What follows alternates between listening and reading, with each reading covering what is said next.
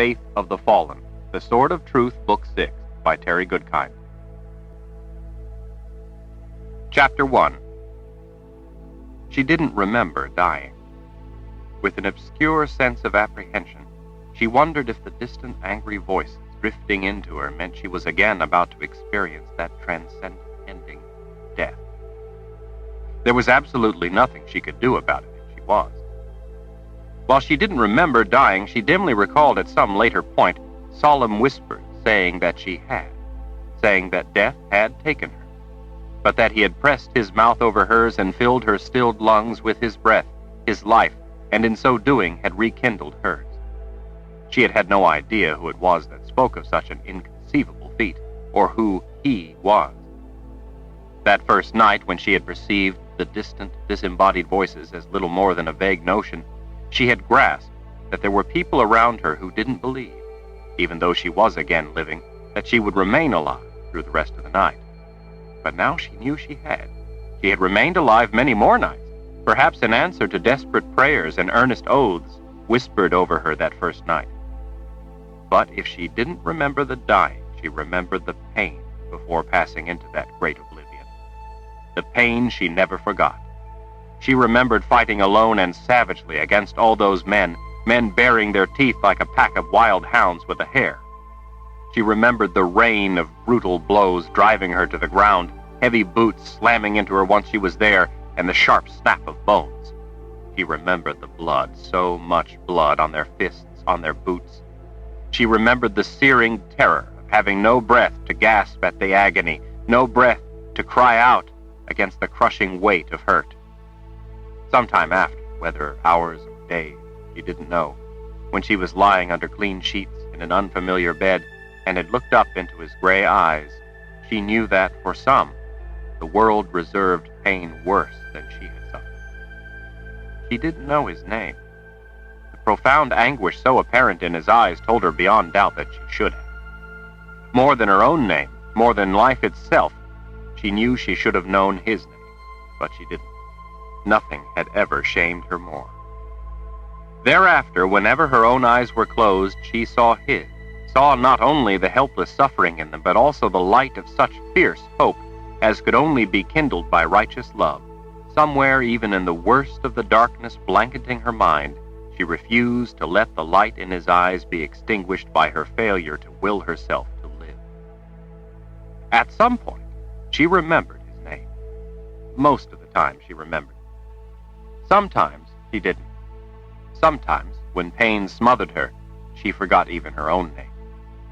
Now, as Kalin heard men growling his name, she knew it. She knew him. With tenacious resolution, she clung to that name, Richard, and to her memory of him, of who he was, of everything he meant to her. Even later, when people had feared she would yet die, she knew she would live. She had to, for Richard, her husband, for the child she carried in her womb, his child, their child.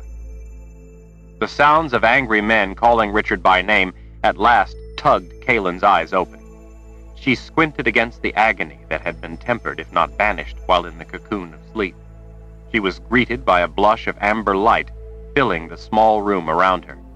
Since the light wasn't bright, she reasoned that there must be a covering over a window muting the sunlight, or maybe it was dusk. Whenever she woke, as now, she not only had no sense of time, but no sense of how long she had been asleep. She worked her tongue against the pasty dryness in her mouth. Her body felt leaden with the thick, lingering slumber. She was as nauseated as the time when she was little and had eaten 3 candy green apples before a boat journey on a hot, windy day. It was hot like that now. Summer hot. She struggled to rouse herself fully, but her awakening awareness seemed adrift, bobbing in a vast, shadowy sea. Her stomach roiled. She suddenly had to put all her mental effort into not throwing up. She knew all too well that in her present condition, few things hurt more than vomiting. Her eyelids sagged closed again, and she foundered to a place darker yet. She caught herself, forced her thoughts to the surface, and willed her eyes open again. She remembered they gave her herbs to dull the pain and to help her sleep. Richard knew a good deal about herbs. At least the herbs helped her drift into stuporous sleep. The pain, if not as sharp, still found her. Slowly, carefully, so as not to twist what felt like double-edged daggers skewered here and there between her ribs, she drew a deeper breath. The fragrance of balsam and pine filled her lungs, helping to settle her stomach. It was not the aroma of trees among other smells in the forest, among damp dirt and toadstools and cinnamon ferns, but the redolence of trees freshly felled and limbed. She concentrated on focusing her sight and saw beyond the foot of the bed a wall of pale, newly peeled timber, here and there oozing sap from fresh axe cuts.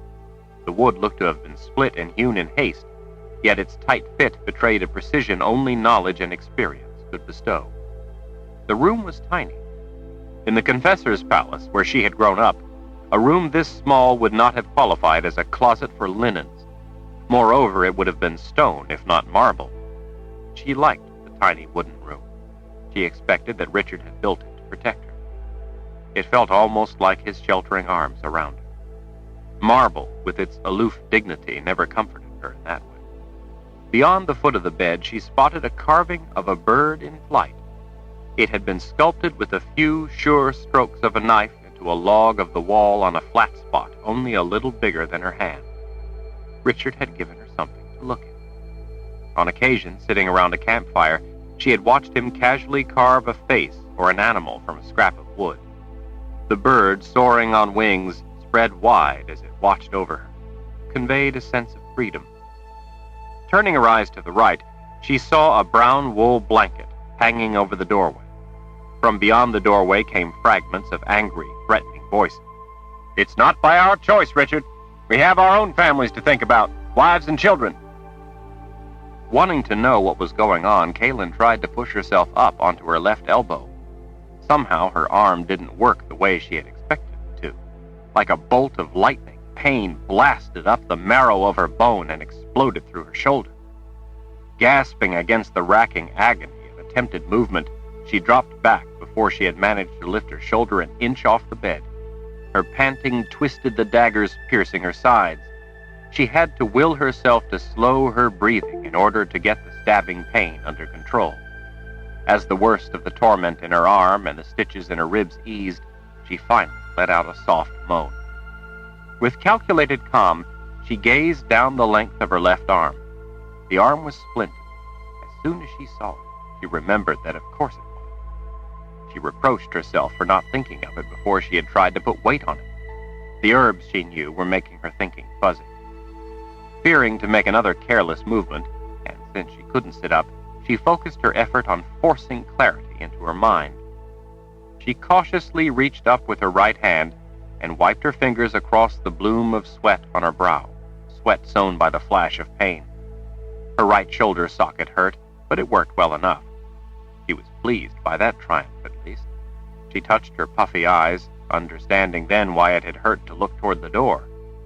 Gingerly, her fingers explored a foreign landscape of swollen flesh. Her imagination colored it a ghastly black and blue. When her fingers brushed cuts on her cheek, hot embers seemed to sear raw, exposed nerves. She needed no mirror to know she was a terrible sight. She knew, too, how bad it was whenever she looked up into Richard's eyes. She wished she could look good for him, if for no other reason than to lift the suffering from his eyes. Reading her thoughts, he would say, "I'm fine. Stop worrying about me and put your mind to getting better." With a bittersweet longing, Kaylin recalled lying with Richard, their limbs tangled in delicious exhaustion, his skin hot against hers, his big hand resting on her belly as they caught their breath. It was agony wanting to hold him in her arms again and being unable to do so. She reminded herself that it was only a matter of some time and some healing. They were together, and that was what mattered. His mere presence was a restorant. She heard Richard beyond the blanket over the door speaking in a tightly controlled voice, stressing his words as if each had cost him a fortune. "We just need some time." The men's voices were heated and insistent as they all began talking at once. "It's not because we want to. You should know that, Richard. You know us." "What if it brings trouble here?" "We've heard about the fighting. You said yourself she's from the Midlands. We can't allow. We won't." Kaylin listened, expecting the sound of his sword being drawn. Richard had nearly infinite patience, but little tolerance. Kara, his bodyguard, their friend, was no doubt out there too. Kara had neither patience nor tolerance. Instead of drawing his sword, Richard said, "I'm not asking anyone to give me anything. I want only to be left alone in a peaceful place where I can care for her. I want it to be close to Hartley, in case she needed something." He paused. "Please, just until she has a chance to get better." Kaylin wanted to scream at him, "No, don't you dare beg them, Richard. They have no right to make you beg. They've no right. They could never understand the sacrifices you've made." But she could do little more than whisper his name in sorrow. "Don't test us. We'll burn you out if we have to. You can't fight us all. We have right on our side." The men ranted, swore dark oaths. She expected now, at last, to hear the sound of his sword being drawn. Instead, in a calm voice, Richard answered the men in words Kaylin couldn't quite make out. A dreadful quiet settled in. "It's not because we like doing this, Richard," someone finally said in a sheepish voice. "We've no choice. We've got to consider our own families and everyone else." Another man spoke out with righteous indignation. "Besides, you seem to have gotten all high and mighty of a sudden, with your fancy clothes and sword, not like you used to be, back when you were a woods guide." "That's right," said another. "Just because you went off and saw some of the world, that don't mean you can come back here thinking you're better than us." "I've overstepped what you have all decided is my proper place," Richard said. "Is that what you mean to say?" "You turned your back on your community, on your roots as I see it. You think our women aren't good enough for the great Richard Cipher. No, he had to marry some woman from away. Then you come back here and think to flaunt yourselves over us." "How? By doing what? Marrying the woman I love? This you see as vain? This nullifies my right to live in peace and takes away her right to heal, to get well and live?" These men knew him as Richard Cipher, a simple woods guide, not as the person he had discovered he was in truth and who he had become. He was the same man as before, but in so many ways they had never known him. "You ought to be on your knees praying for the Creator to heal your wife," another man put in. "All of mankind is a wretched and undeserving lot. You ought to pray and ask the Creator's forgiveness for your evil deeds and sinfulness. That's what brought your troubles on you and your woman. Instead, you want to bring your troubles among honest working folks. You've no right to try to force your sinful troubles on us. That's not what the Creator wants. You should be thinking of us. The Creator wants you to be humble and to help others. That's why he struck her down, to teach you both a lesson." "Did he tell you this, Albert?" Richard asked. "Does this Creator of yours come to talk with you about his intentions and confide in you his wishes?" "He talks to anyone who has the proper modest attitude to listen to him," Albert fumed. "Besides," another man spoke up, "this imperial order you warn about has some good things to be said for it. If you weren't so bullheaded, Richard, you'd see that. There's nothing wrong with wanting to see everyone treated decent. It's only being fair-minded. It's only right. Those are the Creator's wishes, you've got to admit, and that's what the imperial order teaches, too. If you can't see that much good in the order, well, then you'd best be gone, and soon." Kaylin held her breath. In an ominous tone of voice, Richard said, "So be it." These were men Richard knew. He had addressed them by name and reminded them of years and deeds shared. He had been patient with them. Patience finally exhausted, he had reached intolerance. Horses snorted and stomped, their leather tack creaking as the men mounted up.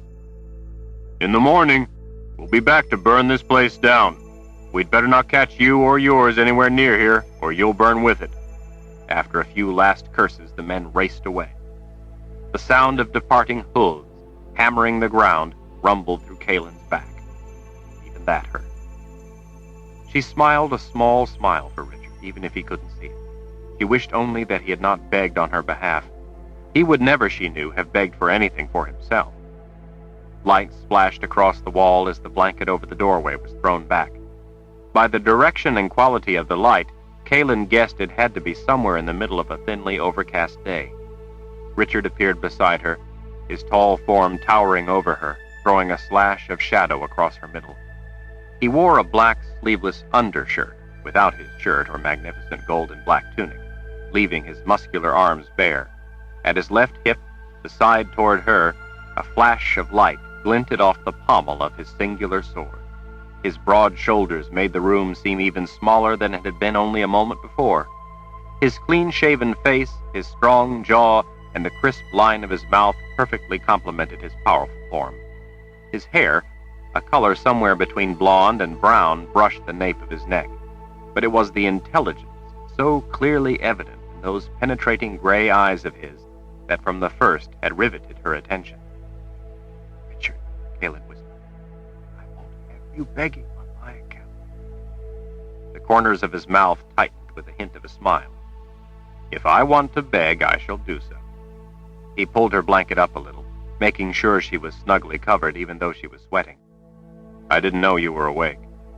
"How long have I been asleep?" "A while." She figured it must have been quite a while. She didn't remember arriving at this place or him building the house that now stood around her. Kaylin felt more like a person in her 80s than one in her 20s.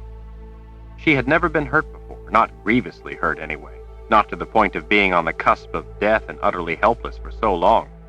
She hated it, and she hated that she couldn't do the simplest things for herself. Most of the time, she detested that more than the pain. She was stunned to understand so unexpectedly and so completely life's frailty, her own frailty, her own mortality. She had risked her life in the past and had been in danger many times, but looking back, she didn't know if she had ever truly believed that something like this could happen to her. Confronting the reality of it was crushing. Something inside seemed to have broken that night. Some idea of herself, some confidence. She could so easily have died. Their baby could have died before it even had a chance to live. "You're getting better," Richard said, as if in answer to her thought. "I'm not just saying that. I can see that you're healing." She gazed into his eyes, summoning the courage to finally ask, "How do they know about the order?" "People fleeing the fighting have been up this way. Men spreading the doctrine of the Imperial Order have been even here, where I grew up. Their words can sound good, almost make sense. If you don't think, you just feel. Truth doesn't seem to count for much," he added in after. He answered the unspoken question in her eyes. "The men from the Order are gone. Fools out there were just spouting things they've heard, that's all." "They intend us to leave. They sound like men who keep the oaths they've sworn." He nodded, but then some of his smile returned. "Do you know that we're very close to where I first met you last autumn? Do you remember?" "How could I ever forget the day I met you?" "Our lives were in jeopardy back then, and we had to leave here. I've never regretted it. It was the start of my life with you. As long as we're together, nothing else really matters." Kara swept in through the doorway and came to a halt beside Richard, adding her shadow to his across the blue cotton blanket that covered Kaylin to her armpits. Sheathed in skin-tight red leather, Kara's body had the sleek grace of a falcon, commanding, swift, and deadly. Mord Sith always wore their red leather when they believed there was going to be trouble. Kara's long blonde hair, swept back into a single thick braid, was another mark of her profession of Mord Sith, member of an elite corps of guards to the Lord Rahl himself. Richard had, after a fashion, inherited the Mord Sith when he inherited the rule of Dahara, a place he grew up never knowing. Command was not something he had sought. Nonetheless, it had fallen to him. Now a great many people depended on him. The entire New World, Westland, the Midlands, and Dahara, depended on him. "How do you feel?" Kara asked with sincere concern. Kaylin was able to summon little more voice than a hoarse whisper. "I'm better." "Well, if you feel better," Kara growled, "then tell Lord Rahl that he should allow me to do my job and put the proper respect into men like that." Her menacing blue eyes turned for a moment toward the spot where the men had been while delivering their threats.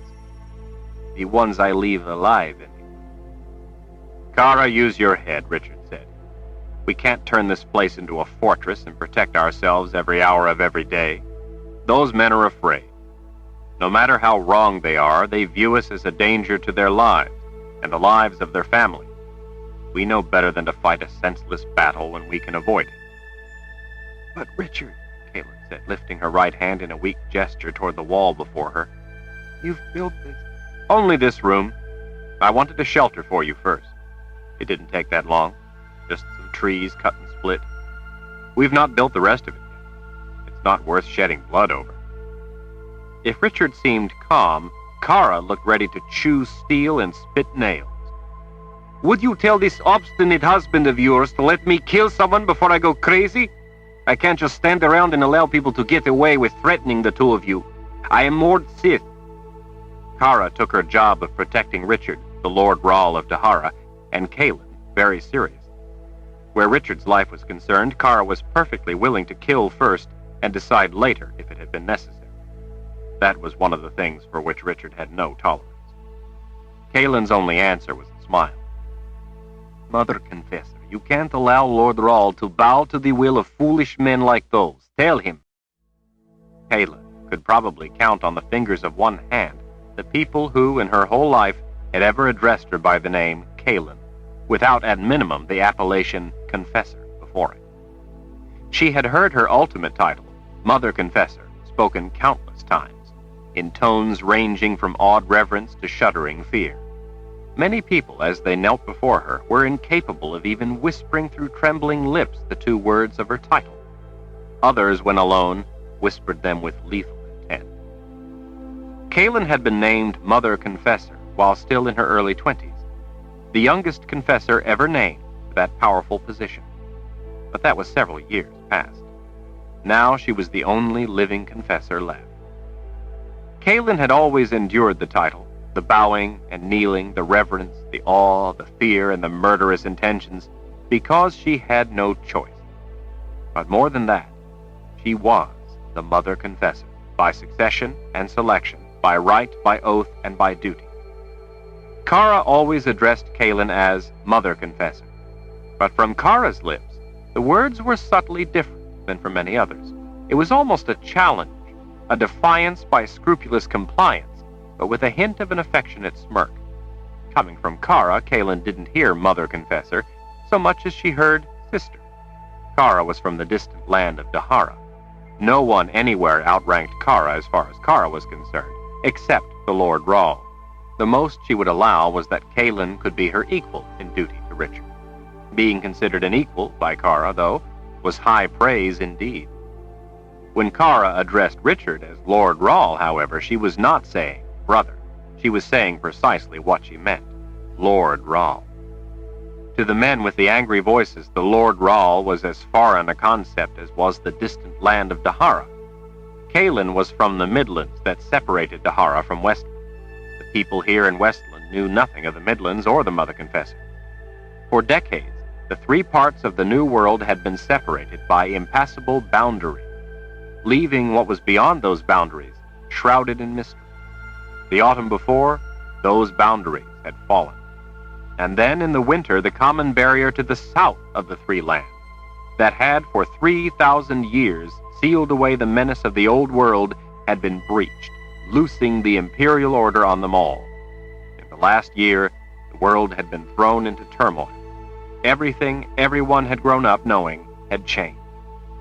I'm not going to allow you to hurt people just because they refuse to help us, Richard said to Kara. It would solve nothing and only end up causing us more trouble. What we started here only took a short time to build. I thought this place would be safe, but it's not. We'll simply move on. He turned back to Caitlin. His voice lost its fire. I was hoping to bring you home, to some peace and quiet, but it looks like home doesn't want me either. I'm sorry. Just those men, Richard. In the land of Andorith, just before Caitlin had been attacked and beaten, the people had rejected Richard's offer to join the emerging Daharan Empire he led in the cause of freedom. Instead, the people of Andorith willingly chose to side with the Imperial Order. Richard had taken Caitlin and walked away from everything, it seemed. What about your real friends here? I haven't had time. I wanted to get a shelter up first. There's no time now, maybe later. Caitlin reached for his hand, which hung at his side. His fingers were too far away. But Richard... Look, it's not safe to stay here anymore. It's as simple as that. I brought you here because I thought it would be a safe place for you to recover and regain your strength. I was wrong. It's not. We can't stay here. Understand? We have to move on. There was something more to this, she knew. Something of far greater importance than the more immediate ordeal it meant for her. There was a distant, troubled look in his eyes. But what of the war? Everyone is depending on you. I can't be much help until I get better, but they need you right now. The Daharan Empire needs you. You are the Lord Raal. You lead them. What are we doing here, Richard? She waited until his eyes turned to look at her. Why are we running away when everyone is counting? I'm doing as I must. As you must? What does that mean? Shadow shrouded his face as he looked away. I had a vision. Chapter 2. A vision, Kaelin said, open astonishment. Richard hated anything to do with prophecy. It had caused him no end of trouble. Prophecy was always ambiguous and usually cryptic, no matter how clear it seemed on the surface. The untrained were easily misled by its superficially simplistic construction. Unthinking adherence to a literal interpretation of prophecy had in the past caused great turmoil, everything from murder to war. As a result, those involved with prophecy went to great lengths to keep it secret. Prophecy, at least on the face of it, was predestination. Richard believed that man created his own destiny. He had once told her, prophecy can only say that tomorrow the sun will come up. It can't say what you're going to do with your day. The act of going about your day is not the fulfillment of prophecy, but the fulfillment of your own purpose. Shota, the witch woman, had prophesied that Richard and Kaelin would conceive an infamous son. Richard had more than once proven Shota's view of the future to be, if not fatally flawed, at least vastly more complex than Shota would have it seem. Like Richard, Kaelin didn't accept Shota's prediction. On any number of occasions, Richard's view of prophecy had been shown to be correct. Richard simply ignored what prophecy said and did as he believed he must. By his doing so, prophecy was in the end often fulfilled, but in ways that could not have been foretold. In this way, prophecy was at once proven and disproved, resolving nothing and only demonstrating what an eternal enigma it truly was. Richard's grandfather, Zed, who had helped raise him not far from where they were, had not only kept his own identity as a wizard secret. In order to protect Richard, he also hid the fact that Richard had been fathered by Darken Raal and not George Cypher, the man who had loved and raised him. Darken Raal, a wizard of great power, had been the dangerous, violent ruler of far-off Dahara. Richard had inherited the gift of magic from two different bloodlines. After killing Darken Raal, he had also inherited the rule of Dahara, a land that was in many ways as much a mystery to him as was his power. Kaelin, being from the Midlands, had grown up around wizards. Richard's ability was unlike that of any wizard she had ever known. He possessed not one aspect of the gift, but many, and not one side, but both. He was a war wizard. Some of his outfit came from the wizard's keep and had not been worn in 3,000 years, since the last war wizard lived. With the gift dying out in mankind, wizards were uncommon. Kaelin had known fewer than a dozen. Among wizards, prophets were the most rare. She knew of the existence of only two. One of those was Richard's ancestor, which made visions all the more within the province of Richard's gift, yet Richard had always treated prophecy as a viper in his bed.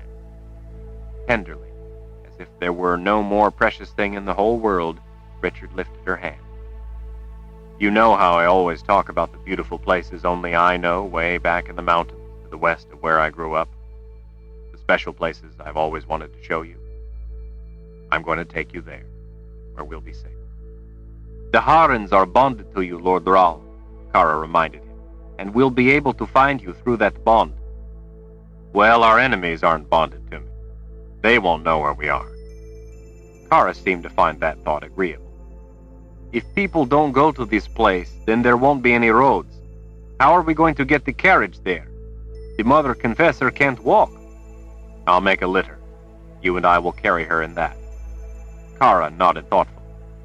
We could do that. If there were no other people, then the two of you would be safe at least. Safer than here. I had expected the people here to leave us to ourselves. I hadn't expected the order to foment unrest this far away, at least not this quickly. Those men usually aren't a bad lot, but they're working themselves up into a dangerous move. The cowards have gone back to their women's skirts. They won't be back until morning. We can let the Mother Confessor rest and then leave before dawn. Richard cast Kara a telling look. One of those men, Albert, has a son, Lester. Lester and his pal, Tommy Lancaster, once tried to put arrows into me for spoiling some fun Tommy was about to have hurting someone. Now Tommy and Lester are missing a good many teeth. Albert will tell Lester about us being here, and soon after, Tommy Lancaster will know too. Now that the Imperial Order has filled their heads with talk of a noble war on behalf of good, those men will be fancying what it would be like to be war heroes. They aren't ordinarily violent, but today they were more unreasonable than I've ever seen them. They'll go drinking to fortify their courage. Tommy and Lester will be with them by then, and their tales of how I wronged them and how I'm a danger to decent folks will get everyone all worked up. Because they greatly outnumber us, they'll begin to see the merit in killing us. See it as protecting their families and doing the right thing for the community and their creator. Full of liquor and glory, they won't wait till morning. They'll be back tonight. We have to leave now. Kara seemed unconcerned. I say we wait for them, and when they come back, we end the threat. Some of them will bring along other friends. There will be a lot of them by the time they get here. We have Kalen to think about. I don't want to risk one of us being injured. There's nothing to be gained by fighting. Richard pulled the ancient tooled leather baldric holding the gold and silver wrought scabbard and sword off over his head and hung it on the stump of a branch sticking out of a log. Looking unhappy, Kara folded her arms. She would rather not leave a threat alive. Richard picked his folded black shirt off the floor to the side where Kalen hadn't seen it. He poked an arm through a sleeve and drew it on. A vision? Kalen finally asked again. As much trouble as the men could be, they were not her biggest concern just then. You've had a vision? The sudden clarity of it felt like a vision, but it was really more of a revelation. Revelation? She wished she could manage more than a hoarse whisper. What form did this vision revelation thing take? Understanding. Kalen stared up at him. Understanding of what? He started buttoning his shirt. Through this realization, I've come to understand the larger picture. I've come to understand what it is I must do. Yes, Kara muttered, and wait until you hear it. Go ahead, tell her. Richard glared at Kara, and she answered him in kind. His attention finally returned to Kalen. If I lead us into this war, we will lose. A great many people will die for nothing. The result will be a world enslaved by the Imperial Order. If I don't lead our side in battle, the world will still fall under the shadow of the Order, but far fewer people will die. Only in that way will we ever stand a chance. By losing? You want to lose first and then fight? How can we even consider abandoning the fight for freedom? Andreth helped teach me a lesson, he said. His voice was restrained, as if he regretted what he was saying. I can't press this war. Freedom requires effort if it is to be won, and vigilance if it is to be maintained. People just don't value freedom until it's taken away. But many do, Kalen objected. There are always some, but most don't even understand it, nor do they care to. The same is with magic. People mindlessly shrink from it, too, without seeing the truth. The Order offers them a world without magic and ready-made answers to everything. Servitude is simple. I thought that I could convince people of the value of their own lives and of liberty. In Anderith, they showed me just how foolish I had been. Anderith is just one place. Anderith was not remarkable. Look at all the trouble we've had elsewhere. We're having trouble even here where I grew up. Richard began tucking in his shirt. Forcing people to fight for freedom is the worst kind of contradiction. Nothing I can say will inspire people to care. I've tried. Those who value liberty will have to run, to hide, to try to survive and endure what is sure to come. I can't prevent it. I can't help them. I know that now. Richard, how can you even think? I must do what is best for us. I must be selfish. Life is far too precious to be casually squandered on useless causes. There can be no greater evil than that. People can only be saved from the coming dark age of subjugation and servitude if they, too, come to understand and care about the value of their own lives, their freedom, and are willing to act in their own interest. We must try to stay alive in the hope that such a day will come. But we can prevail in this war. We must. Do you think that I can just go off and lead men into war, and because I wish it, we will win? We won't. It takes more than my wishing it. It will take vast numbers of people fully committed to the cause. We don't have that. If we throw our forces against the order, we will be destroyed, and any chance for winning freedom in the future will be forever lost. He raked his fingers back through his hair. We must not lead our forces against the army of the order. He turned to pulling his black, open-sided tunic on over his head. Kaylin struggled to give force to her voice, to the magnitude of her concern. Well, what about all those who are prepared to fight? All the armies already in the field? There are good men, able men, ready to go against Jagang and stop his imperial order and drive them back to the old world. Who will lead our men? Lead them to what? Death? They can't win. Kaylin was horrified. She reached up and snatched his shirt sleeve before he could lean down to retrieve his broad overbelt. Richard, you're only saying this, walking away from the struggle because of what happened to me.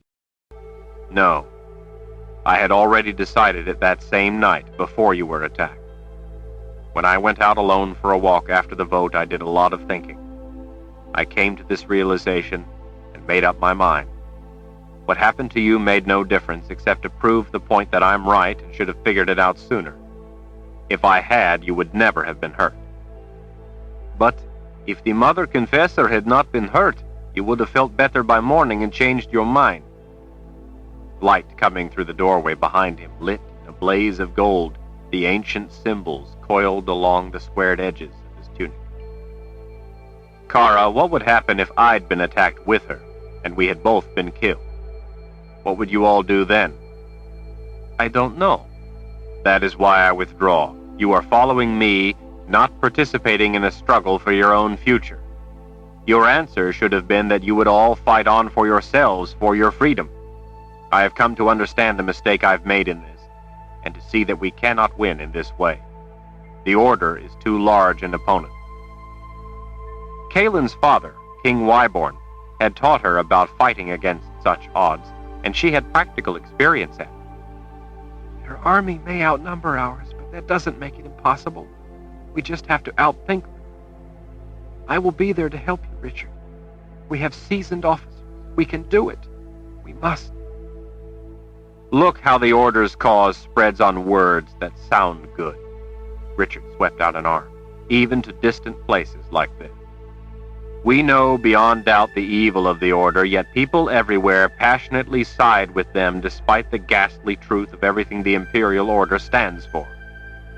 Richard, Kaylin whispered, trying not to lose what was left of her voice. I led those young Galilean recruits against an army of experienced Order officers who greatly outnumbered us, and we prevailed. Exactly. They had just seen their home city after the Order had been there. Everyone they loved had been murdered, everything they knew had been destroyed. Those men fought with an understanding of what they were doing and why. They were going to throw themselves at the enemy with or without you commanding them. But they were the only ones, and even though they succeeded, most of them were killed in the struggle. Caleb was incredulous. So, you are going to let the order do the same elsewhere? So as to give people a reason to fight? You are going to stand aside and let the order slaughter hundreds of thousands of innocent people? You want to quit because I was hurt. Dear spirits, I love you, Richard, but don't do this to me. I'm the Mother Confessor. I'm responsible for the lives of the people of the Midlands. Don't do this because of what happened to me. Richard snapped on his leather-padded silver wristband. I'm not doing this because of what happened to you. I'm helping save those lives in the only way that has a chance. I'm doing the only thing I can do. You are doing the easy thing, Kara said. Richard met her challenge with quiet sincerity. Kara, I'm doing the hardest thing I have ever had to do. Kaelin was sure now that their rejection by the Anderith people had hit him harder than she had realized. She caught two of his fingers and squeezed sympathetically. He had put his heart into sparing those people from enslavement by the order. He had tried to show them the value of freedom by allowing them the freedom to choose their own destiny. He had put his faith in their hands. In a crushing defeat, an enormous majority had spurned all he had offered, and in so doing, devastated that faith. Kaelin thought that perhaps, with some time to heal, the same as with her, the pain would fade for him, too. You can't hold yourself to blame for the fall of Anderith. You did your best. It wasn't your fault.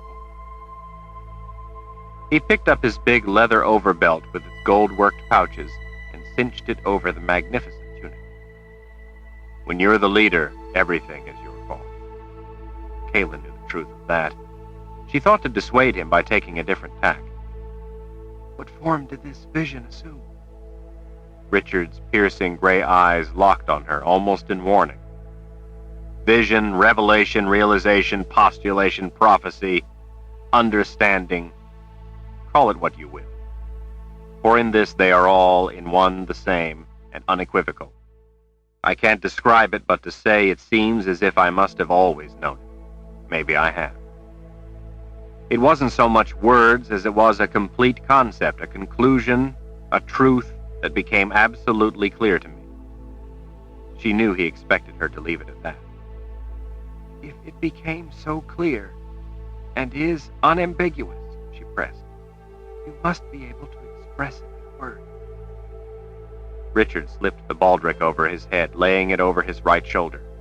As he adjusted the sword against his left hip, light sparkled off the raised gold wire woven through the silver wire of the hilt to spell out the word truth. His brow was smooth and his face calm. She knew she had at last brought him to the heart of the matter. His certainty would afford him no reason to keep it from her if she chose to hear it, and she did. His words rolled forth with quiet power, like prophecy come to life. I have been a leader too soon. It is not I who must prove myself to the people, but the people who must now prove themselves to me. Until then, I must not lead them, or all hope is lost. Standing there, erect, masculine, masterful in his black war wizard outfit, he looked as if he could be posing for a statue of who he was, the seeker of truth, rightfully named by Zedekis Zuul-Zarander, the first wizard himself, and Richard's grandfather. It had nearly broken Zed's heart to do so because seekers so often died young and violently. While he lived, a seeker was a law unto himself. Backed by the awesome power of his sword, a seeker could bring down kingdoms.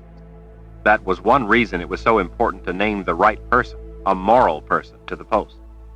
Zed claimed that the seeker, in a way, named himself by the nature of his own mind and by his actions, and that the first wizard's function was simply to act on his observations by officially naming him and giving him the weapon that was to be his lifelong companion. So many different qualities and responsibilities had converged in this man she loved that she sometimes wondered how he could reconcile them all. Richard, are you so sure. Because of the importance of the post, Kalin and then Zed had sworn their lives in defense of Richard as the newly named Seeker of Truth. That had been shortly after Kalin had met him. It was as Seeker that Richard had first come to accept all that had been thrust upon him and to live up to the extraordinary trust put in him. His gray eyes fairly blazed with clarity of purpose as he answered her. The only sovereign I can allow to rule me is reason. The first law of reason is this: what exists, exists. What is. From this irreducible bedrock principle all knowledge is built. This is the foundation from which life is embraced. Reason is a choice. Wishes and whims are not facts, nor are they a means to discovering them. Reason is our only way of grasping reality. It's our basic tool of survival. We are free to evade the effort of thinking, to reject reason. But we are not free to avoid the penalty of the abyss we refuse to see. If I fail to use reason in this struggle, if I close my eyes to the reality of what is in favor of what I would wish, then we will both die in this, and for nothing. We will be but two more among uncounted millions of nameless corpses beneath the gray, gloomy decay of mankind. In the darkness that will follow, our bones will be meaningless dust. Eventually, perhaps 1,000 years from now, perhaps more, the light of liberty will again be raised up to shine over a free people. Between now and then, millions upon millions of people will be born into hopeless misery and have no choice but to bear the weight of the order's yoke. We, by ignoring reason, will have purchased those mountains of broken bodies, the wreckage of lives endured but never lived. Kalin found herself unable to summon the courage to speak, much less argue. To do so right then would be to ask him to disregard his judgment at a cost he believed would be a sea of blood. But doing as he saw they must would cast her people helpless to the jaws of death. Kalin, her vision turning to a watery blur, looked away. Kara, Richard said, get the horses hitched to the carriage. I'm going to scout a circle to make sure we don't have any surprises. I will scout while you hitch the horses. I am your guard. You're my friend, too. I know this land better than you. Hitch the horses, and don't give me any trouble about it. Kara rolled her eyes and huffed, but marched off to do his bidding. The room rang with silence. Richard's shadow slipped off the blanket. When Kalin whispered her love to him, he paused and looked back. His shoulders seemed to betray the weight he carried. I wish I could, but I can't make people understand freedom. I'm sorry. From somewhere inside, Kalin found a smile for him. Maybe it isn't so hard. She gestured toward the bird he had carved in the wall. Just show them that, and they will understand what freedom really means. To soar on your own wing. Richard smiled. She thought gratefully, before he vanished through the doorway. Chapter 3. All the troubling thoughts tumbling through her mind kept Kalin from falling back to sleep. She tried not to think about Richard's vision of the future. As exhausted as she was by pain, his words were too troubling to contemplate. And besides, there was nothing she could do about it right then. But she was determined to help him get over the loss of Anderith and focus on stopping the Imperial Order. It was more difficult to shake her thoughts about the men who had been outside, men Richard had grown up with. The haunting memory of their angry threats echoed in her mind. She knew that ordinary men who had never before acted violently could, in the right circumstances, be incited to great brutality. With the way they viewed mankind as sinful, wretched, and evil, it was only a small step more to actually doing evil. After all, any evil they might do, they had already rationalized as being predestined by what they viewed as man's inescapable nature. It was unnerving to contemplate an attack by such men, when they could do nothing but lie there waiting to be killed. Kalin envisioned a grinning, toothless Tommy Lancaster leaning over her to cut her throat, while all she could do was stare helplessly up at him. She had often been afraid in battle, but at least then she could fight with all her strength to survive. That helped counter the fear. It was different to be helpless and have no means to fight back. a different sort of fear. If she had to, she could always resort to her confessor's power, but in her condition, that was a dubious proposition. She had never had to call upon her power when in anything like the condition in which she now found herself. She reminded herself that the three of them would be long gone before the men returned, and besides, Richard and Kara would never let them get near her. Kaylin had a more immediate fear, though, and that one was all too real. But she wouldn't feel it for long. She would pass out, she hoped. She tried not to think of it, and instead put her hand gently over her belly over their child as she listened to the nearby splashing and burbling of a stream. The sound of the water reminded her of how much she wished she could take a bath. The bandages over the oozing wound in her side stank and needed to be changed often. The sheets were soaked with sweat. Her scalp itched. The mat of grass that was the bedding under the sheet was hard and chafed her back. Richard had probably made the pallet quickly, planning to improve it later. As hot as the day was, the stream's cold water would be welcome. She longed for a bath, to be clean, to smell fresh. She longed to be better, to be able to do things for herself, to be healed. She could only hope that as time passed, Richard, too, would recover from his invisible but real wounds. Kara finally returned, grumbling about the horses being stubborn today. She looked up to see the room was empty. "I had better go look for him and make sure he's safe." He's fine. He knows what he's doing. Just wait, Kara, or he will then have to go out and look for you. Kara sighed and reluctantly agreed. Retrieving a cool, wet cloth, she set to mopping Kaylin's forehead and temples. Kaylin didn't like to complain when people were doing their best to care for her, so she didn't say anything about how much it hurt her torn neck muscles when her head was shifted in that way. Kara never complained about any of it. Kara only complained when she believed her charges were in needless danger, and when Richard wouldn't let her eliminate those she viewed as a danger. Outside, a bird let out a high-pitched trill. The tedious repetition was becoming grating. In the distance, Kaylin could hear a squirrel chattering an objection to something, or perhaps arguing over his territory. He'd been doing it for what seemed an hour. The stream babbled on without let-up. This was Richard's idea of restful. I hate you, she muttered. "You should be happy, lying about without anything to do." I bet you would be happy to trade places. "I am Mord Sith. For a Mord Sith, nothing could be worse than to die in bed." Her blue eyes turned to Kaylin. "Old and toothless," she added. "I didn't mean you." I know what you mean. Kara looked relieved. "Anyway, you couldn't die. That would be too easy. You never do anything easy." I married Richard. "See what I mean?" Kaylin smiled. Kara dunked the cloth in a pail on the floor and wrung it out as she stood. "It isn't too bad, is it? Just lying there?"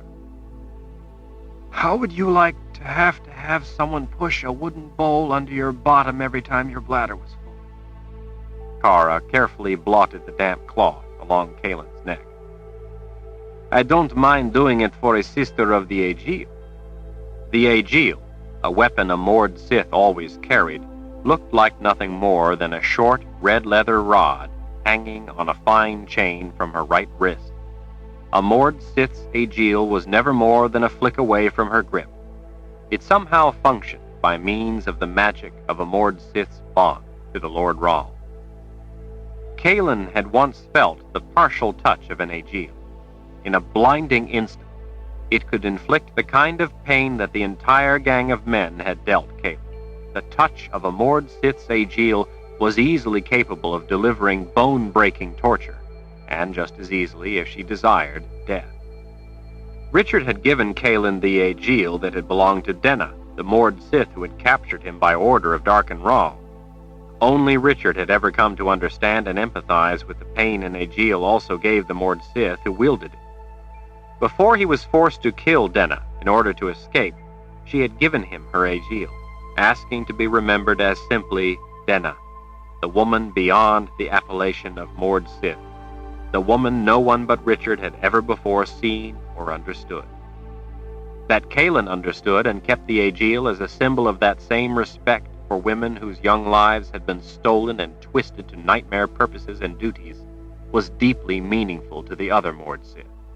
Because of that compassion, untainted by pity, and more, Kara had named Kaelin a sister of the Aegil. It was an informal but heartfelt accolade.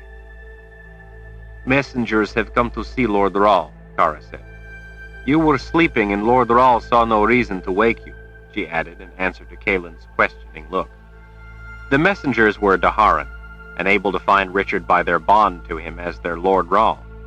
Kaelin, not able to duplicate the feat, had always found it unsettling. What did they have to say? Kara shrugged. "Not a lot. Jagang's army of the Imperial Order remains in Anderith for the time being, with Rybish's forces staying safely to the north to watch and be ready should the Order decide to threaten the rest of the Midlands. We know little of the situation inside Anderith under the Order's occupation. The rivers flow away from our men toward the sea, so they have not seen bodies to indicate if there has been mass death, but there have been a few people who managed to escape. They report that there was some death due to the poison which was released, but they don't know how widespread it was. General Rybish has sent scouts and spies in to learn what they will."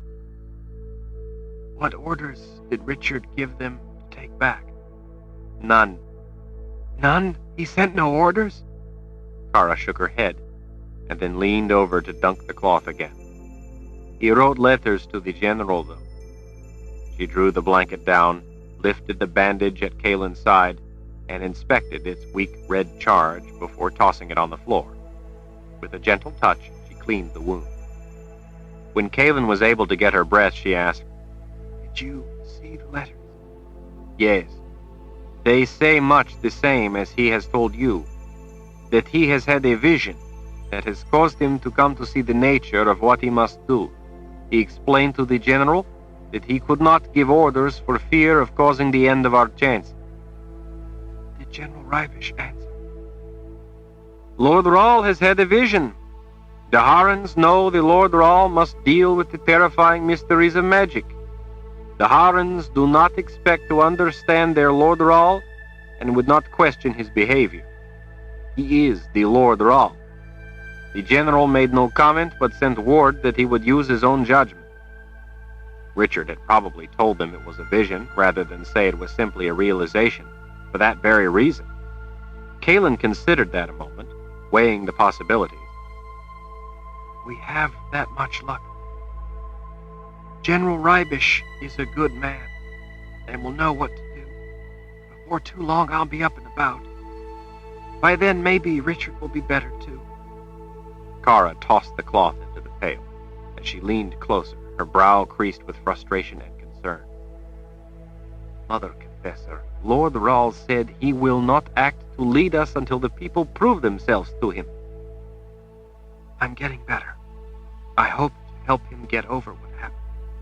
Help him to see that he must fight. "But this involves magic." She picked at the frayed edge of the blue blanket. "Lord Rahl said it's a vision. If it is magic, then it's something he would know about and must handle in the way he sees it must be done." We need to be a little understanding of what we've been through. The loss we've all suffered to the Order. And remember, too, that Richard didn't grow up around magic, much less ruling army. Kara squatted and rinsed her cloth in the pail. After wringing it out, she went back to cleaning the wound in Kaelin's side. "He is the Lord Rahl, though. Hasn't he already proven himself to be a master of magic a number of times?" Kaelin couldn't dispute that much, but he still didn't have much experience. Experience was valuable. Kara not only feared magic, but was easily impressed by any act of wizardry. Like most people, she couldn't distinguish between a simple conjuring and the kind of magic that could alter the very nature of the world. Kaelin realized now that this wasn't a vision as such, but a conclusion Richard had arrived at. Much of what he'd said made sense, but Kaelin believed that emotion was clouding his thinking. Kara looked back up from her work. Her voice bore an undertone of uncertainty, if not despairing bewilderment. Mother Confessor, how will the people ever be able to prove themselves to Lord Rahl? I've no idea. Kara set down the cloth and looked Kaelin in the eye. It was a long, uncomfortable moment before she finally decided to speak. Mother Confessor, I think maybe Lord Rahl has lost his mind. Kaelin's immediate thought was to wonder if General Rybish might believe the same thing. I thought the Harans do not expect to understand their Lord Rahl and would not question his behavior. Lord Rahl also says he wants me to think for myself. Kaelin put her hand over Kara's. How many times have we doubted him before? Remember the chicken that wasn't a chicken? We both thought he was crazy. He wasn't. This is not some monster chasing us. This is something much bigger. Kara, do you always follow Richard's orders? Of course not. He must be protected, and I can't allow his foolishness to interfere with my duty. I only follow his orders if they do not endanger him, or if they tell me to do what I would have done anyway, or if it involves his male pride. Did you always follow Darken Rahl's order? Kara stiffened at the unexpected encounter with the name, as if speaking it might summon him back from the world of the dead. You followed Darken Rahl's orders no matter how foolish they were, or you were tortured to death. Which Lord Rahl do you respect? I would lay down my life for any Lord Rahl. Kara hesitated, and then touched her fingertips to the red leather over her heart. But I could never feel this way for any other. I love Lord Rahl. Not like you love him, not like a woman loves a man, but it is still love. Sometimes I have dreams of how proud I am to serve and defend him, and sometimes I have nightmares that I will fail him. Kara's brow drew down with sudden dread. You won't tell him that I said I love him, will you? He must not know. Kaelin smiled. Kara, I think he already knows, because he has similar feelings about you. But if you don't wish it, I won't say it. Kara let out a sigh of relief. Good. And what made you come to feel that way about him? Many things. He wishes us to think for ourselves. He allows us to serve him by choice. No Lord Rahl has ever done that before. I know that if I said I wished to quit him, he would let me go. He would not have me tortured to death for it. He would wish me a good life. That and more is what you value about him. He never pretended any claim to your life. He believes no such claim can ever rightfully exist. The first time since you were captured and trained to be Mord Sith, that you have felt the reality of freedom. That, Kara, is what Richard wants for everyone. She swished a hand as if dismissing the seriousness of the whole thing. He would be foolish to grant me my freedom if I asked for it. He needs me too much. You wouldn't need to ask for your freedom, Kara. You already have your freedom. And because of him, you know that too. That's what makes him a leader you are honored to follow. That's why you feel the way you do about him. He has earned your loyalty. Kara mulled it over. I still think he has lost his mind. In the past, Richard had more than once expressed his faith that, given a chance, people would do the right thing. That was what he had done with the Mord Sith. That was also what he had done with the people of Andoran. Now, Kaelin swallowed back her emotion. Not his mind, Kara, but maybe his heart. Kara, seeing the look on Kaelin's face, dismissed the seriousness of the matter with a shrug and a smile. I guess we will simply have to bring him around to the way things are going to be. Talk some sense in him. Kara dabbed away the remnant of a tear as it rolled down Kaelin's cheek. Before he comes back, how about getting that stupid wooden bowl for me? Kara nodded and bent to retrieve it. Kaelin was already fretting, knowing how much it was going to hurt. There was no avoiding it. Kara came up with a shallow bowl. Before those men came, I was planning on making a fire and warming some water. I was going to give you a bed bath, with a soapy cloth and a bucket of warm water. I guess I can do it when we get where we are going.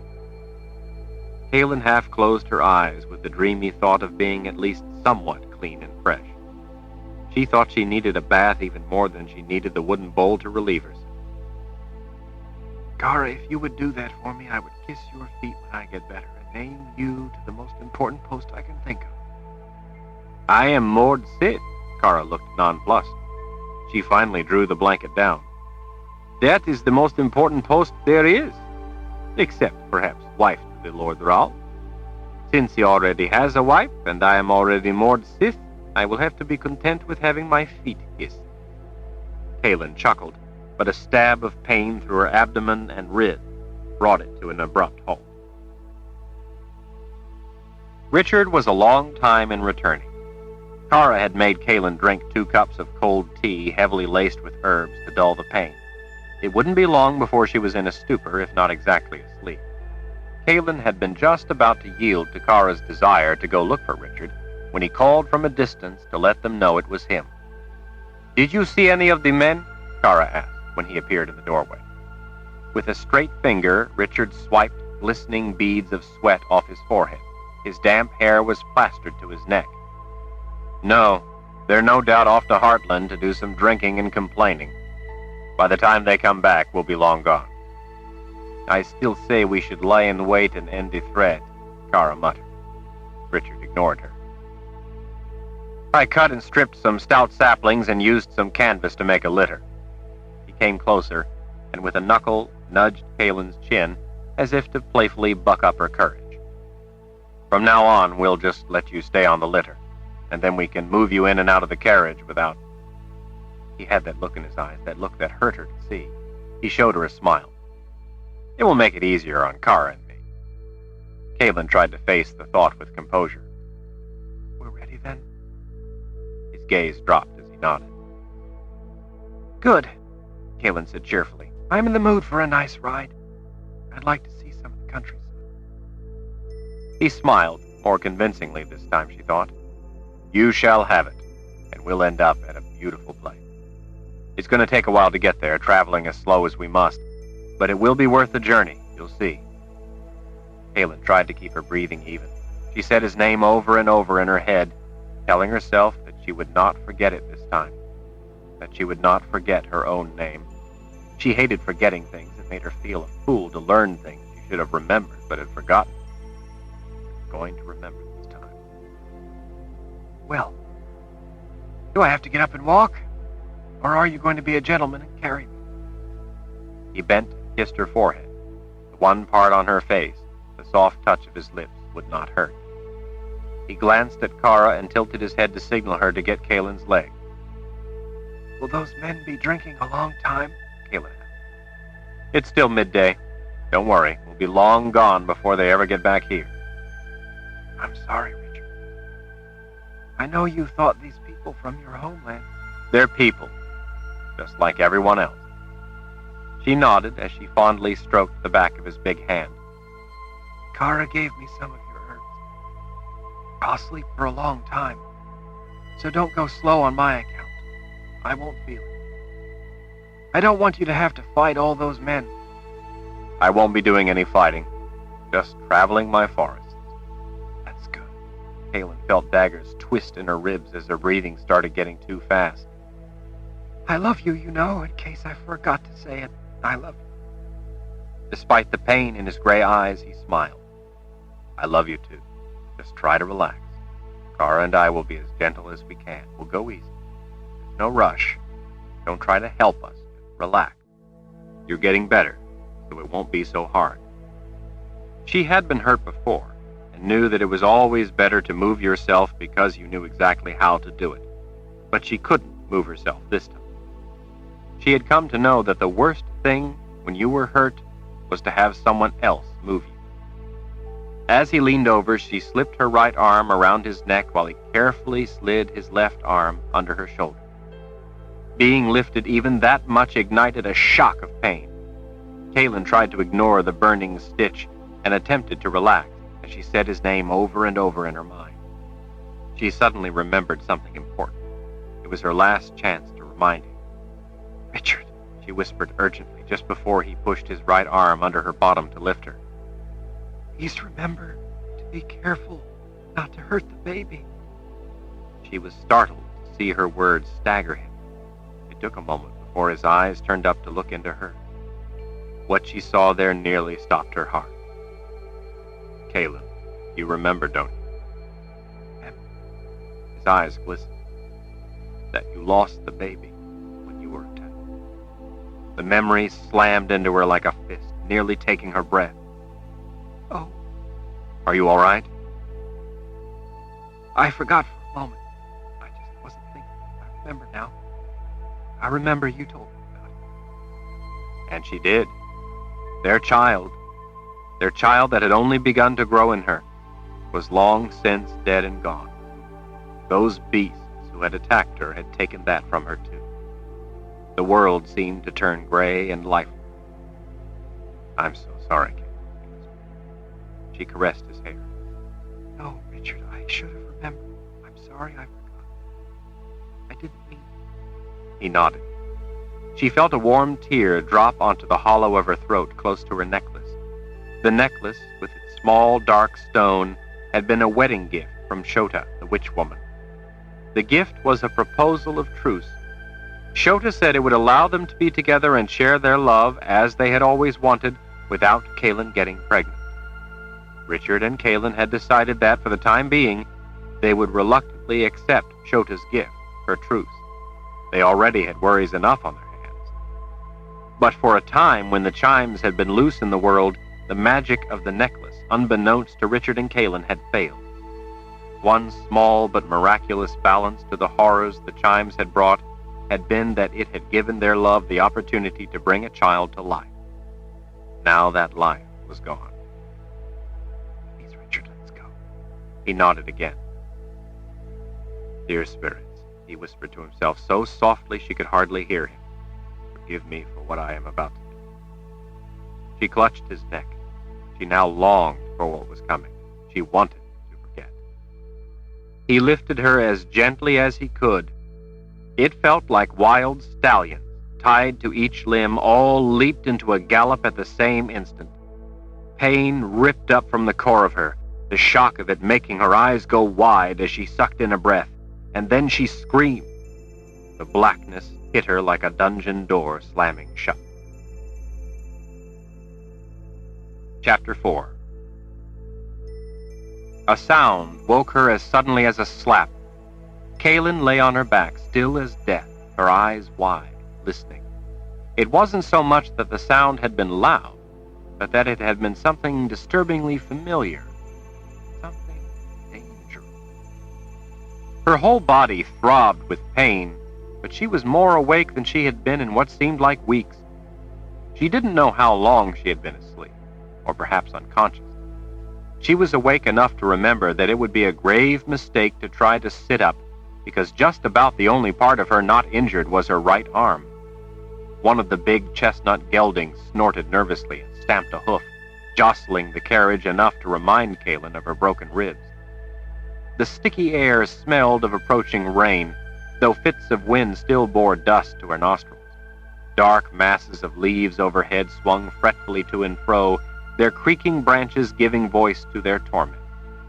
Deep purple and violet clouds scudded past in silence.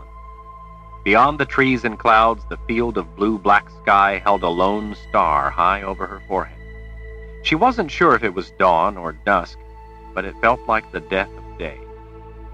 As the gusts beat strands of her filthy hair across her face, Kaylin listened as hard as she could for the sound that didn't belong, still hoping to fit it into a picture of something innocent.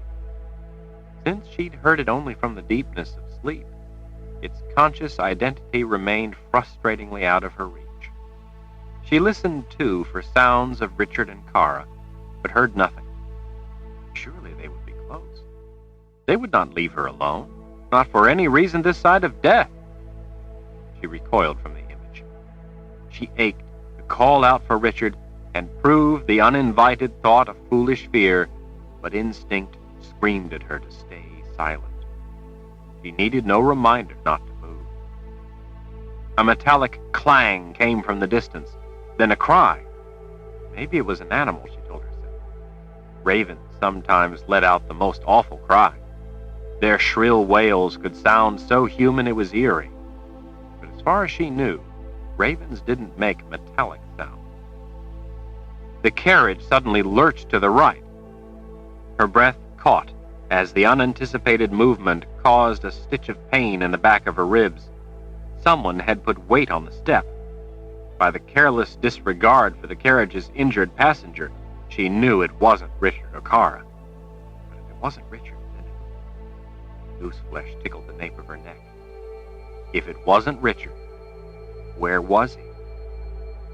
Stubby fingers grasped the top of the corded chafing strip on the carriage's side rail. The blunt fingertips were rounded back over grubby, gnawed-down little half-button fingernails. Kaylin held her breath, hoping he didn't realize she was in the carriage. A face popped up. Cunning dark eyes squinted at her. The man's 4 middle upper teeth were missing, leaving his eye teeth looking like fangs when he grinned. Well, well, if it ain't the wife of the late Richard Cipher. Kaylin lay frozen. This was just like her dream. For an instant, she couldn't decide if it was only that, just a dream, or real. His shirt bore a dark patina of dirt, as if it was never removed for anything. Sparse, wiry hairs on his fleshy cheeks and chin were like early weeds in the plowed field of his pockmarked face. His upper lip was wet from his runny nose. He had no lower teeth in front. The tip of his tongue rested partway out between the yawning gap of his smirk. He brought up a knife for her to see.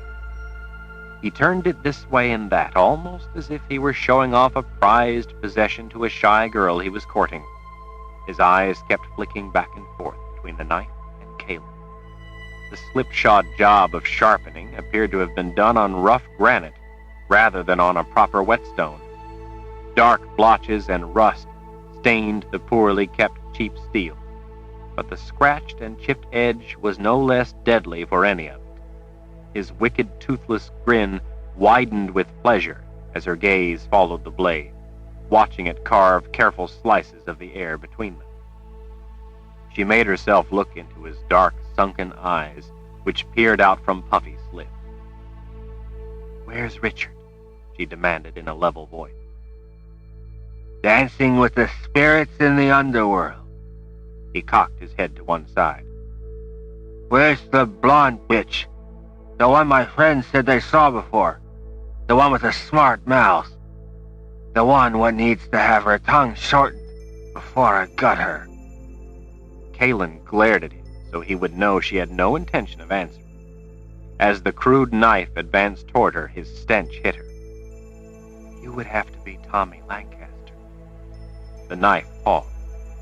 How'd you know that? Anger welled up from deep inside her. Richard told me about it. The eyes glittered with menace. His grin widened. Yeah? What did he tell you? That you were an ugly, toothless pig who wets his pants whenever he grins. Smells like he was right. The smirking grin turned to a scowl. He raised up on the step and leaned in with the knife. That was what Kaylin wanted him to do, to get close enough so she could touch him. With the discipline born of a lifetime of experience, she mentally shed her anger and donned the calm of a confessor committed to a course of action. Once a confessor was resolved to releasing her power, the nature of time itself seemed to change. She had but to touch him. A confessor's power was partly dependent on her strength.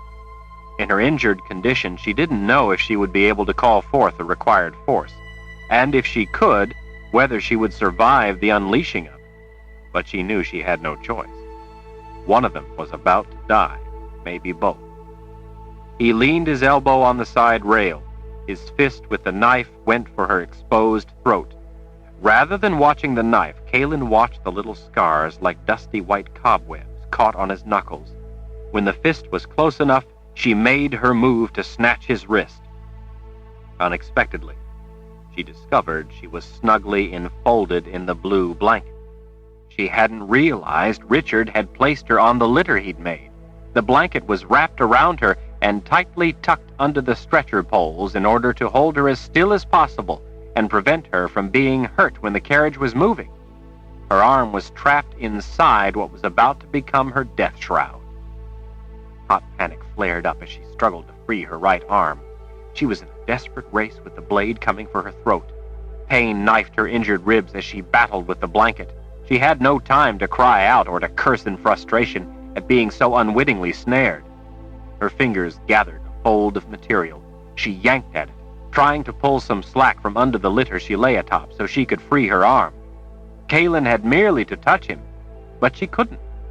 His blade was going to be the only contact between them.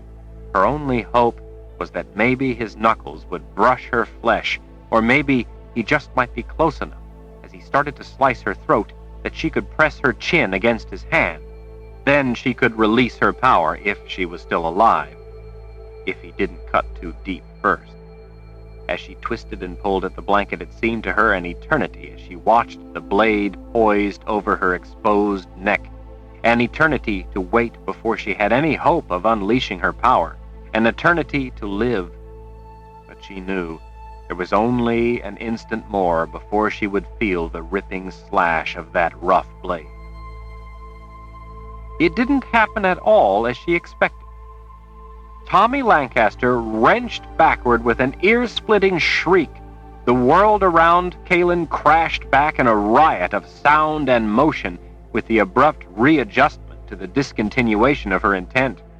Kaelin saw Kara behind him, her teeth clenched in a grim commitment of her own. In her pristine red leather, she was a precious ruby behind a clod of dirt. Bent into the aegile pressed against his back, Tommy Lancaster had less hope of pulling away from Kara than if she had impaled him on a meat hook. His torment would not have been more brutal to witness, his shrieks more painful to hear.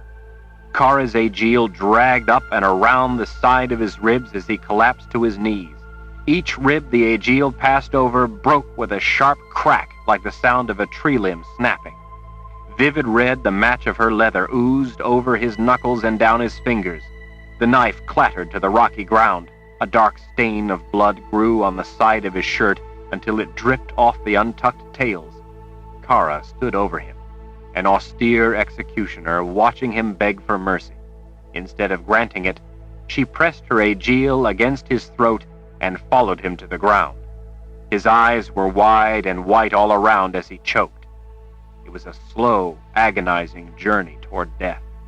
Tommy Lancaster's arms and legs writhed as he began to drown in his own blood. Kara could have ended it quickly, but it didn't appear she had any intention of doing so. This man had meant to kill Kaelin. Kara meant to extract a heavy price for the crime. Kara! Kaelin was surprised that she could get so much power into the shout.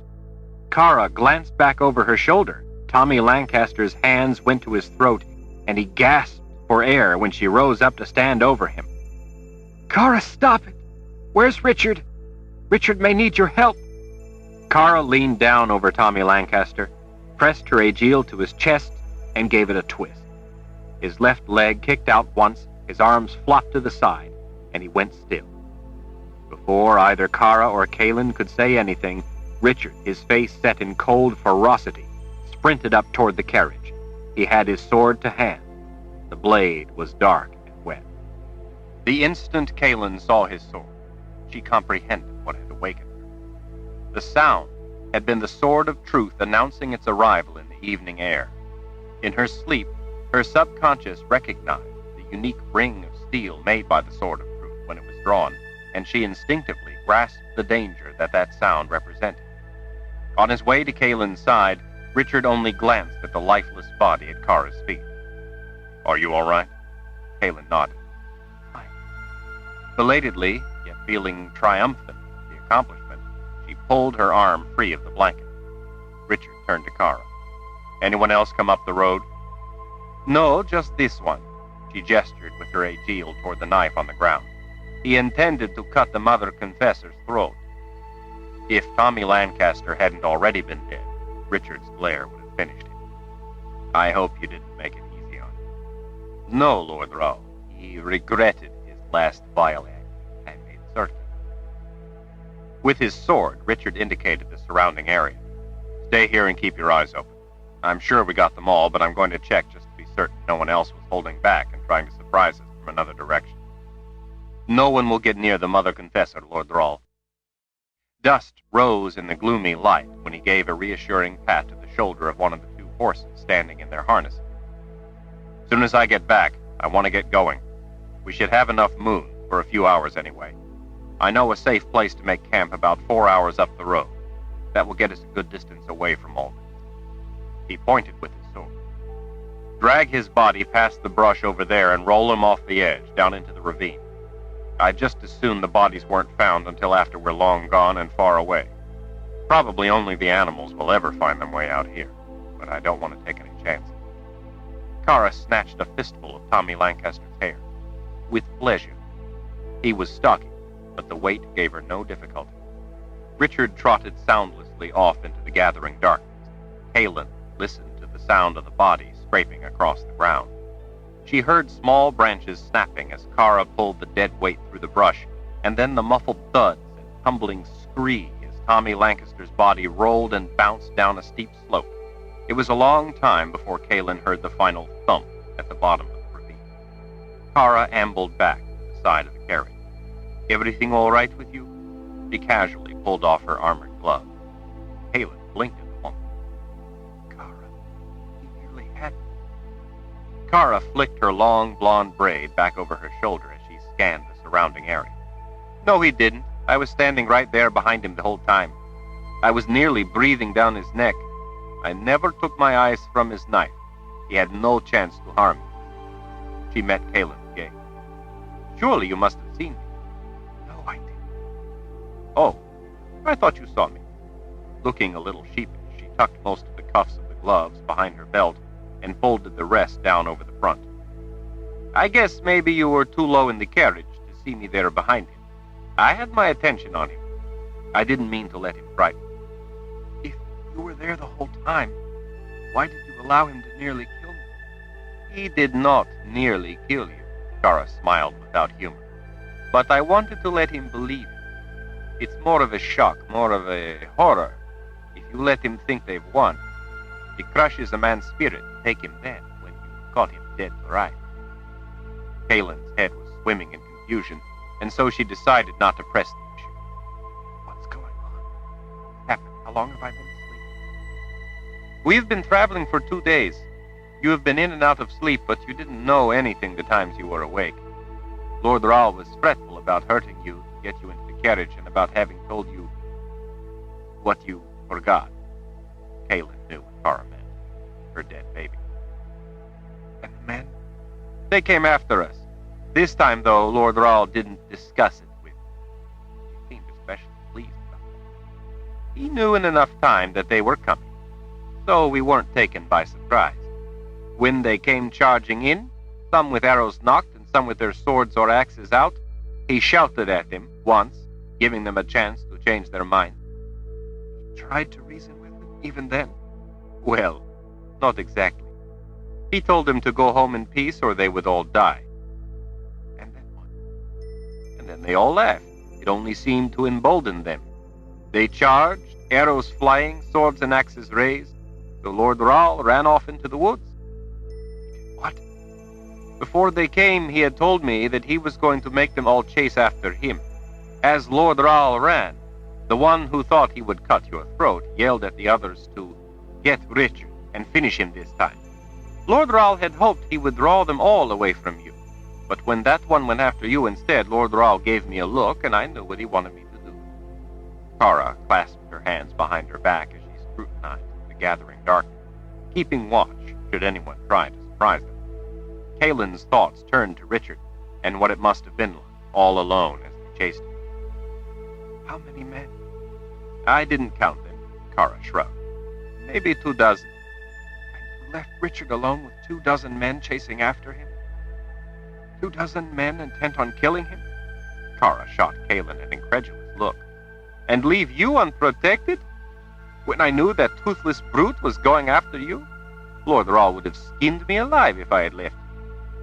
Tall and lean, shoulders square and chin raised, Kara looked as pleased as a cat licking mouse off its whisker. Kalin suddenly understood. Richard had entrusted Kara with Kalin's life. The moored Sith had proven that faith justified. Kalin felt a smile stretch the partly healed cuts on her lip. I just wish I'd known you were standing there the whole time. Now, thanks to you, I won't need the wooden bowl. Kara didn't laugh. Mother confessed, you should know that I would never let anything happen to either of us. Richard appeared out of the shadows as suddenly as he had vanished. He stroked the horses, reassuring. As he moved down beside them, he quickly checked the neck collars, the trace chains, and the breeching to make sure it was all secure. Anything? He asked Kara. No, Lord Raoul, quiet and clear. He leaned in the carriage and smiled. Well, as long as you're awake, how about I take you for a romantic moonlight ride? She rested her hand on his forearm. Are you all right? I'm fine, not a scratch. His smile vanished. They tried to kill him. Westland has just suffered its first casualties because of the influence of the Imperial Order. But you knew that. That doesn't entitle them to misplaced sympathy. How many thousands have I seen killed since I left? I couldn't even convince men I grew up with of the truth. I couldn't even get them to listen fairly. All the death and suffering I've seen is ultimately because of men like this, men who refuse to see. Their willful ignorance does not entitle them to my blood or life. They picked their own path. For once they paid the price. He didn't sound to her like a man who was quitting the fight. He still held the sword, was still in the grip of its rage. Kalin caressed his arm, letting him know that she understood. It was clear to her that even though he'd been justly defending himself, and though he was still filled with the sword's rage, he keenly regretted what he'd had to do. The men, had they been able to kill Richard instead, would have regretted nothing. They would have celebrated his death as a great victory. That was still perilous, making them all chase after him. No, it wasn't. It drew them out of the open and into the trees. They had to dismount.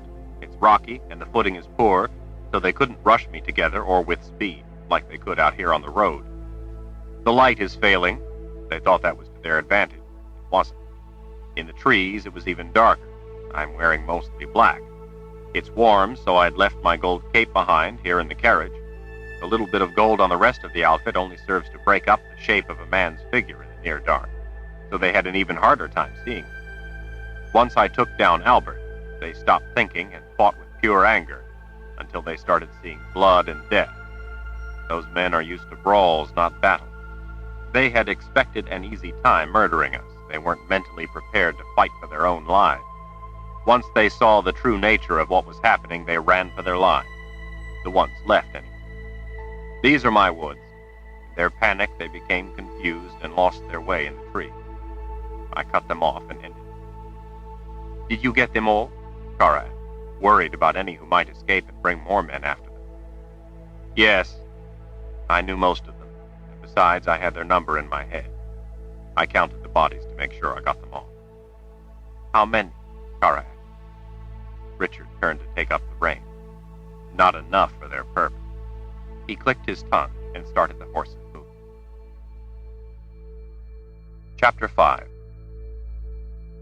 Richard rose up and drew his sword. This time, when its distinctive sound rang out in the night, Kalin was awake. Her first instinct was to sit up. Before she even had time to think better of it, Richard had crouched and gently restrained her with a reassuring hand. She lifted her head just enough to see that it was Kara, leading a man into the harsh, flickering light of the campfire. Richard sheathed his sword when he saw who Kara had with him. Captain Myford, the Daharan officer who had been with them back in Andoran. Before any other greeting, the man dropped to his knees and bent forward, touching his forehead to the soft ground strewn with pine needles. Master Roll guide us, Master Roll teach us, Master Roll protect us, Captain Myford beseeched in sincere reverence.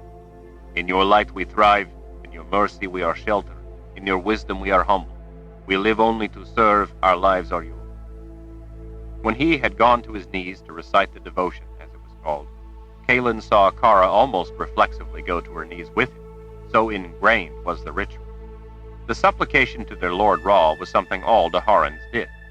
In the field, they commonly recited it once or on occasion 3 times. At the people's palace in Dahara, most people gathered twice a day to chant the devotion at length.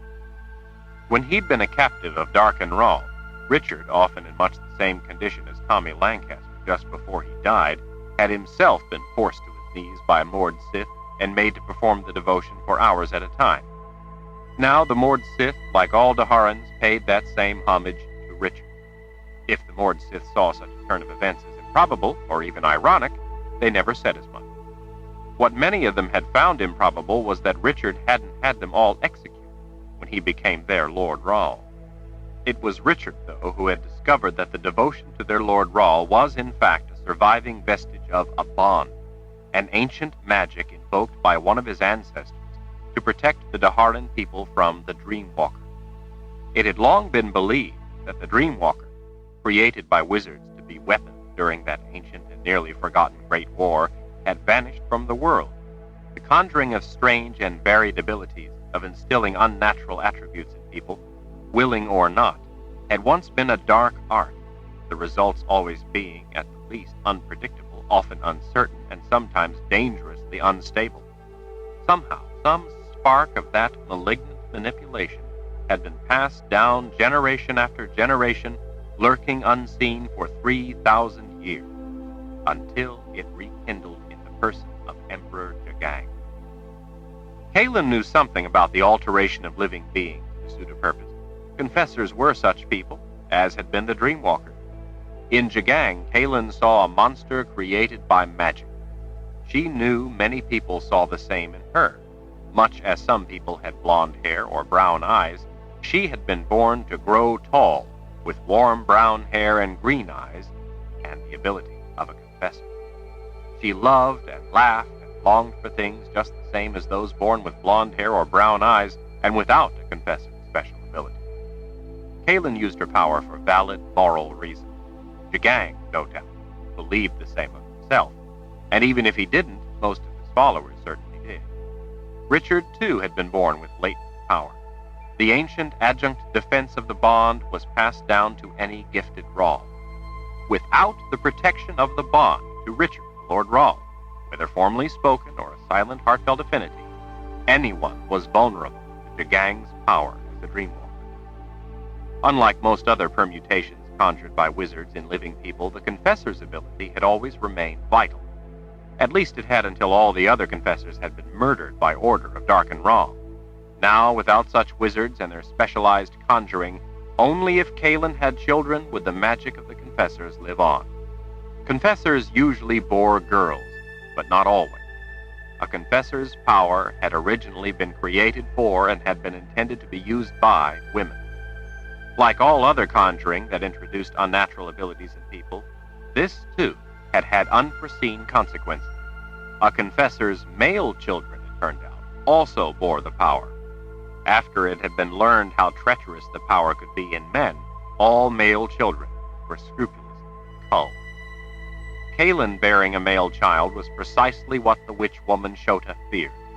Shota knew very well that Richard would never allow his and Kalen's son to be slain for the past evils of male confessors. Kalen, too, could never allow Richard's son to be killed. In the past, a confessor's inability to marry out of love was one of the reasons she could emotionally endure the practice of infanticide. Richard, in discovering the means by which he and Kalen could be together, had altered that equation, too. But Shota didn't simply fear Kalen giving birth to a male confessor. She feared something of potentially far greater magnitude, a male confessor who possessed Richard's gift. Shota had foretold that Kalen and Richard would conceive a male child. Shota viewed such a child as an evil monster, dangerous beyond comprehension, and so had vowed to kill their offspring. To prevent such a thing from being required, she had given them the necklace to keep Kalen from becoming pregnant. They had taken it reluctantly. The alternative was war with the witch woman.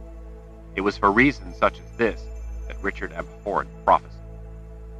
Kalen watched as Captain Myford spoke the devotion a third time, Kara's lips moving with his. The soft chant was making Kalen sleepy.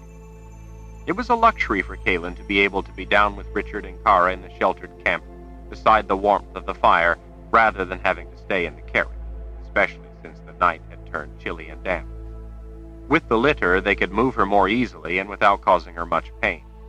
Richard would have made the litter sooner, but he hadn't expected to have to abandon the house he had started to build. They were far off the narrow, forsaken road in a tiny clearing concealed in a cleft in a steep rock wall behind a dense expanse of pine and spruce. A small meadow close by provided a snug paddock for the horses. Richard and Kara had pulled the carriage off the road behind a mass of deadfall and hidden it with spruce and balsam boughs. No one but a Daharan bonded to their Lord Rahl had much of a chance of ever finding the vast, trackless forest. The secluded spot had a fire pit Richard had dug and ringed with rocks during a previous day nearly a year before. It hadn't been used since. A protruding shelf of rock about 7 or 8 feet above them prevented the light of the campfire from shining up the rock wall, helping keep the camp hidden. Its slope also kept them snug and dry in the drizzle that had begun to fall. With the fog closing in, too, it was as protected and secure a campsite as Kalin had ever seen. Richard had been true to his word. It had taken more like 6 hours than 4 to reach the campsite. Richard had proceeded slowly for Kalin's sake. It was late, and they were all tired from a long day of traveling, to say nothing of the attack. Richard had told her that it looked like it might rain for a day or two, and they would stay in the camp and rest up until the weather cleared. There was no urgency to get where they were going. After the third devotion, Captain Myford came haltingly to his feet. He clapped his right fist to the leather over his heart in salute. Richard smiled, and the two men clasped forearms in a less formal greeting. "How are you doing, Captain?" Richard grasped the man's elbow. "What's the matter? Did you fall off your horse or something?" The captain glanced at Kara to his side. Well, I'm fine, Lord Rahl, really. You look hurt." "I just had my ribs tickled by your moored Sith, that's all. I didn't do it hard enough to break them," Kara scoffed. "I'm truly sorry, Captain. We had a bit of trouble earlier today." Kara was no doubt worried for our safety when she saw you approaching in the dark. Richard's eyes turned toward Kara. "But she still should have been more careful before risking injuring people. I'm sure she's sorry and will want to apologize." Kara made a sour face. "It was dark. I'm not about to take any foolish chances with the life of our Lord Rahl just so—" "I would hope not," Captain Myford put in before Richard could reprimand her. He smiled at Kara. "I was once kicked by a stalwart warhorse. You did a better job of putting me down, Mistress Kara. I'm gratified to find Lord Rahl's life is in capable hands.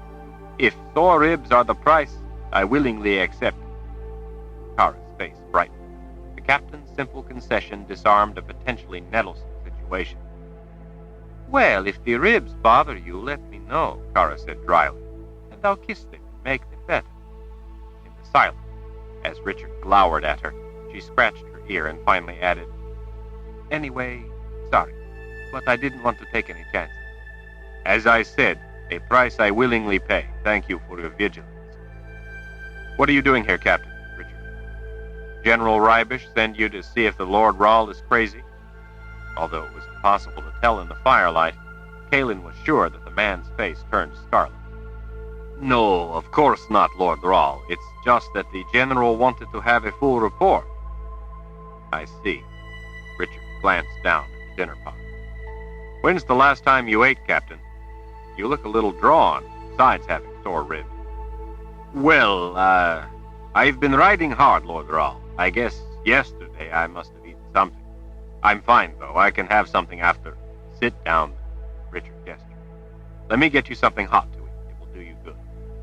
As the man reluctantly settled down on the mossy ground beside Kalin and Kara, Richard scooped some rice and beans into a bowl. He cut a big piece of bannock from what he'd left to cool on the griddle off to the side of the fire. He held the bowl out to the man. Captain Myford saw no way to prevent it, and was now mortified to find himself being served by none other than the Lord Rahl himself. Richard had to lift the food toward him a second time before he took it. "It's only some rice and beans, Captain. It's not like I'm giving you Kara's hand in marriage." Kara guffawed. "Lord Sith don't marry. They simply take a man for a mate if they wish him. He gets no say in it. Kara glanced up at him. Kayla knew by Richard's tone that he hadn't meant anything by the comment. But he didn't laugh with Kara. He knew all too well the truth of her words. Such an act was not an act of love, but altogether the opposite. In the uncomfortable silence, Kara realized what she'd said and decided to break some branches down and feed them to the fire. Kaylin knew that Denna, the moored Sith who had captured Richard, had taken him for her mate. Kara knew it too. When Richard would sometimes wake with a start and cling to her, Kaylin wondered if his nightmares were of things imaginary or real. When she kissed his sweat-slicked brow and asked what he had dreamed, he never remembered. He was thankful for that much of it. Richard retrieved a long stick that had been propped against one of the rocks ringing the fire. With his finger, he slid several sizzling pieces of bacon off the stick and into the captain's bowl, and then set the big piece of bannock on top. They had with them a variety of food. Kaylin shared the carriage with all the supplies Richard had picked up along their journey north to Heartland.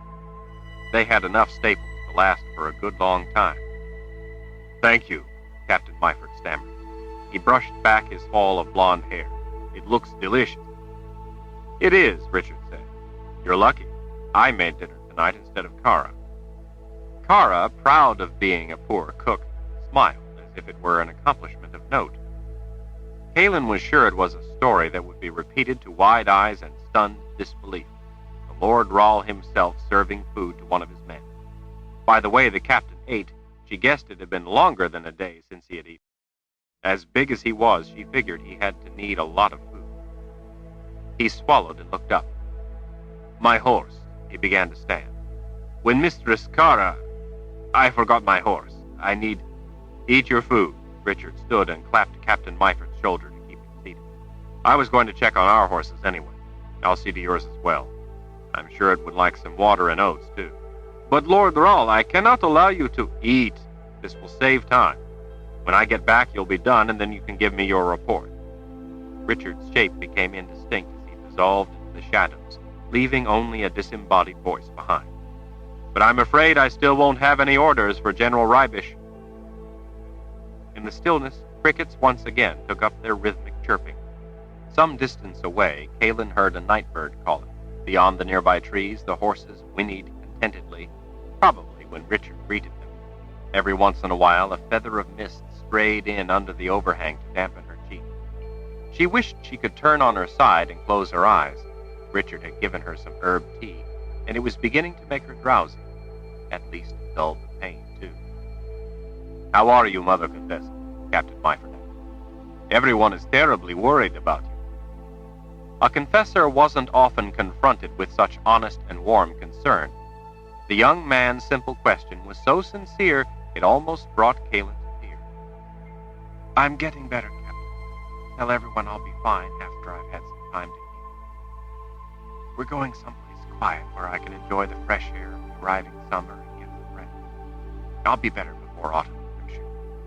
By then, I hope Richard will be less worried about me and be able to put his mind to the needs of the war." The captain smiled.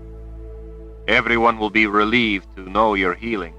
I can't tell you how many people told me that when I return, they want to hear how you're doing. Tell them I said I'll be fine. And I asked for them not to worry anymore about me, but to take care of themselves." He ate another spoonful. Kaylin saw in his eyes that there was more to the man's anxiety. It took him a moment before he addressed him. "We are concerned, too, that you and Lord Rahl need protection." Kara, already sitting straight, nevertheless managed to straighten more, at the same time making the subtle shift in her posture appear threatening. "Lord Rahl and the Mother Confessor are not without protection, Captain. They have me. Anything more than a moored Sith is just pretty brass button." This time he didn't back down. His voice rang with a clear tone of authority. "This is not a matter of disrespect, Mistress Kara, nor is presumption intended. Like you, I am sworn to their safety, and that is my proper concern. These brass buttons have met the enemy before in the defense of Lord Rahl, and I don't really believe a moored Sith would want to deter me from that duty for no more reason than petty pride." We're going to a remote and secluded place, Caleb said, before Kara could answer. I think our solitude and Kara will be ample protection. If Richard decides otherwise, he will say so. With a reluctant nod, he accepted her answer. The last of it, anyway, settled the matter.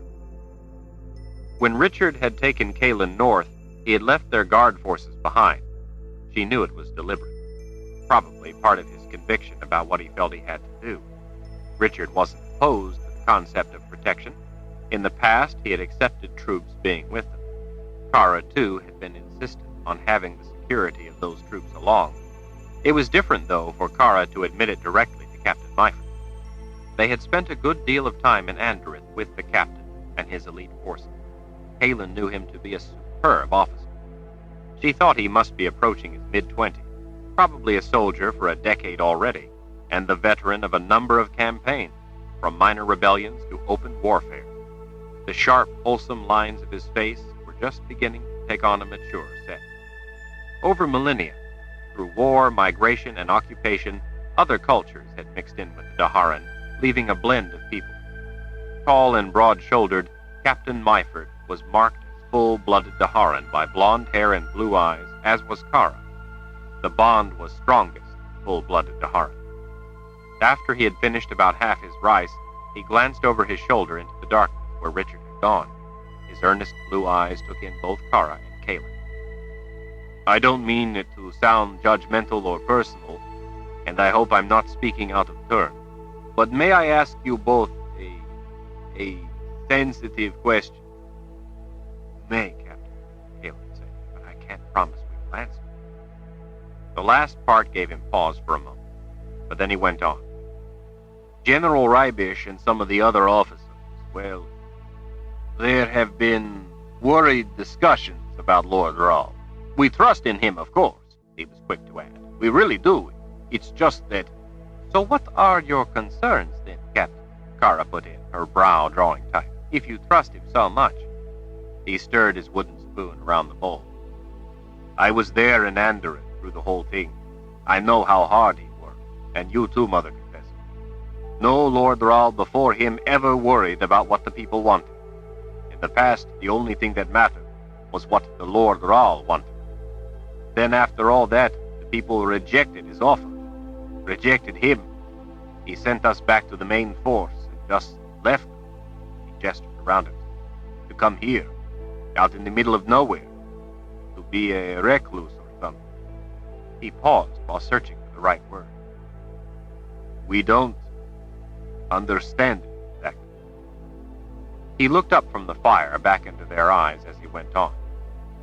We're worried that Lord Rahl has lost his will to fight, that he simply no longer cares. Or perhaps is afraid to fight.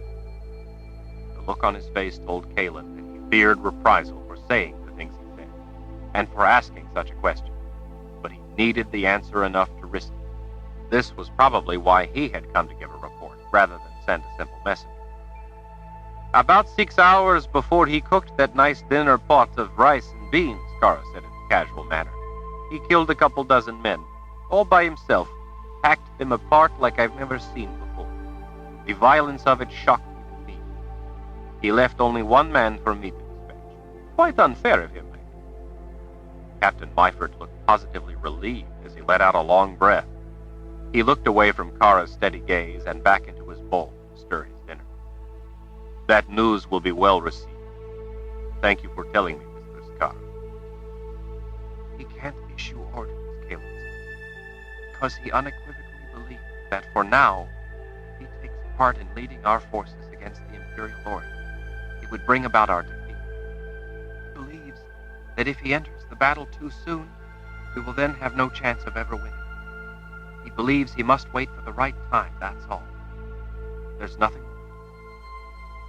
Kaelin felt a bit conflicted, helping to justify Richard's action, when she wasn't entirely in favor of it. She felt it was necessary to check the advance of the Imperial Order's army now, and not give them a chance to freely pillage and murder the people of the New World. The captain mulled this over as he ate some bannock. He frowned as he gestured with the piece he had left. There is sound battle theory for such a strategy. If you have any choice in it, you only attack when it's on your terms, not the enemy. He became more spirited as he thought about it a moment. It is better to hold an attack for the right moment, despite the damage an enemy can cause in the interim, than to go into a battle before the right time. Such would be an act of poor command. That's right. Kaelin laid her arm back and rested her right wrist on her brow. Perhaps you could explain it to the other officers in those words, that it's premature to issue orders, and he's waiting for the proper time. I don't think that's really any different from the way Richard explained it to us. But perhaps it would be better understood if put in such terms. The captain ate the last bite of his bannock, seeming to think it over. I trust Lord Rahl with my life. I know the others do too. But I think they will be reassured by such an explanation as to why he is withholding his orders. I can see now why he had refused. It was to resist the temptation to throw himself into the fray before the time was right. Kaelin wished she was as confident of the reasoning as the captain. She recalled Kara's question, wondering how the people could prove themselves to Richard. She knew he would not be inclined to try it through a vote again, but she didn't see how else the people could prove themselves to him. I'd not mentioned it. It's difficult for him, not being able to issue orders. He's trying to do what he believes is right, but it's a difficult course to hold to. I understand, Mother Confessor. In his wisdom we are humble. We live only to serve. Our lives are his. Kaelin studied the smooth lines and simple angles of his young face lit by the dancing firelight. In that face, she saw some of what Richard had been trying to say to her before. Richard doesn't believe your lives are his, but that they are your own and priceless. That is what he is fighting for. He chose his words carefully. If he wasn't worried about her being the Mother Confessor, since he hadn't grown up fearing the power and the rule of such a woman, she was still the Lord Rahl's wife. Most of us see how different he is from the last Lord Rahl. I'm not claiming that any of us understands everything about him, but we know he fights to defend, rather than to conquer. As a soldier, I know the difference it makes to believe in what I'm fighting for. Because... The captain looked away from her gaze. He lifted a short branch of firewood, tapping the end on the ground for a long time. His voice took on a painful inflection. Because it takes something precious out of you to kill people who never meant you any harm. The fire crackled and hissed as he slowly stirred the glowing coal. Sparks swirled up to spill out from around the underside of the rock overhang. Kara watched her Aegeo as she rolled it in her fingers. You feel that way too? Captain Myford met Kara's gaze. I never realized before what it was doing to me inside. I didn't know. Lord Rahl makes me proud to be the Harren. He makes it stand for something right. It never did before. I thought that the way things were was just the way things were, and they could never change. Kara's gaze fell away as she privately nodded her agreement. Kaelin could only imagine what life was like living under that kind of rule, what it did to people. I'm glad you understand, Kaelin whispered. That's one reason he worries so much about all of it. He wants you to live lives you can be proud of, lives that are your own. He dropped the stick into the fire. And he wanted all the people of Andorin to care about themselves the way he wants us to value our lives. The vote wasn't really for him, but for themselves. That was why the vote meant so much to him? That's why, Kaelin confirmed, afraid to test her own voice any further than that. He stirred his spoon around to cool his dinner. It no longer needed cooling, she was sure. He supposed his thoughts were being stirred more than his dinner. You know, he said, one of the things I heard people say back in Andorin was that since Darken Rahl was his father, Richard Rahl was evil too. They said that since his father had done wrong, Richard Rahl might sometimes do good, but he could never be a good person. I heard that too, Kara said. Not just in Andorin, but a lot of places.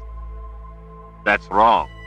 Why should people think that just because one of his parents was cruel, those crimes pass on to someone who never did them, and that he must spend his life making amends?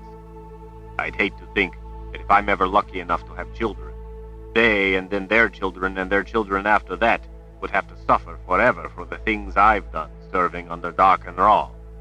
He looked over at Kalen and Kara. Such prejudice isn't right. In the silence, Kara stared into the flame. I served under Doc and Rawl. I know the difference in the two men. His voice lowered with simmering anger. It's wrong. Lay guilt for the crimes of Doc and Rawl unto his son. You're right about that, Kara murmured. The two may look a little alike, but anyone who has ever looked into the eyes of both men, as I have, would never begin to think they were the same kind of men. Chapter 6. Captain Myford ate the rest of his rice and beans in silence. Kara offered him her water skin. He took it with a smile and his nod of thanks. She dished him out a second bowlful from the pot and cut him another piece of bannock. He looked only slightly less mortified to be served by a Mord Sith than by the Lord Rawl. Kara found his expression amusing. She called him Brass Buttons and told him to eat it all. He did so as they listened to the sounds of the fire snapping and water dripping from the pine needles onto the carpet of leaves and other debris of the forest floor. Richard returned, loaded down with the captain's bedroll and saddlebag. He let them slip to the ground beside the officer and then shook water off himself before sitting down beside Kalen. He offered her a drink from a full water skin he'd brought back. She took only a sip. She was more interested in being able to rest her hand on his leg. Richard yawned. So, Captain Myford, you said the general wanted you to give a full report? Yes, sir.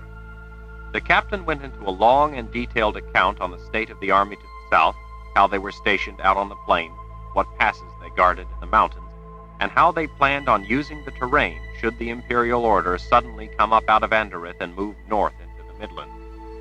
He reported on the health of the men and their supply situation, both good. The other half of General Rybish's Daharan force was back in Aidendrill protecting the city, and Kalen was relieved to hear that everything there was in order.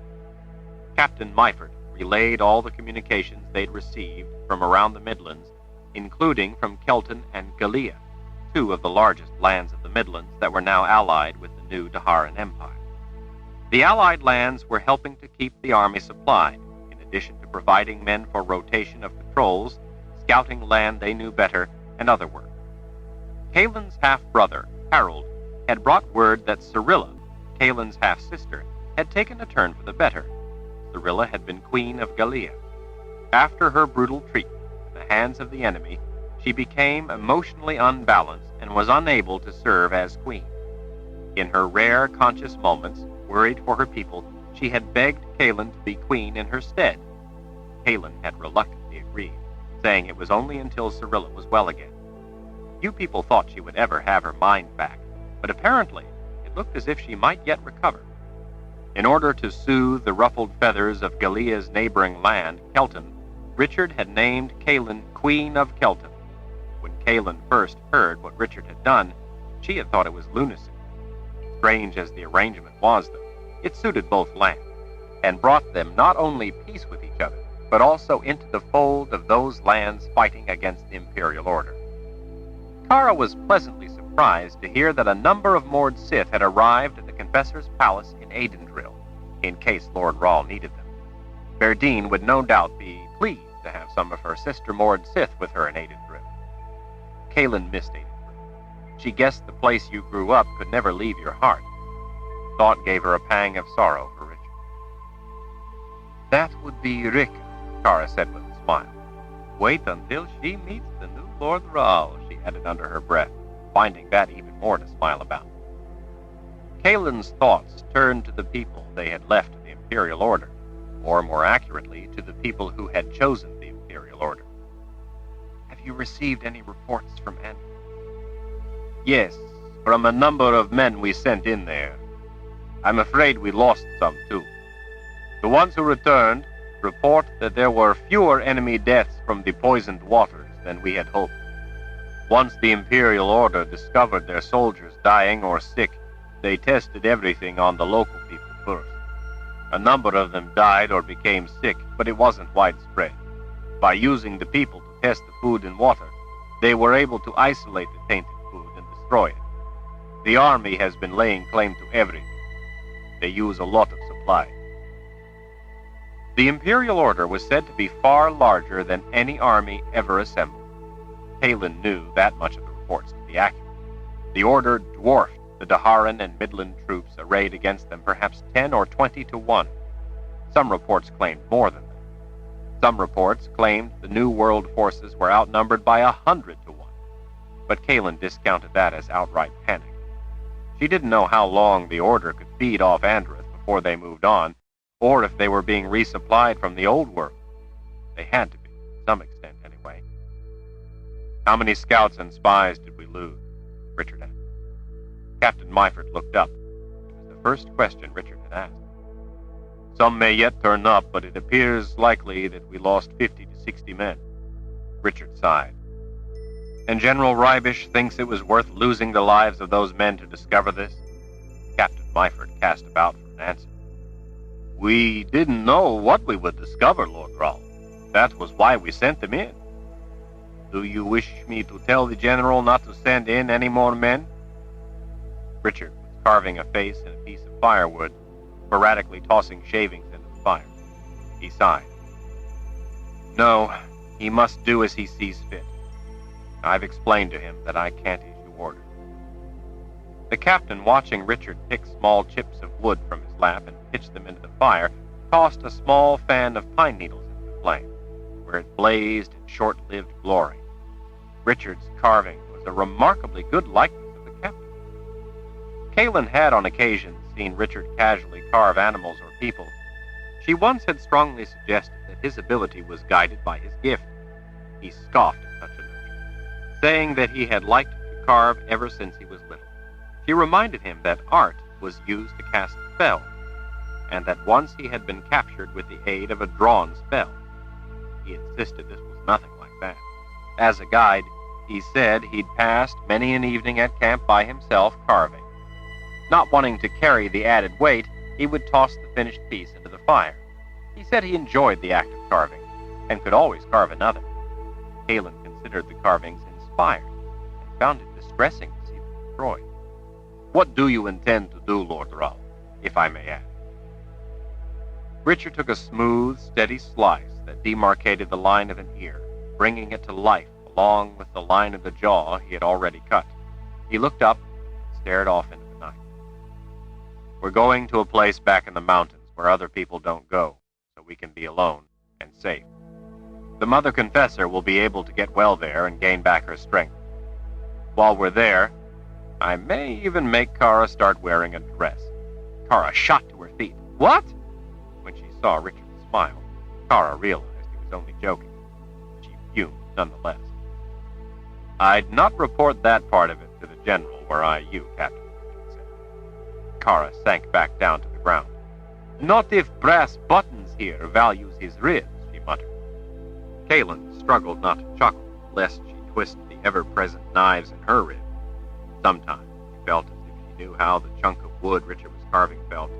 It was good to see Richard for once get the best of Kara. It was usually she who had him fooled. I can't help you for now, Richard said, his serious tone returning. He went back to his work with his knife. I hope you can all accept that. Of course, Lord Rahl. We know that you will lead us into battle when the time is right. I hope that day comes, Captain. I really do. Not because I want to fight, but because I hope there to be something to fight for. Richard stared into the fire, his countenance a chilling vision of despair. Right now, there isn't. Yes, Lord Rahl, Captain Myford said, finally breaking the uncomfortable silence. We will do as we think best until the Mother Confessor is better, and you are then able to join them. Richard didn't argue the time schedule as the captain had described it. It was one Kalin hoped for, too, but Richard had never said it would be that soon. He had, in fact, made it clear to them that the time might not ever come. He cradled the wood in his lap, studying what he had done. He ran his thumb along the fresh-cut line of the nose as he asked, Did the returning scouts say how it fared for the people in Andereth, with the Imperial Order there? Kalen knew he was only torturing himself by asking the question. She wished he hadn't. It could do him no good to hear the answer. Captain Myford cleared his throat. Well, yes, they did report on the conditions. And the young officer launched into a cold report of the facts they knew. Jagang set up his troop headquarters in the capital, Fairfield. He took over the Minister of Culture's estate for himself. Their army is so huge that it swallowed the city and overflows far out onto the hills all around. The Andereth army put up little resistance. They were collected and all summarily put to death. The government of Andereth, for the most part, ceased to exist within the first few hours. There is no rule or law. The Order spent the first week in unchecked celebration. Most people in Fairfield were displaced and lost everything they owned. Many fled. The roads all around were packed solid with those trying to escape what was happening in the city. The people fleeing the city only ended up being the spoils for the soldiers in the hills all around, who couldn't fit into the city. Only a trickle, mostly the very old and sickly, made it past that gauntlet. His impersonal tone abandoned him. He had spent time with those people, too.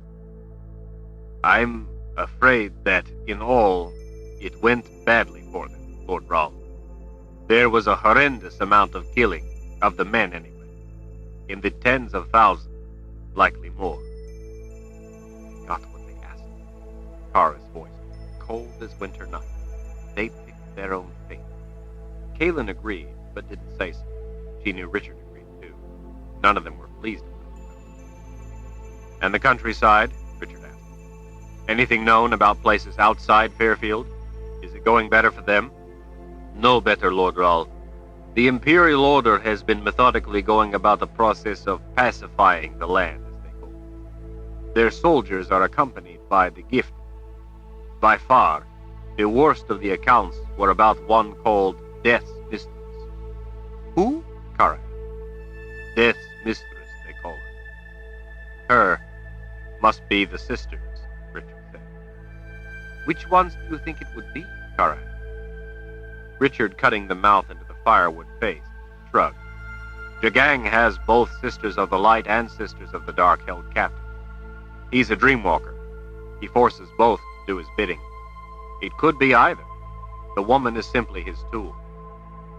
I don't know, Captain Myford said. We've had plenty of reports about the sisters and how dangerous they are. But they're being used, like you said, as tools of the army, weapons, basically, not as his agents. Jagang doesn't let them think for themselves or direct anything. This one, from the reports anyway, behaves very differently from the other. She acts as Jagang's agent, but still, the word is she decides things for herself and does as she pleases. The men who came back reported that she is more feared than Jagang himself. The people of one town, when they heard she was coming their way, all gathered together in the town square. They made the children drink poison first, then the adults took their dose. Every last person in the town was dead when the woman arrived. Close to 500 people. Richard had stopped carving as he listened. Kalen knew that unfounded rumors could also be so lurid as to turn alarm into deadly panic, to the point where people would rather die than face the object of their dread. Fear was a powerful tool of war. Richard went back to the carving in his lap. He held the knife near the tip of the point like a pen and carefully cut character in the eye. They didn't get a name for her, did they? This Death's Mistress? I'm sorry, no, Lord Rahl. They said she is simply called by everyone Death's Mistress. Sounds like an ugly witch, Kara said. Quite the contrary. She has blue eyes and long blonde hair. She is said to be one of the most beautiful women you could ever lay eyes upon. They say she looks like a vision of a good spirit. Kalen couldn't help notice the captain's furtive glances at Kara, who had blue eyes and long blonde hair, and was also one of the most beautiful women you could ever lay eyes upon. She, too, was deadly. Richard was frowning. Blonde, blue eyes. There are several it could be. Too bad they didn't catch her name.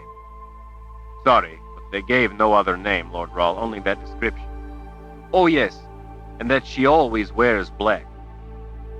The spirit whispered as he rose to his full height, gripping his carving by his throat.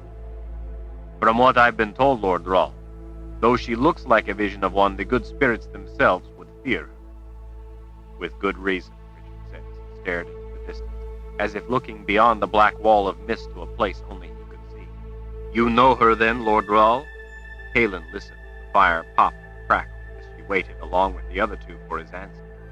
It almost seemed Richard was trying to find his voice as his gaze sank back down to meet the eyes of the carving in his hand. I know her, he said flatly. I know her all too well. She was one of my teachers in the Palace of the Prophet. Richard tossed his carving into the flames. Pray you never have to look into Nietzsche's eye, Captain. Chapter 7. Look into my eyes, child, Nietzsche said in her soft, silken voice as she cupped the girl's chin. Nietzsche lifted the bony face. The eyes, dark and wide-set, blinked with dull bewilderment. There was nothing to be seen in it. The girl was simple. Nietzsche straightened, feeling a hollow disappointment. She always did. She sometimes found herself looking into people's eyes like this, and then wondering why. If she was searching for something, she didn't know what it was. She resumed her leisurely walk down the line of the townspeople, all assembled along one side of the dusty market square.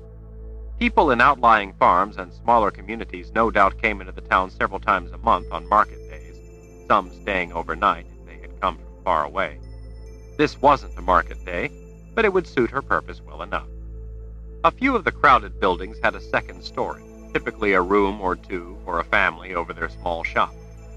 Nietzsche saw a bakery, a cobbler's shop, a shop selling pottery, a blacksmith, an herbalist, a shop offering leatherwork, the usual places. One of these towns was much the same as the next. Many of the townspeople worked the surrounding fields of wheat or sorghum, tended animals, and had extensive vegetable plots. Dung, straw, and clay being plentiful, they lived in homes of daub and wattle. A few of the shops for the second story boasted beam construction with clapboard siding.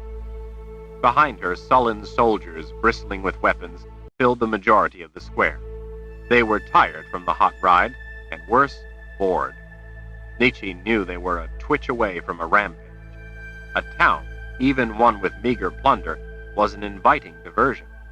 It wasn't so much the taking as the breaking. Sometimes, though, it was the taking. The nervous women only rarely met the soldiers' bold stares. As she strolled past the scruffy people, Nietzsche looked into the eyes watching her. Most were wide with terror and fixed not on the soldiers, but on the object of their dread, Nietzsche, or as people had taken to calling her, Death's Mistress. The designation neither pleased nor displeased her. It was simply a fact, she knew. A fact of no more significance to her than if someone had told her that they had mended a pair of her stockings. Some, she knew, were staring at the gold ring through her lower lip. Gossip would have already informed them that a woman so marked was a personal slave to Emperor Jagang, something lower even than simple peasants such as themselves. That they stared at the gold ring, or what they thought of her for it, was of even less significance to her than being called Death's Mistress. Jagang only possessed her body in this world. The keeper would have her soul for eternity in the next. Her body's existence in this world was torment. Her spirit's existence in the next would be no less. Existence and torment were simply the two sides of the same coin. There could be no other. Smoke, rolling up from the fire pit over her left shoulder, sailed away on a fitful wind to make a dark slash across the bright blue afternoon sky. Stacked stones to each side of the communal cooking pit supported a rod above the fire. 2 or 3 pigs or sheep skewered on the rod could be roasted at once. Temporary sides were probably available to convert the fire pit into a smokehouse. At other times, an outdoor fire pit was used, often in conjunction with butchery, for the making of soap. Making soap was not something typically done indoors. Nietzsche saw a wooden ash pit used for making lye standing to the side of the open area, along with a large iron kettle that could be used for rendering fat. Lye and fat were the primary ingredients of soap. Some women like to add fragrance to their soap with herbs and such, like lavender or rosemary. When Nietzsche was little, her mother made her go each autumn, the butchering was being done, to help people make soap. Her mother said helping others built proper character. Nietzsche still had a few small dots of scars on the backs of her hands and forearms where she had been splashed and blistered by the hot fat. Nietzsche's mother always made her wear a fine dress, not to impress the other people who didn't have such clothes, but to make Nietzsche conspicuous and uncomfortable. The attention her pink dress attracted was not admiration. As she stood with a long wooden paddle stirring the bubbling kettle while the lye was being poured in, some of the other children, trying to splash the dress and ruin it, burned Nietzsche too. Nietzsche's mother had said the burns were the creator's punishment. As Nietzsche moved past, inspecting the assembled people, the only sounds were the horses off behind the buildings, the sporadic coughs of people, and the flags of flame in the fire pits snapping and flapping in the breeze. Soldiers had already helped themselves to the 2 pigs that had been roasting on the rod, so the aroma of cooking meat had mostly dissipated on the wind, leaving the sour smells of sweat and the stink of human habitation. Whether a belligerent army or a peaceful town, the filth of people smelled the same. "You all know why I'm here," Nietzsche announced. "Why have you people made me go to the trouble of such a journey?" She gazed down the line of maybe 200 people standing 4 and 5 deep. The soldiers who had ordered them out of their homes and in from the fields greatly outnumbered them. She stopped in front of a man she had noticed people glancing. Well, the wind fluttered his thin gray hair across his balding bowed head as he fixed his gaze on the ground at her feet. "We don't have anything to give, mistress. We're a poor community. We have nothing." "You are a liar. You had 2 pigs. You saw fit to have a gluttonous feast instead of helping those in need." "But we have to eat." It was not an argument so much as a plea. "So do others, but they are not so fortunate as you. They know only the ache of hunger in their bellies every night. What an ugly tragedy that every day thousands of children die from the simple want of food, and millions more know the gnawing pain of hunger, while people like you, in a land of plenty, offer nothing but selfish excuses. Having what they need to live is their right, and must be honored by those with the means to help. Our soldiers, too, need to eat. Do you think our struggle on the behalf of the people is easy? These men risk their lives daily so you may raise your children in a proper, civilized society. How can you look these men in the eye? How can we even feed our troops if everyone doesn't help support the cause?" The trembling man remained mute. "What must I do to impress upon you people the seriousness of your obligation to the lives of others? Your contribution to those in need is a solemn moral duty, sharing in a greater good." Nietzsche's vision suddenly went white, with a pain like scorching hot needles driven into her ears. Jagang's voice filled her mind. Why must you play this game? Make examples of people. Teach them a lesson, that I am not to be ignored. Nietzsche swayed on her feet. She was completely blinded by the pain bursting inside her head. She let it wash through her, as if watching it happen to a stranger. Her abdominal muscles twitched and convulsed. A rusty, barbed lance driven up through her, ripping her insides, could not have hurt more. Her arms hung limp at her sides while she waited for Jagang's displeasure to end, or for death. She was unable to tell how long the torture lasted. When he was doing it, she was never able to sense time. The pain was too all-consuming. She knew from what others told her, when they saw it done to her, and from seeing it done to others, that it sometimes lasted only an instant, sometimes lasted hours. Making it last hours was a waste of Jagang's effort. She couldn't tell the difference. She had told him as much. Suddenly she was unable to draw a breath. It felt like a fist squeezed her heart to a stop. She thought her lungs might burst. Her knees were about to buckle. "Do not disobey me again." With a gasp, air filled her lungs. The gang's discipline ended, as it always did, with an impossibly tart, sour taste on her tongue, like an unexpected mouthful of fresh, raw lemon juice, and pain searing the nerves at the back of her jaw under her earlobe. It left her head ringing and her teeth throbbing. As she opened her eyes, she was surprised, as she always was, not to see herself standing in a pool of blood.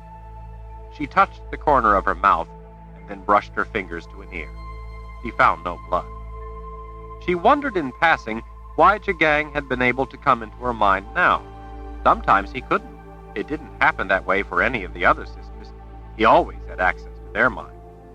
As her vision cleared, he saw people staring at her. They didn't know why she had paused. The young men, and a few of the older ones too, were sneaking peeks at her body. They were used to seeing women in drab, shapeless dresses, women whose bodies exhibited the toll taken by endless hard work and almost constant pregnancy from the time they were old enough for the seed to catch. They had never before seen a woman like Nietzsche, standing straight and tall, looking them in the eye, wearing a fine black dress that hugged a nearly flawless shape, marred by neither hard work or the labor of birth. The stark black material contrasted the pale curve of cleavage revealed by the cut of the laced bodice. Nietzsche was numb to such statements. Occasionally they suited her purposes, but most of the time they didn't, and so she disregarded them. She began walking down the line of people again, ignoring Emperor Jagang's orders. She rarely complied with his orders. She was, for the most part, indifferent to his punishment. If anything, she welcomed it. "Nietzsche, forgive me. You know I don't mean to hurt you." She ignored his voice, too, as she studied the eyes peering up at her. Not everyone did. She liked to look into the eyes of those courageous enough to risk a glimpse of her. Most were filled with simple terror. There would soon be abundant justification for such apprehension. "Nietzsche, you must do as I tell you, or you are going to end up forcing me to do something terrible to you. Neither of us wants that. Someday, I am going to end up doing something from which you will be unable to recover." If that is what you wish to do, then do it, she thought. It was not a challenge. She simply didn't care. "You know I don't want to do that, Nietzsche." Without the pain, his voice was little more than a fly, annoying her. She paid it no heed. She addressed the crowd. "Do you people have any concept of the effort being put into the fight for your future? Or is it that you expect to benefit without contributing? Many of our brave men have given their lives fighting the oppressors of the people, fighting for our new beginning. We struggle so that all people will be able to share equally in the coming prosperity. You must help us in our effort on your behalf. Just as helping those in need is the moral obligation of every person, so too is Commander Cardiff, displaying a look of sour displeasure, planted himself in front of her. The sunlight, slanting across his lined face, cast his hooded eyes in deep shadows. He was not moved by his disfavor. He was never satisfied with anything. Well, she corrected herself, almost never. "People can only achieve virtue through obedience and sacrifice. Your contribution to the order is to implement their compliance. We are not here to hold civic lessons." Commander Cardiff was confident in his privileged mastery over her. He, too, had given her pain. She endured what Kedar Cardiff did to her with the same detachment with which she endured what Jagang did to her. Only in the furthest depths of pain could she begin to feel anything. Even pain was preferable to the nothing she usually felt. Kedar Cardiff was probably unaware of the punishment Jagang had just completed, or his order. His Excellency didn't use Commander Cardiff's mind. It was an arduous undertaking for Jagang to control those who didn't possess the gift. He could do it, but it was rarely worth his effort. He had the gift to control people for him. A dreamwalker somehow used the gift in those who possessed it in order to help complete the connection to their mind. In a way, the gift had made it possible for Jagang to so easily control them. Kedar Cardiff glowered down at her as she gazed up at his darkly tanned and creased face. He was an imposing figure, with the studded leather straps that crossed his massive chest, his armored leather shoulder and breastplates, his chainmail, his array of well-used weapons. Nietzsche had seen him crush men's throats in one of his big, powerful hands.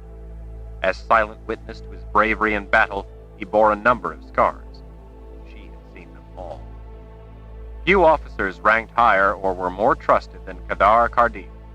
He had been with the Order since his youth, rising through the ranks to fight alongside Jagang as they expanded the empire of the Imperial Order out of their homeland of Al-Tuarang to eventually subjugate the rest of the Old World. Kedar Kardif was the hero of the Little Gap campaign, the man who almost single-handedly turned the course of the battle, breaking through enemy lines and personally slaying the 3 great kings who had joined forces to trap and crush the Imperial Order before it could seize the imaginations of the millions of people living in a patchwork of kingdoms, fiefdoms, clans, city-states, and vast regions controlled by alliances of warlords. The Old World had been a tinderbox waiting for the spark of revolution. The preachings of the Order were that spark. If the high priests were the Order's soul, Jagang was its bone and muscle. Few people understood Jagang's genius. They saw only a dreamwalker or a ferocious warrior. He was far more. It had taken Jagang decades to finally bring the rest of the Old World to heel, to put the Order on its final path to greater glory. During those years of struggle for the Order, while engaged in nearly constant war, Jagang toiled building the road system that allowed him to move men and supplies great distances with lightning speed. The more lands and peoples he annexed, the more laborers he put to the construction of yet more roads, by which he could conquer yet more territory.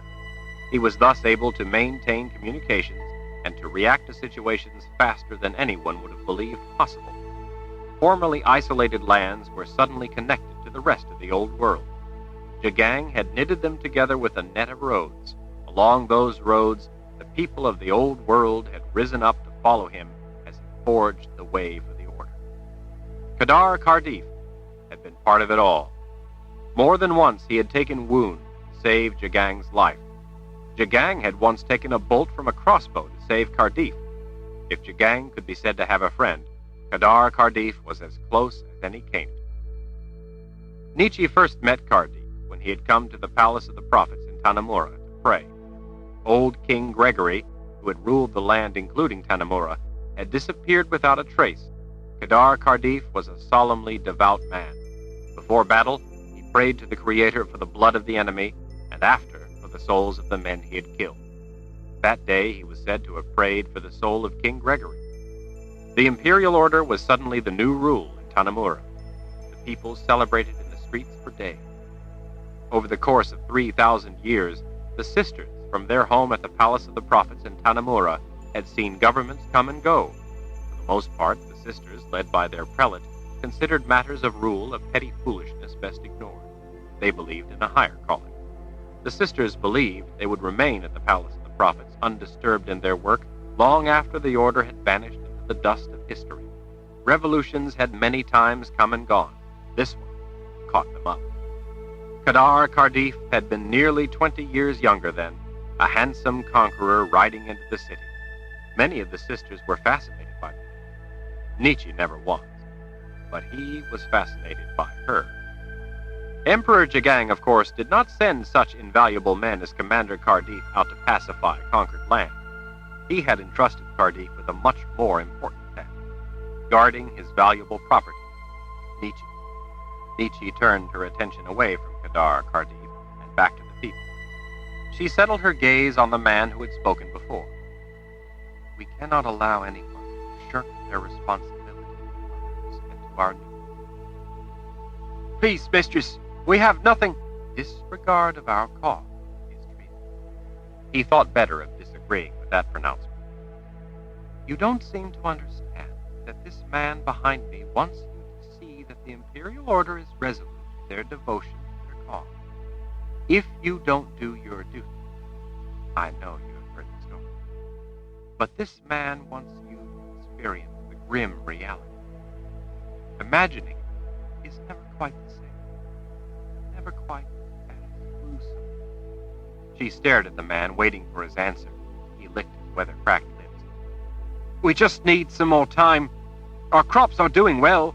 When the harvest comes in, we could contribute our fair share toward the struggle for... Yes, mistress, he said, bobbing his head. The new beginning. When his gaze returned to the dirt at his feet, he moved on down the line. Her purpose was not really to collect, but to cow. The time had come. A girl gazing up at her snagged Nietzsche to a stop, distracting her from what she had intended. The girl's big, dark eyes sparkled with innocent wonder. Everything was new to her, and she was eager to see it all. In her dark eyes shone that rare, fragile, and most perishable of qualities, a guileless view of life that had yet to be touched by pain or loss. Nietzsche cupped the girl's chin, staring into the depths of those thirsting eyes. One of Nietzsche's earliest moments was of her mother standing over her like this, holding her chin, looking down at her. Nietzsche's mother was gifted too. She said that the gift was a curse and a test. It was a curse because it gave her abilities others didn't have, and it was a test to see if she would wrongly exert that superiority. Nietzsche's mother almost never used her gift. Servants handled the work. She spent most of her time nested among her clutch of friends, devoting herself to higher pursuits. Dear Creator, but Nietzsche's father is a monster, she would complain as she wrung her hands. Some of her friends would murmur their sympathy. Why must he burden me so? I fear his eternal soul is beyond hope or prayer. The other women would tisk in grim agreement. Her mother's eyes were the same dull brown as a cockroach's back. To Nietzsche's mind, they were set too close together. Her mouth, too, was narrow, as if fixed in place by her perpetual disapproval. While Nietzsche never really thought of her mother as homely, neither did she consider her beautiful, though her friends regularly reassured her that she most surely was. Nietzsche's mother said beauty was a curse to a caring woman and a blessing only to whores. Puzzled by her mother's displeasure of her father, Nietzsche had finally asked what he had done. Nietzsche, her mother said, cupping Nietzsche's small chin that day. Nietzsche eagerly awaited her mother's words. You have beautiful eyes, but you do not yet see with them. All people are miserable wretches. That is the lot of man. Do you have any idea how it hurts those without all your advantages to see your beautiful face? That is all you bring to others. Insufferable pain. The Creator brought you into the world for no reason but to ease the misery of others, and here you bring only hurt. Her mother's friends, sipping tea, nodded, whispering to one another their sorrowful but firm agreement. That was when Nietzsche had first learned that she bore the indelible stain of some shadowy, nameless, unconfessed evil. Nietzsche gazed into the rare face looking up at her. Today, this girl's dark eyes would see things they could not yet imagine. Those big eyes eagerly watched without seeing. She could not possibly understand what was to come, or why. What kind of life could she have? It would be for the best. The time had come. Chapter 8. Before she could begin, Nietzsche saw something that ignited her indignation. She whirled to a nearby woman. Where is there a washtub? Surprised by the question, the woman pointed a trembling finger toward a two-story building not far off. There, mistress, in the yard, behind the pottery shop are laundry tubs, where we were washing clothes. Nietzsche seized the woman by her throat. Get me a pair of scissors. Bring them to me there. The woman stared in wide-eyed fright. Nietzsche shoved her. Now! Or would you prefer to die on the spot? Nietzsche yanked free a well-worn, reserve-studded strap bunched with several others and secured over Commander Cardiff's shoulder. He made no effort to stop her, but as she gathered up the strap, he seized her upper arm in his powerful grip. You had better be planning on drowning this little brat, or maybe cutting off hunks of her hide and then stabbing out her eyes. His breath smelled of onion and ale. He smirked. In fact, you start in on her, and while she's screaming and begging for her life, I'll begin separating out some young men, or perhaps I'll select some women to be an example. Which would you prefer this time? Nietzsche turned her glare down at his fingers on her arm. He removed them as he growled a warning. She turned to the girl and whipped the strap twice around her neck to serve as a collar, twisting it into a handle in the back so she could control the girl with it. The girl squeaked and choked surprise. She had probably never been handled so roughly in her entire life. Nietzsche forced her ahead toward the building the woman had pointed out. Seeing how angry Nietzsche had suddenly become, no one followed. A woman not far off, undoubtedly the girl's mother, began to cry out in protest, but then fell silent as Cardiff's men turned their attention on her. By then, Nietzsche already had the perplexed girl around the corner. Out back, drab laundry, deformed and crumpled from its ordeal on the washboard, and now stretched and pinned to lines, twisted in the wind as if struggling to escape. Smoke from the fire pit peeked over the top of the building. The nervous woman waited with a large pair of shears. Nietzsche marched the girl up to a tub of water, drove her down on her knees, and shoved her head under the water. While the girl struggled, Nietzsche snatched the scissors from the woman. Her chore completed, the woman held her apron up over her mouth to muffle her wails as she ran off in tears, not wanting to watch a child being murdered. Nietzsche pulled the girl's head up out of the water, and while she sputtered and gasped for air, began clipping her dark, soaking wet hair close to the scalp. When Nietzsche had finished cutting it off in sodden clumps, she dunked the girl again while leaning over and scooping up a cake of pale yellow soap from the washboard on the ground beside the tub. Nietzsche hauled the girl's head up and then began scrubbing. The girl screeched, flailing her spindly arms and clawing at the strap around her neck by which Nietzsche controlled her. Nietzsche realized she was probably hurting her, but from within the grip of rage it was only a dim realization. "What's the matter with you?" Nietzsche shook the gasping girl. "Don't you know you're crawling with lice?" But... The soap was harsh and rough as a rasp. The girl squealed as Nietzsche bent her over and put more muscle into the scouring. "Do you like having a head full of lice?" "No." "Well, you must. Why else would you have them?" "Please, I'll try to do better. I'll wash. I promise." Nietzsche remembered how much she hated catching lice from the places her mother sent her. She remembered scrubbing herself, using the harshest soap she could find, only to again be sent off to another place where she would get infested with the hated things all over again. When Nietzsche had scrubbed and dunked a dozen times, she finally dragged the girl to a tub of clean water and swished her head about in it to rinse her off. The girl blinked furiously, trying to clear her eyes of the stinging, soapy water as it streamed down off her face. Gripping the girl's chin, Nietzsche peered into her red eye. "No doubt your clothes are lousy with nits. You're to scrub your clothes every day, under things especially, or the lice will just be right back." Nietzsche squeezed the girl's cheeks until her eyes watered. "You are better than to be filthy with lice. Don't you know that?" The girl nodded as best as she could, with Nietzsche's strong fingers holding her face. The big, dark, intelligent eyes, though red from the water and wide with shock, were still filled with that rare sense of wonder. As painful and frightening as the experience was, this had not dispelled it. Burn your bedding. Get new.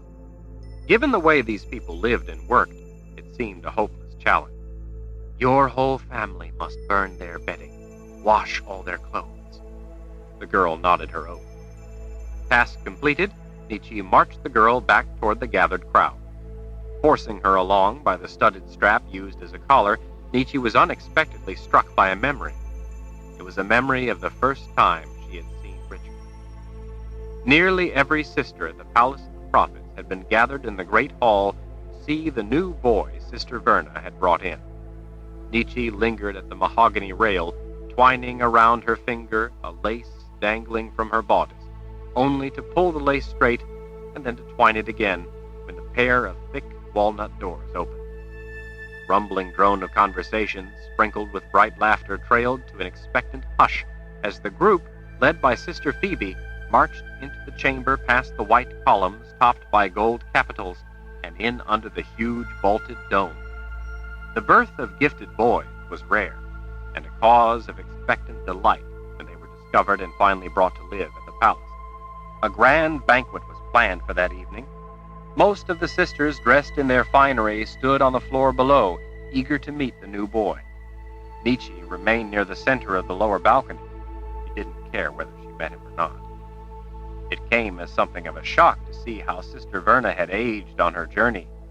Such journeys typically lasted at most a year. This one, beyond the Great Barrier to the New World, had taken nearly 20. Events beyond the barrier being uncertain, Verna had apparently been sent off on her mission too far in advance. Life at the Palace of the Prophets was as long as it was serene. No one at the Palace of the Prophets appeared to have aged at all in so trifling a span of time as 2 decades, but away from the spell that enveloped the palace, Verna had. Verna, probably close to 160 years old, had to be at least 20 years younger than Nietzsche, yet she now looked twice Nietzsche's age. People outside the palace aged at the normal rate, of course, but to see it happen so rapidly to a sister. As the roaring applause thundered on in the huge room, many of the sisters wept over the momentous occasion. Nietzsche yawned. Sister Phoebe held up her hand until the room fell silent. "Sisters," Phoebe's voice trembled, "please welcome Sister Verna home." She finally had to raise a hand to again bring the clamor of applause to a halt. When the room had quieted, she said, "And may I present our newest student, our newest child of the Creator, our newest charge." She turned and held an arm out in introduction, wiggling her fingers, urging the apparently timid boy forward as she went on. "Please welcome Richard Cypher to the Palace of the Prophets."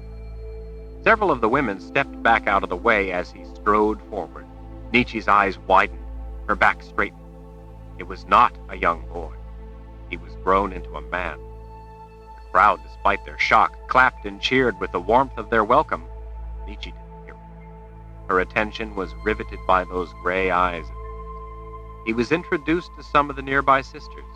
The novice assigned to him, Pasha, was brought before him and tried to speak to him. Richard brushed Pasha aside, a stag dismissing a vole, and stepped out alone into the center of the room. His whole bearing conveyed the same quality Nietzsche beheld in his eye. "I have something to say." The vast chamber fell to an astonished hush. His gaze swept the room. Nietzsche's breath caught when, for an instant, their eyes met, as he probably met countless others. Her trembling fingers clutched the rail for support. Nietzsche swore at that moment to do whatever was necessary to be named as one of his teachers. His fingers tapped the Radahan around his neck. "As long as you keep this collar on me, you are my captors and I am your prison." Murmurs hummed in the air.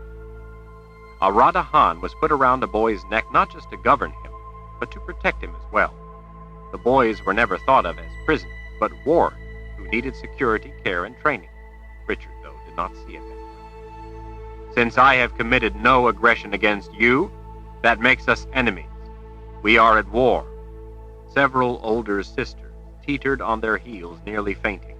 The faces of half the women in the room went red, the rest went white.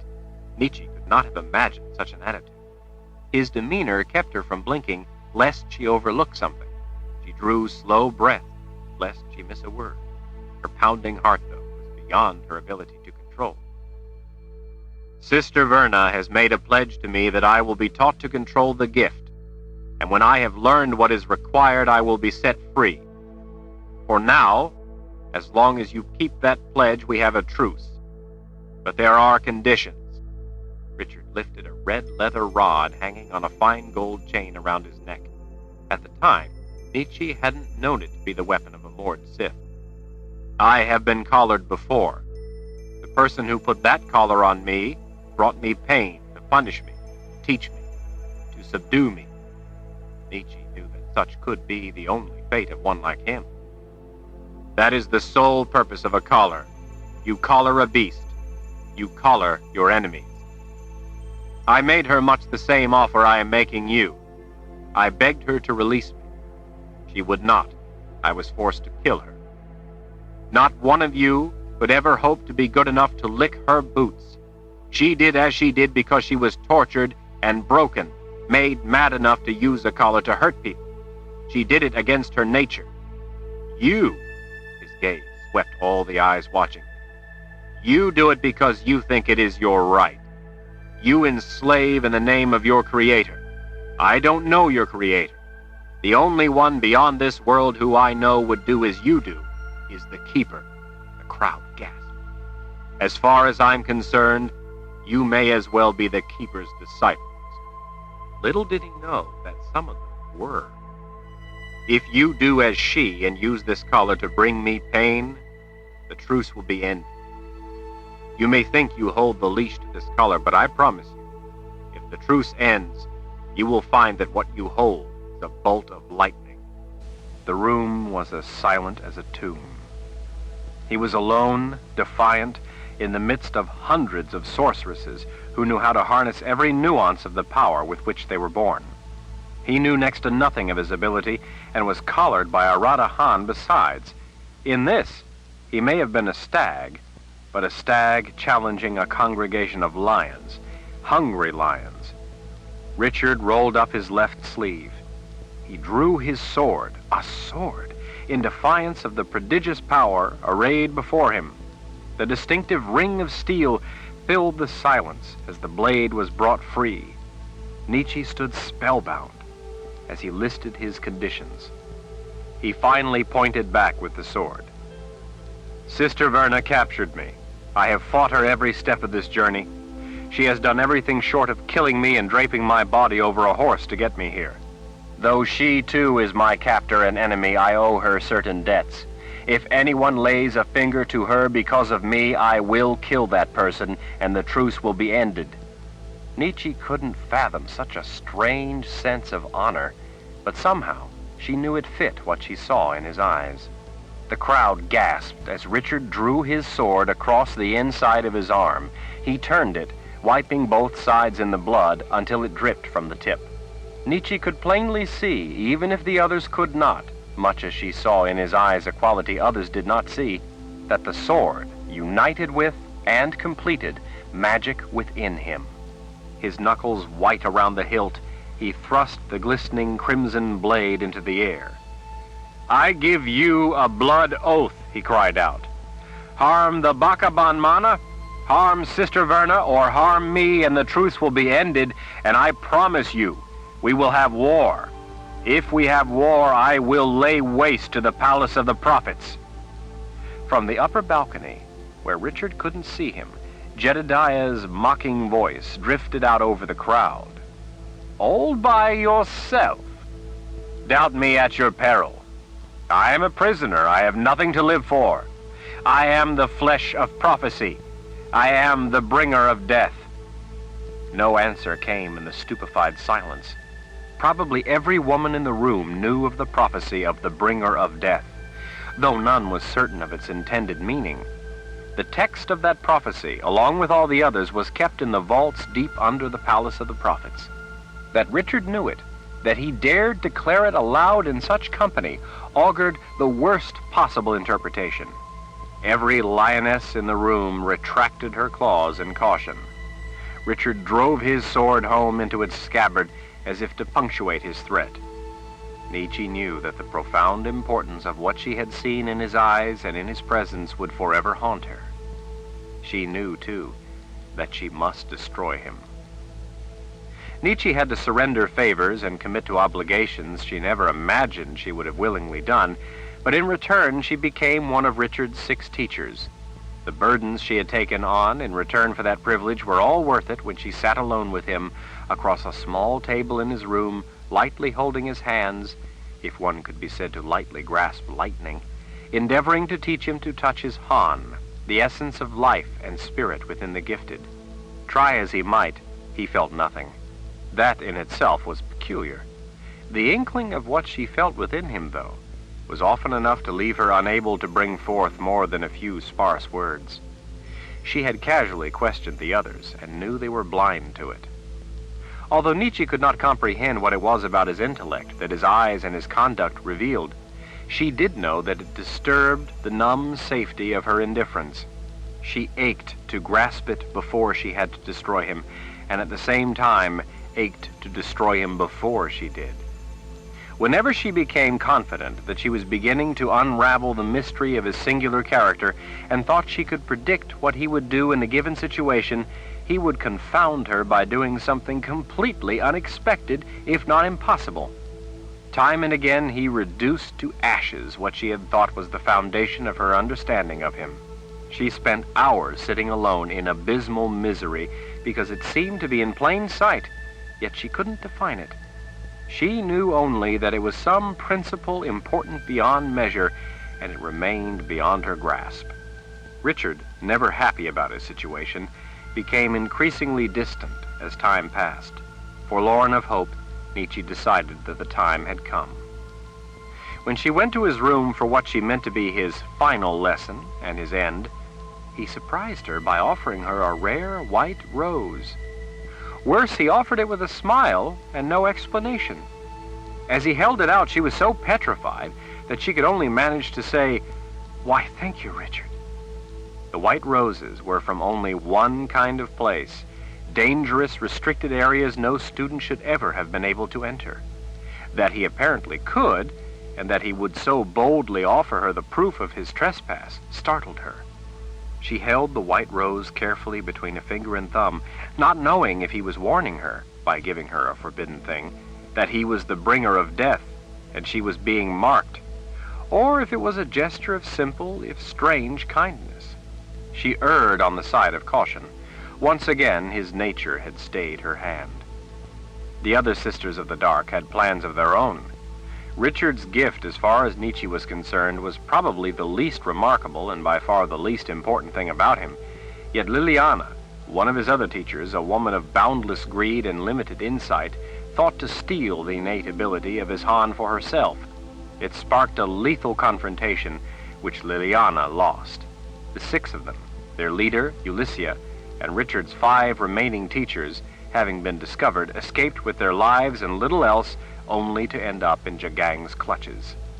In the end, Nietzsche understood that quality in his eyes no better than the first moment she had seen it. It had all slipped through her fingers. The girl ran for her mother when Nietzsche released her grip on the studded strap around her neck. "Well," Commander Cardiff shrieked. He planted his fists on his hips. "Are you through with your games? It's time these people learned the true meaning of ruthless." Nietzsche stared into the depths of his dark eyes. They were defiant, angry, and determined, yet they were nothing at all like Richard's eyes. Nietzsche turned to the soldiers. She gestured. "You two, seize the commander." The men blinked dumbly. Commander Cardiff's face went red with rage. "That's it. You've finally gone too far." He wheeled to his men, a whole field of them, 2,000 of them. He pointed a thumb back over his shoulder at Nietzsche. "Grab this lunatic witch." Half a dozen men nearest to her drew weapons as they rushed her. Like all order field troops, they were big, strong, and quick. They were also experienced. Nietzsche thrust a fist out in the direction of the closest as he lifted his whip to lash out and entangle her. With the speed of thought, both additive magic and subtractive twined together in a lethal mix as she unleashed a focused bolt of power. It produced a burst of light so hot and so white that for an instant it made the sunlight seem dim and cold by comparison. The blast blew a melon-sized hole through the center of the soldier's chest. For an instant, before the internal pressure forced his organs to fill the sudden void, she could see the men behind through the gaping hole in his chest. The after-image of the flare lingered in her mind's eye like lightning's arc. The acrid smell of scorched air stung her eyes. The clap of her power's thunder rumbled out across the surrounding green fields of wheat. Before the soldier hit the ground, Nietzsche unleashed her power on 3 more of the charging men, taking off one's entire shoulder, the wallop whirling him around like a ghastly fountain, the dangling limb flying off into the crowd. A 3rd man was cut almost in 2. She felt the concussion of the following bolt deep in her chest, and amid a blinding flash, the 4th man's head came apart in a cloud of red mist and bony debris. Her warning gaze met the eyes of 2 men with knives gripped in white-knuckled fists. They halted. Many more took a step back as the 4 reports, to her so separate, yet so close atop one another that they almost merged into one ripping blast, still echoed off the buildings. "Now," she said in a quiet, calm, composed voice, that by its very gentleness betrayed how deadly earnest was the threat. "If you men do not follow my orders and seize Commander Cardiff, I will seize him myself. But of course, not until after I've killed every last one of you." The only sound was the moan of wind between the buildings. "Do as I say or die. I will not wait." The big men, knowing her, made their decision in the instant they knew was all she would grant them, and leaped to seize the commander. He managed to draw his sword. Kedar Cardiff was no stranger to pitched battle. He screamed orders as he fought them off. More than one man fell dead in the melee. Others cried out as they took wounds. From behind, men finally caught the deadly sword arm. Additional men piled on the commander until they had him disarmed, down on the ground, and finally under control. "What do you think you're doing?" Kedar Cardiff roared at her as the men pulled him to his feet. Nietzsche closed the distance between them. The soldiers held his arms twisted behind his back. She stared into his wild eyes. "Why, Commander, I am merely following your orders." "What are you talking about?" She smiled without humor, just because she knew it would further madden him. One of the men glanced back over his shoulder. "What do you want done with him?" "Don't hurt him.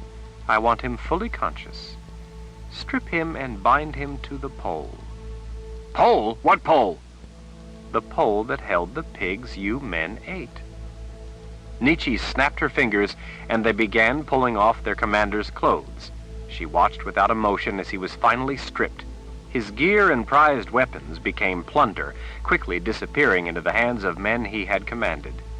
They grunted with effort as they fought to bind the struggling, naked, hairy commander to the pole at his back.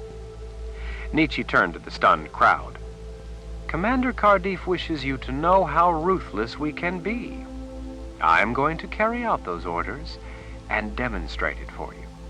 She turned back to the soldiers. "Put him over the fire to roast like a pig."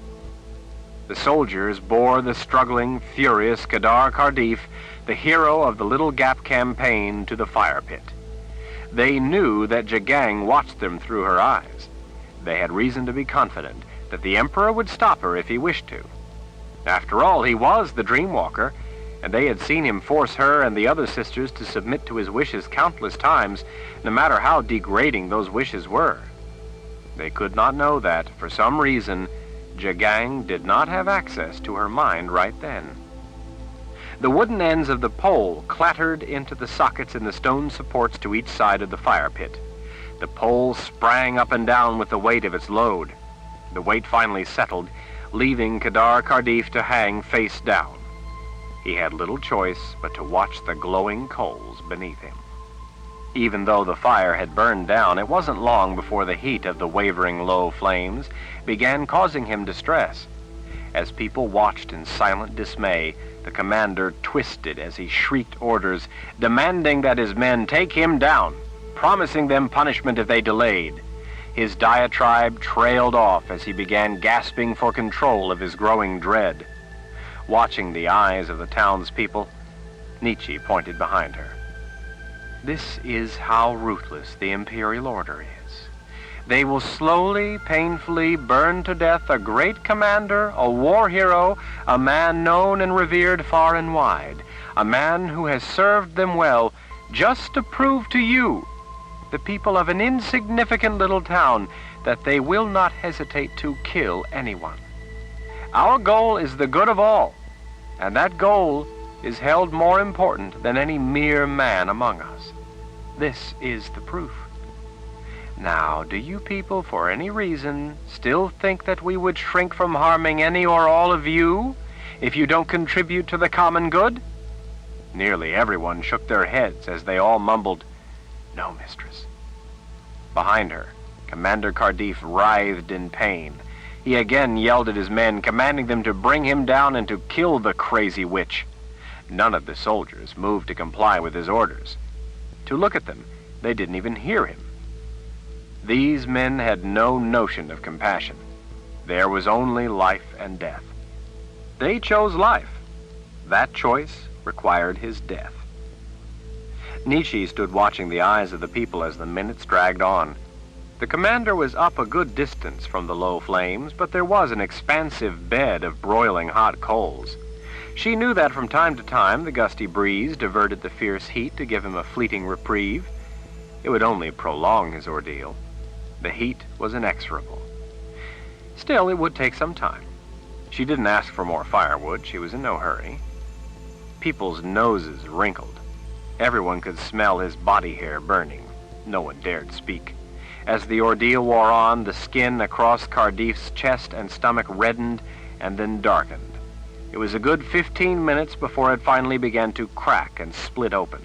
He shrieked in pain nearly the entire time. The smell turned to a surprisingly pleasant aroma of cooking meat. In the end, he gave in to wailing for mercy. He called her name, begging her to bring it to an end, to either free him or to finish him quickly. As she listened to him sob her name, she stroked the gold ring through her lower lip, his voice little more to her than the buzzing of a fly. The thin layer of fat that lay over his powerful muscles began melting. He grew hoarse. Fueled by the fat, flames flared up, scorching his face. "Nietzsche!" Cardiff knew his pleas for mercy were falling on indifferent ears. He betrayed his true feelings. "You vicious bitch! You deserved everything I did to you!" She casually confronted his wild gaze. "Yes, I did. Give my regards to the keeper, Kadar." "Tell him yourself. When Jagang finds out about this, he'll tear you limb from limb. You'll soon be in the underworld in the keeper's hands." His words were once more but a trifling drone. Sweat beaded on people's foreheads as the spectacle dragged on. They needed no spoken orders to know she expected them to remain and watch the whole thing. Their own imaginations, should they consider disobeying her unspoken orders, would dream up punishments she never could. Only the boys were fascinated by the remarkable exhibition. Knowing looks passed among them. Torture such as this was a treat to the minds of young immortals. Someday they might make good order troops, if they didn't grow up. Nietzsche met the glare of the girl. The hatred in those eyes was breathtaking. Even though the girl had been afraid of the dunking and scrubbing, her eyes at the time had shown that the world was still a wondrous place, and she was something special. Now her eyes betrayed her lost innocence. The whole time, Nietzsche stood tall with her back straight and shoulders square to take the full blow of the girl's bright new hatred, feeling the rare sensation of experiencing something. The girl had no idea that Commander Cardiff had taken her place in the flames. When the commander finally went silent, Nietzsche turned her eyes from the girl and spoke to the townspeople. "The past is gone. You are part of the Imperial Order. If you people don't do the moral thing by contributing toward the well-being of your fellow citizens of the Order, I will return." They did not doubt her. If there was one thing they obviously wanted, it was never to see her again. One of the soldiers, his fists trembling at his sides, tramped forward in halting steps. His eyes were wide with bewildered pain. "I want you back, darling," he growled in a voice that didn't match the startled expression in his eyes. The voice turned deadly. "And I want you back right now." There was no mistaking Jagang's voice or the rage in it. It was difficult for him to control the mind of one without the gift. He had the soldier in a tenacious grip. Jagang would not have used a soldier, thereby betraying his impotence, had he been able to reach in and control Nietzsche's mind. She had absolutely no idea why he had suddenly lost the link to her. It had happened before. She knew he would eventually re-establish his ability to hurt her. She had merely to wait. "You are angry with me, Excellency?" "What do you think?" She shrugged. "Since Kadar was your better in bed, I would think you would be pleased." "Get yourself back here right now," the soldier roared in Jagang's voice. "Do you understand? Right now." Nietzsche bowed. "But of course, Excellency." As she straightened, she yanked the soldier's long knife from the sheath at his belt and slammed it hilt deep into his muscled gut. She gritted her teeth with the effort of pivoting the handle sideways, sweeping the blade in a lethal arc through his insides. She doubted the man felt his messy death, writhing at her feet while she waited for a carriage to make its way around the square. He died with Jagang's chuckle on his lips. Since a dreamwalker could only be in a living mind, for the time being the afternoon returned to quiet. After her carriage rocked to a dusty halt, a soldier reached up and opened the door. She leaned out from the step, turning back to the crowd, holding the outside handrail in order to stand straight so that they all might see her. Her blonde hair fluttered in the sunny breeze. "Do not forget this day, and how your lives were all spared by Jagang the Just. The commander would have murdered you. The Emperor, through me, has instead shown his compassion. Spread the word of the mercy and wisdom of Jagang the Just, and I will have no need to return." The crowd mumbled that they would. "Do you want us to bring the commander with us?" a soldier asked. The man, Kadar Cardiff's loyal second, now wore Cardiff's sword. Like vegetables, Fidelity's fresh vitality was fleeting, its final fate stench and rot. "Leave him to roast as a reminder. Everyone else will return with me to Fairfield." "By your command," he said with a bow. He circled his arm and ordered the men to mount up and move out. Nietzsche leaned out farther and looked up at the driver. "His Excellency wishes to see me. Although he has not said as much, I'm reasonably sure he would like you to hurry." Nietzsche took her place on the hard leather cushion inside, her back straight against the upright seat, while the driver let out a shrill whistle and cracked his whip. The team leaped forward, jerking the carriage ahead. With a hand on the windowsill, she steadied herself as the iron-bound wheels bounced over the hard, rough ground of the town square until they reached the road, where the carriage settled down into this familiar, jolting ride. Sunlight slanted in the window, falling across the empty cushion opposite her. The bold, bright patch glided off the seat as the carriage negotiated a curve in the road, finally slipping up to come to rest in her lap, like a warm cat. Darkly clad riders to each side, ahead and behind, stretched forward over the withers of their galloping mounts. A rumbling roar, along with billowing plumes of dust, lifted into the air from the thundering hooves. For the moment, Nietzsche was free of Jagang. She was surrounded by 2,000 men, yet she felt totally alone. Before long, she would have pain to fill the terrible void. She felt no joy, no fear. She sometimes wondered why she felt nothing but the need to hurt. As the carriage raced toward Jagang, her thoughts were focused instead on another man, trying to recall every occasion that she had seen him. She went over every moment she had spent with Richard Cypher, or as he was now known, and as Jagang knew him, Richard Rahl. She thought about his gray eyes. Until the day she saw him, she had never believed such a person could exist. When she thought about Richard, like now, only one haunting need burned in her: to destroy him. Chapter 9. Huge, garish tents festooned the prominent hill outside the city of Fairfield, yet despite the festive colors erected amid the gloom, despite the laughing, the shouting, the coarse singing, and the riotous excess, this was no carnival come to town, but an occupying army. The Emperor's tents and those of his retinue were styled in the fashion of the tents used by some of the nomadic people from Jagang's homeland of Al Tuarang, yet they were embellished far beyond any actual tradition. The Emperor, a man vastly exceeding any nomadic tribal leader's ability to imagine, created his own cultural heritage as he saw fit. Around the tents, covering the hills and valleys as far as Nietzsche could see, the soldiers had pitched their own small, grimy tents. Some were oiled canvas, many more were made from animal skins. Beyond the shared basics of practicality, there was uniformity only in their lack of conformity to any one style. Outside some of the shabby little tents, and almost as large, sat ornate upholstered chairs looted from the city. The juxtaposition almost looked as if it had been intentionally done for a comical effect, but Nietzsche knew the reality had no kinship to humor.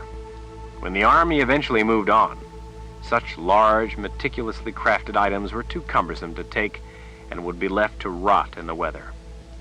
Horses were picked haphazardly, with occasional paddocks holding small herds. Other enclosures held meat on the hoof. Individual wagons were scattered here and there, seemingly wherever they could find an empty spot, but in other places they had been set up side by side. Many were camp followers. Others were army wagons with everything from basic supplies to blacksmith equipment. The army brought along minimal siege equipment. They had the gifted to use as weapons of that sort. Brooding clouds scudded low over the scene. The humid air reeked of excrement from both animals and men. The green fields all around had been churned to a muddy morass. The 2,000 men who had returned with Nietzsche had disappeared into the sprawling camp like a sprinkling of raindrops into a swamp. An Imperial Order army encampment was a place of noise and seeming confusion, yet it was not as disorderly as it might appear. There was a hierarchy of authority, and duties and chores to attend. Scattered men worked in solitude on their gear, oiling weapons and leather or rolling their chainmail inside barrels with sand and vinegar to clean it of rust, while others cooked at fires. Farriers saw to the horses. Craftsmen saw to everything from repairing weapons to fashioning new boots to pulling teeth. Mystics of all sorts prowled the camp, tending impoverished souls or warding troublesome demons. Duties completed, raucous gangs gathered together for entertainment, usually gambling and drinking. Sometimes the diversions involved the camp followers, sometimes the captives. Even surrounded by such vast numbers, Nietzsche felt alone. Jagang's absence from her mind left a feeling of staggering isolation, not a sense of being forsaken, but simply solitude by contrast. With the dreamwalker in her mind, not even the most intimate detail of life, no thought, no deed, could be held private. His presence lurked in the dark mental corners, and from there he could watch everything. Every word you spoke, every thought you had, every bite you took, every time you cleared your throat, every time you coughed, every time you went to the privy, you were never alone. Never. The violation was debilitating, the trespass complete. That was what broke most of the sisters. The brutal totality of it, the awareness of his constant presence in your own mind, watching. Worst almost, the dreamwalker's roots sunk down through you, but you never knew when his awareness was focused on you. You might call him a vile name, and with his attention elsewhere, it would go unnoticed. Another time, you might have a brief, private, nasty thought about him, and he would know it the same instant you thought it. Nietzsche had learned to feel those roots, as had many of the other sisters. She had also learned to recognize when they were absent, as now. That never happened with the others.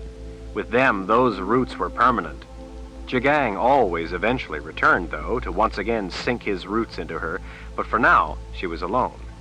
She just didn't know why. The jumble of troops and campfires left no clear route for the team, so Nietzsche had left her carriage for the walk the rest of the way up the hill. It exposed her to the lecherous looks and lewd calls of the soldiers who crowded the slope. She supposed that before Jagang was finished with her, she might be exposed to far more from the men. Most of the sisters were sent out to the tents from time to time to be used for the men's pleasure. It was done either to punish them, or sometimes merely to let them know it could be ordered on a whim, to remind them that they were slaves, nothing more than property. Nietzsche, though, was reserved for the exclusive amusement of the emperor and those he specifically selected, like Kadar Kadif. Many of the sisters envied her status, but despite what they believed, being a personal slave to Jagang was no grace. Women were sent to the tents for a period of time, maybe a week or two, but the rest of the time they had less demanding duties. They were valued, after all, for their abilities with their gift. There was no such time limit for Nietzsche. She had once spent a couple of months sequestered in Jagang's room, so as to be there for his amusement any time of day or night. The soldiers enjoyed the women's company, but had to mind certain restrictions in what they could do to them. Jagang and his friends imposed on themselves no such limits. On occasion, for reason or not, Jagang would become furious at her and would heatedly order her to the tents for a month, to teach her a lesson, he would say. Nietzsche would obediently bow and pledge it would be as he wished. He knew she was not bluffing. It would have been a lesser torment. Before she could be out the door to the tents, he would turn moody, command her to return to face him, and then angrily retract the orders. Since the beginning, Nietzsche had, measure by measure, inch by inch, acquired a certain status and freedom afforded none of the others. She hadn't specifically sought it, it just came about. Jagang had confided to her that he read the sisters' thoughts, and that they privately referred to her as the Slave Queen. She supposed Jagang told her so as to honor her in his own way, but the title Slave Queen had meant no more to her than Death's mistress. For now, she floated like a bright water lily flower in the dark swamp of men. Other sisters always made an attempt to look as drab as the men, so as to go less noticed and be less desirable. They only deceived themselves. They lived in constant terror of what Jagang might do to them. What happened, happened. They had no choice or influence in it. Nietzsche simply didn't care. She wore her fine black dresses and left her long blonde hair uncovered for all to see. For the most part, she did as she wished. She didn't care what Jagang did to her, and he knew it. In much the way Richard was an enigma to her, she was an enigma to Jagang. Too, Jagang was fascinated by her. Despite his cruelty toward her, there was a spark of caution mixed in. When he hurt her, she welcomed it. She merited the brutality. Pain could sometimes reach down into the dark emptiness. He would then recoil from hurting her. When he threatened to kill her, she waited patiently for it to be done. She knew she didn't deserve to live. He would then withdraw the sentence of death. The fact that she was sincere was her safety and her peril. She was a fawn among wolves, safe in her coat of indifference. The fawn was in danger only if it ran. She did not view her captivity as a conflict with her interests. She had no interests. Time and again she had the opportunity to run, but didn't. That, perhaps more than anything, captivated Jagang. Sometimes he seemed to pay court to her. She didn't know his real interest in her. She never tried to discover it. He occasionally professed concern for her, and a few times something akin to affection. Other times, when she left on some duty, he seemed glad to be rid of her. It had occurred to her, because of his behavior, that he might think he was in love with her. As preposterous as such a thought might be, it didn't matter one way or the other. She doubted he was capable of love. She seriously doubted that Jagang really knew what the word meant, much less the entire concept. Nietzsche knew all too well what it meant. A soldier near Jagang's tent stepped in front of her. He grinned moronically. It was meant to be an invitation by means of threat. She could have dissuaded him by mentioning that Jagang waited for her, or she could even have used her power to drop him where he stood, but instead she simply stared at him. It was not the reaction he wanted. Many of the men rose to the bait only if it squirmed. When she didn't, his expression turned sour. He grumbled a curse at her and moved off. Nietzsche continued on toward the Emperor's tent. Nomadic tents from all to Orang were actually quite small and practical, being made of bland, unadorned lambskin. Jagang had recreated them rather more grandly than the originals. His own were more oval than round. 3 poles, rather than the customary one, held up the multi-peaked roof. The tent's exterior walls were decorated with brightly embroidered panels. Around the top edge of the sides, where the roof met the walls, hung fist-sized, multicolored tassels and streamers that marked the traveling palace of the Emperor. Banners and pennants of bright yellow and red atop the huge tent hung limp in the stale late afternoon air. Outside, a woman beat small rugs, hung over one of the tent's lines. Nietzsche lifted aside the heavy doorway curtain embellished with gold shields and hammered silver medallions depicting battle scenes. Inside, slaves were at work, sweeping the expansive carpets, dusting the delicate ceramic ware set about on the elaborate furnishings, and fussing at the hundreds of colorful pillows lining the edge of the floor. Hangings, richly decorated with traditional all-to-Orang designs, divided the space into several rooms. A few openings overhead, covered with gauzy material, let in a little light. All the thick materials created a quiet place amid the noise. Lamps and candles lent sleepy light to the soft room. Nietzsche did not acknowledge the eyes of the guards flanking the inside of the doorway, or those of the other slaves going about their domestic duties. In the middle of the front room sat Jagang's ornate chair, draped with red silks. This was where he sometimes took audiences, but the chair was empty. She didn't falter, as did other women summoned by His Excellency, but strode resolutely toward his bedroom in the rear section. One of the slaves, a nearly naked boy, looking to be in his late teens, was down on his hands and knees with a small whisk broom, sweeping the carpet set before the entrance to the bedroom. Without meeting Nietzsche's gaze, he informed her that His Excellency was not occupying his tents. The young man, Irwin, was gifted. He lived at the Palace of the Prophets, training to be a wizard. Now, Irwin tended the fringe of carpets and emptied the chamber pots. Nietzsche's mother would have approved. Jagang could be any number of places. He might be off gambling or drinking with his men. He could be inspecting his troops or the craftsmen who attended them. He might be looking over the new captives, selecting those he wanted for himself. He might be talking with Kadar Kardif II. Nietzsche saw several sisters cowering in a corner. Like her, they too were Jagang's slaves. As she strode up to the three women, she saw that they were busy sewing, mending some of the tent's gear. Sister Nietzsche. Sister Georgia rushed to her feet as a look of relief washed across her face. We didn't know if you were alive or dead. We haven't seen you for so long. We thought maybe you had vanished. Being that Nietzsche was a sister of the dark, sworn to the keeper of the underworld, she found the concern from three sisters of the light to be somewhat insincere. Nietzsche supposed that they had considered their captivity a common bond and their feelings about it paramount, overcoming their more basic rifts. Too, they knew Jagang treated her differently. They were probably eager to be seen as friendly. I've been away on business for His Excellency. Of course, Sister Georgia said, dry washing her hands as she dipped her head. The other two, Sisters Rochelle and Aubrey, set aside the bag of bone buttons and tent thread, untangled themselves from yards of canvas, and then stood beside Sister Georgia. They both bowed their heads slightly to Nietzsche. The three of them feared her inscrutable standing with Jagang. Sister Nietzsche, His Excellency is very angry, Sister Rochelle said. Furious, Sister Aubrey confirmed. He railed at the walls, saying that you had gone too far this time. Nietzsche only stared. Sister Aubrey licked her lips. We just thought you should know, so you can be careful. Nietzsche thought this would be a poor time to suddenly begin being careful. She found the groveling of women hundreds of years her senior annoying. Where's Jagang? He has taken a grand building not far outside the city as his quarters, Sister Aubrey said. It used to be the Minister of Culture's estate, Sister Rochelle added. Nietzsche frowned. Why? He has his tents.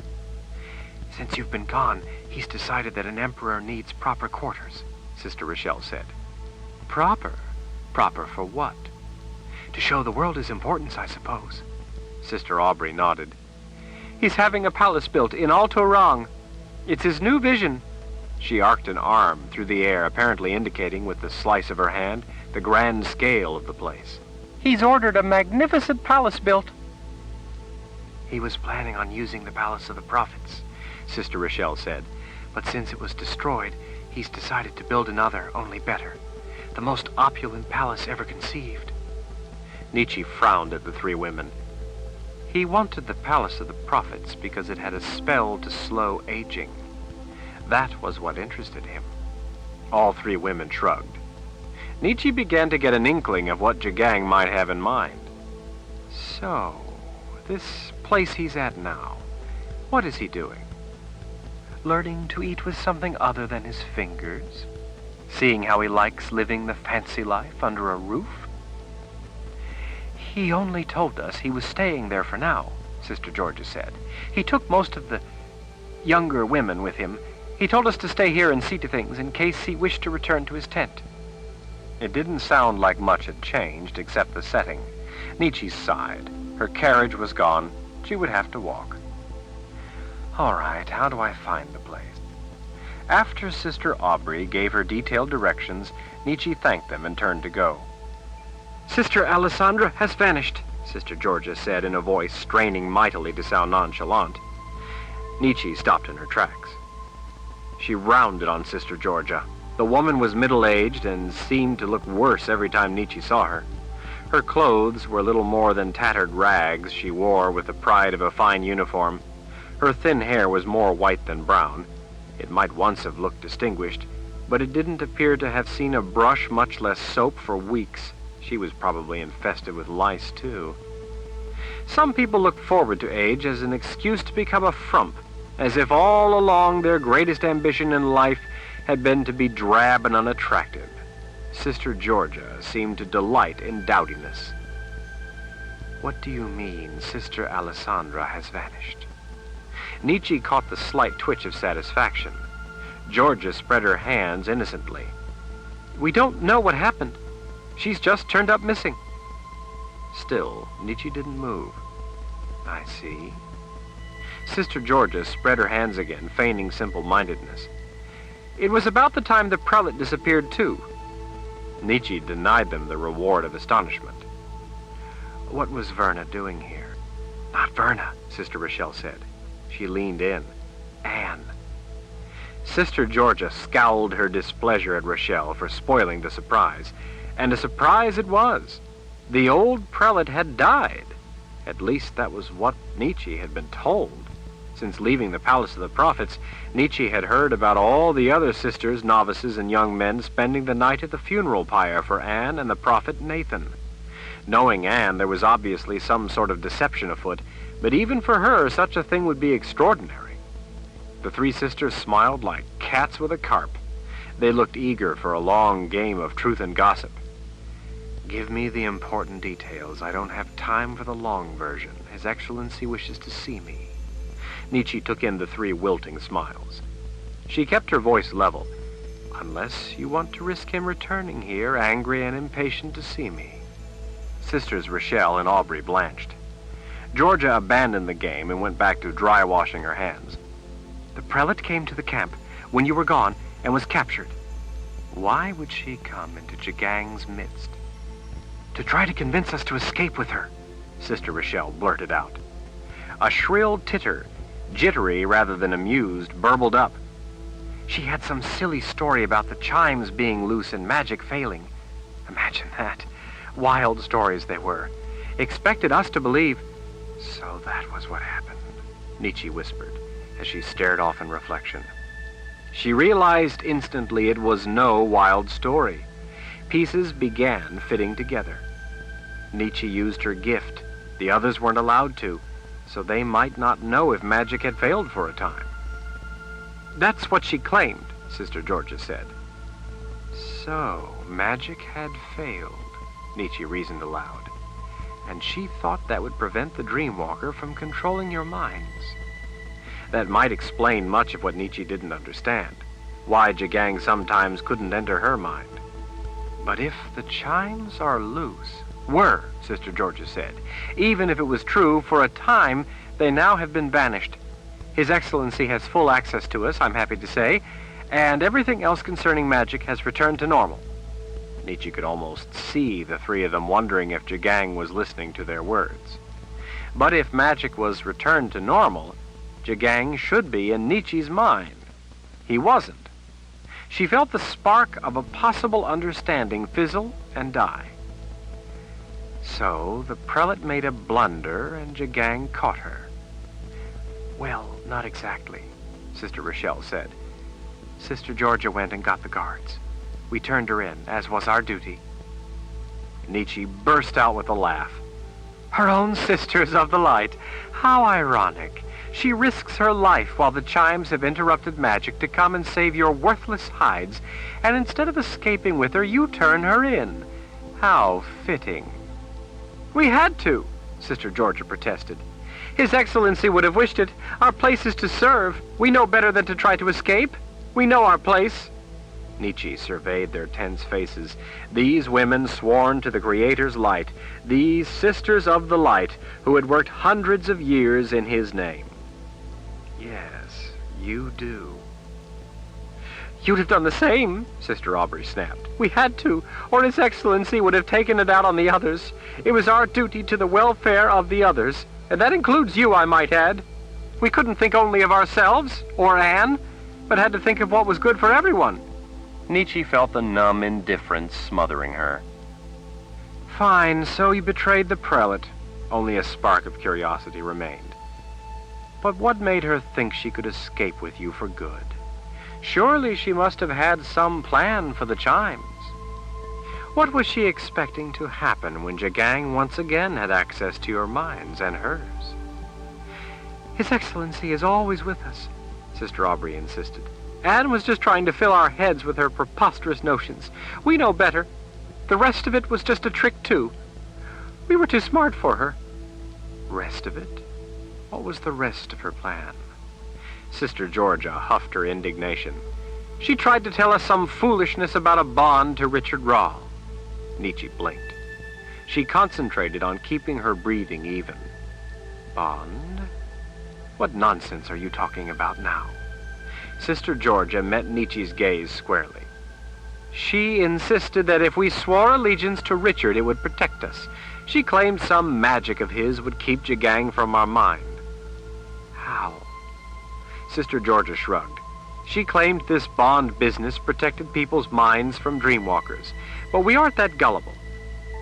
To still her fingers, Nietzsche pressed her hands to her thighs. I don't understand. How would such a thing work? She said something about it being inherited from his ancestor. She claimed that we had but to swear loyalty to him, loyalty in our hearts, or some such nonsense.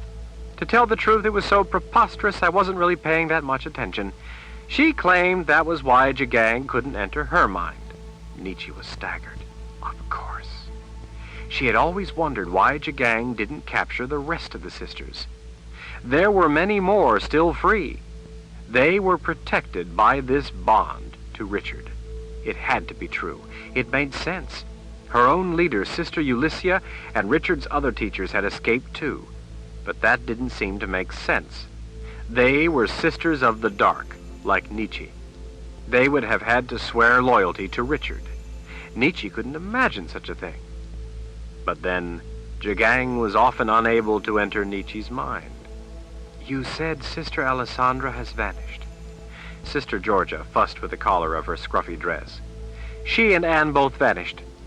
Jagang doesn't bother to inform you of his actions. Perhaps he simply had them put to death. Georgia glanced at her companions. Well, maybe. But Sister Alessandra was one of yours, a sister of the dark. She was caring for Anne. Why weren't you caring for her? You are her sisters. Sister Georgia cleared her throat. She threw such a fit about us that His Excellency assigned Sister Alessandra to look after her. Nietzsche could only imagine that it must have been quite a fit, but after being betrayed by her own sisters, it was understandable. Jagang would have thought the woman valuable enough that he wanted to keep her alive. As we marched into the city, the wagon with Anne's cage never showed up, Sister Georgia went on. One of the drivers finally came around with a bloody head and reported that the last thing he saw before the world went dark was Sister Alessandra. Now the two of them are gone. Nietzsche felt her fingernails digging into her palms. She made herself relax her fists. So, Anne offered you all freedom and you chose instead to continue to be slaves. The three women lifted their noses. We did what is best for everyone, Sister Georgia said. We are sisters of the light. Our duty is not to ourselves, but to relieve the suffering of others, not cause it. Besides, Sister Aubrey added, we don't see you leaving. Seems you've been free of His Excellency from time to time, and you don't go. Nietzsche frowned. How do you know that? Well, I mean, Sister Aubrey stammered. Nietzsche seized the woman by the throat. I asked you a question. Answer it. Sister Aubrey's face reddened as Nietzsche added the force of her gift to the grip. The tendons in her wrist stood out with a strain. The woman's eyes showed white all around as Nietzsche's power began squeezing the life from her. Unlike Nietzsche, Jagang possessed their minds, and they were prohibited from using their power except at his direction. Sister Georgia gently placed a hand on Nietzsche's forearm. His Excellency questioned us about it. That's all, sister. Let her go, please. Nietzsche released the woman, but turned her glare on Sister Georgia. Questioned you? What do you mean? What did he say? He simply wanted to know if we knew why he was from time to time blocked from your mind. He hurt us, Sister Rochelle said. He hurt us with his questions because we had no answer. We don't understand it. For the first time, Nietzsche did. Sister Aubrey comforted her throat. What is it with you, Sister Nietzsche? Why is His Excellency so curious about you? Why is it you can resist him? Nietzsche turned and walked away. Thank you for the help, sisters. If you can be free of him, why do you not leave? Sister Georgia called out. Nietzsche turned back from the doorway. I enjoy seeing Jagang torment you witches of the light. I stay around so that I might watch. They were unmoved by her insolence. They were accustomed to it. Sister Nietzsche, Rochelle said, smoothing back her frizz of hair. What did you do that made His Excellency so angry? What? Oh, that. Nothing of importance. I just had the men tie Commander Cardiff to a pole and roast him over a fire. The three of them gasped as they straightened as one. They reminded Nietzsche of three owls on a branch. Sister Georgia fixed Nietzsche with a grim glare, a rare blaze of authority born of seniority.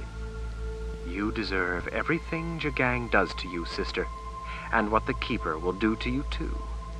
Nietzsche smiled and said, Yes, I do, before ducking through the tent opening. Chapter 10. The city of Fairfield had returned to a semblance of order. It was the order of a military post. Little of what could be said to make a city was left. Many of the buildings remained, but there were few of the people who had once lived and worked in them. Some of the buildings had been reduced to charred beams and blackened rubble. Others were hulks with windows and doors broken out, yet most were much the same as they had been before, except, of course, that all had been emptied in the wanton looting. The buildings stood like husks, only a reminder of past life. Here and there a few toothless old people sat, legs splayed, leaning against a wall, watching with empty eyes the masses of armed men moving up and down their streets. Orphaned children wandered in a daze or peered out from dark passageways. Nietzsche found it remarkable how quickly civilization could be stripped from a place. As she walked through the streets, Nietzsche thought she understood how many of the buildings would feel if they could feel. Empty, devoid of life, lacking purpose while they waited for someone to serve, their only true value being in service to the living. The streets, populated as they were by grim-faced soldiers, gaunt beggars, the skeletal old and sick, wailing children, all amongst the rubble and filth, looked much like some of the streets Nietzsche remembered from when she was little. Her mother often sent her out to streets like this to minister to the destitute. It's the fault of men like your father, her mother had said.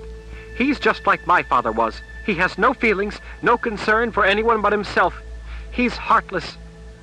Nietzsche had stood wearing a freshly washed frilly blue dress, her hair brushed and pinned back, her hands hanging at her sides, listening as her mother lectured on good and evil, on the ways of sin and redemption. Nietzsche hadn't understood a lot of it, but in later years it would be repeated until she would come to know every word, every concept, every desolate truth by heart. Nietzsche's father was wealthy. Worse, to Mother's way of thinking, he wasn't remorseful about it. Mother explained that self-interest and greed were like the two eyes of a monstrous evil, always looking for yet more power and gold to feed its insatiable hunger. You must learn, Nietzsche, that a person's moral course in this life is to help others, not yourself, Mother said. Money can't buy the Creator's blessing. But how can we show the Creator we're good? Nietzsche asked. Mankind is a wretched lot, unworthy, morbid, and foul. We must fight our depraved nature. Helping others is the only way to prove your soul's value. It's the only true good a person can do. Nietzsche's father had been born a noble, but all his adult life he had worked as an armorer. Mother believed that he had been born with comfortable wealth, and instead of being satisfied with that, he sought to build his legacy into a shameless fortune. She said wealth could only be had by fleecing it from the poor in one fashion or another.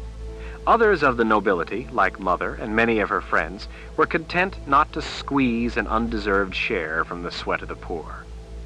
Nietzsche felt great guilt for Father's wicked ways, for his ill-gotten wealth.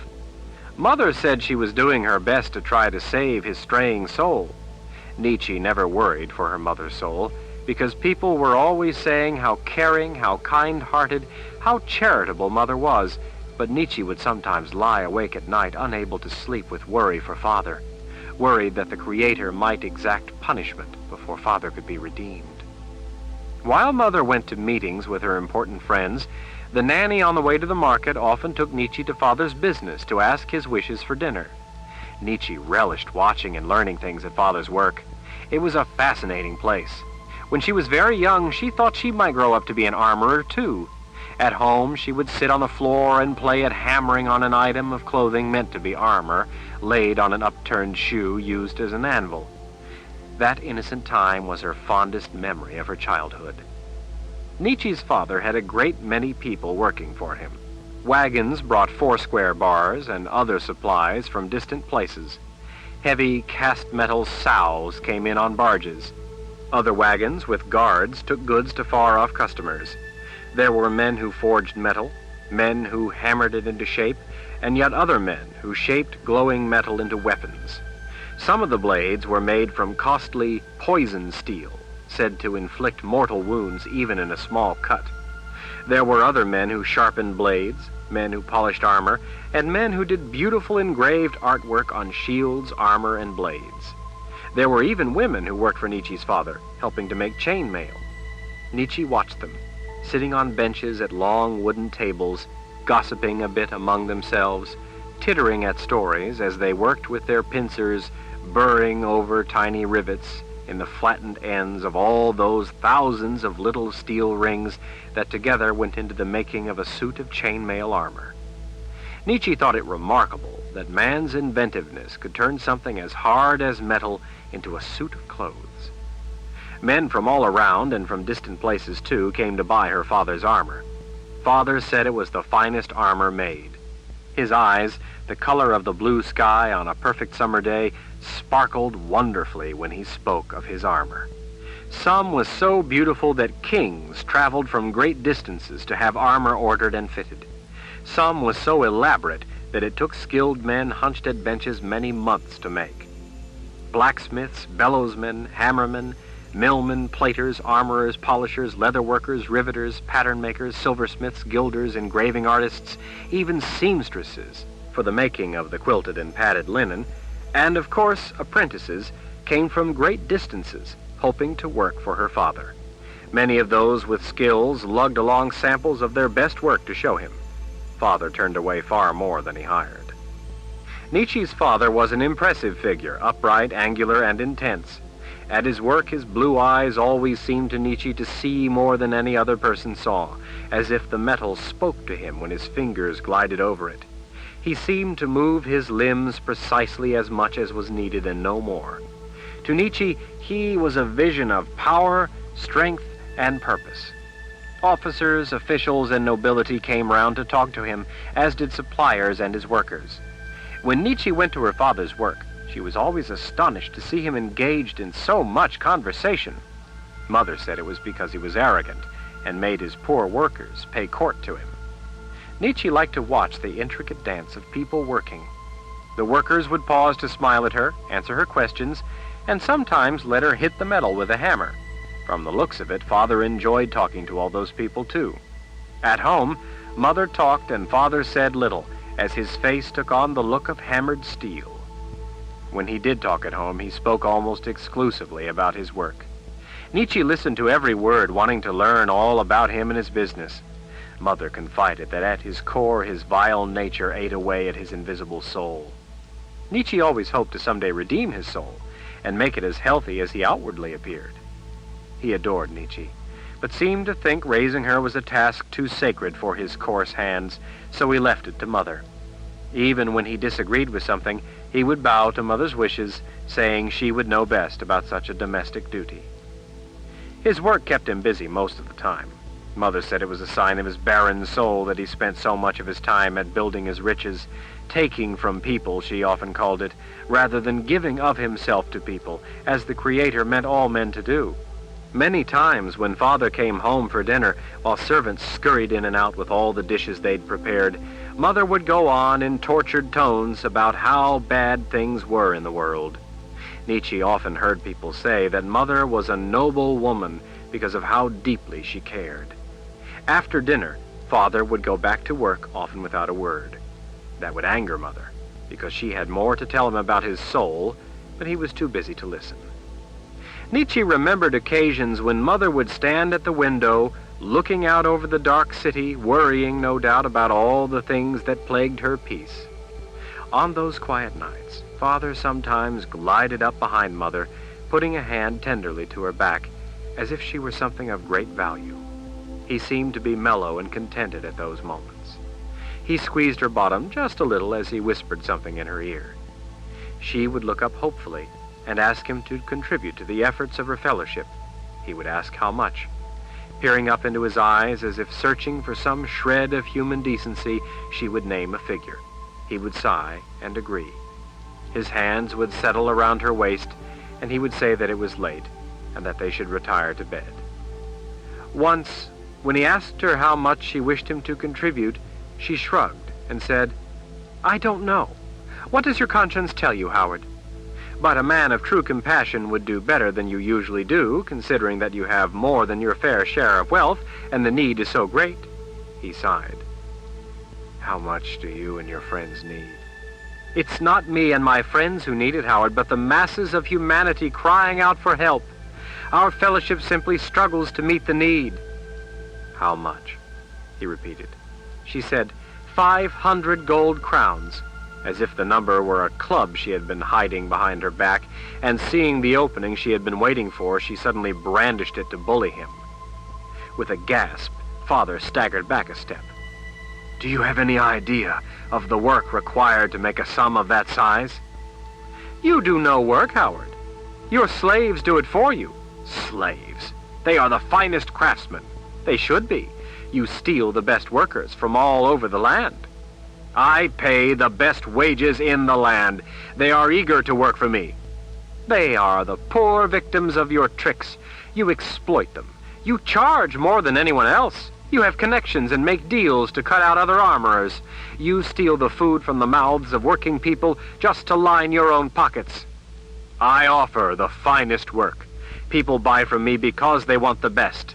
I charge a fair price for it." "No one charges as much as you, and that's the simple fact. You always want more. Gold is your only goal." "People come to me willingly because I have the highest standards. That is my goal. The other shops produce haphazard work that doesn't proof out. My tempering is superior. My work is all proofed to a double-stamp standard. I won't sell inferior work. People trust me. They know I create the best pieces." "Your workers do. You simply rake in the money. The profits go to wages and to the business. I just sank a fortune into the new battering mill." "Business, business, business. When I ask you to give a little something back to the community, to those in need, you act as if I wanted you to gouge out your eyes. Would you really rather see people die than to give a pittance to save them? Does money really mean more to you, Howard, than people's lives? Are you that cruel and unfeeling a man?" Father hung his head for a time, and at last quietly agreed to send his man around with the gold. His voice came gentle again. He said he didn't want people to die, and he hoped the money would help. He told her it was time for bed. "You put me off, Howard, with your arguing. You couldn't just give charitably of yourself. It always has to be dragged out of you. When it's the right thing to do in the first place. You only agreed now because of your lecherous needs. Honestly, do you think I have no principles?" Father simply turned and headed for the door. He paused as he suddenly saw Nietzsche sitting on the floor watching. The look on his face frightened her, not because it was angry or fierce, but because there seemed to be so much in his eyes, and the weight of never being able to express it was crushing him. Raising Nietzsche was Mother's work, and he had promised her he would not meddle. He swept his blonde hair back from his forehead, then turned and picked up his coat. In a level voice, he said to Mother that he was going to go see to some things at work. After he was gone, Mother, too, saw Nietzsche forgotten on the floor, playing with beads on a board, pretending to make chainmail. Her arms folded, she stood over Nietzsche for a long moment. "Your father goes to whores, you know. I'm sure that's where he's off to now. A whore. You may be too young to understand, but I want you to know, so that you don't ever put any faith in him. He's an evil man. I'll not be his whore. Now put away your things and come with Mother. I'm going to see my friends. It's time you came along and began learning about the needs of others instead of just your own wants." At her friend's house, there were a few men and several women sitting and talking in serious tones. When they politely inquired after Father, Nietzsche's mother reported that he was off working or whoring, I don't know which, and can control neither. Some of the women laid a hand on her arm and comforted her. It was a terrible burden she bore, they said. Across the room sat a silent man who looked to Nietzsche as grim as death itself. Mother quickly forgot about Father as she became engrossed in the discussion her friends were having about the terrible conditions of people in the city. People were suffering from hunger, injuries, sickness, disease, lack of skill, no work, too many children to feed, elderly to care for, no clothes, no roof over their heads, and every other kind of strife imaginable. It was all so frightening. Nietzsche was always anxious when Mother talked about how things couldn't go on the way they were for much longer and that something had to be done. Nietzsche wished someone would hurry up and do it. Nietzsche listened as Mother's fellowship friends talked about all the intolerant people who harbored hate. Nietzsche feared ending up as one of those terrible people. She didn't want the Creator to punish her for having a cold heart. Mother and her friends went on at great length about their deep feeling for all the problems around them. After each person said their piece, they would steal a glance over at the man sitting solemnly in the straight chair against the wall, watching with careful dark eyes as they talked. "The prices of things are just terrible," a man with droopy eyelids said. He was all crumpled down in his chair like a pile of dirty clothes. "It isn't fair. People shouldn't be allowed to just raise their prices whenever they want. The Duke should do something. He has the king's ear." "The Duke," Mother said. She sipped her tea. "Yes, I've always found the Duke to be a man sympathetic to good causes. I think he could be persuaded to introduce sensible laws." Mother glanced over the gold rim of her cup at the man in the straight chair. One of the women said she would encourage her husband to back the Duke. Another spoke that they would write a letter of support for such an idea. "People are starving," a wrinkled woman said into a lull in the conversation. People eagerly mumbled their acknowledgement, as if this were an umbrella to run in under to escape the drenching silence. "I see it every day. If we could just help some of those unfortunate people." One of the other women puffed herself up like a chicken ready to lay an egg. "It's just terrible the way no one will give them a job, when there's plenty of work, if it was just spread around." "I know," Mother said with a tisk. "I've talked to Howard until I'm blue in the face. He just hires people who please him, rather than those needing the job the most. It's a disgrace." The others sympathized with her burden. "It isn't right that a few men should have so much more than they need, while so many people have so much less," the man with the droopy eyelids said. "It's immoral." "Man has no right to exist for his own sake," Mother was quick to put in as she nibbled on a piece of dense cake while glancing again at the grimly silent man. "I tell Howard all the time that self-sacrifice in the service of others is man's highest moral duty, and his only reason for being placed in this life. To that end," Mother announced, "I have decided to contribute 500 gold crowns to our cause." The other people gasped their delight and congratulated Mother for her charitable nature. They agreed as they sneaked peeks across the room that the Creator would reward her in the next life, and talked about all they would be able to do to help those less fortunate souls. Mother finally turned and regarded Nietzsche for a moment and then said, "I believe my daughter is old enough to learn to help others." Nietzsche sat forward on the edge of her chair, thrilled at the idea of at last putting her hand to what Mother and her friends said was noble work.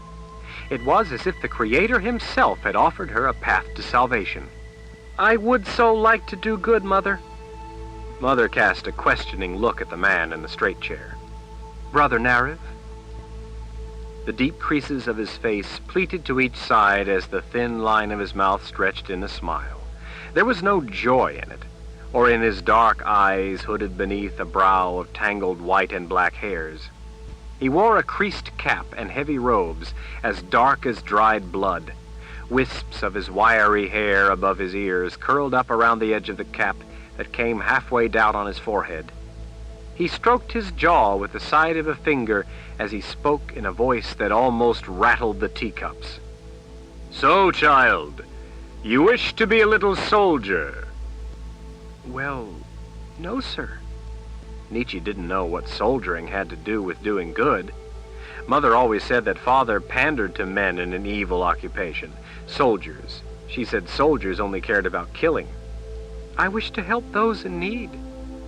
That is what we all tried to do, child. His spooky smile remained fixed on his face as he spoke. We here are all soldiers in the Fellowship of Order, as we call our little group. All soldiers fighting for justice. Everyone seemed too timid to look directly at him. They glanced for a moment, looked away, then glanced back again, as if his face was not something to be taken in all at once, but sipped at, like a scalding hot, foul-tasting remedy. Mother's brown eyes darted around like a cockroach looking for a crack. Why, of course, Brother Nariv. That is the only moral sort of soldier, the charitable sort. She urged Nietzsche up and scooted her forward. Nietzsche, Brother Nariv here is a great man. Brother Nariv is the high priest of the Fellowship of Order, an ancient sect devoted to doing the Creator's will in this world. Brother Nariv is a sorcerer. She cast a smile up at him. Brother Nariv, this is my daughter, Nietzsche. Her mother's hands pushed her at the man as if she were an offering for the Creator. Unlike everyone else, Nietzsche couldn't take her gaze from his hooded eyes. She had never seen their like. There was nothing in them but dark, cold emptiness. He held out a hand. Pleased to meet you, Nietzsche. Curtsy and kiss his hand, dear, Mother prompted. Nietzsche went to one knee. She kissed the knuckles so as not to have to put her lips on the spongy web of thick blue veins covering the back of his hairy hand floating before her face. The whitish knobs were cold, but not icy, as she had expected. We welcome you to our movement, Nietzsche, he said in that deep, rattling voice of his. With your mother's caring hand raising you up, I know you will do the Creator's work. Nietzsche thought that the Creator himself must be very much like this man. From all the things her mother told her, Nietzsche feared the Creator's wrath. She was old enough to know that she had to start doing the good work her mother always talked about, if she was to have any chance at salvation. Everyone said Mother was a caring, moral person. Nietzsche wanted to be a good person, too. But good work seemed so hard, so stern, not at all like her father's work, where people smiled and laughed and talked with their hands. Thank you, Brother Nariv, Nietzsche said. I will do my best to do good in the world. One day, with the help of fine young people like you, we will change the world. I don't delude myself with so much callousness among men. It will take time to win true converts. But we here in this room, along with others of like mind throughout the land, are the foundation of hope. Is the Fellowship a secret, then? Nietzsche asked in a whisper. Everyone chuckled. Brother Nariv didn't laugh, but his mouth smiled again. No, child, quite the contrary. It is our most fervent wish and duty to spread the truth of mankind's corruption. The Creator is perfect. We mortals are but miserable wretches. We must recognize our wicked nature if we hope to avoid his righteous wrath and reap our deliverance in the next world. Self-sacrifice for the good of all is the only route to salvation. Our fellowship is open to all those willing to give of themselves and live ethical lives. Most people don't take us seriously. Someday they will. Gleaming, mousy eyes around the room watched without blinking as his deep, powerful voice rose like the Creator's own fury. A day will come when the hot flames of change will sweep across the land. burning away the old, the decaying and the foul, to allow a new order to grow from the blackened remains of evil. After we burn clean the world, there will be no kings, yet the world will have order, championed by the hand of the common man, for the common man. Only then will there be no hunger, no shivering in the cold, no suffering without help. The good of the people will be put above the selfish desires of the individual. Nietzsche wanted to do good, she truly did, but his voice sounded to her like a rusty dungeon door grating shut on her. All the eyes in the room watched her to see if she was good like her mother. That sounds wonderful, Brother Nerv. He nodded. It will be, child. You will help bring this to be. Let your feelings be your guide. You will be a soldier marching toward a new world order. It will be a long and arduous task. You must keep the faith. The rest of us in this room will not likely live to see it flourish, but perhaps you will live long enough to one day see such a wondrous order come to pass. Nietzsche swallowed. I will pray for it, Brother Nerv. Chapter 11. The next day, loaded with a big basket of bread, Nietzsche was let out of the carriage along with a gaggle of other people from the fellowship to fan out and distribute bread to the needy. Mother had attired her in a ruffled red dress for the special occasion. Her short white stockings had designs stitched in red thread. Filled with pride to at last be doing good, Nietzsche marched down the garbage-strewn street armed with her basket of bread, thinking about the day when the hope of a new order could be spread to all, so that all could finally rise up out of destitution and despair. Some people smiled and thanked her for the bread. Some took the bread without a word or a smile. Most, though, were surly about it, complaining that the bread was late and the loaves were too small or the wrong kind. Nietzsche was not discouraged. She told them what Mother had said, that it was the baker's fault, because he baked bread for profit first, and since he received a reduced rate for charity, baked that second. Nietzsche told them that she was sorry that wicked people treated them as second-rate, but that someday the Fellowship of Order would come to the land and see to it that everyone was treated the same. As Nietzsche walked down the street handing out the bread, a man snatched her arm and pulled her into the stench of a narrow, dark alley. She offered him a loaf of bread. He swiped the basket out of her hands. He said he wanted silver or gold. Nietzsche told him she had no money. She gasped in panic as he yanked her close. His filthy, probing fingers groped everywhere on her body, even violating her most private places, looking for a purse, but found none hidden on her. He pulled off her shoes and threw them away when he found they had no coins hidden in them. His fist punched her twice in the stomach. Nietzsche crashed to the ground. He spat a curse at her as he stole away into the shadowed heaps of refuse. Holding herself up on trembling arms, Nietzsche vomited into the oily water running from under the mounds of offal. People passing the alley looked in and saw her retching there on the ground, but turned their eyes back to the street and hurried on their way. A few quickly darted into the alley, bent, and scooped up bread from the overturned basket before rushing off. Nietzsche panted, tears stinging her eyes, trying to get her wind back. Her knees were bleeding. Her dress was splattered with scum. When she returned home in tears, Mother smiled at seeing her. "Their plight often brings tears to my eyes, too." Nietzsche shook her head, her golden locks swinging side to side, and told Mother that a man had grabbed her and hit her, demanding money. Nietzsche reached for her mother as she wailed in misery that he was a wicked, wicked man. Mother smacked her mouth. "Don't you dare judge people! You are just a child. How can you presume to judge others?" Stopped cold, Nietzsche was bewildered by the slap, more startling than painful. The rebuke stung more. "But Mother, he was cruel to me. He touched me everywhere and then he hit me." Mother smacked her mouth again, harder the second time. "I'll not have you disgrace me before Brother Nerv and my friends with such insensitive talk. Do you hear? You don't know what made him do it. Perhaps he has sick children at home and he needs money to buy medicine. Here he sees some spoiled rich child and he finally breaks, knowing his own child has been cheated in life by the likes of you and all your fine things. You don't know what burdens life has handed the man.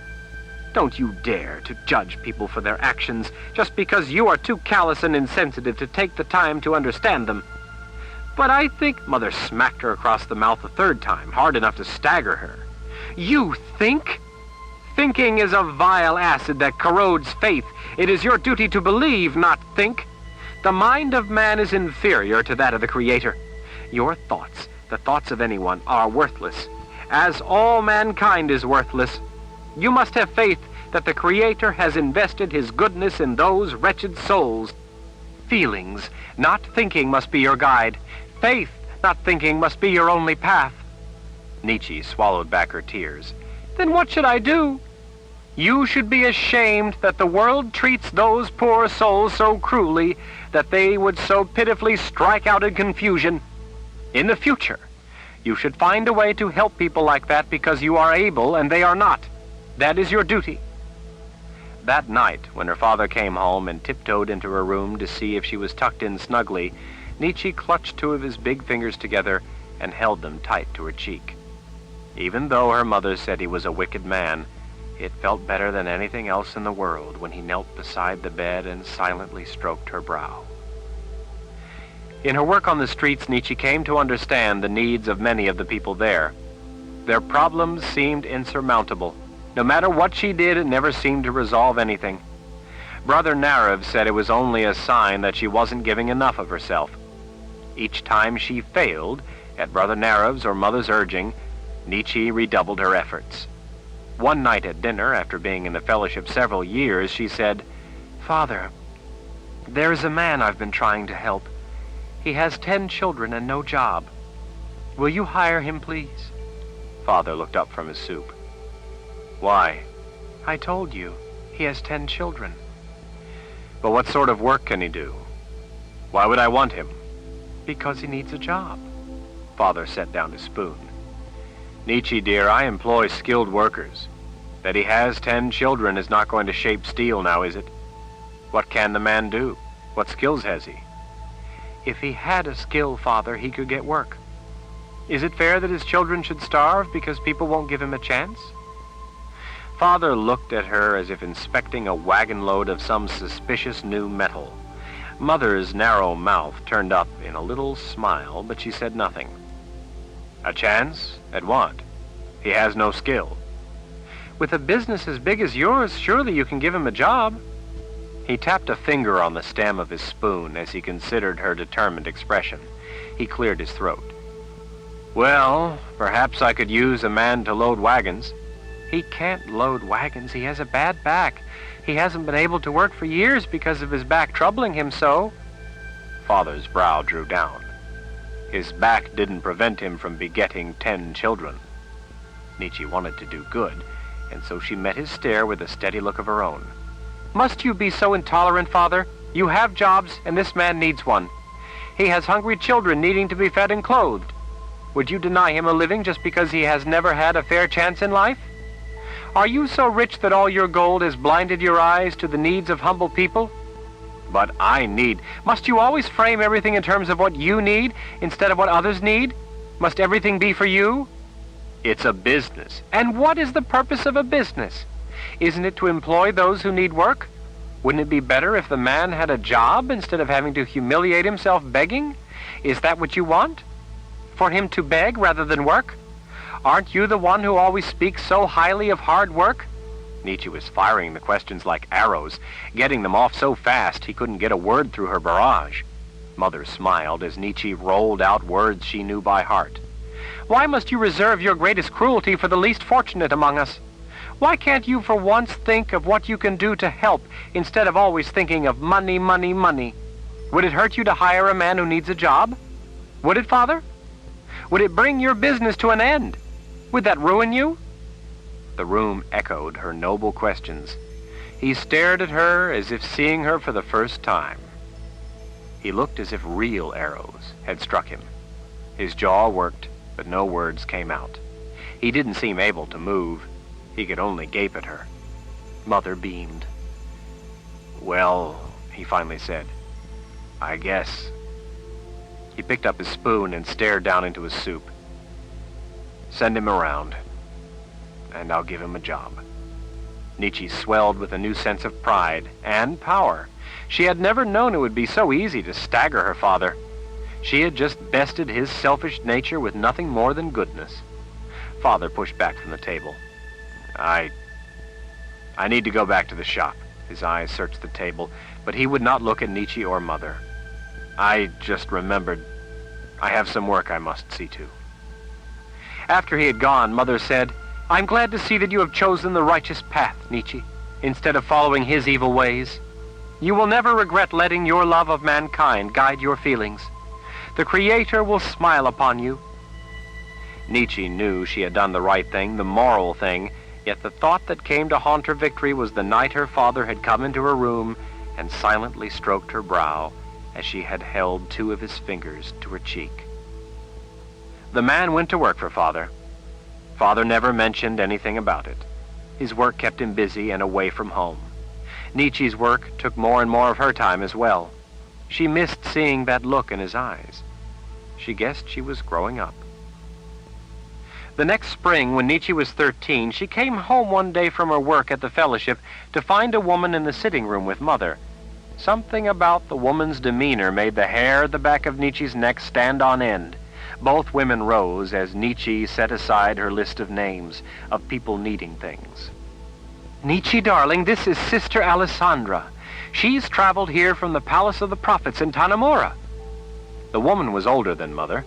She had a long braid of fine brown hair looped around in a circle and pinned to the back of her skull like a loaf of braided bread. Her nose was a little too big for her face, and she was plain, but not at all ugly. Her eyes focused on Nietzsche with an unsettling intensity, and they didn't dart about the way Mother's always did. Was it quite a journey, Sister Alessandra? Nietzsche asked, after she had curtsied. All the way from Tanamora, I mean? 3 days is all, Sister Alessandra said. A smile grew on her face as she took in Nietzsche's bony frame. My, so little yet for such grown-up work. She held out a hand toward a chair. Won't you sit with us, dear? Are you a sister with the fellowship? Nietzsche asked, not really understanding who the woman was. The what? Nietzsche, Mother said. Sister Alessandra is a sister of the light. Astonished, Nietzsche dropped into a chair. Sisters of the light had the gift, just like her and Mother. Nietzsche didn't know very much about the sisters, except that they served the Creator. That still didn't settle her stomach. To have such a woman right there in her house was intimidating. Like when she stood before Brother Narav, she felt an inexplicable sense of doom. Nietzsche was also impatient because she had duties waiting. There were donations to collect. She had older sponsors who accompanied her to some of the places. For other places, they said a young girl could get better results by herself, by shaming people who had more than they deserved. Those people, who had businesses, all knew who she was. They would always stammer and ask her how her father was. As she had been instructed, Nietzsche told them how pleased her father would be to know they were thoughtful to the needy. In the end, most became civic-minded. Then there were remedies Nietzsche needed to take to women with sick children.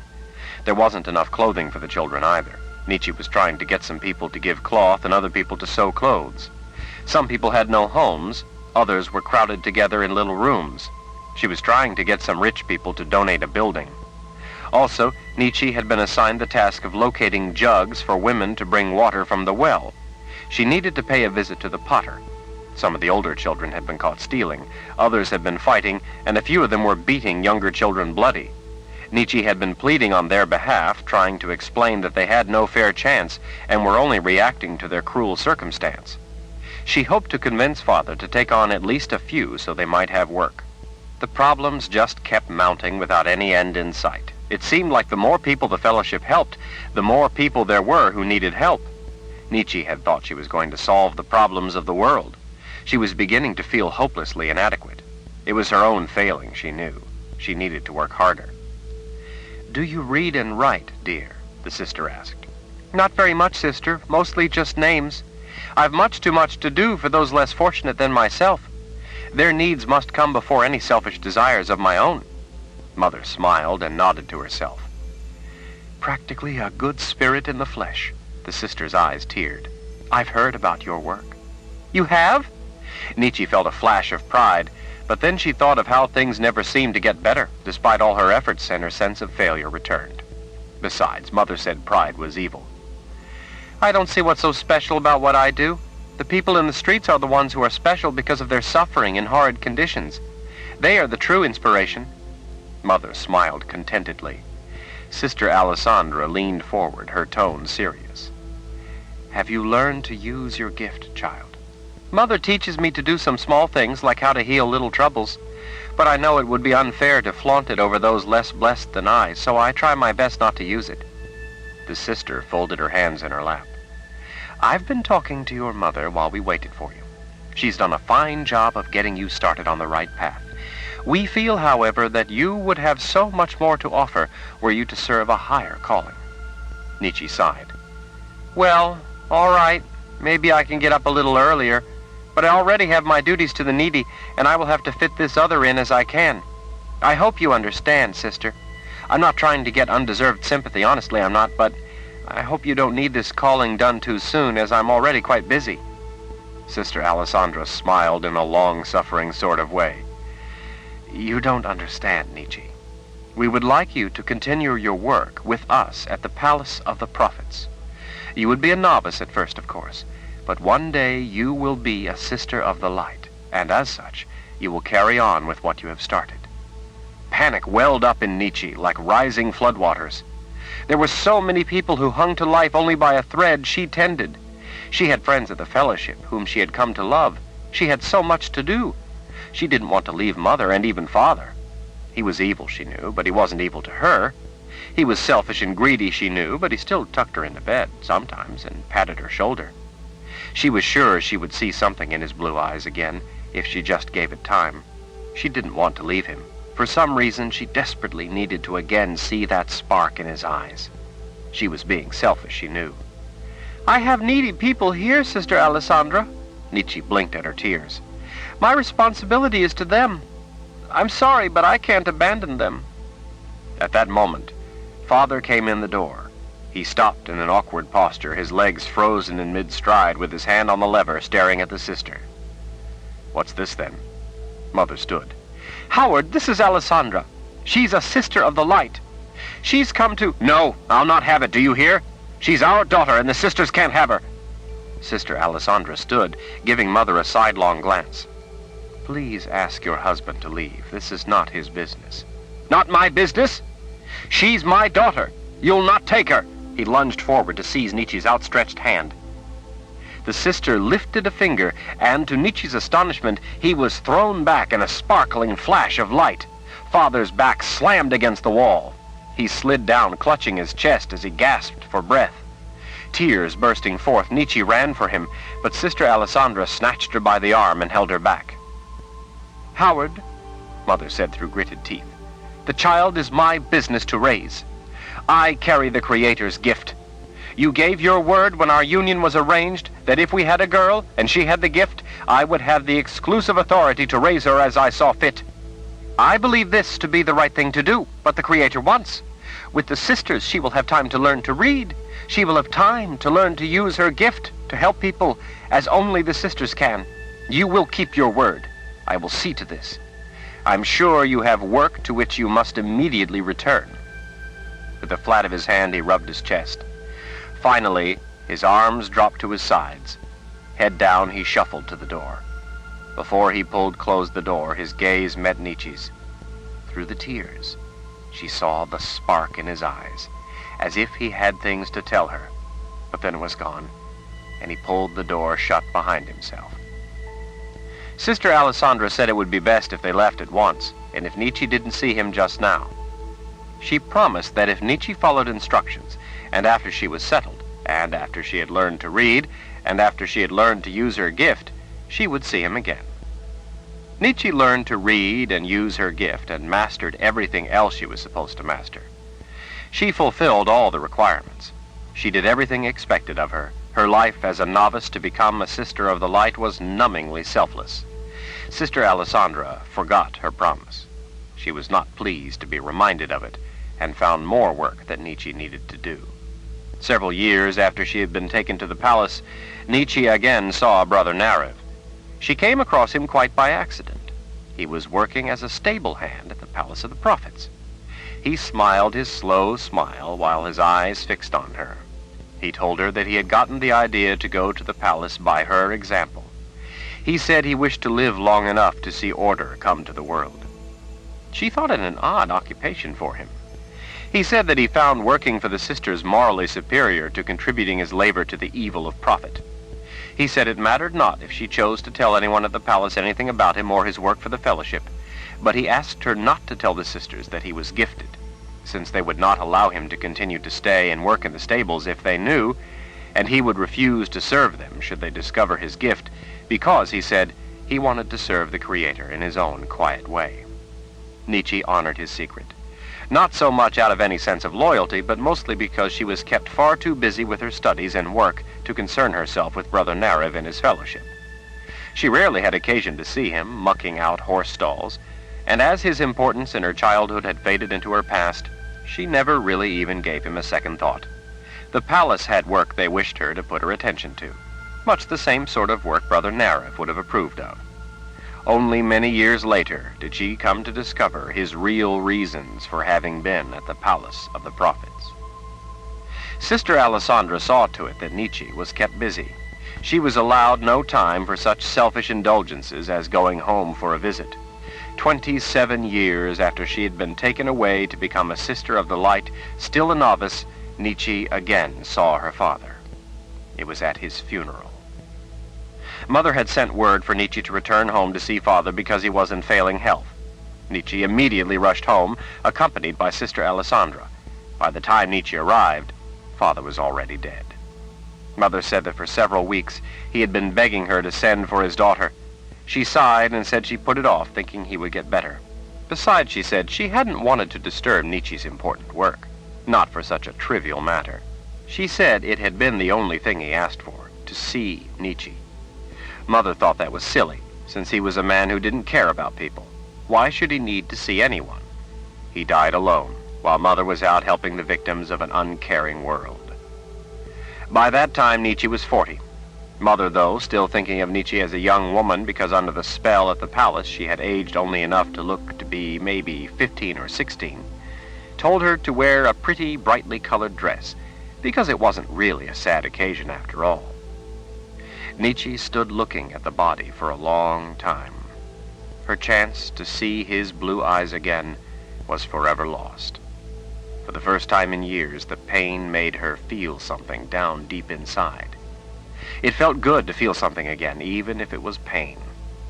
As Nietzsche stood looking at her father's sunken face, Sister Alessandra told Nietzsche that she was sorry she had to take her away, but that in her whole life she had not encountered a woman with the gift as powerful as it was in Nietzsche, and that such a thing as the Creator had given her was not to be wasted. Nietzsche said she understood. Since she had ability, it was only right that she use it to help those in need. At the Palace of the Prophets, Nietzsche was said to be the most selfless, caring novice they had under their roof. Everyone pointed to her and told the younger novices to look to Nietzsche's example. Even the prelate had commended her. The praise was but a buzz in her ear. It was an injustice to be better than others. Try as she might, Nietzsche could not escape her father's legacy of excellence. His taint coursed through her veins, oozed from every pore, and infected everything she did. The more selfless she was, the more it only confirmed her superiority and thus her wickedness. She knew that could mean only one thing. She was evil. Try not to remember him like this, Sister Alessandra said after a long silence as they stood before the body. Try to remember what he was like when he was alive. I can't, Nietzsche said. I never knew him when he was alive. Mother and her friends at the fellowship ran the business. She wrote Nietzsche joyful letters, telling her how she had put many of the needy to work at the armorers. She said the business could afford it, with all the wealth it had accumulated. Mother was proud that that wealth could now be put to a moral use. She said Father's death had been a cloaked blessing because it meant help at last for those who had always deserved it most. It was all part of the Creator's plan, she said. Mother had to raise her prices in order to pay the wages of all the people she'd given work. A lot of the older workers left. Mother said she was glad they were gone because they had uncooperative attitudes. Orders fell behind. Suppliers began demanding to be paid before delivering goods. Mother discontinued having the armor proofed because the new workers complained that it was an unfair standard to be held to. They said they were trying their best, and that was what counted. Mother sympathized. The battering mill had to be sold. Some of the customers stopped ordering armor and weapons. Mother said they would be better off without such intolerant people. She sought new laws from the Duke to require work to be spread out equally, but the laws were slow in coming. The few remaining customers hadn't paid their account for quite a while, but promised to catch up. In the meantime, their goods were shipped, if late. Within 6 months of Father dying, the business failed. The vast fortune he had built over a lifetime was gone.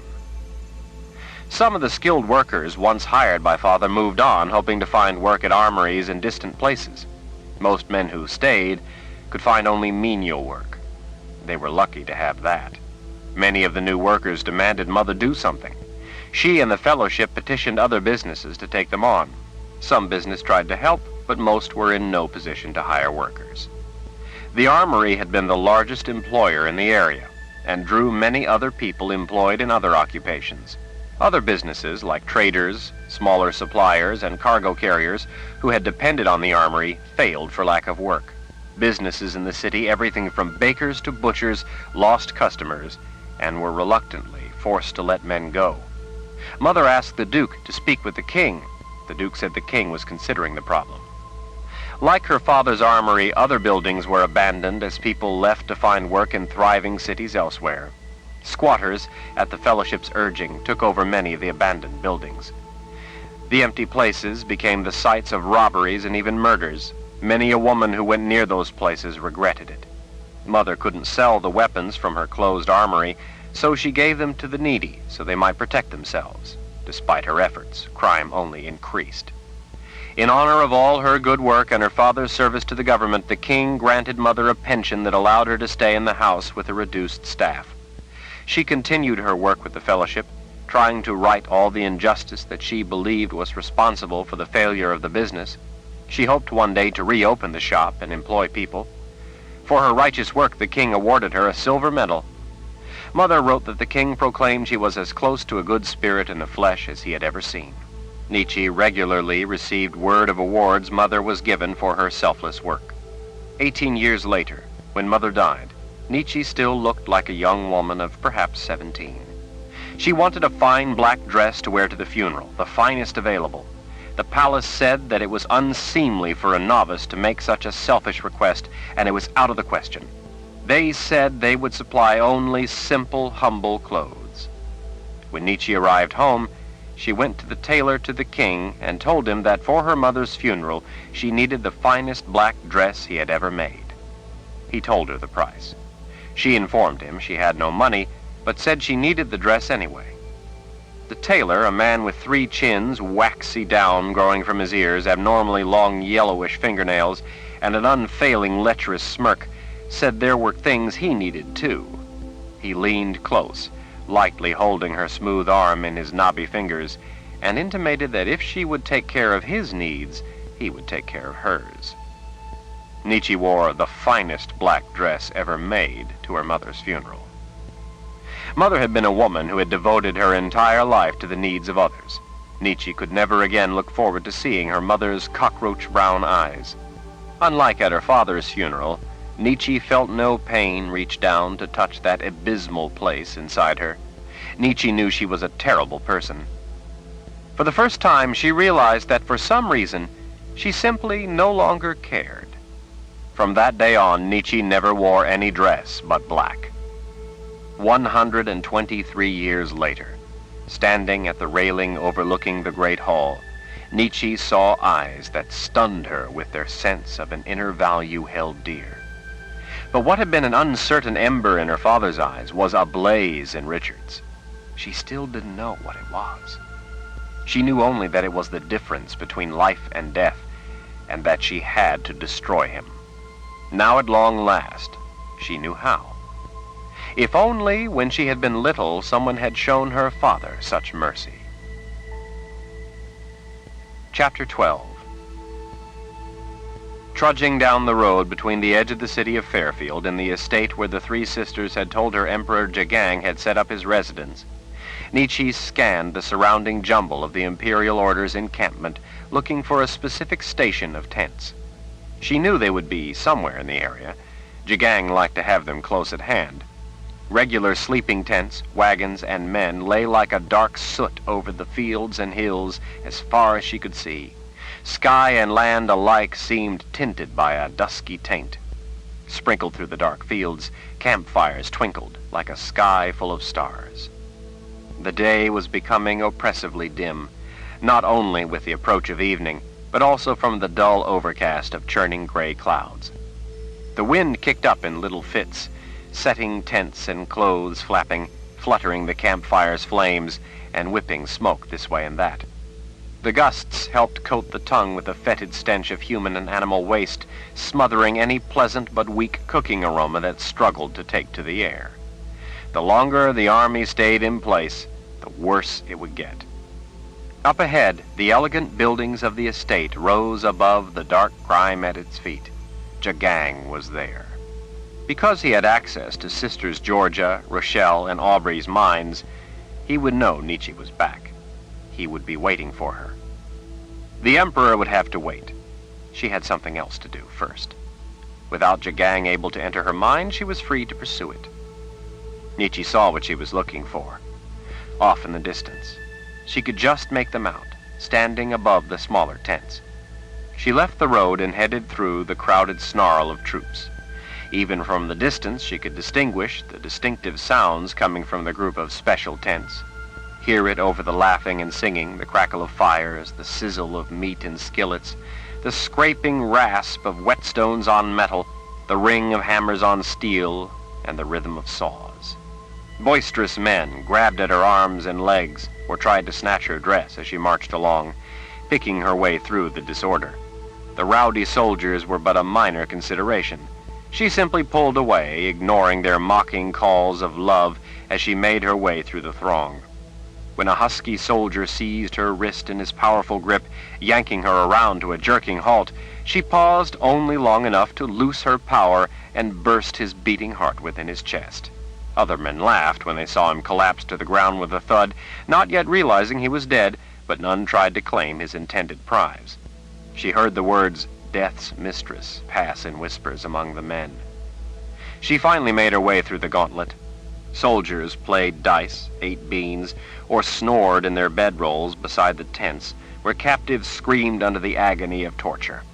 Two men lugged a corpse, dragging some of its innards out of a big tent. They threw the flaccid form in a wagon with a tangle of others. Nietzsche snapped her fingers at an unshaven soldier coming from the direction of another tent. "Let me see the list, Captain." She knew he was the officer in charge by the blue canvas cover of the register book he carried. He scowled at her a moment, but when he glanced down at her black dress, a look of recognition came over his face. He passed her the grubby, rumpled book. It had a deep crease across the middle, as if someone had accidentally sat on it. The pages that had fallen out had been pushed back in, but they never fit right, and their edges stuck out here and there to become frayed and filthy. "Not much to report, mistress, but please let His Excellency know that we've tried just about every skill known, and she isn't talking." Nietzsche opened the book and began scanning the list of recent names and what was known about them. "Her? Who are you talking about, Captain?" she mumbled as she read. "Why, the Mord Sith, of course." Nietzsche turned her eyes up toward the man. "The Mord Sith, of course. Where is she?" He pointed at a tent a ways off through the disarray. "I know His Excellency said he didn't expect a witch of her dark talents to give us any information about Lord Rahl, but I was hoping to surprise him with good news." He hooked his thumbs behind his belt as he let out a sigh of frustration. "No such luck." Nietzsche eyed the tent for a moment. She heard no screams. She had never before seen one of those women, the Mord Sith, but she knew a little about them. She knew that using magic against one was a deadly mistake. She went back to reading the entries in the register. There was nothing of much interest to her. Most of the people were from around here. They were merely a sampling collected to check what they might know. They would not have the information she wanted. Nietzsche tapped a line near the end of the writing in the book. It said, messenger. Where is this one? The captain tilted his head, indicating a tent behind him. I put one of my best questioners with him. Last I checked, there was nothing from him yet. But that was early this morning. It had been all day since he had checked. All day could be an eternity under torture. Like all the rest of the tents used for questioning prisoners, the one with the messenger stood above the surrounding field tents, which were only large enough for soldiers to lie in. Nietzsche pushed the book at the officer's thick gut. Thank you, that will be all. You'll be giving His Excellency a report, then? Nietzsche nodded absently at his question. Her mind was already elsewhere. You'll tell him that there is little to be learned from this lot? No one was eager to stand before Jagang and admit they were unable to accomplish a task, even if there was nothing to accomplish. Jagang did not appreciate excuses. Nietzsche nodded as she strode away, heading for the tent holding the messenger. I'll be seeing him shortly. I'll give him the report for you, Captain. As soon as she threw back the flap and entered, she saw that she was too late. The messy remains of the messenger lay on a narrow wooden table, affixed with glistening tools of the trade. The messenger's arms hung down off the sides, dripping warm blood. Nietzsche saw that the questioner had a folded piece of paper. What have you there? He held up the paper and flashed her a grin. Something His Excellency will be very pleased to hear about. I've got a map. A map of what? Where this fellow's been. I drew it all out from what he volunteered. He laughed at his own humor. She didn't. Really, Nietzsche said. The man's grin was what had her attention. A man like this only grinned when he had something he'd been seeking, something to bring him favor in the eyes of his superiors. And where has the man been? To see his leader. He waved the paper like a treasure map. Tired of the game, Nietzsche snatched the booty from his hand. She unfolded the wrinkled yellow paper and saw that it was indeed a map with rivers, the coastline, and mountains all meticulously drawn out. Even mountain passes were noted. Nietzsche could tell that the map was authentic. When she had lived at the Palace of the Prophets, the New World was a far-off and mysterious place, rarely visited by anyone but a few sisters. Any sister who ventured there always kept exacting records that were added to maps at the palace. Along with many other esoteric items, all novices memorized those maps in the course of their studies.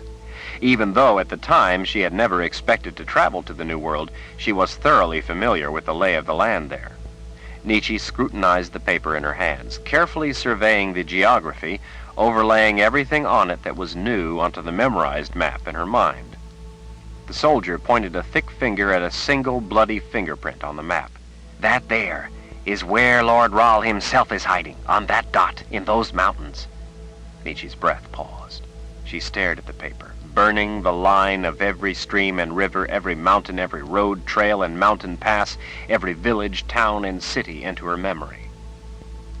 What did this man confess before he died? She looked up. His Excellency is waiting for my report. I was just on my way to see him. She snapped her fingers impatiently. Let's have it all. The man scratched his beard. His fingernails were crusted with dried blood. You'll tell him, won't you? You'll tell His Excellency that Sergeant Wetzel was the one who got the information out of the messenger? Of course, Nietzsche assured him. You will receive full credit. I have no need of such recognition. She tapped the gold ring through her lower lip. The Emperor is always, every moment of every day, in my mind. He no doubt this very moment sees through my eyes that you, not I, are the one who succeeded in getting the information. Now, what did this man confess? Sergeant Wetzel scratched his beard again, apparently trying to decide if he could trust her to credit him, or if he should be sure and take the information to Jagang. There was little trust among those in the Imperial Order, and good reason to distrust everyone. As he scratched his beard, flakes of dried blood stuck in its curly hair. Nietzsche stared into his red-rimmed eyes. He smelled of liquor. If you don't report everything to me, Sergeant Wetzel, and I mean right now, I will have you up on that table next, and I will have your report between your screams. And when I'm done with you, they will throw you in the wagon with the rest of the corpses. He dipped his head twice in surrender. Of course, I only wanted to be sure His Excellency knew of my success. When Nietzsche nodded, he went on. He was just a messenger. We had a small unit of 6 men doing deep scouting patrol. They went on a circle far to the north around any enemy forces. They had one of the gifted women with them to help them remain at a good distance so they wouldn't be detected. They were somewhere northwest of the enemy force when by chance they came across this man. They brought him back for me to question. I discovered he was one of a number of regular messengers sent back and forth to report to Lord Rahl. Nietzsche waggled a finger at the paper. But this down here looks like the enemy force. Are you saying Lord Rahl isn't with his men, with his army? That's right. The messenger didn't know why. His only duty was to carry troop positions and regular news of their condition to his master. He tapped the map in her hand. But right here is where Lord Rahl is hiding, along with his wife. Nietzsche looked up, her mouth falling open. Wife? Sergeant Wetzel nodded. The man said Lord Rahl married some woman known as the Mother Confessor. She's hurt, and they're hiding way up there in those mountains. Nietzsche remembered Richard's feelings for her, and her name, Kaylin. Richard being married put everything in a new light. It had the potential to disrupt Nietzsche's plans. Or anything else, Sergeant. The man said Lord Rahl and his wife have one of them women, them Mord Sith, guarding them. Why are they up there? Why aren't Lord Rahl and the Mother Confessor with their army, or back in Aidendrill, or in Dahara for that matter? He shook his head. This messenger was just a low-ranking soldier who knew how to ride fast and read the lay of the land. That's all he knew. They're up there, and they're all alone. Nietzsche was puzzled by such a development. Anything else? Anything at all? He shook his head. She laid her hand on the man's back between his shoulder blades. Thank you, Sergeant Wetzel. You have been more help than you will ever know. As he grinned, Nietzsche released a flow of power that shot up through his spine and instantly incinerated his brain inside his skull. He dropped with a crash to the hard ground, the air fleeing his lungs in a grunt. Nietzsche held up the map she had committed to memory, and with her gift set it aflame. The paper crackled and blackened as the fire advanced across the rivers and cities and mountains all carefully drawn out on it, until the hot glow surrounded the bloody fingerprint over a dot in the mountains. She let the paper rise from her fingers as it was consumed in a final puff of smoke. Ash, like black snow, drifted down onto the body at her feet. Outside the tent where the Mord Sith was held, Nietzsche cast a wary gaze across the surrounding camp to see if anyone was watching.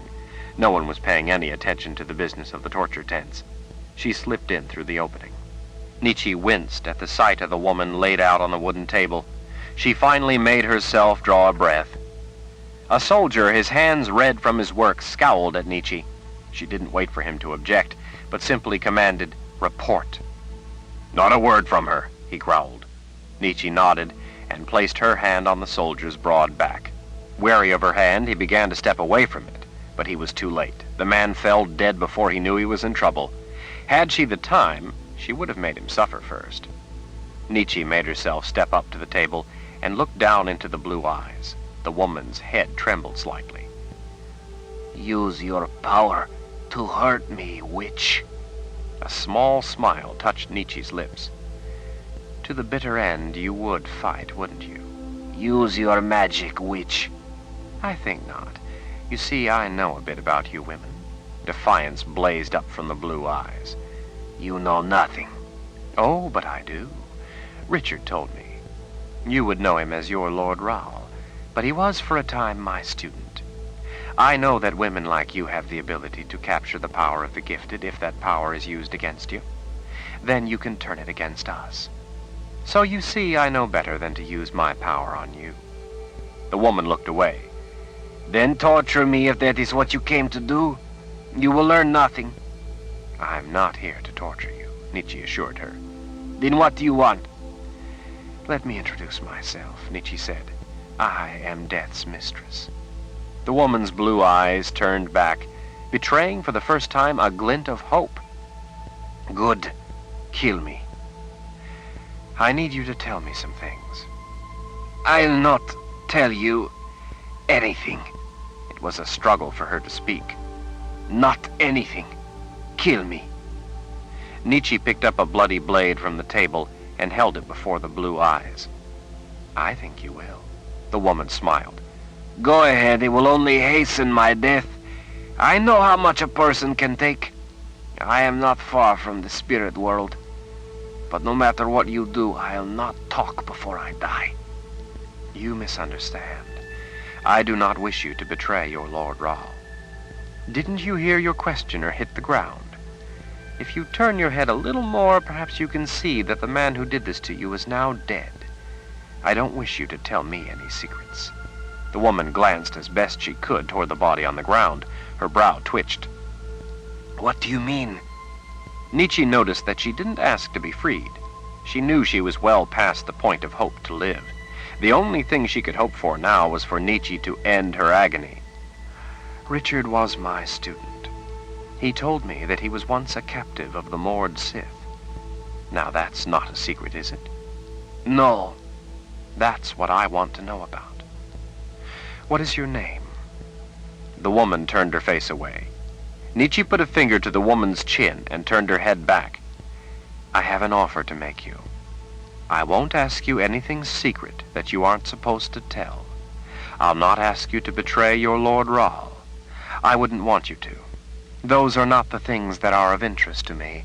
If you cooperate, Nietzsche held up the blade again for the woman to see, I will end it quickly for you. I promise.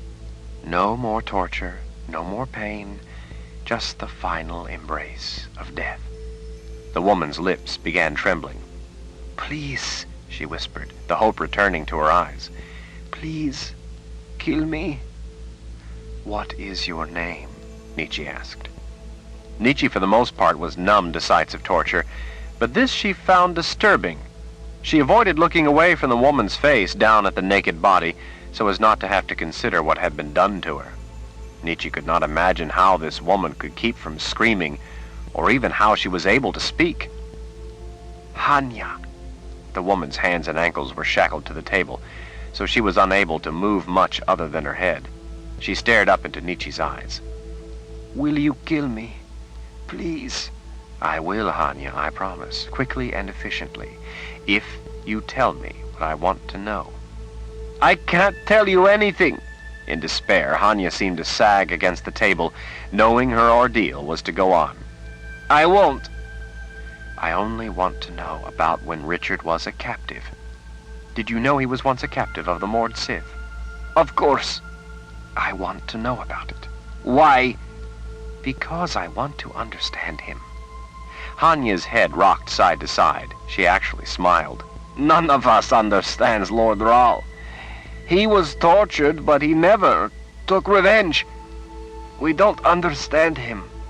I don't either, but I hope to. My name is Nietzsche. I want you to know that. I'm Nietzsche, and I'm going to deliver you from this, Hanya. Tell me about it, please. I need to know. Do you know the woman who captured him? Her name? The woman considered for a moment before she spoke, as if testing in her own mind whether or not the information was in any way secret or could in any way harm him. Denna, Hanya whispered at last. Denna. Richard killed her in order to escape. He already told me that much. Did you know Denna before she died? Yes. I'm not asking anything of secret military importance, am I? Hanya hesitated. She finally shook her head. So, you knew Denna. And did you know Richard at the time, when he was there and she had him? Did you know he was her captive? We all knew. Why is that? The Lord Rahl at the time, Richard's father. Yes, he wanted Denna to be the one to train Richard, to prepare him to answer without hesitation whatever questions Dark and Rahl asked him. She was the best at what we do. Good. Now, tell me everything about it. Everything you know. Hanya drew a shaky breath. It took a moment before she spoke again. I won't betray him. I am experienced at what is being done to me. You cannot trick me. I will not betray Lord Rahl just to spare myself this. I have not endured this much to betray him now. I promise not to ask anything about the present, about the war. Anything that would betray him to Jagang. If I tell you only about when Denna had him, and not about now, about the war, or where he is, or anything else, do you give me your word that you will end it for me, that you will kill me? I give you my word, Hanya. I wouldn't ask you to betray your Lord Rahl. I know him and have too much respect for him to ask that of you. All I wish is to understand him for personal reasons. I was his teacher last winter, instructing him in the use of his gift. I want to understand him better. I need to understand him. I believe I can help him if I do. And then you will help me? There was a shimmer of hope along with the tears. You will kill me then? This woman could aspire to nothing more now. It was all that was left to her in this life. A quick death to finally end the pain. Just as soon as you're finished telling me all about it, I will end your suffering, Hanya. Do you swear it by your hope to an eternity in the underworld, in the warmth of the Creator's light? Nietzsche felt a sharp shiver of pain wail up from her very soul. She had started out near to 170 years before, wanting nothing but to help. And yet she could not escape the fate of her evil nature. She was death's mistress. She was a fallen woman. She ran the side of a finger down Hanya's soft cheek. The two women shared a long and intimate look. I promise, Nietzsche whispered, quick and efficient. It will be the end of your pain. Tears overflowing her eyes, Hanya gave a little nod. Chapter 13. The estate was a grand place, she supposed. Nietzsche had seen grandeur such as this before. She had also seen much greater majesty, to be sure. She had lived among such splendor for nearly 1 3/4 centuries, among the imposing columns and arches of immaculate rooms, the intricately carved stone vines and buttery smooth wood paneling, the feather beds and silk coverlets, the exquisite carpets and rich draperies, the silver and gold ornamentation, and the bright sparkle of windows made of colored glass composed into epic scenes. The sisters there offered Nietzsche bright-eyed smiles and clever conversation. The extravagance meant no more to her than the rubble of the streets, the cold, wet blankets laid on rough ground, the beds made in the slime among greasy runnels, in the muck of narrow alleys with nothing but the bitter sky overhead.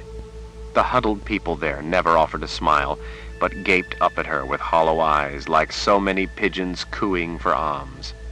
Some of her life was spent among splendor, some among garbage.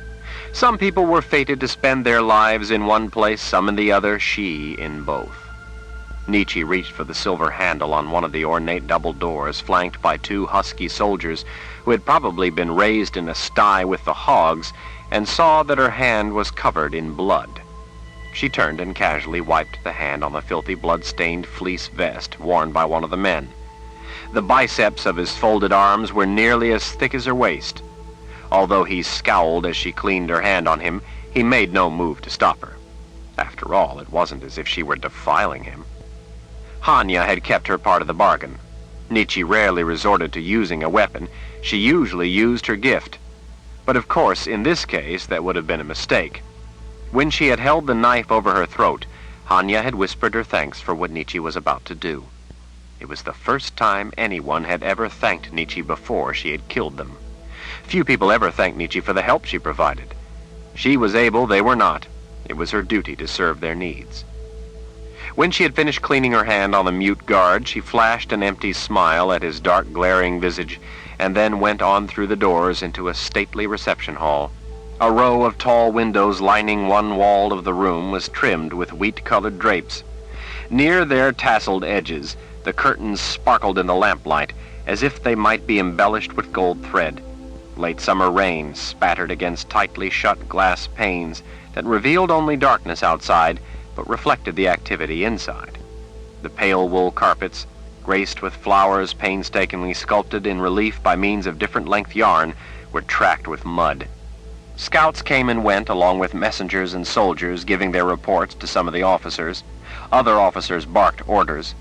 Soldiers carrying rolled maps followed a few of the higher-ranking men as they meandered around the stuffy room. One of the maps lay unrolled across a narrow table. The table's silver candelabrum had been set aside on the floor beside the table. As Nietzsche passed the table, she glanced down and saw that it was missing many of the elements so carefully marked on the map drawn by the Daharan messenger.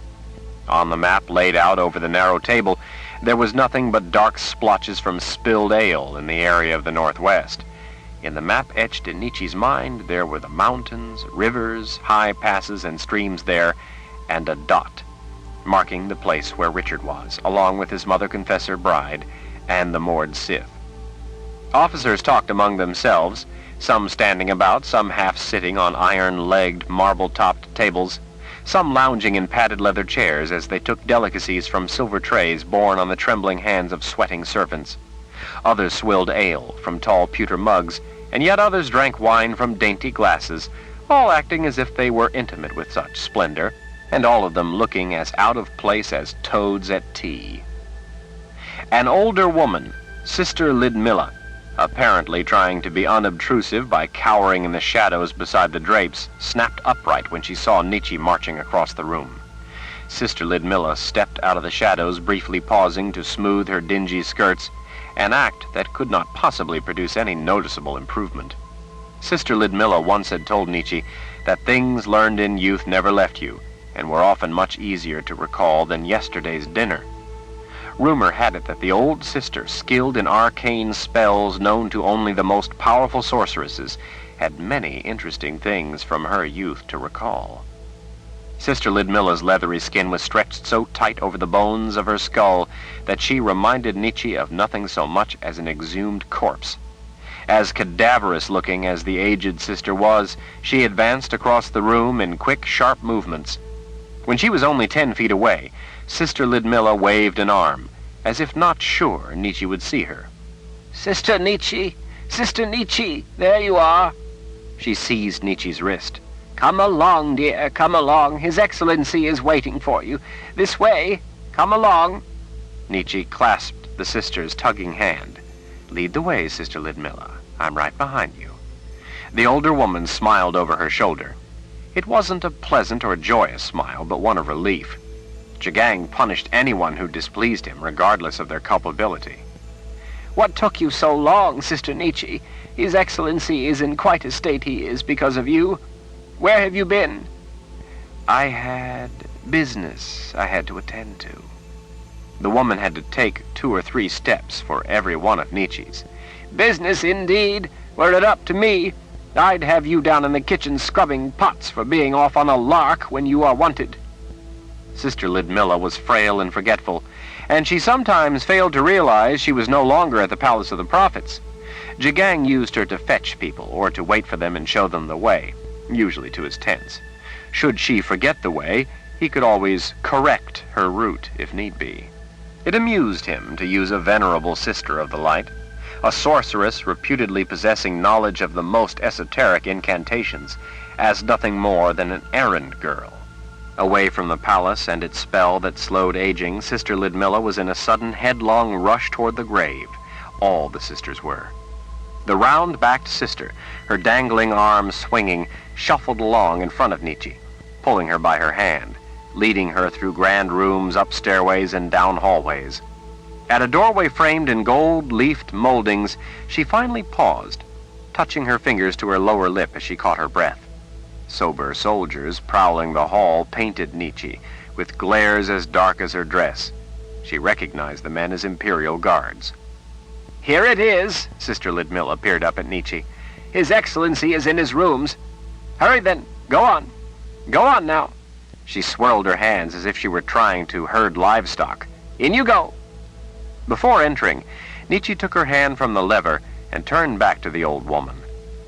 Sister Lidmilla, you once told me that you thought I would be the one best suited for some of the knowledge you had to pass on. Sister Lidmilla's face brightened with a sly smile. Ah, some of the more occult magic interests you at long last, Sister Nietzsche?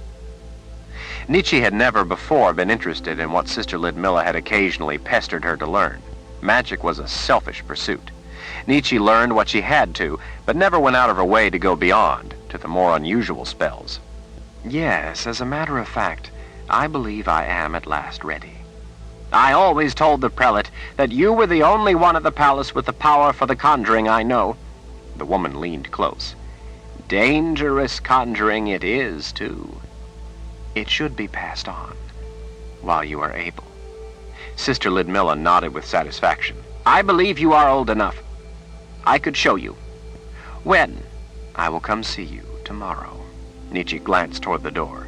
I don't believe I will be able to take a lesson tonight. Tomorrow, then.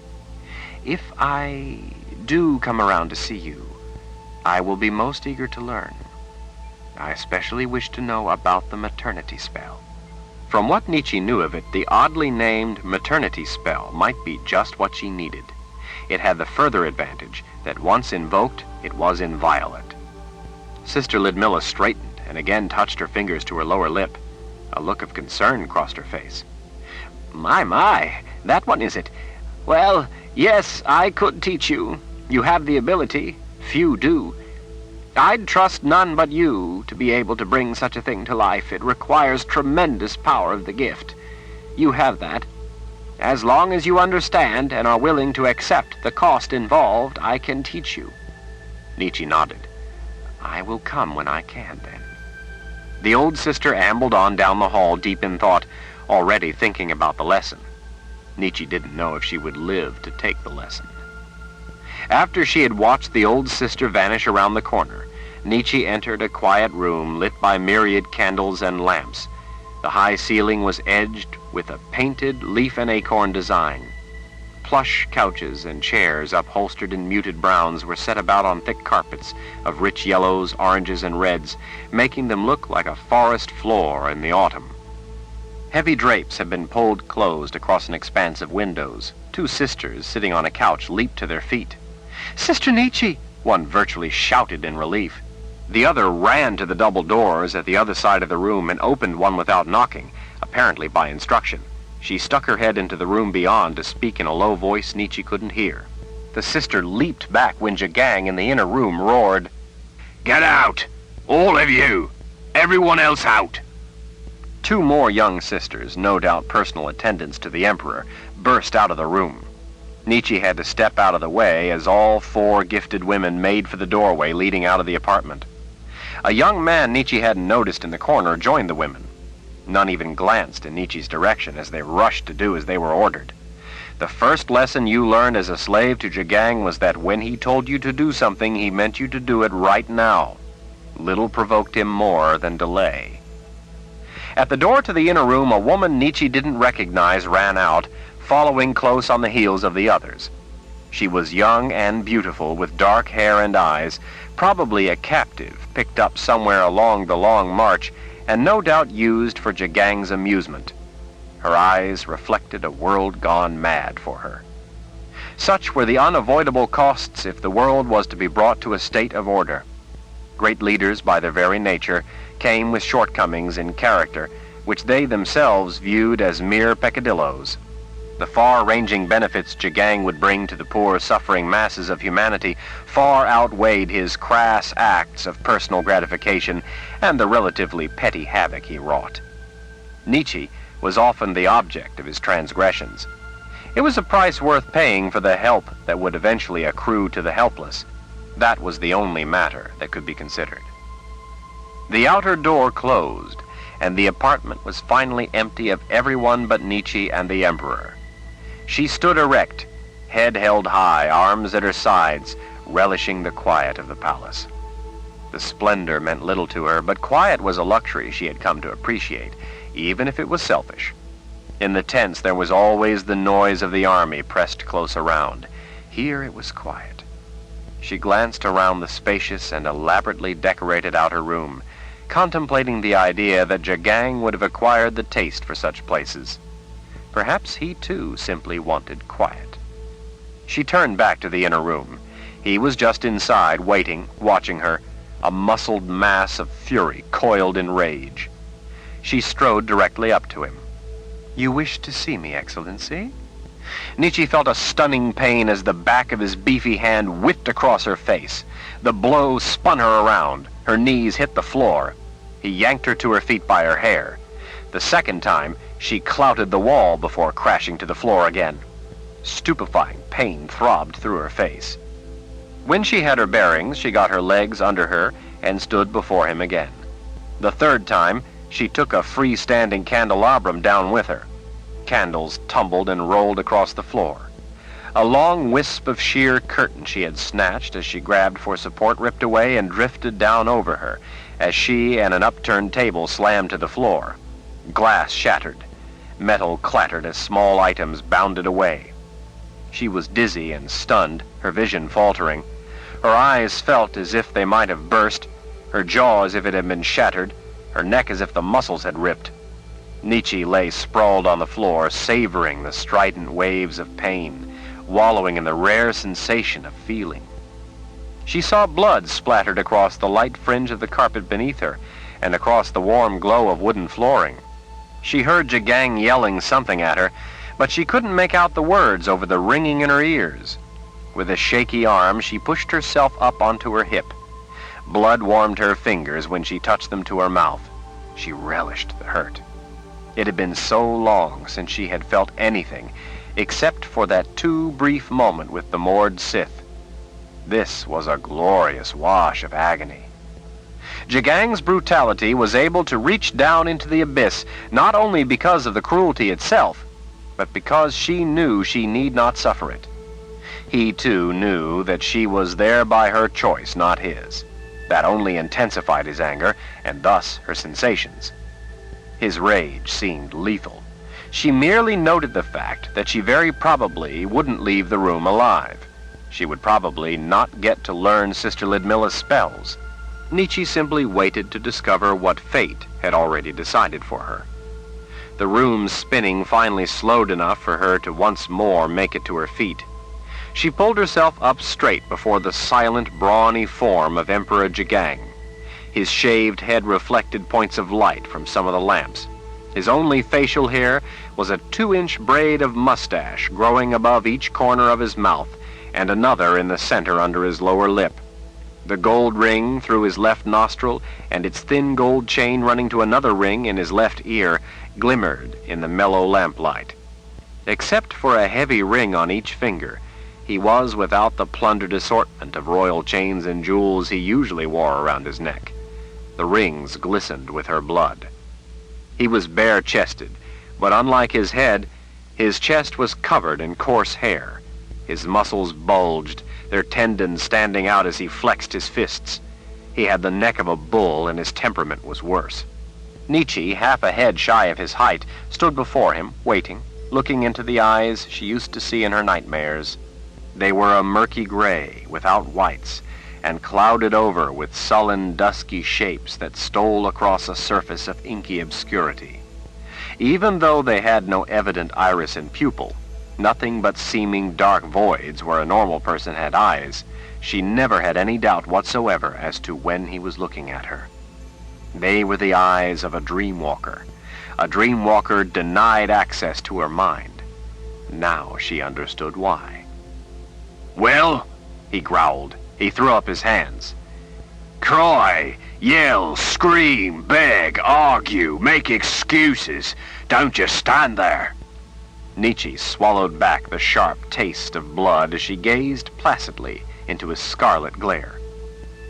Please be specific, Excellency, as to which you would prefer, how long I should carry on, and if I should end it of my own accord or wait for you to beat me into unconsciousness. He lunged at her with a howl of fury. He seized her throat in his massive fist to hold her as he struck her. Her knees buckled, but he held her up until she was able to steady herself. He released her throat with a shove. I want to know why you did that to Kadar. She offered only a bloody smile to his anger. He wrenched her arm behind her back and pulled her hard against him.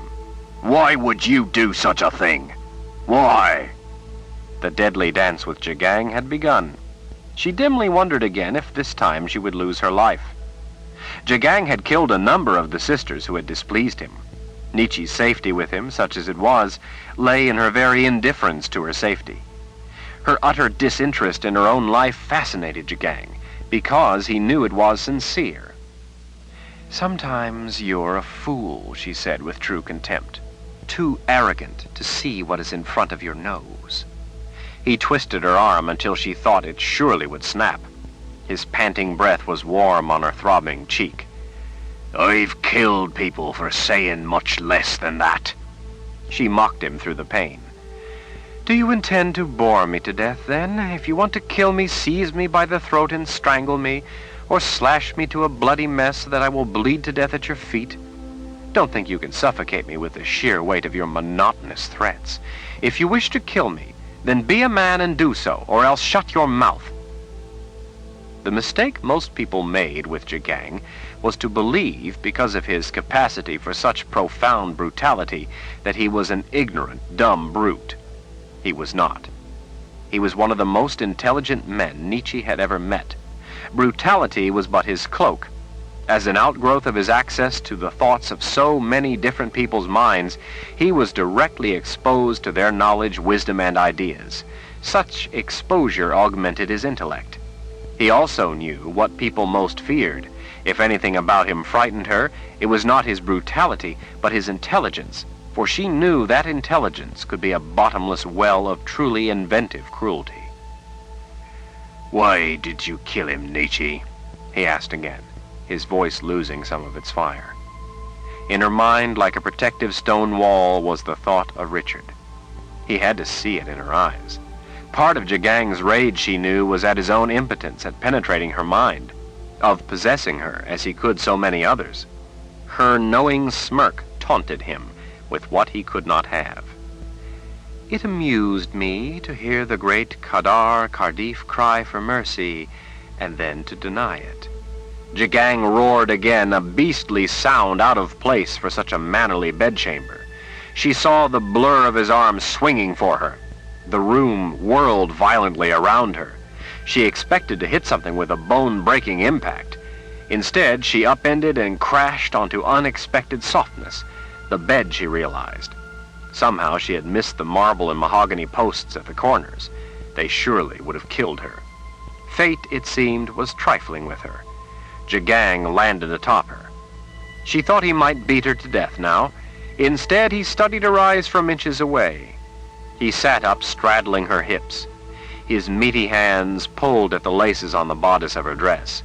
With a quick yank of the material, he exposed her breasts.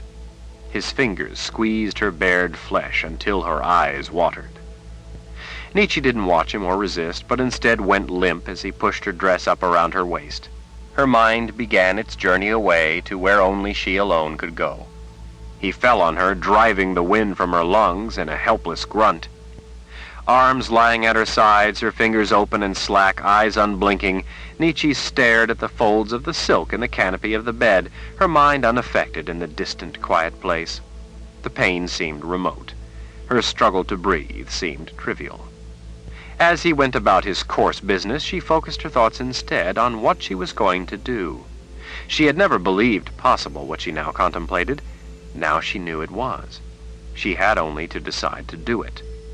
Jagang slapped her, causing her to focus her mind back on him. "You're too stupid to even weep." She realized he had finished. He was not happy that she hadn't noticed. She had to make an effort not to comfort her jaw, stinging from what to him was a smack, but to the person receiving it was a blow nearly strong enough to cripple.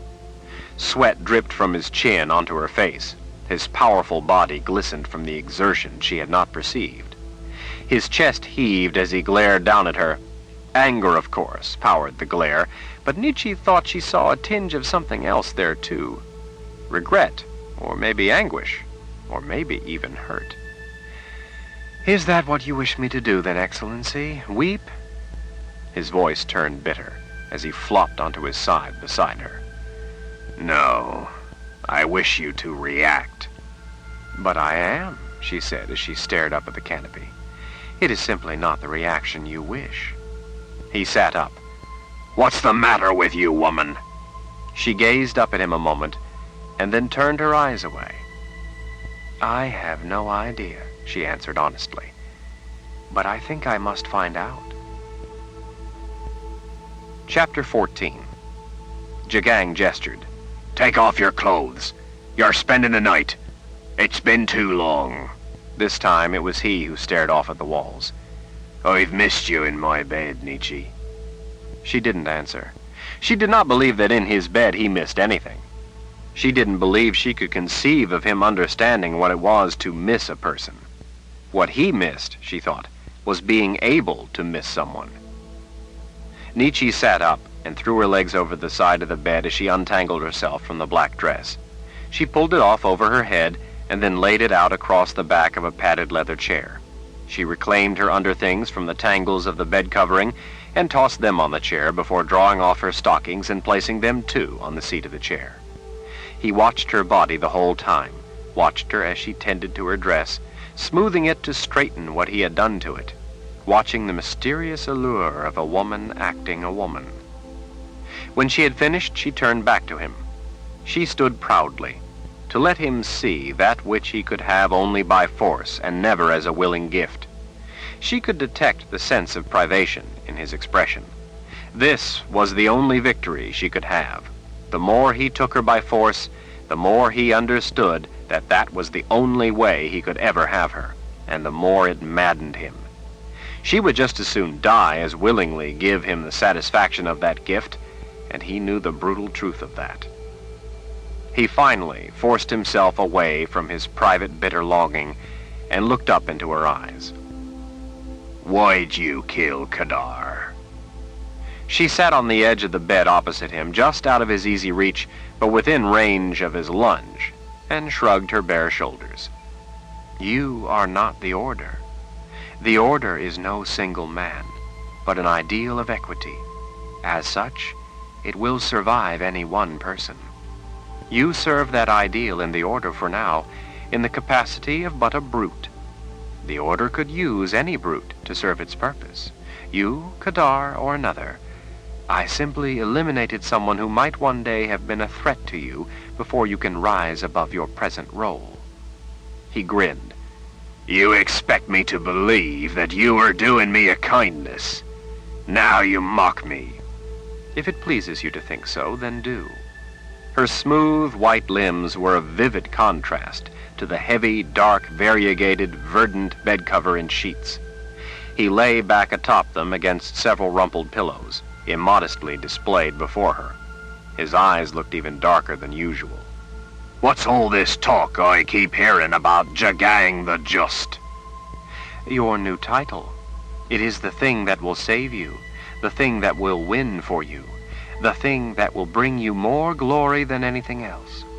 Yet in return for eliminating a future threat to your standing and for making you a hero to the people, you draw my blood." He put an arm behind his head. "Sometimes you make me believe the stories that people tell, that you really are crazy." "And if you kill everyone?" "Then they will be dead." "I have recently been through towns visited by your soldiers. It seems they didn't harm the people, at least they didn't slaughter everyone in sight, as they did when they began their march into the New World." He lunged and seized a fistful of her hair. With a snarl, he yanked her onto her back beside him. She caught her breath as he rose up on an elbow and directed his disturbing gaze down into her eyes.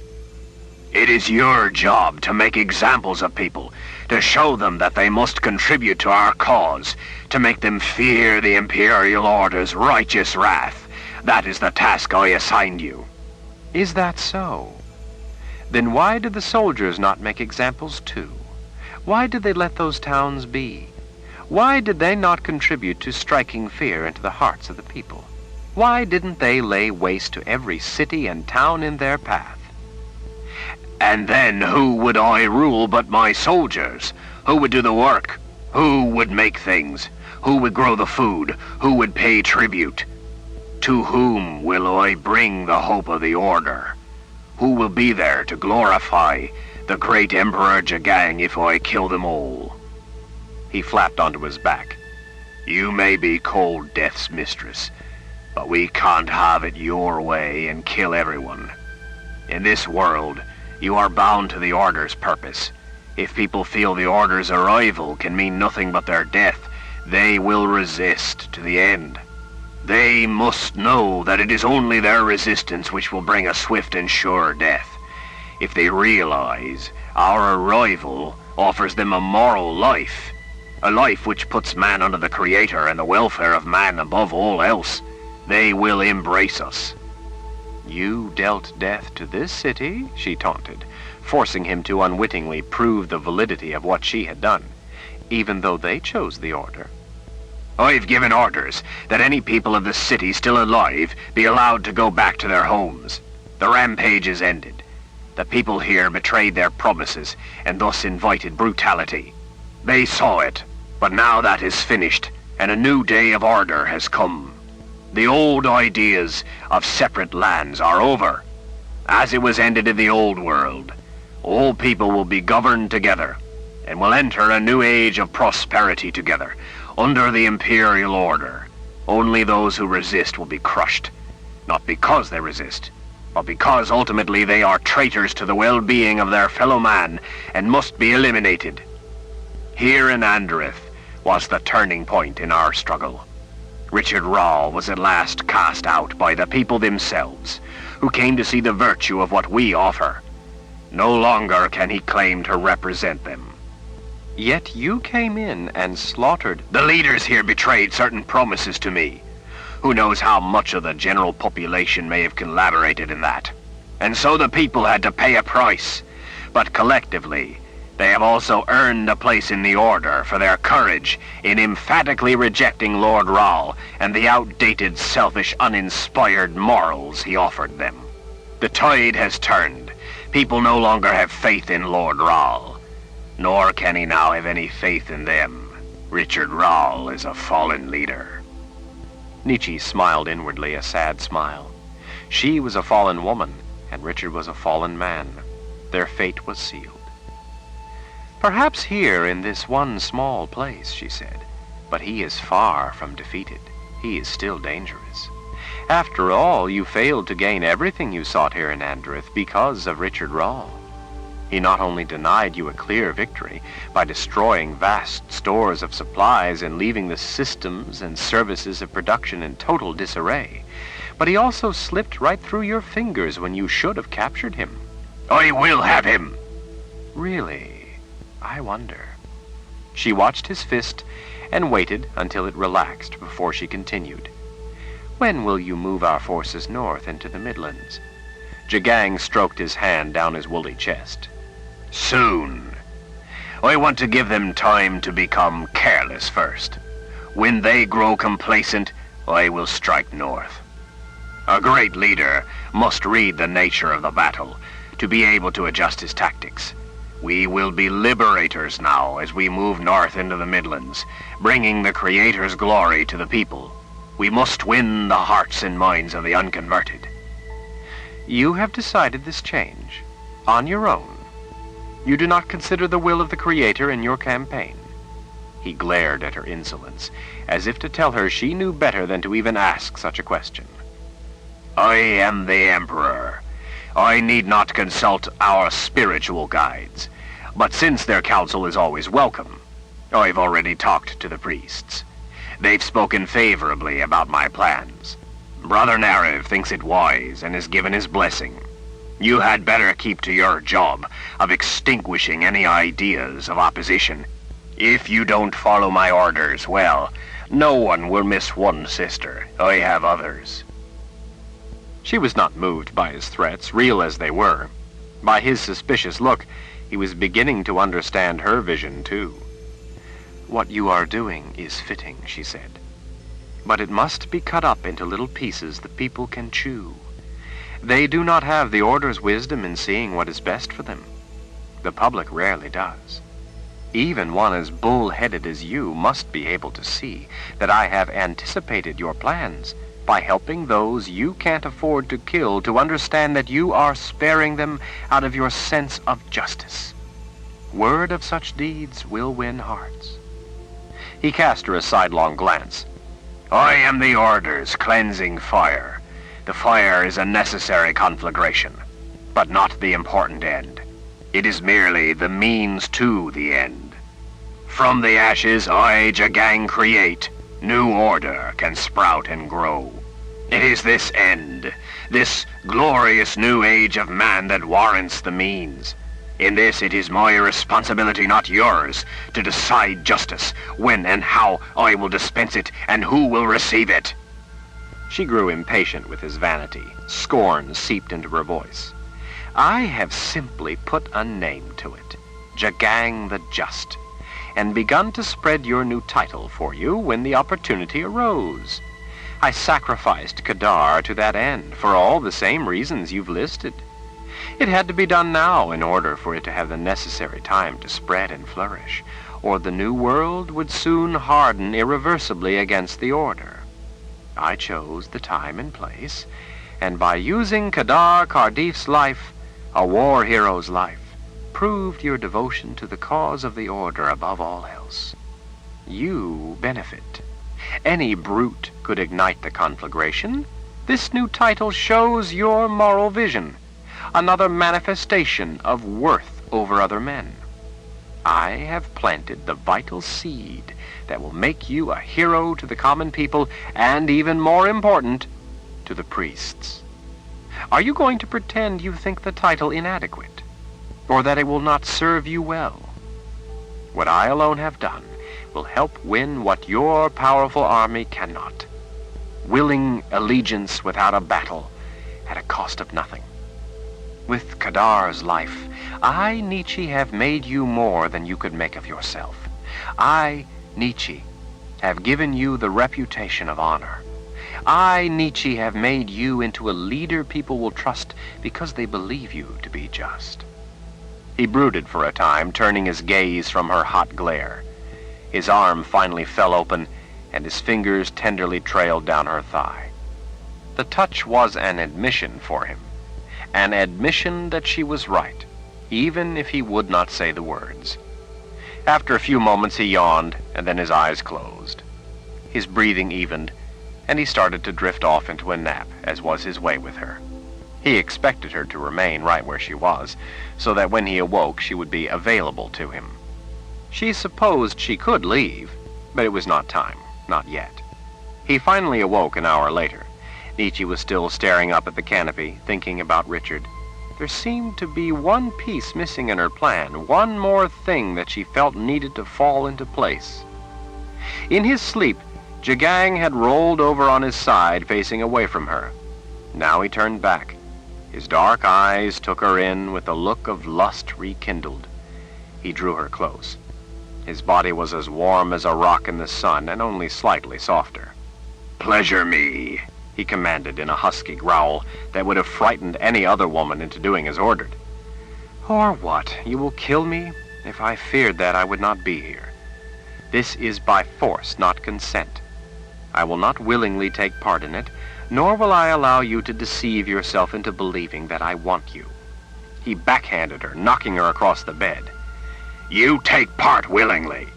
He seized her by the wrist and dragged her back toward him. Why else would you be here? You ordered me here. He smirked. And you came when you could have fled. She opened her mouth, but she had no answer she could put into words. No answer he would understand. With a grin of victory, he fell on her and pressed his lips to hers. As much as it hurt her, for Jagang this was gentle behavior. He had told her several times that she was the only woman he ever cared to kiss. He seemed to believe that by expressing those emotions for her, she could have no alternative but to surrender feelings in kind, as if spoken feelings were currency with which he could purchase affection on demand. It was only the beginning of a long night, a long ordeal, she knew. She would have to endure his forceful violation several more times before morning. His question haunted the distant place in her mind. Morning came, accompanied by the dull throbbing of a headache from her succeeding beating, and the sharper aches from the places where he'd struck her when he came to find that what he thought was her willing submission was but a delusion that left him more angered than before. The pillows were stained with her blood. It had been a long night of rare sensations experienced.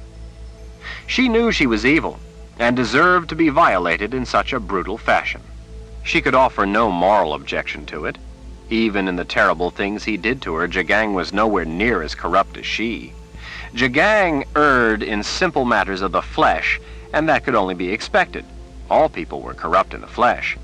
But because of her indifference to the suffering around her, she failed in matters of the spirit. That, she knew, was pure evil. That was why she deserved to suffer whatever he did to her. For the moment, that deep, dark place within came close to being sated. Nietzsche touched her mouth and found the cuts painful but closed. The healing of wounds, though, did not offer the warranted sensations of receiving them, so she resolved to have one of the other sisters heal her, rather than give him the satisfaction of witnessing her suffering the inconvenience of the injuries. With that, her mind turned to thoughts of Sister Lidmilla. Nietzsche realized that Jagang wasn't in bed beside her. She sat up and saw him in a chair not far away, watching her. She pulled the sheet up to cover her breasts, speckled with droplets of dried blood. "You are a pig." You can't get enough of me. Despite what you say, Nietzsche, you wish to be with me. If not, why would you stay? Those nightmare eyes of his watched her, trying to find a way into her mind. There was none. He could no longer be a nightmare for her. Richard guarded her mind. "Not for the reasons you wish to believe. I stay because the ultimate cause of the order is a moral one. I wish it to succeed. I wish the suffering of life's helpless victims to end. I wish everyone to finally be equal and to finally live with everything they need. I have worked nearly my entire life for those goals. The order can see to it that such a fair world comes to be. If I must endure you, even aid you, for such an end, then it is but an insignificant gnat to swallow." You sound so very noble, but I think there is something more basic behind it. I think you would have left if you could, or, he smiled, if you could.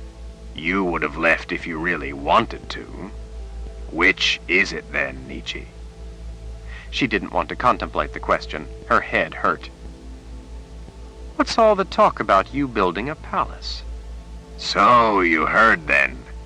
He took a deep breath and sighed wistfully.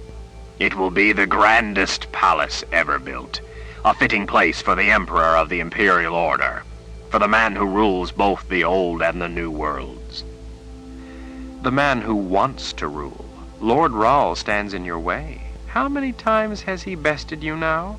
Jagang's eyes flashed a rage she knew could turn violent. Richard had frustrated Jagang a number of times. Even if Richard hadn't been victorious over Jagang, he had stung him. Quite an accomplishment, really, for such a tiny force against the array of the Imperial Order. A man like Jagang hated the humiliation of a sting almost as much as he would hate to be gored. I will eliminate Richard Rahl, don't you worry, Jagang said in a low growl. She changed the subject back to what she really wanted to know about. "Since when has the all-conquering Emperor Jagang turned soft and wanted to live in splendor?" "Ah, but I am Jagang the Just now, remember?" He returned to the bed and flopped down beside her. "Nietzsche, I'm sorry I hurt you. I never want to hurt you, but you make me do it. You know I care about you." "You care about me, yet you beat me? You care about me, yet you never bothered to tell me of such an enormous project as the building of a palace? I am insignificant to you." "I told you. I'm sorry I hurt you. But that was your own fault, and you know it." He spoke the words almost lovingly. With mention of the palace, his face had softened into a visionary look. "It's only proper and fitting that I at last have the prestige of such a monumental edifice." You, the man who was content in tents in the field, now wants to live in a resplendent building. Why? "Because once I bring the new world under the guidance of the Order, I will owe it to all the people as their leader to be seen in a majestic setting. But it will have more than simple splendor." "But of course," she sniped. He gathered up her hand. "Nietzsche, I will proudly wear the title Jagang the Just. You're right. The time has come for such a move. I was only angered because you wrongly made that move without first discussing it with me. But let us forget that now. She said nothing. He gripped her hand more tightly, to show his sincerity, she supposed. You're going to love the palace when it's finished. He ran the back of the fingers of his other hand tenderly down her cheek. We will all live there for a very long time. The words struck a chord in her. A very long time? For the first time she realized there was something more to this than simply his vanity of wanting a palace after Richard had denied him the palace of the prophets. He wanted what else Richard had denied him. Could it be? She looked up into his face, searching for the answer. He simply smiled at the questions in her eyes. Construction has already begun, he said, turning his words away from those questions. Architects and great builders from all over the old world have gathered to work on it. Everyone wants to be part of such a grand project. And Brother Nariv? She probed. What does he think of building such a frivolous monument to one man, when there is important work to be done for so many needy people? Brother Nariv and his disciples greatly favor the project. Jagang flashed her a sly smile. They will live there too, of course. Understanding washed over her. He's going to spell the new palace, she whispered in astonishment to herself. Jagang only smiled as he watched her, clearly pleased with her reaction. Brother Nariv had been at the Palace of the Prophets almost as long as she, nearly 170 years, but in all that time, he seemed to have aged only 10 or 15 years, the same as she. No one but Nietzsche ever knew he was anything but a stable hand. They didn't know he was gifted. In all that time, with her, along with everyone else paying him little heed, he must have been studying the spell around the palace. From what she knew, most of Brother Nariv's disciples had been young wizards from the Palace of the Prophets. They had access to the vaults. They, too, could have added information that helped him. But could he really do such a thing? Tell me about the palace, she said, preferring his voice to the silent scrutiny of his nightmare eyes. He kissed her first, the way a man kisses a woman, not the way a brute kisses a victim. She endured it with no more favor than any of the rest of it. He seemed not to notice this time, and by the smile of his face appeared to have enjoyed it. It will be a walk of nearly 15 miles to walk all the halls.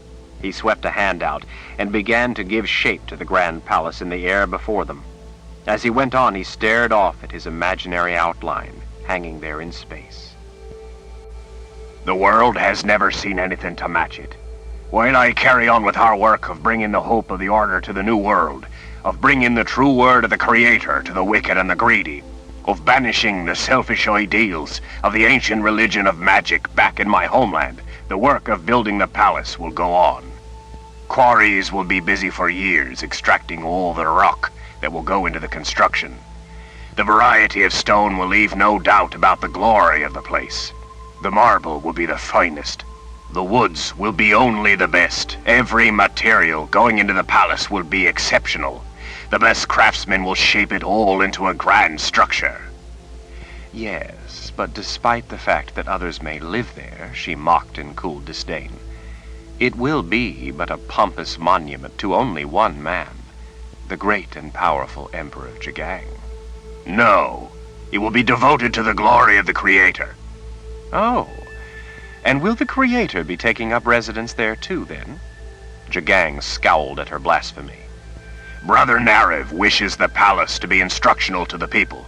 He is contributing his spiritual guidance to the undertaking, and will personally oversee the construction while I cleanse the way for the order. That was what she wanted to know. He stared off at the invisible shape still hanging in the air before them. His voice took on a reverent tone. Brother Nariv shares my vision in this. He has always been like a father to me. He put the fire in my belly. His spiritual direction has been a lifelong inspiration. He allows me to stand at the fore and take the glory of our victories, but I would be nothing without his moral teachings. What I win is only as the fist of the order, and a fist is but one part of the whole, as we are all but insignificant fragments of society as a whole. You are right. Many others could stand in my place for the Order. But it is my part to be the one to lead us. I would never do anything to betray the trust Brother Nariv has placed in me. That would be like betraying the Creator himself. He guides the way for all of us. I only thought to build a fitting palace for us all, a place from which to govern for the benefit of the people. It was Brother Nariv who took up the dream and gave it moral meaning by envisioning everyone, when they see the vast structure, as seeing man's place in the new order, seeing that man can never live up to the glory of the Creator, and that individually he is but a meaningless member of the greater brotherhood of man, and thus can have no greater part to play than to uplift all his brothers in need. So all will thrive together. Yet it will also be a place that will humble every man before it, by showing him his utter insignificance before the glory of the Creator, by showing man's depravity, his tortured, contorted, inferior nature, for all men in this world are such as this. Nietzsche could almost see such a place when he spoke of it. It would indeed be a humbling inspiration to the people. He came near to inspiring her with such talk, as Brother Nariv had at one time inspired her. "This is why I have stayed," she whispered, "because the cause of the Order is righteous." The piece that had been missing was now found. In the quiet, Jagang kissed her again. She allowed him to finish it and then pushed away from his embrace. With a distant smile, he watched as she rose and began dressing. "You're going to love it there, Nietzsche. It will be a place befitting you." "Oh, as the slave queen?" "As a queen, if you wish it. I plan to give you the kind of authority you've never before had. We'll be happy there, you and I. Truly happy. For a long, long time, we'll be happy there." She drew a stocking up her leg. "When Sister Ulyssia and the four with her found a way to leave you, I chose to ignore their discovery and stay, because I know the Order is the only moral course for mankind. But now You stayed because you would be nothing without the Order." She looked away from his eyes. She tugged her dress down over her head, poked her arms through the sleeves, and worked the skirt over her hips. "I am nothing without the Order, and I am nothing with it. No one is. We are all inadequate, miserable creatures. That is the nature of man. That is what the Creator teaches. But the Order shows man his duty to make a better life for the good of all." "And I am the Emperor of the Imperial Order." His red face cooled more slowly than it had heated. He gestured vaguely in the hollow silence, and he went on in a more mellow tone. "The world will be one under the Order. We'll be happy at the palace when it's finished, Nietzsche. You and I, under the spiritual guidance of our priests. You'll see. In time, when I'm leaving." She drew on a boot. "I will not permit it." Nietzsche paused at pulling on her other boot and glanced up into his dark eyes. She flicked a finger toward a stone vase on a table against the far wall. Light flashed. The vase exploded in a cloud of dust and chips with a sound that rocked the room. The draperies shuddered. The panes in the window chattered. When the dust had settled, she said, "You will not permit it?" She bent forward and began doing up the laces on her boots. Jagang strolled over to the table and dragged his fingers through the dust that was all that remained of the stone vase. He turned back to her in all his naked, hairy imperial glory. "Are you threatening me? Do you actually think you could use your power against me?" "I do not think it." She yanked the laces tight. "I know it. The truth is I choose not to." He struck a defiant pose. "And why is that?" Nietzsche stood and faced him. "Because, as you said, the Order needs you, or rather a brute like you. You serve the ends of the Order. You are their fist. You bring that cleansing fire. You perform that function very well. It could even be said that you perform that service with extraordinary talent. You are Jagang the Just. You see the wisdom in the title I have given you? and will use it to further the cause of the Order. That is why I choose not to use my power against you. It would be like using my power against the Order, against my own duty to the future of mankind. Then why do you want to leave? Because I must. She gave him a look of icy determination and deadly threat. Before I go, I will be spending some time with Sister Lidmilla. You are to immediately and completely withdraw from her mind and remain out of it the entire time I am with her. We will use your tents, since you are not using them. You will see to it that everyone leaves us entirely alone for however long it takes us. Anyone who enters without my express permission will die. That includes you. You have my oath as a Sister of the Dark on that. When I'm finished and after I leave, you may do what you will with Sister Lidmilla. Kill her if that is your wish, although I don't see why you would want to bother, since she is going to be doing you a great service. I see. His huge chest rose.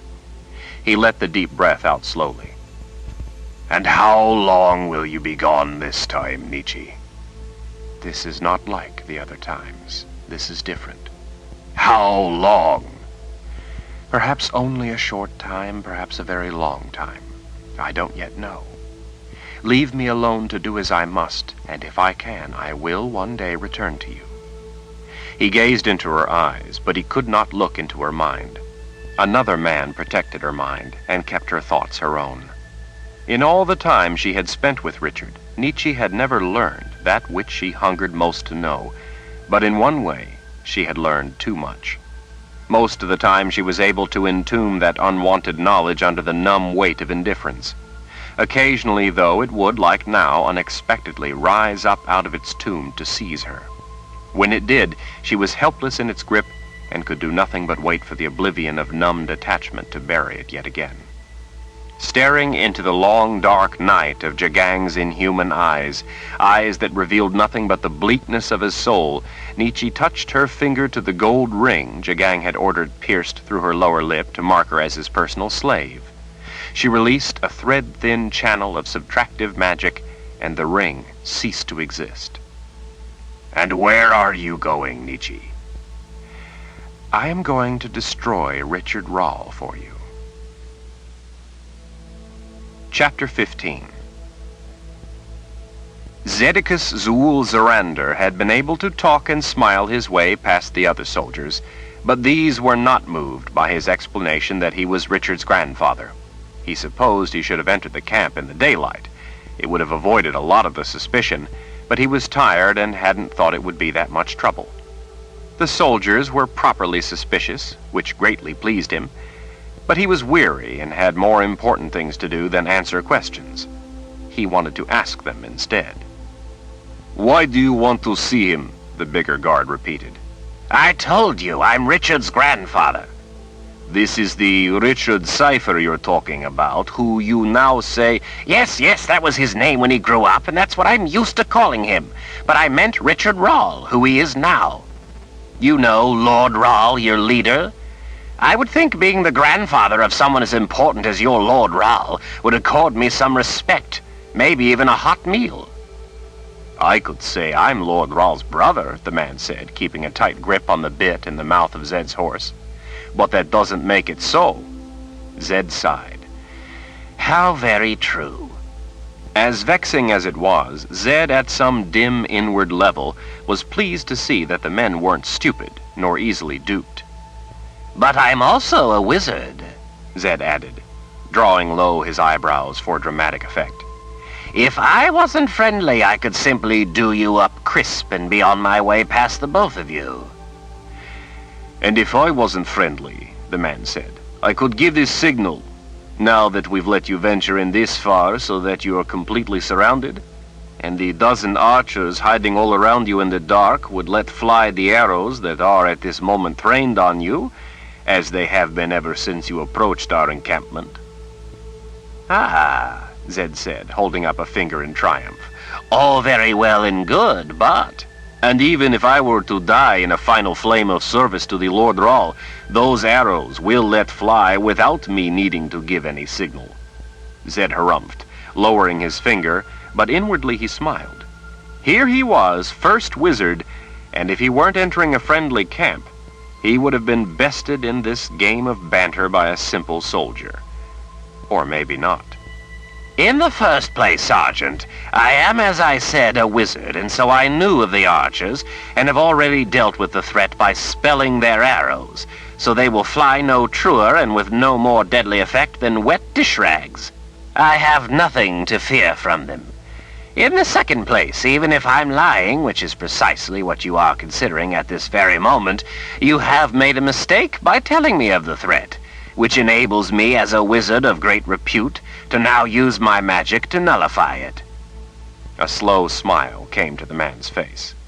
Why, that's remarkable. He scratched his head. He looked to his partner and then back to Zed. You're right, that was exactly what I was thinking. That you could be lying about knowing the archers were back there in the dark. You see there, young man, you're not so smart after all. You're right, sir, I'm not. Here I was so busy talking to you and being so intimidated by your wizardly powers and all that I plumb forgot to tell you about what else was out there in the dark watching you. The soldier's brow lowered. And it would be a mite more trouble than any simple arrows, I dare say. Zed scowled down at the man. Now see here, Why don't you do as I ask and come down here in the light where I can see you better and answer some of our questions? With a sigh of resignation, Zed dismounted. He gave Spider a reassuring pat on her neck. Spider, a chestnut-colored mare, had a leggy black splotch on her creamy rump, from which she had acquired her name. Young, strong, and possessing an agreeably spirited nature, she made a pleasant traveling companion. The two of them had been through a great deal together. Zed stepped into the intimate circle of light from the watchfire. He turned his hand up and brought a white-hot flame to life just above the flesh of his palm. The two soldiers' eyes widened. Zed scowled. But I have my own fire if you need to see better. Does this help you see things better, Sergeant? Why, yes it does, sir, the man stammered. Yes, it does indeed, a woman said as she stepped into the light. Why didn't you simply use your Han and give a display of your craft in the first place? She motioned into the darkness, as if signaling for others to stand down. She turned back with a smile that was no more than courteous. Welcome, wizard. Zed bowed from the waist. Zedicus Zul Zorander, first wizard at your service. Sister Philippa, wizard Zorander. I am aide to the prelate. She gestured, and the sergeant took the reins from Zed's hand to lead the horse away. Zed clapped the man on the back to let him know there were no hard feelings, and then gave a similar pat to Spider to let her know it was all right to go with the men. Treat her especially well, Sergeant. Spider is a friend. The sergeant saluted by tapping his fist to his heart. She'll be treated as a friend, sir. After the soldiers had led Spider away, Zed said, The prelate? Which one? The narrow-jawed sister clasped her hands together. Prelate Verna, of course. Oh, yes, of course. Prelate Verna. The Sisters of the Light didn't know Anne was still alive. At least she had been alive when Zed last saw her, several months past. Anne had written in her journey book, telling Verna that she was alive, but also asking her to keep that information private for the time being. Zed had been hoping that perhaps Anne had turned up at the Daharan army camp with her Sisters of the Light. He was sorry to learn she hadn't. It boded ill for her. Zed held no favor with the Sisters of the Light. A lifetime of disapproval was not easily forgotten. But he had come to respect Anne as a woman of self-discipline and resolve, even if he took a dim view of some of her convictions and past objectives. He knew that, at the least, he and Anne shared many important values. He didn't know about the rest of the sisters, though. Sister Philippa appeared middle-aged, but with sisters that meant little. She might have lived at the Palace of the Prophets for only a year, or for centuries. With dark eyes and high cheekbones, she was an exotic-looking woman. As in the Midlands, there were places in the Old World where the people had unique physical characteristics. Sister Philippa moved the way high-minded women tended to move, like a swan taken to human form. How may I be of service, Wizard Zorander? Zed will do. Is this prelate of yours awake? She is. This way, Zed, if you please. He fell in behind the woman as she glided off toward the dark shapes of tents. Got anything to eat around here?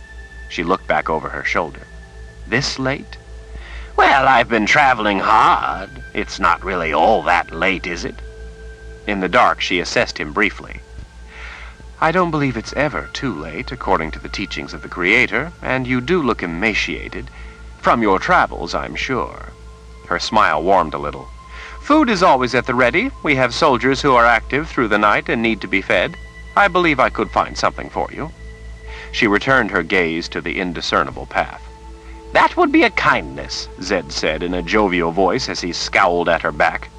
And I'm not emaciated, I'm wiry. Most women find lean men appealing.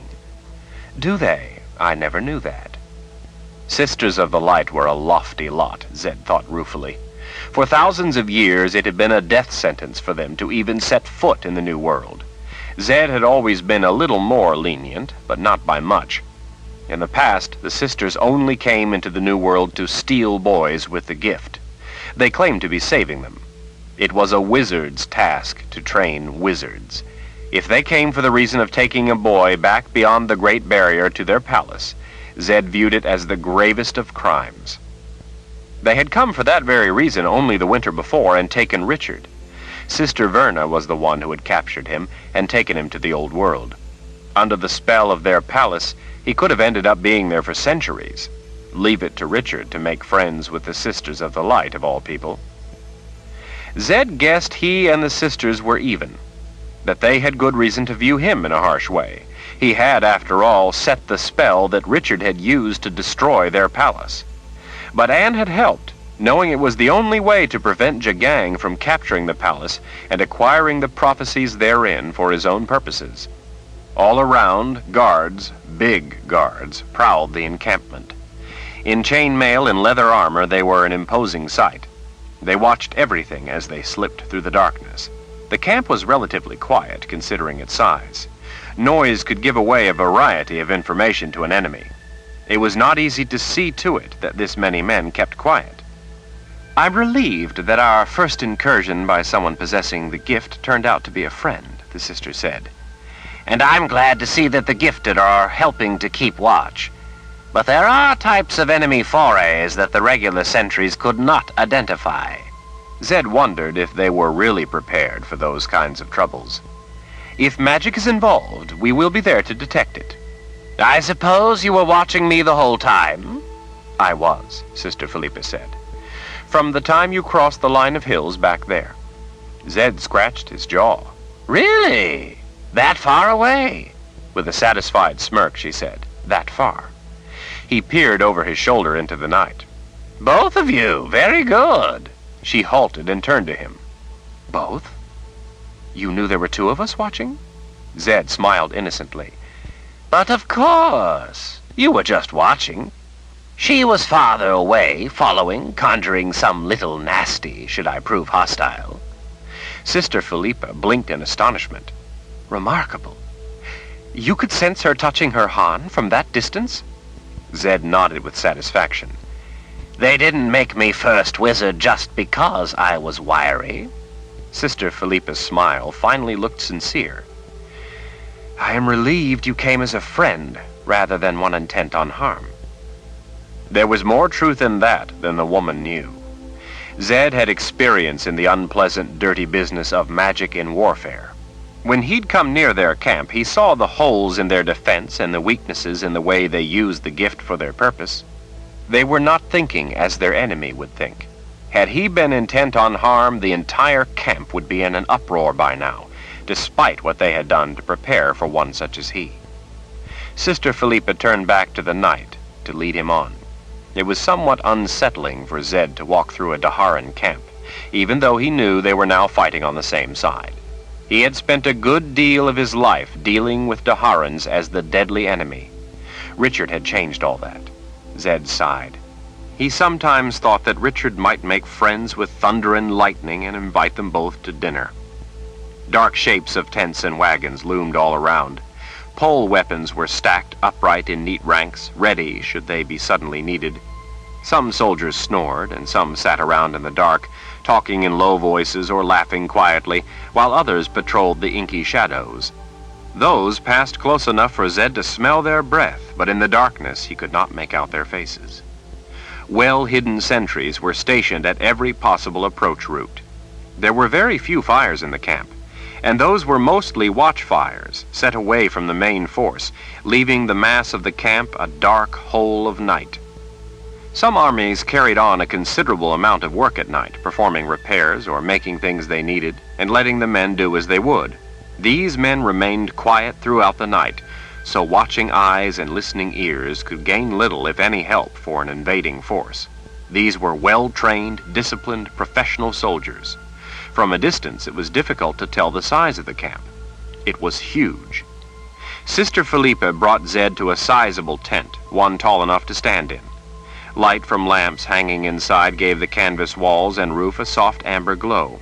She ducked beneath a tent line and poked her head in under the flap. "I have a wizard out here who wishes to see the prelate." Zed heard muffled, astonished acknowledgement from inside. "Go on in." Sister Philippa smiled while giving his back a gentle push. "I'll see if I can find you some dinner." I would be not only grateful, but greatly in your debt, Zed told her. As he stepped inside the tent, the people were just coming to their feet to greet him. Zed, you old fool, you be alive. Zed grinned as Addie, the old sorceress known as the Bone Woman in their adopted homeland of Westland, rushed into his arms. He let out a grunt as she momentarily squeezed the wind from his lungs. He smoothed her square-cut, jaw-length black and gray hair as he held her head to his chest. I promised you'd see me again, now didn't I? Yes, you did, she whispered into his heavy robes. She pushed back, holding his arms, and looked him over. She reached up and smoothed down his unruly, wavy white hair. You look as lovely as ever, he told her. She peered at him with her completely white eyes. Her sight had been taken from her when she was but a young woman.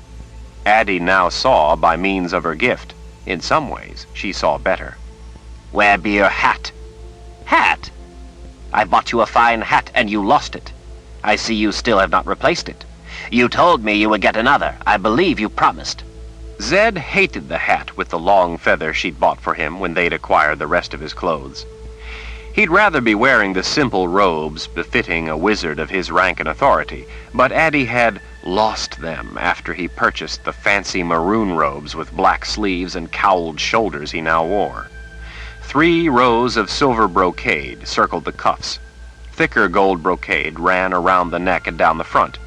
A red satin belt, set with a gold buckle, gathered the outfit at his thin waist.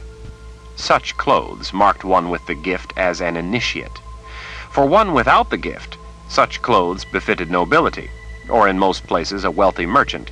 So although Zed disliked the ostentatious attire, it had at times been a valuable disguise. Besides, Addie liked him in the maroon robes. The hat, though, was too much for him. It had been misplaced. He noted that Addie had managed to keep her simple clothes along the way. Yellow and red beads around the neck of her robes, sewn in the shapes of the ancient symbols of her profession of sorceress, were the only ornamentation she wore. I've been busy, he said, flicking his hand, hoping to dismiss the matter. Or I would have replaced the hat. Bah, she scoffed. You'll be up to mischief. Why, I've been... Hush now, Addie said. Holding his arm in a tight grip, she held out the long, thin fingers of her other hand. Zed, this be Verna, prelate of the Sisters of the Light. The woman looked to be in her late 30s, perhaps early 40s. Zed knew her to be much older.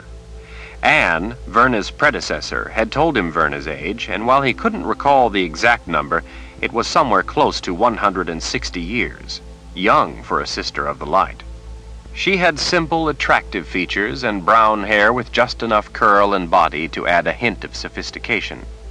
Her intent, brown-eyed gaze looked as if it could scour lichen off granite. By the lines of a resolute expression enduringly fixed on her face, she appeared to be a woman with a shell as tight as a beetle's and just as hard. Zed bowed his head. Prelate, First Wizard Zadicus Zool Zorander, at your service. He let her know by his tone that it was merely a figure of speech. This was the woman who had taken Richard away to the old world. Even if she believed it was to save his life, Zed, as first wizard, viewed such an act as abhorrent. The sisters, sorceresses all, believed they could train gifted young men to be wizards. They were wrong. Such a task could only be adequately accomplished by another wizard. She offered her hand with the sunburst patterned gold ring of office. He bent forward and kissed it, out of what he thought must be their custom. She pulled his hand close when he had finished, and kissed it in return. "I am humbled to meet the man who helped raise our Richard. You would have to be as rare a person as I found him to be when we helped begin his training." She forced a chuckle. "We found it a formidable labor trying to teach that grandson of yours." Zed slightly altered his opinion of the woman, treating her with greater caution. The air in the tent was stuffy and uncomfortable. "That is because you are all oxen trying to teach a horse to run. You sisters should stick to work more befitting your nature." "Yes, you be a brilliant man, Zed," Addie scoffed. "Simply brilliant. One of these days even I may come to believe you." She tugged his sleeve, turning him from Verna's scarlet face. "And this be Warren," Addie said. Zed inclined his head toward Warren, but the boy was already falling to his knees and bowing his blond head. "Wizard Zorander, this is quite an honor." He popped back up and seized Zed's hand in both of his, pumping it until Zed thought his arm might come undone at the shoulder. "I'm so pleased to meet you. Richard told me all about you. I'm so pleased to meet a wizard of your standing and talent. I would be so happy to learn from you." The happier he looked, the more Verna scowled. "Well, I'm pleased to meet you too, my boy." Zed didn't tell Warren that Richard had never mentioned him, but that was not out of disrespect or neglect. Richard had never had a chance to tell Zed a great number of very important things. Zed thought he could sense through Warren's grip that the young man was a wizard of unusual talents. A bear of a man with a curly, rust-colored beard, a white scar from his left temple to his jaw, and heavy eyebrows stepped forward. His grayish-green eyes fixed on Zed with fierce intensity, but he had a grin like a soldier on a long march who had spotted a lonely cask of ale. "General Rybish, commander of the Deharan forces here in the south," the man said, taking Zed's hand when Warren at last surrendered it and stepped back beside Verna. "Lord Thrall's grandfather. What good fortune to see you, sir." His grip was firm, but not painful. It got tighter. "What very good fortune." "Yes, indeed," Zed muttered. "Unfortunate as the circumstances are, General Rybish." "Unfortunate?" "Well, never mind for the moment," Zed said, waving off the question. He asked another instead. "Tell me, General, have you begun to dig all the mass graves yet? Or do you intend the few who are left alive to simply abandon all the bodies?" "Bodies?" "Why, yes, the bodies of all your troops who are going to die." Chapter 16. "I hope you like eggs," Sister Philippa sang out as she swept into the tent, holding out a steaming plate. Zed rubbed his hands together. "Delightful!" Everyone else was still standing in stiff, stunned silence. Sister Philippa didn't seem to notice all the hanging jaws. "I had the cook add some ham and a few other things he had about." She glanced down at Zed's form. "I thought you could use some substance." "Marvelous!" Zed grinned as he relieved her of the plate mounded high with scrambled eggs and ham. "Ah," The general began, seemingly befuddled as to how to frame his question. "Might you kindly explain what you mean by that, Wizard Zorander?" "Zed will do." Zed looked up from inhaling the intoxicating aroma of the dish. "Dead." He drew the fork across his throat. "You know, dead. Nearly all of them. Dead." He turned back to Sister Philippa. "This smells delightful." He again inhaled the steam lifting from the plate of eggs. "Simply delightful. You are a woman of a kind heart and a skillful mind. To think to have the cook add such a splendid complement of ingredients. Simply delightful." The sister beamed. The general lifted a hand. "Wizard Zorander, if I may." Addie hushed the burly general. "You be poor competition to food. Be patient." Zed took a forkful, humming his pleasure at the flavor he encountered. As he took a second forkful, Addie guided him to a simple bench at the side of the tent. A table in the middle held a few mugs and a lamp that lent the cozy tent not only its light, but its oily odor as well. Despite Addie's advice to be patient, everyone began talking at once, asking questions and offering objections. Zed ignored them as he shoveled in the scrambled eggs. The large chunks of ham were delicious. He waved a particular juicy piece of meat to the confounded spectators to indicate his pleasure with it. The spices, the onions, the peppers, and the warm lumps of cheese were delightful. He rolled his eyes and moaned in bliss. It was the best food he'd had in days. His traveling rations were simple and had long ago become boring. He had often grumbled that Spider ate better than he did. Spider seemed smug about it, too, which he had always found annoying. It wasn't good for a horse to be smug with you. "Philippa," Verna growled, "must you be so pleased about a plate of eggs?" "Well, the poor man is practically starving." Puzzled by Verna's scowl, she waggled her hand at Zed. "Just look at him. I'm simply happy to see him enjoy his meal, and pleased I could help one of the Creator's gifted." Zed slowed when he all too soon approached the end of his meal, putting off the last few bites. He could have eaten another plate the same size. General Rybish, sitting on a bench on the opposite side of the small tent, had been furiously twisting a strand of beard. Now he leaned forward, his intent gaze fixed on Zed. "Wizard Zorander, I need..." Zed, remember? "Yes, Zed. The lives of these soldiers are my responsibility. Could you please tell me if you think they are in danger?" Zed spoke around a mouthful. I already did. "But what is the nature of the danger?" The gifted. You know, magic." The general straightened with a sober expression. His fingers dug into his muscular thighs. "The gifted." Yes, the enemy has gifted among them. I thought you knew. He blinked a few times as he seemed to run it through his mind again, trying to discover the nugget of invisible danger in Zed's simple statement. "Of course we know that." Ah, then why haven't you dug some mass graves? Verna shot to her feet. "In the name of creation! What do you think we are, serving wenches? Here to bring you dinner? We are gifted sisters, here to defend the army from Jagang's captive sisters." Addie stealthily signaled Verna to sit down and keep quiet. Her voice came out like gravel and honey. Why don't you tell us what you have found, Zed? I be sure the general and the prelate would like to hear how to improve our defenses. Zed scraped the small yellow lumps across the plate, collecting them into a final, pitifully small forkful. Prelate, I didn't mean to imply a deliberate inadequacy on your part. Well, you are all too good, that's all. I beg your pardon. Too good. You and your sisters have spent your lives trying to help people. Well, why, of course we help people. That's our calling. Killing is not. Jagang will be intent on killing you all. "We know that, Zed."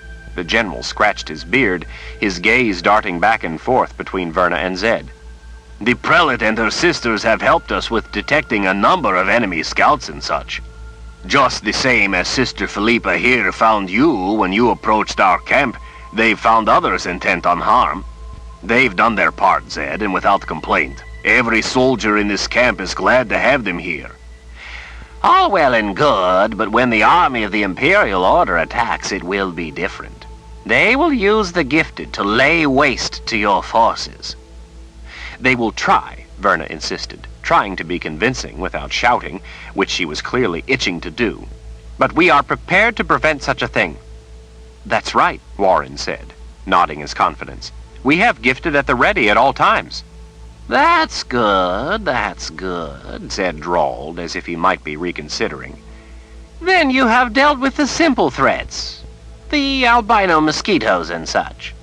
General Rybish's bushy eyebrows wrinkled together. "The what?" Zed waved his fork. So tell me then, just to satisfy my curiosity, what are the gifted planning to do when the enemy charges our forces? Say, with a line of cavalry. Lay down a line of fire before their cavalry, Warren said without hesitation. As they charge in, we'll incinerate them before they can so much as launch a spear. Ah, Zed said. Fire. He put the last forkful in his mouth. Everyone silently watched him chew. He paused in his chewing and looked up. Big fire, I presume? Colossal gouts of flame and all? What mosquitoes is he talking about? General Rybish muttered under his breath toward Verna and Warren beside him on his bench opposite Zed and Addie. That's right, Verna said, ignoring the general. He sighed and folded his arms across his barrel chest. A proper line of fire. Verna waited until Zed swallowed. Do you find something unsatisfactory about that, First Wizard? Zed shrugged. Well... He paused, then frowned. He leaned toward the general, peering more closely. Zed wagged a bony finger at the man's folded arms. There's one now. A mosquito is about to suck your blood, General. What? Oh, he swatted it. They've been thick this summer. I think the season for them is drawing to an end, though. We'll be happy to be rid of the little pests, I can tell you. Zed waggled his finger again. And were they all like that one? General Rybish lifted his forearm and glanced down at the squashed bug. Yes, the bloodthirsty little... His voice trailed off. He peered more closely. With a finger and thumb, he gingerly lifted the tiny insect by a wing, holding it up to have a better look. Well, I'll be. This thing is... His face lost a shade of color. White. His grayish-green eyes turned up toward Zed. What was that you were saying about... Albino mosquitoes, Zed confirmed, as he set his empty plate on the ground. He gestured with a stick-like finger at the general's flat assailant. Have you ever seen the albino fever, General? Have any of you? Terrible thing, albino fever. What's albino fever? Warren asked. I never heard of it. I've never read anything about it either, I'm sure. Really? Must be just a Midlands thing. The general peered more closely at the tiny white insect he was holding up. What does this albino fever do to a person? Oh, your flesh turns the most ghastly white. Zed waved his fork. Do you know, he said, frowning in thought, as if distracted by something as he looked up at the ceiling of the tent, that I once saw a wizard lay down a simply prodigious font of flame before a line of charging cavalry? Well, there you go, Verna said. You know its value, then. You've seen it in action. Yes, Zed drawled. Problem was, the enemy had been prepared for such a simple-minded trick. Simple-minded? Verna shot to her feet. I don't see how you could possibly consider... The enemy had conjured curved shields just for such an eventuality. Curved shields? Warren swiped back a curly lock of his blonde hair. I've never heard of such a thing. What are curved... The wizard who laid down the fire had been expecting shields, of course, and so he made his fire resistant to such an expected defense. These shields, though, weren't conjured to stop the fire. Zed's gaze shifted from Warren's wide eyes to Verna's scowl. But to roll it. Albino fever, the general waved his bug. If you might, could you explain... Roll the fire? Warren asked as he leaned forward. Yes, Zed said. Roll the fire before the cavalry charge, so that instead of a simple cavalry assault, the defenders now had deadly fire rolling back at them. Dear Creator, Warren whispered. That's ingenious. But surely the shield would extinguish the fire. Zed twirled his fork as he spoke, as if to demonstrate the shield rolling the flames. Conjured by their own wizard for the expected defense, the fire had been hardened against shields, so instead of fizzling, it stayed viable. That, of course, enabled the curved shield to roll the fire back without it extinguishing. And, of course, being hardened to shields, the wizard's own quickly thrown-up defensive shields couldn't stop his own fire's return. But he could just cut it off. Warren was becoming panicked, as if seeing his own wizard's fire coming back at him. The wizard who created it could call it and cut it off. Could he? Zed smiled. He thought so too, but he hadn't been prepared for the peculiar nature of the enemy's shield. Don't you see? He had not only rolled the fire back, but in so doing, rolled around the fire as it went, protecting it from any alteration by magic. Of course, Warren whispered to himself. The shield was also sprinkled with a provenance-seeking spell, so it rolled the fire back toward the wizard who conjured it. He died by his own fire, after it had seared through hundreds of his own men on its way to him. Silence settled into the tent. Even the general, still holding out the albino mosquito, sat transfixed. You see, Zed finally went on, tossing his fork down onto his plate, using the gift in war is not simply an act of exercising your power, but an act of using your wits. Zed pointed. For example, consider that albino mosquito General Rybish is holding. Under cover of darkness, just like right now, tens of thousands of them, conjured by the enemy, could be sneaking into this camp to infect your men with fever, and no one would even realize they were under attack. Then in the morning, the enemy strikes a camp of weak and sick soldiers and slaughters the lot of you. Sister Philippa, over on the other side of Addie, swished her hand in alarm at a tiny buzzing mosquito. But the gifted we have could counter such a thing. It was more a plea than an argument. Really? It's difficult to detect such an infinitesimal bit of magic. None of you detected these minuscule invaders, did you? Well, no, but... Zed fixed a fierce glare on Sister Philippa. It's night. In the night, they simply seem to be ordinary mosquitoes. Pesky, but no different from any other. Why, the general here didn't notice them. Neither did any of you gifted people. You can't detect the fever they carry either, because it too is such a tiny speck of magic you aren't watching for it. You're looking for something huge and powerful and fearsome. Most of the gifted sisters will be bitten in their sleep without ever knowing it happened, until they awake in the pitch blackness with the shivering chills of a frightful fever, only to discover the first truly debilitating symptom of this particular fever, blindness. You see, it isn't the blackness of night they awake to. Dawn has already broken, but blindness. Then they find that their legs won't obey their wishes. Their ears are ringing with what sounds like an endless tingling scream. The general's gaze darted about, testing his eyesight as Zed went on. He twisted a big finger in an ear as if to clean it out. By now, anyone bitten is too weak to stand. They lose control of their bodily functions and lie helpless in their own filth. They are within hours of death. But those last hours will seem like a year. How do we counter it? On the edge of his seat, Warren licked his lips. What's the cure? Cure? There is no cure. Now a fog is beginning to creep toward the camp. This time, the few gifted left can sense that the wide mass of seething murk is foul with dark, suffocating magic. They warn everyone. Those too sick to stand wail in terror. They can't see, but they can hear the distant battle cries of the advancing enemy. In a panic not to be touched by the deadly fog, anyone able to rise from their bedrolls does so.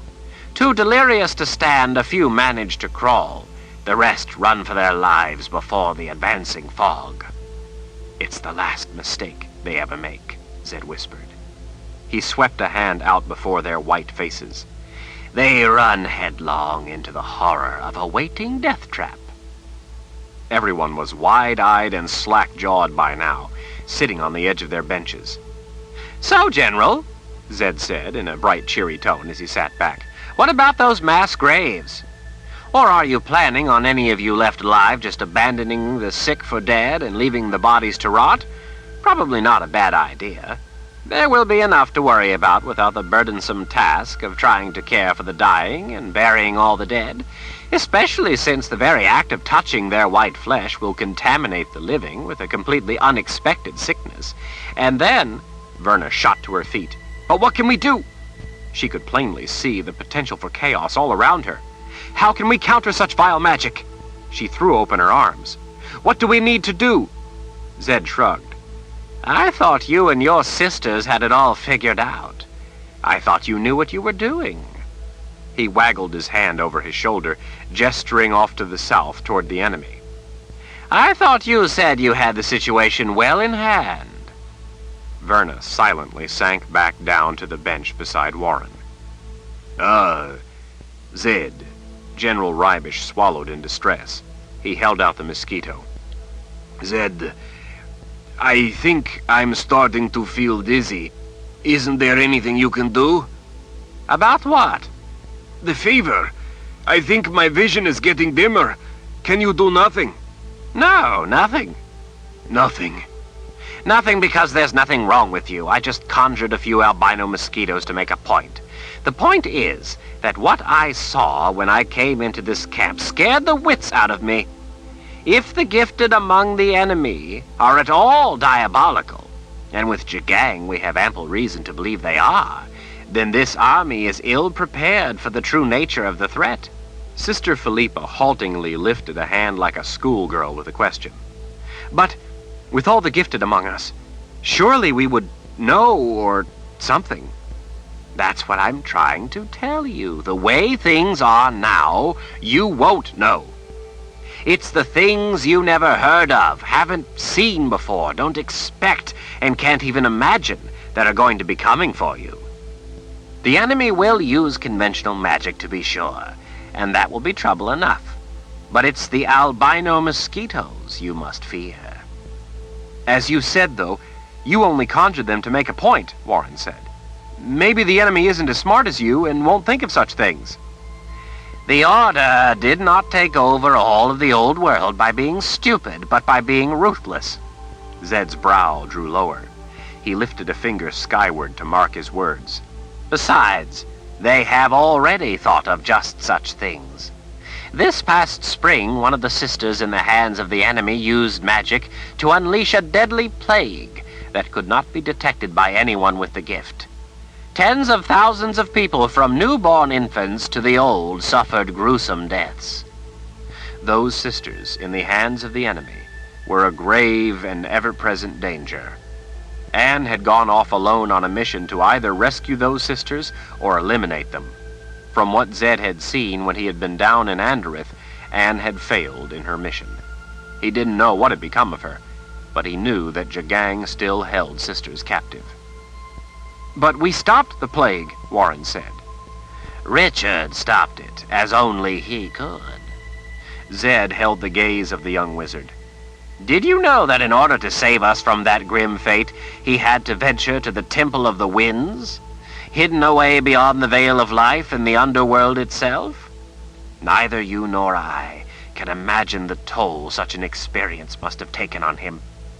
I saw a shadow of the specter in his eyes when he spoke of it. I can't even hazard a guess as to how trifling a chance at success he had when he started on so hopeless a journey. Had he not prevailed against all odds, we would all be dead by now from an unseen death brought on by magic we could not detect and could not counter.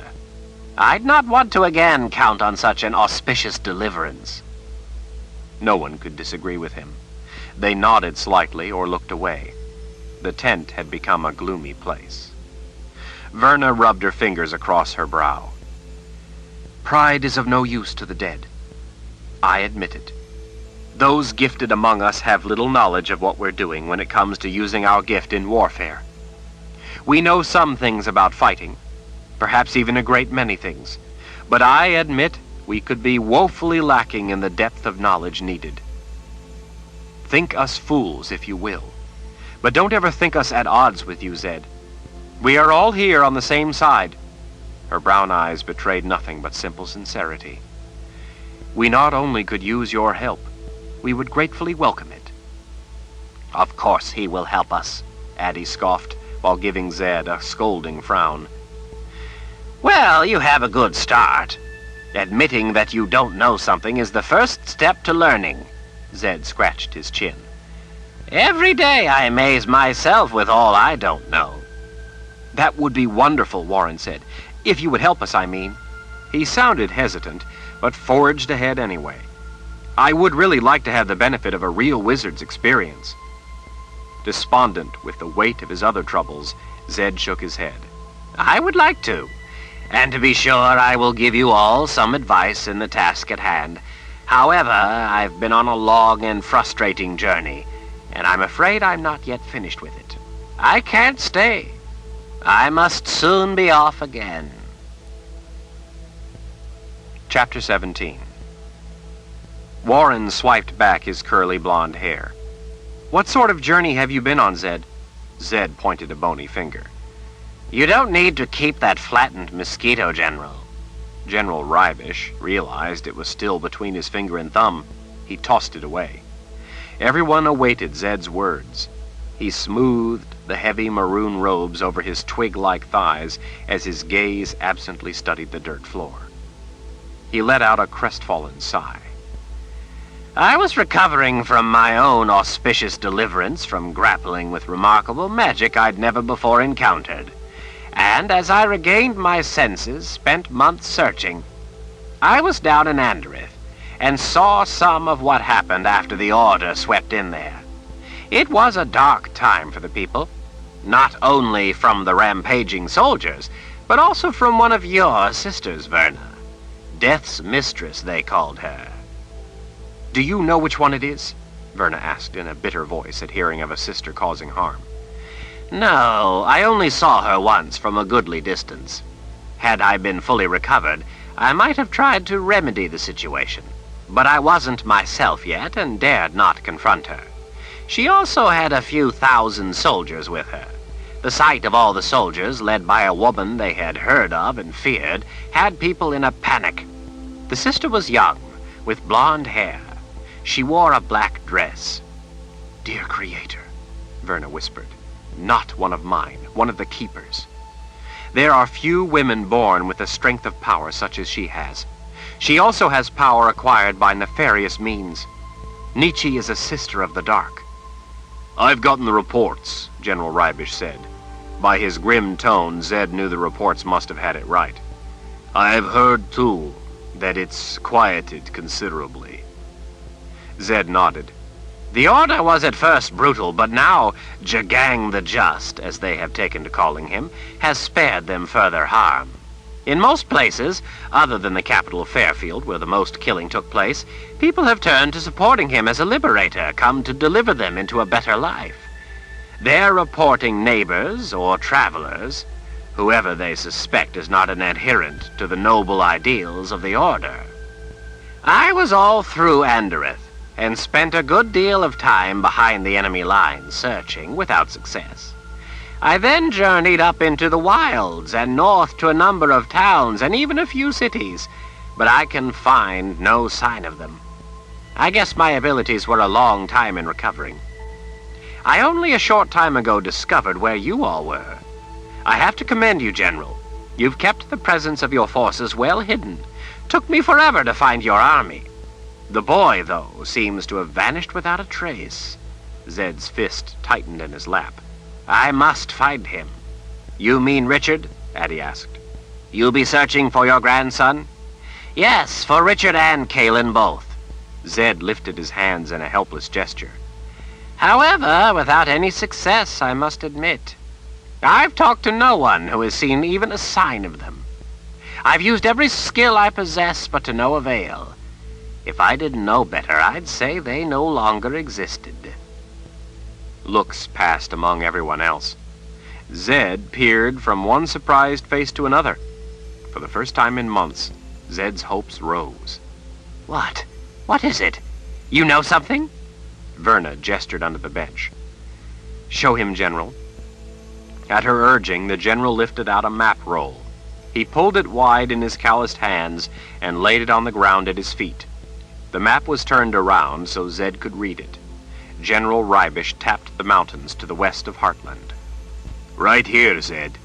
Right there, what? Richard and Kalen, Verna said. Zed gaped at her face and then down at the map. General Rybish's finger hovered over a wild range of peaks. Zed knew those mountains. They were an inhospitable place. There? Dear spirits, why would Richard and Kalen be all the way up there in such a forbidding place? What are they doing there? Kalen be hurt, Addie said in a consoling tone. Hurt? She was at the brink of passing into the spirit world. From what we be told, Maybe she saw the world on the other side of the veil. Addie pointed to the map. Richard took her there to recover. But why would he do that?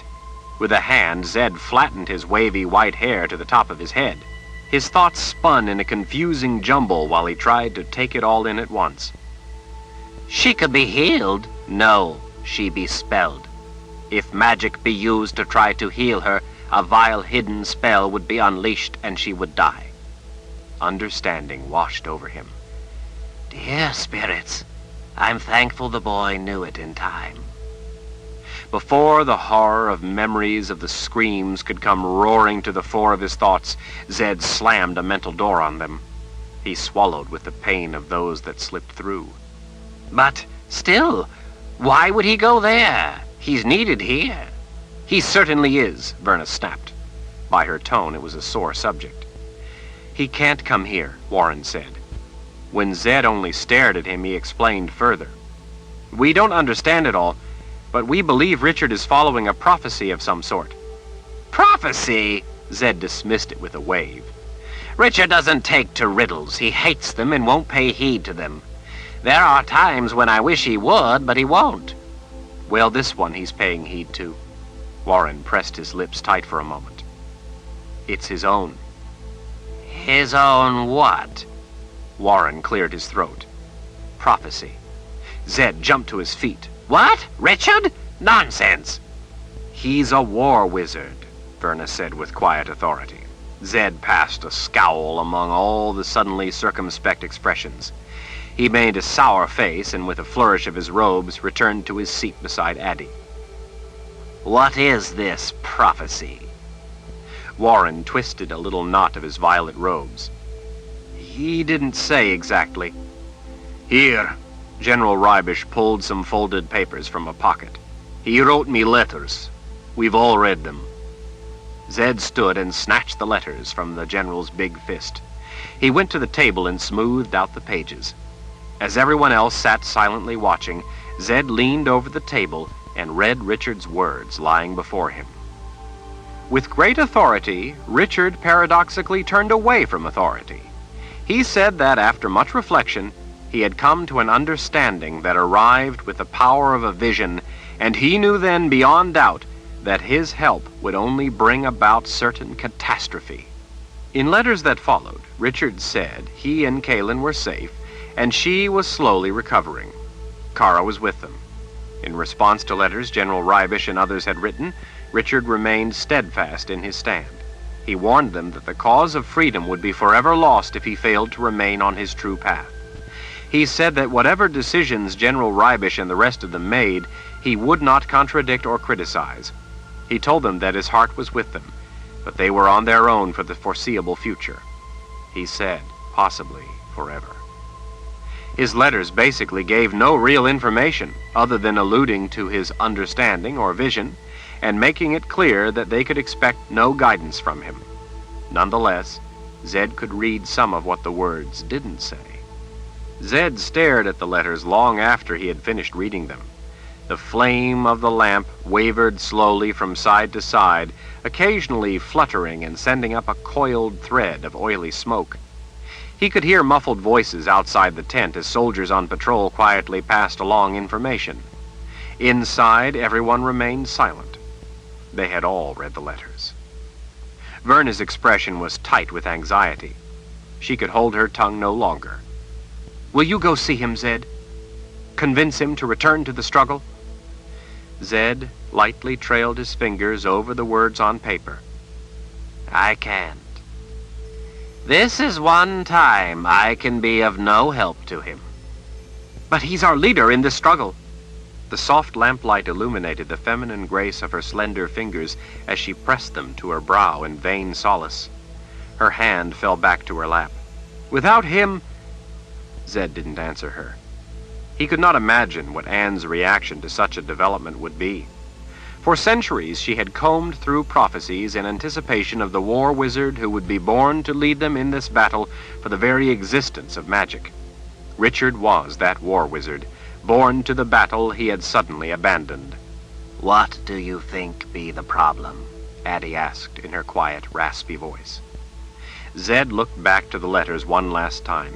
He pulled his gaze from the words and straightened. All eyes around the dimly lit tent were on him, as if hoping he could somehow rescue them from a fate they couldn't comprehend, but instinctively dreaded. This is a time of trial to the depth of Richard's soul. Zed slipped his hands up opposite sleeves until the silver brocade at the cuffs met. A passage of sorts, thrust upon him because of his comprehension of something only he sees. Warren cleared his throat. What sort of trial, Zed? Can you tell us? Zed gestured vaguely as memories of terrible times flashed through his mind. A struggle. A reconciliation. What sort of reconciliation? Warren pressed. Zed gazed into the young man's blue eyes, wishing he wouldn't ask so many questions. What is the purpose of your gift? Its purpose? Well, I guess well, it just is. The gift is simply an ability. It is to help others, Verna stated flatly.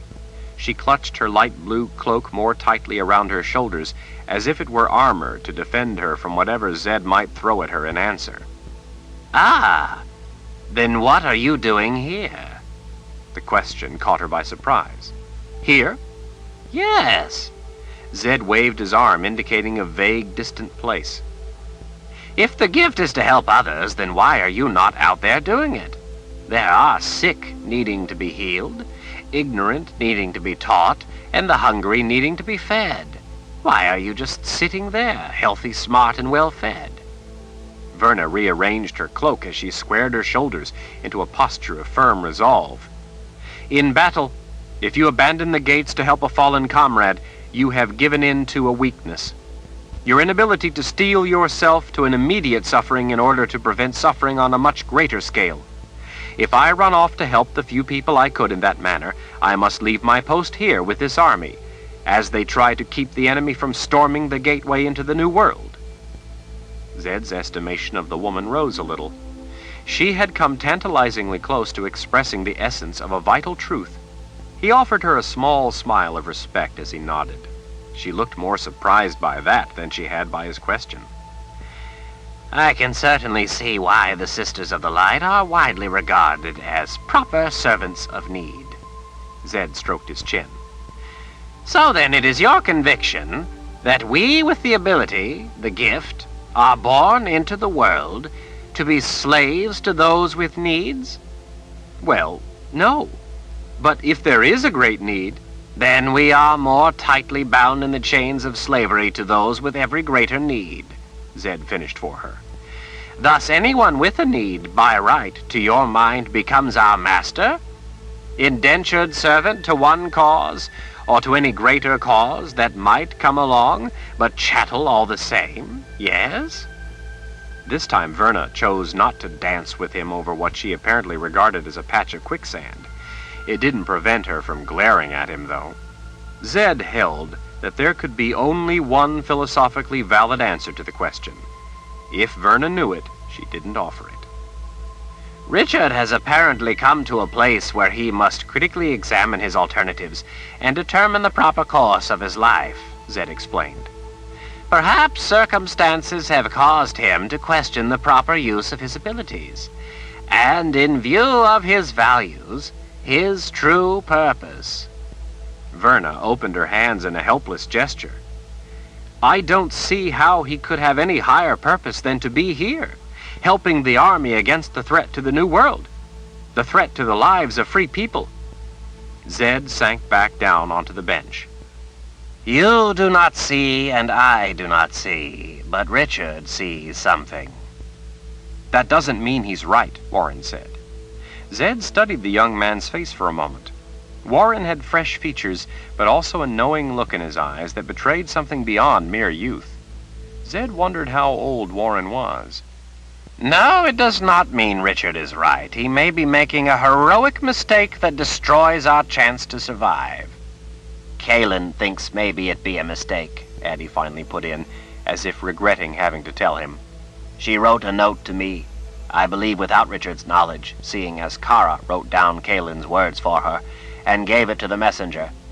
Kaylin says that she fears Richard be doing this in part because of what happened to her. The Mother Confessor also confided that she be afraid Richard has lost his faith in people, and because of his rejection by the people of Anderith, Richard may view himself as a fallen leader. Bah! Zed waved his hand dismissively. A leader cannot follow behind people, tail between his legs, sniffing for their momentary whims and wishes, whining to follow them this way and that as they ramble through life. Those kind of people are not looking for a leader. They are looking for a master, and one will find them. A true leader forges a clear path through a moral wilderness so that people might see the way. Richard was a woods guide because such is his nature. Perhaps he is lost in that dark wood. If he is, he must find his way out. And it must be a correctly reasoned course if he is to be the true leader of a free people. Everyone silently considered the implications. The general was a man who followed the Lord Rahl and simply awaited his orders. The sisters had their own ideas. Zed and Addie knew the way ahead was not what it might seem to some. That's what Richard did for me, Warren said in a soft voice, staring off into memories of his own. He showed me the way, made me want to follow him up out of the vaults. I had become comfortable down there, content with my books and my fate, but I was a prisoner of that darkness, living my life through the struggles and accomplishments of others. I never could understand precisely how he inspired me to want to follow him up and out. Warren looked up into Zed's eyes. Maybe he needs that same kind of help himself. Can you help him, Zed? He has entered a dark time for any man, and especially for a wizard. He must come out the other side of this on his own. If I take him by the hand and lead him through, so to speak, I might take him a way he would not have selected on his own, and then he would forever be crippled by what I had chosen for him. But worse yet, what if he's right? If I unwittingly forced him to another course, it could doom us all and result in a world enslaved by the Imperial Order. Zed shook his head. No, this much I know. Richard must be left alone to do as he must. If he truly is the one to lead us in this battle for the future of magic and of mankind, then this can only be part of his journey as it must be traveled. Almost everyone nodded, if reluctantly, at Zed's words. Warren didn't nod. He picked at the fabric of his violet robes. There's one thing we haven't considered. As everyone waited, his blue eyes turned up to meet Zed's gaze. In those eyes, Zed saw an uncommon wisdom that told him that this was a young man who could gaze into the depths of things when most people saw only the sparkles on the surface. It could be, Warren said, in a quiet but unflinching voice, that Richard, being gifted, and being a war wizard, has been visited by a legitimate prophecy. War wizards are different from the rest of us. Their ability is not narrowly specific, but broad. Prophecy is, at least theoretically, within his purview. Moreover, Richard has subtractive magic as well as additive. No wizard born in the last 3,000 years has had both sides. While we can perhaps imagine, we could not possibly begin to understand his potential, though the prophecies have alluded to it. It could very well be that Richard has had a valid prophecy that he clearly understands. If so, then he may be doing precisely what must be done. It could even be that he clearly understands the prophecy, and it is so gruesome he is doing us the only kindness he can by not telling us. Verna covered his hand with hers. You don't really believe that, do you, Warren? Zed noticed that Verna put a lot of stock in what Warren said. Anne had told Zed that Warren was only beginning to exhibit his gift of prophecy. Such wizards, prophets, were so rare that they came along only once or twice a millennium. The potential importance of such a wizard was incalculable.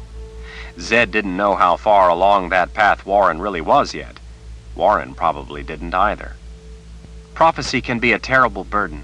Warren smoothed his robes along his thigh. Perhaps Richard's prophecy told him that if he is to ever have a chance to oversee victory, he must not die with the rest of us in our struggle against the army of the Imperial Order. General Rybish, silent about such wizardly things, had nevertheless been listening and watching intently. Sister Philippa's thumb twiddled a button on her dress. Even with Verna's comforting hand on his, Warren at that moment looked nothing but forlorn. Warren, Zed waited until their eyes met. we all at times envision the most fearful turn of events, simply because it's the most frightening thing we can imagine. Don't invest your thoughts primarily in that which is not the most likely reason for Richard's actions, simply because it is the reason you fear most. I believe Richard is struggling to understand his place in all this. Remember, he grew up as a woods guide. He has to come to terms not only with his ability, but with the weight of rule. Yes, but Zed lifted a finger for emphasis. The truth of a situation most often turns out to be that one with the simplest explanation. The gloom on Warren's face finally melted away under the dawning radiance of a luminous smile. I'd forgotten that ancient bit of wisdom. Thank you, Zed. General Rybish, combing his curly beard with his fingers, pulled the hand free and made a fist. Besides, the Harans will not be so easily bested. We have more forces to call upon, and we have allies here in the Midlands who will come to aid in the fight. We have all heard the reports of the size of the Order, but they are just men, not evil spirits. They have gifted, but so do we. They have yet to come face to face with the might of the Haran soldiers. Warren picked up a small rock, not quite the size of his fist, and held it in his palm as he spoke. I mean no disrespect, General, and I do not mean to dissuade you from our just cause, but the subject of the Order has been a pastime of mine. I've studied them for years. I'm also from the Old World. Fair enough. So what is it you have to tell us? Well, say that the tabletop is the Old World, the area from which Jagang draws his troops. Now, there are places, to be sure, where there are few people spread over vast areas, but there are many places with great populations, too. It's much the same in the New World, the General said. Dahara has populous places and desolate areas. Warren shook his head. He passed his hand over the tabletop. Say this is the Old World, the whole of this table. He held up the rock to show the General, and then placed it on the edge of the tabletop. This is the New World. This is its size, this rock, compared to the Old World. But that doesn't include Dahara, General Rybish sputtered. Surely with Dahara... Dahara is included in the rock. I'm afraid Warren is right, Verna said. Sister Philippa, too, nodded grim acknowledgement. Perhaps, she said, looking down at her hands folded in her lap, perhaps Warren is right, and Richard has seen a vision of our defeat, and knows he must remain out of it, or be lost with all the rest of us. I don't think that's it at all, Zed offered in a gentle voice. I know Richard. If Richard thought we would lose, he would say so in order to give people a chance to weigh that in their decisions. The General cleared his throat. Well, actually, one of the letters is missing from that stack. It was the first, where Lord Rahl told me about his vision. In it, Lord Rahl did say that we had no chance to win. Zed felt the blood drain down into his legs. He tried to keep his manner unconcerned. Oh? Where is the letter? The General gave Verna a sidelong glance. Well, actually, Verna said, when I read it, I was angered and she balled it up and threw it in the fire, Warren finished for her. Verna's face turned red, but she offered no defense. Zed could understand the sentiment, but he would have liked to have read it with his own eyes. He forced a smile. Were those his actual words? That we had no chance to win? Zed asked, trying not to sound alarmed. He could feel sweat running down the back of his neck. No, General Rybish said as he shifted his shoulders inside his uniform while giving the question careful thought. No, Lord Rahl's words were that we must not commit our forces to an attack directly against the army of the Imperial Order, or our side will be destroyed, and any chance for winning in the future will be forever lost. The feeling began to return to Zed's fingers. He wiped a bead of sweat from the side of his forehead. He was able to draw an easier breath. Well, that only makes sense. If they are as large a force as Warren says, then any direct attack would be foolhardy. It did make sense. Zed wondered, though, why Richard would make such a point of it to a man of General Reibish's experience. Perhaps Richard was only being cautious. There was nothing wrong with being cautious. Addie slipped her hand under Zed's and cuddled her loose fist under his palm. If you believe you must let Richard be in this, then you will stay? Help teach the gifted here what they must know? Every face was etched with concern as they watched him, hanging on what he might decide. The general idly stroked a finger down the white scar on the side of his face. Sister Philippa knitted her fingers together. Verna and Warren entwined theirs. Zed smiled and hugged Addie's shoulders. Of course I'm not going to abandon you. The three on the bench opposite them each let out a little sigh, their posture relaxed, as if ropes around their necks had been slackened. Zed passed a hard look among them all. War is a nasty business. It's about killing people before they can kill you. Magic in war is simply another weapon, if a frightening one. You must realize that it, too, in this must be used for the end result of killing people. What do we need to do? Verna asked, clearly relieved that he had agreed to stay, but not to the obvious extent of General Reibish, Warren, or Sister Philippa. Zed pulled some of his robes from each side of his legs over into the middle between them, as he gave the question some thought. It was not the sort of lesson he relished. Tomorrow morning we will begin. There is much to learn about countering magic in warfare. I will teach all the gifted some things about the awful business of using what you always hoped to use for good for harm instead. The lessons are not pleasing to endure, but then neither is the alternative. The thought of such lessons, and worse, the use of such knowledge, could not be pleasant for any of them to contemplate. Addie, who knew a little bit about the horrific nature of such struggle, rubbed his back in sympathy. His heavy robes stuck to his skin. He wished he had his simple wizard's robes back. We will all do as we must to protect our own people from falling to the monstrous magic of the Imperial Order, Verna said. You have my word as prelate. Zed nodded. Tomorrow, then, we begin. I fear to think of magic added to warfare, General Reibish said as he stood. Zed shrugged. To tell the truth, the ultimate object of magic in warfare is to counter the enemy's magic.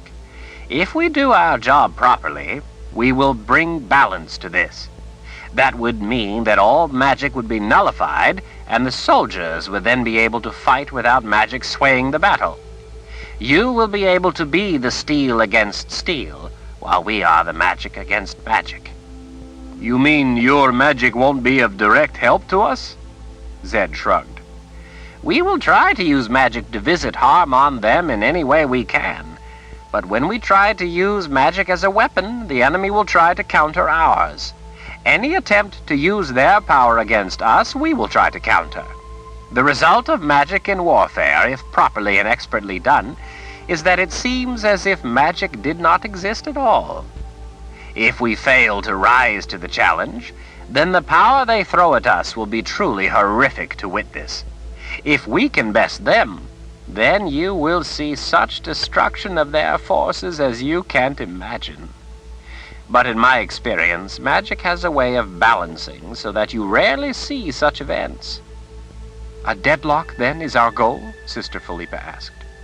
Zed turned his palms up, moving his hands up and down in opposition, as if they were scales holding great weight. The gifted on both sides will be working harder than they have ever worked before. I can tell you that it's exhausting. The result, except with small shifts in the advantage, is that it will seem as if we were all doing nothing to earn our dinner. Zed let his hands drop. It will be punctuated with brief moments of sheer horror and true panic, when it seems beyond doubt that the world itself is about to end in one final fit of sheer madness. General Reibish grinned in an odd, gentle, knowing way. Let me tell you, war, when you're holding a sword, looks about the same way. He held up a hand in mock defense. But I'd rather that, I guess, than have to swing my sword at every magic mosquito that came along. I'm a man of steel against steel. We have Lord Rahl to be the magic against magic. I'm relieved we have Lord Rahl's grandfather, the first wizard, to aid us too. Thank you, Zed. Anything you need is yours. Just ask. Verna and Warren added silent nods as the general stepped to the entrance of the tent. When Zed spoke, General Rybish turned back, gripping the flap in one hand. You're still sending messengers to Richard?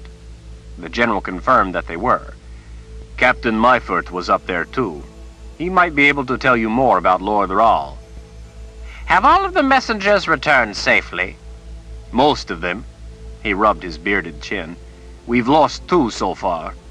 One messenger was found by chance at the bottom of a rock slide. Another never returned, but his body wasn't found, which wouldn't be unusual. It's a long and difficult journey. There are any number of hazards on such a journey. We have to expect we might lose a few men. I'd like you to stop sending men up there to Richard. But Lord Rahl needs to be kept informed. What if the enemy should capture one of those messengers and find out where Richard is? If you have no scruples, most any man can eventually be made to talk. The risk is not worth it. The general rubbed his palm on the hilt of his sword as he considered Zed's words. The Order is far to the south of us, way down in Anderith. We control all the land between here and the mountains where Lord Rahl is staying. He shook his head in resignation at Zed's unflinching gaze. But if you think it's a concern, I'll not send another. Won't Lord Rahl wonder, though, what's going on with us? What's going on with us is not really relevant to him right now. He is doing as he must do, and he can't allow our situation to influence him. He has told you already that he won't be able to give you any orders, that he must stay out of it. Zed tugged his sleeves straight and sighed as he thought about it. Perhaps when the summer is over, before the full grip of winter descends and they're snowed in way up there, I'll go and see how they fare. General Rybish gave a departing smile. If you could talk to Lord Rahl, it would be a relief for us all, Zed. He would trust your word. Good night, then. The man had just betrayed his true feelings. No one in the tent really trusted what Richard was doing, except perhaps Zed, and Zed had his doubts too. Kaelin had said that she believed Richard viewed himself as a fallen leader. These people who claimed not to understand how he could believe such a thing, at the same time didn't trust his actions. Richard was all alone, with only the strength of his beliefs to support him. After the general had gone, Warren leaned forward eagerly. Zed, I could go with you to see Richard. We could get him to tell us everything, and we could then determine if it really is a prophecy, or, as he says, just an understanding he's come to. If it's not really a prophecy, we might be able to make him see things differently. More important, we could begin teaching him, or you could anyway, about his gift, about using magic. He needs to know how to use his ability. As Zed paced, Verna let out a little grunt to express her misgivings about Warren's suggestion. I tried to teach Richard to touch his Han. A number of sisters attempted to. No one was able to make any progress. But Zed believes a wizard is the one to do it. Isn't that right, Zed? Zed halted his pacing and regarded them both a moment as he considered how to put his thoughts into words. Well, as I said before, teaching a wizard is not really the work for sorceresses, but another wizard.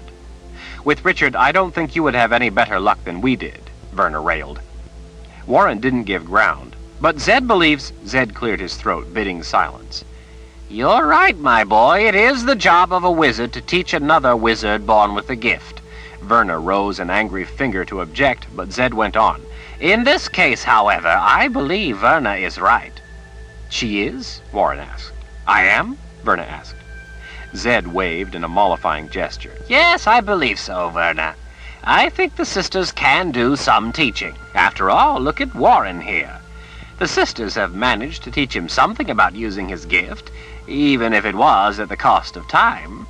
You've taught others, if in a limited way to my view of it, but you couldn't manage to teach Richard the most simple of things. Is that correct?" Verna's mouth twisted with displeasure. "None of us could teach him the simple task of sensing his own Han. I sat with him hours at a time and tried to guide him through it." She folded her arms and looked away from his intent gaze. "It just didn't work the way it should have." Warren touched a finger to his chin while he frowned, as if recalling something. "You know, Nathan said something to me once. I told him that I wanted to learn from him, that I wanted him to teach me about being a prophet. Nathan said that a prophet could not be made, but that they were born.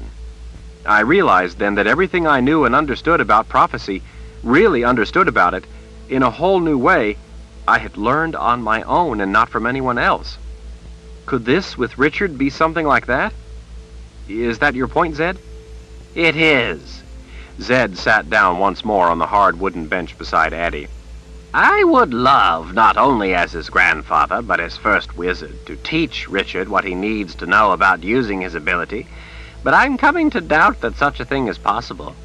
Richard is different from any other wizard in more ways than just his having the gift for subtractive magic, in addition to the usual additive. "But still," Sister Philippa said, "you are first wizard. Surely you would be able to teach him a great deal." Zed pulled a fold of his heavy robes from between his bony bottom and the hard bench as he considered how to explain it. Richard has done things even I don't understand. Without my training, he has accomplished more than I can even fathom. On his own, Richard reached the Temple of the Winds in the underworld, accomplished the task of stopping a plague, and returned from beyond the veil to the world of life. Can any of you even grasp such a thing? Especially for an untrained wizard. He banished the chimes from the world of the living. How? I have no idea. He has worked magic I've never heard of, much less seen or understand. I'm afraid my knowledge could be more of an interference than an aid. Part of Richard's ability and advantage is the way he views the world, through not just fresh eyes, but the eyes of a seeker of truth. He doesn't know something is impossible, so he tries to accomplish it.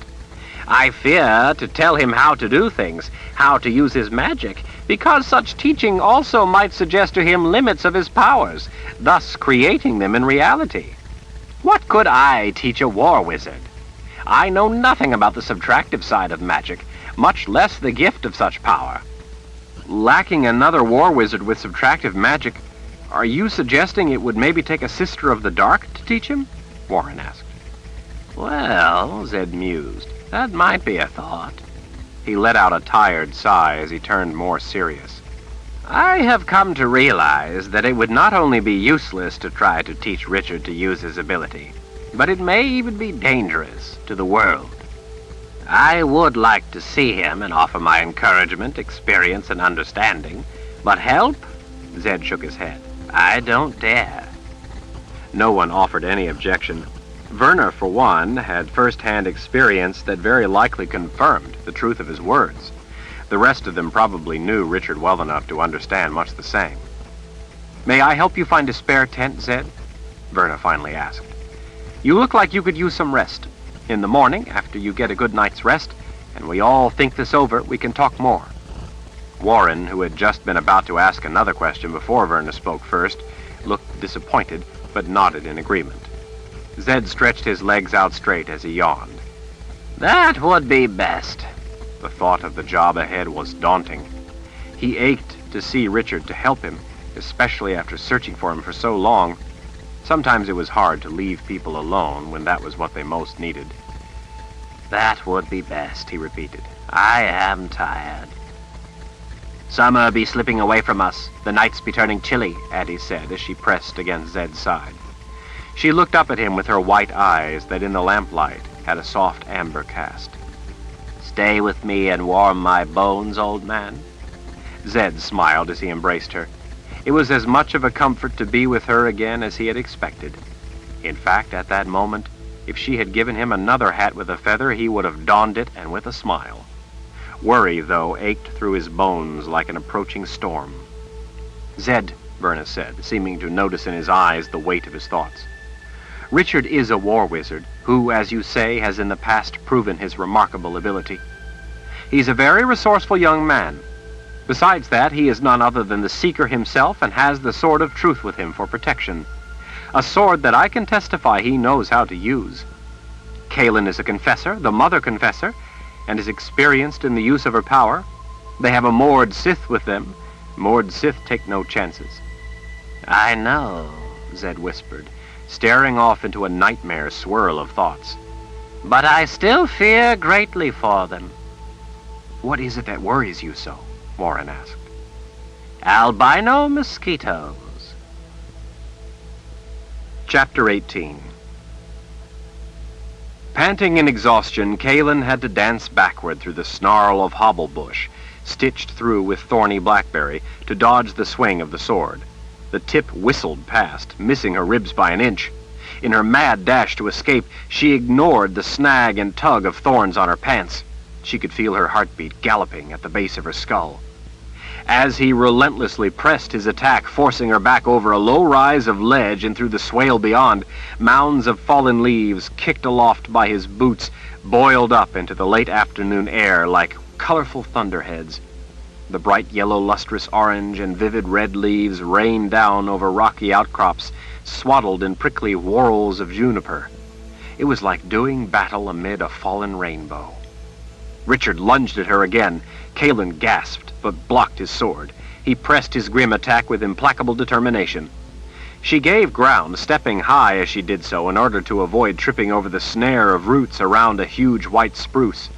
Losing her footing would be fatal. If she fell, Richard would stab her in an instant.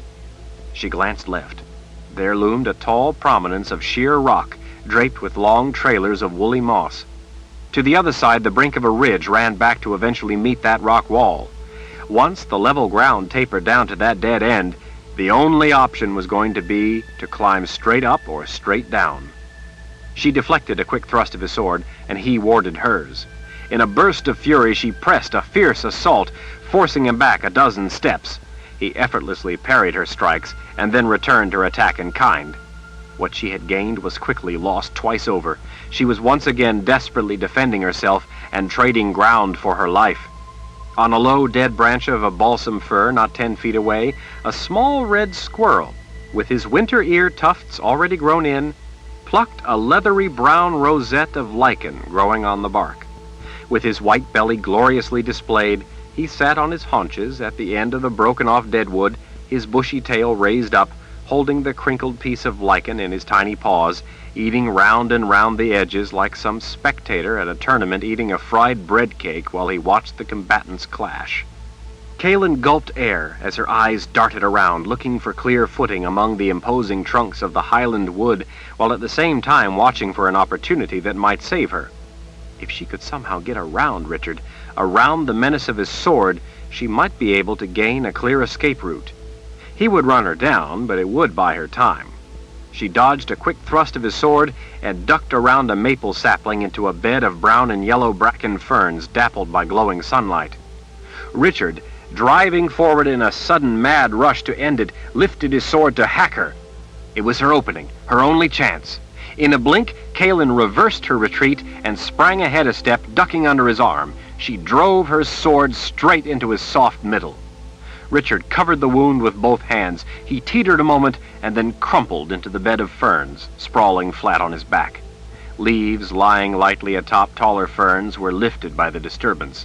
They somersaulted up into the air, finally drifting down to brightly decorate his body. The fierce red of the maple leaves was so vibrant it would have made blood look brown by comparison. Kaelin stood over Richard, gasping to catch her breath. She was spent. She dropped to her knees and then threw herself across his supine body. All around them fern fronds, the color of caramel candy, were curled into little fists, as if in defiance of having to die with the season. The sprinkling of lighter, yellowish, hay-scented ferns lent a clean, sweet scent to the afternoon air. There were few things that could equal the fragrance of the woods in late autumn.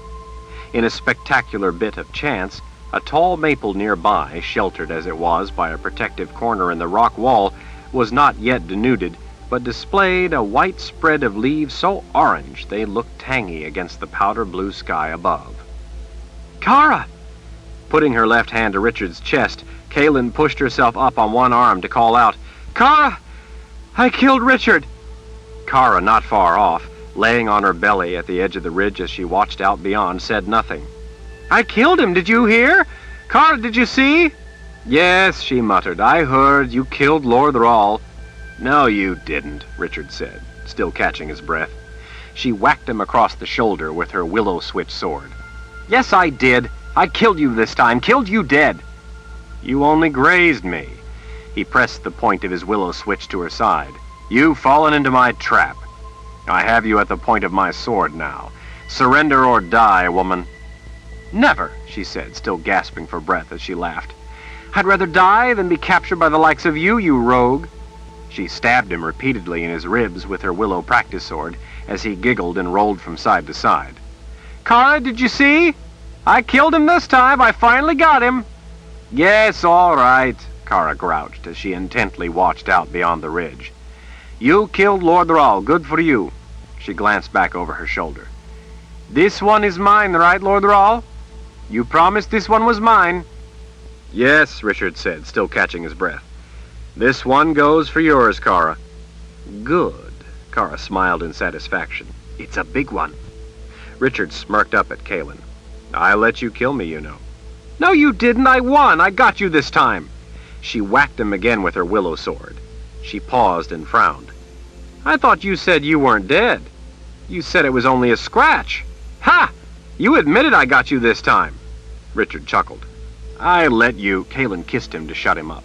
Kara saw and rolled her eyes. When Kara looked back over the ridge, she suddenly sprang up. "They just left. Come on before something gets it." "Kara, nothing is going to get it," Richard said. "Not this quickly." "Come on, you promised this one was mine. I don't want to have gone through all this for nothing. Come on." All right, Richard said as Kaylin climbed off him. "We're coming." He held his hand out for Kaylin to help him up. She stabbed him in the ribs instead. "Got you again, Lord Rawl. You're getting sloppy." Richard only smiled as Kaylin finally offered her hand. When he was up, he hugged her in a quick gesture, and before turning to follow after Kara, said, "Good job, Mother Confessor. Good job. You killed me dead. I'm proud of you." Kaylin endeavored to show him a sedate smile, but she feared it came out as a giddy grin. Richard scooped up his pack and hefted it onto his back. Without delay, he started the descent down the steep, broken face of the mountain. Kaylin threw her long wolf's fur mantle around her shoulders and followed him through the deep shade of sheltering spruce at the edge of the ridge, stepping on the exposed ledge rather than the low places. "Be careful," Richard called out to Kara, already a good distance ahead of them. "With all the leaves covering the ground, you can't see holes or gaps in the rock." I know, she grumbled. "How many times do you think I need to hear it?" Richard constantly watched out for them both. He had taught them how to walk in such terrain and what to be careful of. From the beginning, marching through the forests and mountains, Kaylin noted that Richard moved with quiet fluidity, while Kara traipsed along, bounding up onto and off of rocks and ledges, almost like an exuberant youngster. Since Kara had spent most of her life indoors, she didn't know that it made a difference how you walked in such terrain. Richard had patiently explained to her, "Pick where to put your feet in order to make your steps comparatively level. Don't step down to a lower spot if you don't need to, only to have to step up again as you continue your climb up the trail. Don't step up needlessly, only to have to step down again. If you must step up on something, you don't always need to lift your whole body. Just flex your legs." Kara complained that it was too hard to think about where to put her foot each time. He told her that by walking the way she did, she was actually climbing the mountain twice for each time he climbed it. He admonished her to think as she walked, and soon it would become instinctive and would require no conscious thought. When Kara found that her shin and thigh muscles didn't get as tired and sore when she followed his suggestions, she became a keen student. Now she asked questions instead of arguing. Most of the time. Kaylin saw that as Kara descended the steep trail, she did as Richard had taught her and used a stick as an improvised staff to probe any suspicious low area where leaves collected before stepping there. This was no place to break an ankle. Richard said nothing, but sometimes he smiled when she found a hole with her stick rather than her foot, as she used to. Forging a new trail on a steep slope like the one they were descending was dangerous work. Potential trails often withered into dead ends, requiring that you retrace your steps. On less severe slopes, hillsides, and flatter ground especially, animals often made good trails. In a valley, a suitable trail that shrank to nothing wasn't a big problem, because there you could beat through the brush to more open ground. Making your own trail on a rocky precipice 1,000 feet up was always arduous and often frustrating. In such conditions, particularly if the hour grew late, the desire not to have to backtrack a difficult climb tempted people into taking chances. Richard said that it was hard work that demanded you put reason before your wish to get down, get home, or get to a place to camp. Wishing gets people killed, he often said. Using your head gets you home. Kara poked her stick into a pile of leaves between bare granite rocks. "Don't step in the leaves here," she said over her shoulder as she hopped onto the far rock. "There's a hole." "Why, thank you, Kara," Richard said in mock gratitude, as if he would have stepped there had she not warned him.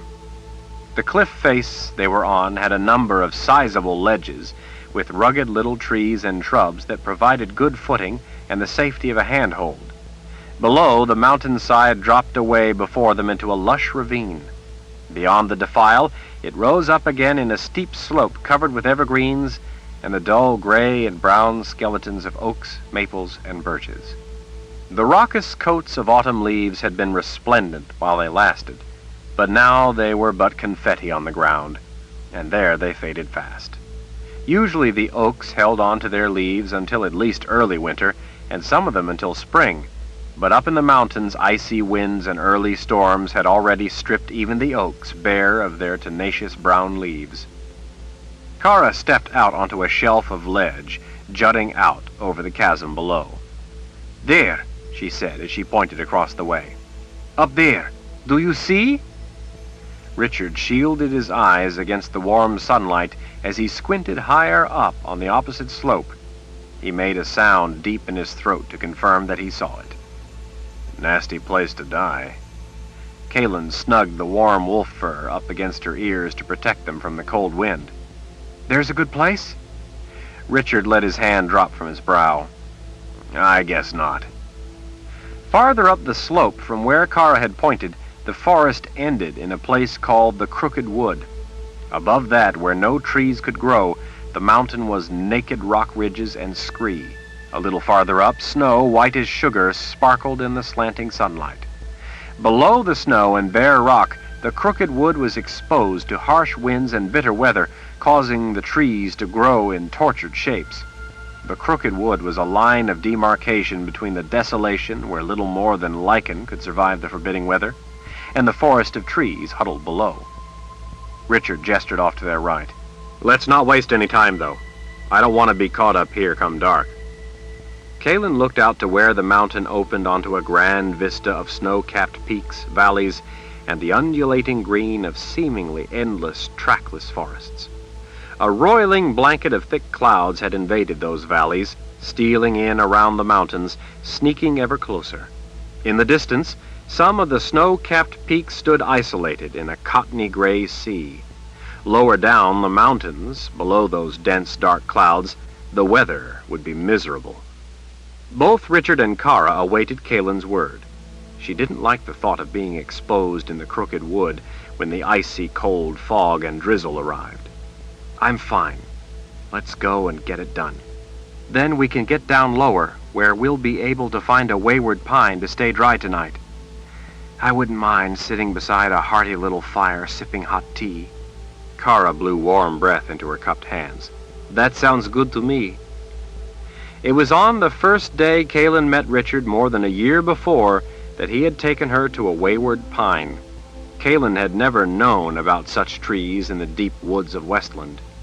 Wayward pines still held the same mystic quality for her as they did the first time she saw one silhouetted against a darkening sky, taller than all the trees around it. Such mature trees were a friend to travelers far from any conventional shelter. A big wayward pine's boughs hung down to the ground all around. The needles grew mostly at the outer fringe, leaving the inner branches bare. Inside, under their dense green skirts, wayward pines provided excellent shelter from harsh weather. Something about the trees' sap made them resistant to fire, so if you were careful, you could have a cozy campfire inside while outside it rained and stormed. Richard, Kaylin, and Kara often stayed in Wayward Pines when they were out in the mountains. Those nights getting warm around a small fire within the tree's confines brought them all closer and gave them time to reflect, to talk, and to tell stories. Some of the stories made them laugh. Some brought a lump to their throats. After Kaylin's assurance that she was up to it, Richard and Kara nodded and started down the cliff.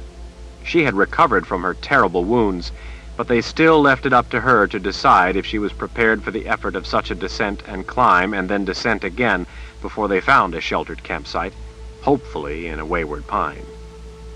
Kaylin had been a long time in healing. She had known, of course, that injuries such as she had suffered would take time to heal. Bedridden for so long, her muscles had become withered, weak, and nearly useless. For a long time, it had been hard for her to eat much. She became a skeleton. With the realization of just how weak and helpless she had become, even as she healed, she had inexorably spiraled down into a state of abject oppression. Kaylin had not comprehended completely the punishing effort that would be required if she was to be herself again. Richard and Kara tried to cheer her up, but their efforts seemed distant. They just didn't understand what it was like.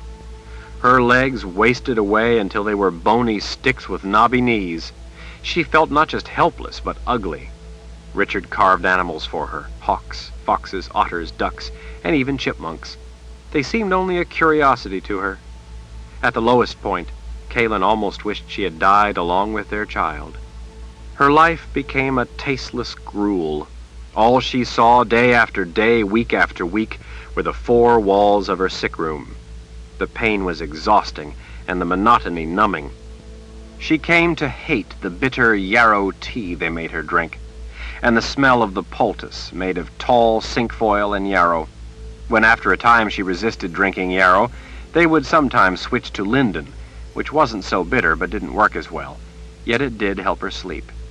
Skullcap often helped when her head hurt, though it was so astringent it made her mouth pucker for a long time after.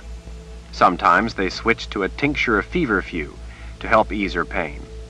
Kaylin came to hate taking herbs and would often say she didn't hurt, when she did, just to avoid some horrid concoction. Richard hadn't made the window in the bedroom very big. In the summer heat, the room was often sweltering. Kaylin could see only a bit of the sky outside her window, the tops of some trees and the jagged blue-gray shape of a mountain in the distance. Richard wanted to take her outside, but Kaylin begged him not to try because she didn't think it would be worth the pain. It didn't take much convincing for him to be talked out of hurting her.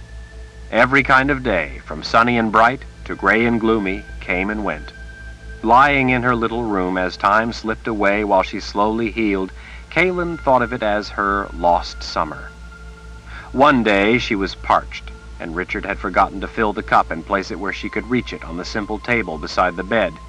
When she asked for water, Richard came back with the cup and a full water skin and set them both on the windowsill as he called to Kara outside. He rushed out, telling Kaylin as he went that he and Kara had to go check the fishing lines, and they would be back as soon as they could. Before Kaylin could ask him to put the water closer, he was gone. Kaylin lay fuming in the silence, hardly able to believe that Richard had been so inconsiderate as to leave the water out of her reach. It was unusually warm for late summer. Her tongue felt swollen. She stared helplessly at the wooden cups setting in the windowsill. On the verge of tears, she let out a moan of self-pity and smacked her fist against the bed. She rolled her head to the right away from the window and closed her eyes. She decided to take a nap in order not to think about her thirst. Richard and Kara would be back by the time she awoke, and they would get the water for her. And Richard would get a scolding. Sweat trickled down her neck. Outside, a bird kept calling. Its repetitious song sounded like a little girl with a high-pitched voice saying, "Who me?" Once a who me bird started in, it was a long performance. Kaylin could think of little else besides how much she wanted a drink. She couldn't make herself fall asleep. The annoying bird kept asking its question over and over again. More than once she found herself whispering, "Yes, you," in answer. She growled a curse at Richard. She squeezed her eyes shut and tried to forget her thirst, the heat, and the bird, and go to sleep. Her eyes kept popping open. Kaylin lifted her sleeping gown away from her chest, roughing it up and down to cool herself. She realized she was staring at the water in the window. It was out of her reach, clear over on the other side of the room. The room wasn't very big, but still she couldn't walk. Richard knew better. She thought that maybe, if she could sit up and move to the bottom of the bed, she might be able to reach the cup. With an ill-tempered huff, she threw the light cover off her bony legs. She hated seeing them. Why was Richard being so inconsiderate? What was the matter with him? She intended to give him a piece of her mind when he got back. She eased her legs over the side of the bed. The mattress was a pliable woven mat stuffed with grasses and feathers and toe padding. It was quite comfortable, and Kaylin was pleased with her snug bed. With a great effort, she pushed herself up. For a long time, she sat on the edge of the bed, holding her head in her hands as she caught her breath. Her whole body throbbed in pain. It was the first time she had sat up all by herself. She understood very well what Richard was doing. Still, she didn't appreciate his way of forcing her to get up. It was cruel. She wasn't ready. She was still badly hurt. She needed to rest in bed in order to recover. Her oozing wounds had finally closed up and healed over, but she was sure she was still too injured to be getting up. She feared to test broken bones. Accompanied by a lot of groaning and grunting, she worked herself to the bottom of the bed. Sitting there, one hand holding the footboard to steady herself, she was still too far from the window to reach the water. She was going to have to stand. She paused for a while to have dark thoughts about her husband. After a day many weeks before, when she had called for a long time and Richard hadn't heard her weak voice, he had left a light pole beside her, so she would be able to use it to reach out and knock on the wall or door if she was in urgent need of their help. Now, Kaylin worked her fingers around the pole lying alongside her bed and lifted it upright. She planted the thicker end on the ground and leaned on the pole for support as she carefully slid off the bed. Her feet touched the cool dirt floor. Putting weight on her legs made her gasp in pain. She half stood, half leaned on the bed, prepared to cry out, but realized she was gasping more at the brutal pain she expected than from the actual pain. It did hurt, but she realized it wasn't too much to endure. She was a bit disgruntled to learn it wasn't nearly as bad as it had been. She had been planning on reducing Richard to tears with the torturous suffering he had so cavalierly forced upon her. She put more weight on her feet and pulled herself up with the aid of the pole. Finally, she stood in wobbling triumph. She was actually on her feet, and she had done it by herself. Kaylin couldn't seem to make her legs walk the way she wanted them to. In order to get to the water, she was going to have to make them do her bidding, at least until she reached the window. Then she could collapse to the floor where Richard would find her. She luxuriated in her mental picture of it. He wouldn't think his plan to get her out of bed so clever then. With the aid of the stout pole for support and her tongue poked out the corner of her mouth for balance, she slowly shuffled to the window. Kaylin told herself that if she fell, she was going to lie there in a heap on the floor without any water until Richard came back and found her moaning through cracked lips, dying of thirst. He would be sorry he had ever tried such a pitiless trick. He would feel guilty for the rest of his life for what he had done to her. She would see to it. Almost wishing every difficult step of the way that she would fall, she finally made it to the window. Kaylin threw an arm over the sill for support and closed her eyes as she panted in little breaths so as not to hurt her ribs. When she had her wind back, she drew herself up to the window. She snatched the cup and gulped down the water. Kaylin plunked the empty cup down on the sill and peered out as she caught her breath again. Richard was sitting on the ground just outside, his arms hooked around his knees, his hands clasped. "Hi there," he said with a smile. Kara, sitting right beside him, gazed up without emotion. "I see you're up." Kaylin wanted to yell at him, but instead she found herself trying with all her might not to laugh. She felt suddenly and overwhelmingly foolish for not trying sooner to get up on her own. Tears stung her eyes as she looked out at the expanse of trees, the vibrant colors, the majestic mountains, and the huge sweep of blue sky dotted with fluffy white clouds marching off into the distance. The size of the mountains, their imposing slopes, their luscious color, was beyond anything she had ever encountered before. How could she possibly not have wanted more than anything to get up and see the world around her? "You know, of course, that you've made a big mistake," Richard said. "What do you mean?" Kaylin asked. "Well, had you not gotten up, we'd have kept waiting on you, at least for a time. Now that you've shown us that you can get up and move on your own, we're only going to keep doing this, putting things out of your reach to make you start moving about and helping yourself." While she silently thanked him, she was unwilling just yet to tell him out loud how right he had been, but inside she loved him all the more for braving her anger to help her. Kara turned to Richard. "Should we show her where she can find the table?" Richard shrugged. "If she gets hungry, she'll come out of the bedroom and find it." Kaylin threw the cup at him, hoping to wipe the smirk off his face. He caught the cup. "Well, glad to see your arm works," he said. "You can cut your own bread." When she started to protest, he said, "It's only fair. Kara baked it. The least you can do is to cut it." Kaylin's mouth fell open. Kara baked bread? "Lord Rahl taught me," Kara said. "I wanted bread with my stew, real bread, and he told me that if I wanted bread, I would have to learn to make it. It was easy, really. A little like walking to the window. But I was much more good-natured about it and didn't throw anything at him." Kaylin could not help smiling, knowing it must have been harder for Kara to knead dough than for Kaylin to get up and walk. She somehow doubted that Kara had been good-natured about it. Kaylin would like to have seen that battle of wills. "Give me back my cup, and then go catch some fish for dinner. I'm hungry. I want a trout, a big trout, along with bread." Richard smiled. "I can do that, if you can find the table." Kaylin did find the table. She never ate in bed again. At first, the pain of walking was sometimes more than she could tolerate, and she took refuge in her bed. Kara would come in and brush her hair, just so Kaylin wouldn't be alone. She had no power in her muscles, and could hardly move by herself. Brushing her own hair was a colossal task. Just getting to the table was exhausting, and all she could accomplish at first. Richard and Kara were sympathetic, and continually encouraged her, but they pushed her too. Kaylin was joyous to be out of the bed, and that helped her to ignore the pain. The world was again a wondrous place. She was more than joyous to be able at last to go out to the privy. While she never said so, Kaylin was sure Kara was happy about that too.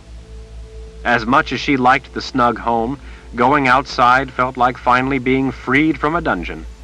Before, Richard had frequently offered to take her outside for the day, but she had never wanted to leave her bed, fearing the pain. She realized that because she was so sick, her thinking had slowly become dull and foggy. Along with her summer, she had for a time lost herself. Now, at long last, she felt clear-headed. She discovered that the view outside her window was the least impressive of the surrounding sights.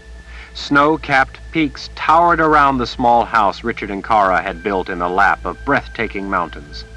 The simple house, with a bedroom at either end, one for Richard and Kaylin and one for Kara, with a common room in the middle, sat at the edge of a meadow of velvety green grasses sprinkled with wildflowers. Even though it was late in the season when they had arrived, Richard managed to start a small garden in a sunny place outside Kara's window, growing fresh greens for the table and some herbs to add flavor to their cooking. Right behind the house, huge old white pines towered over them, sheltering them from the full force of the wind.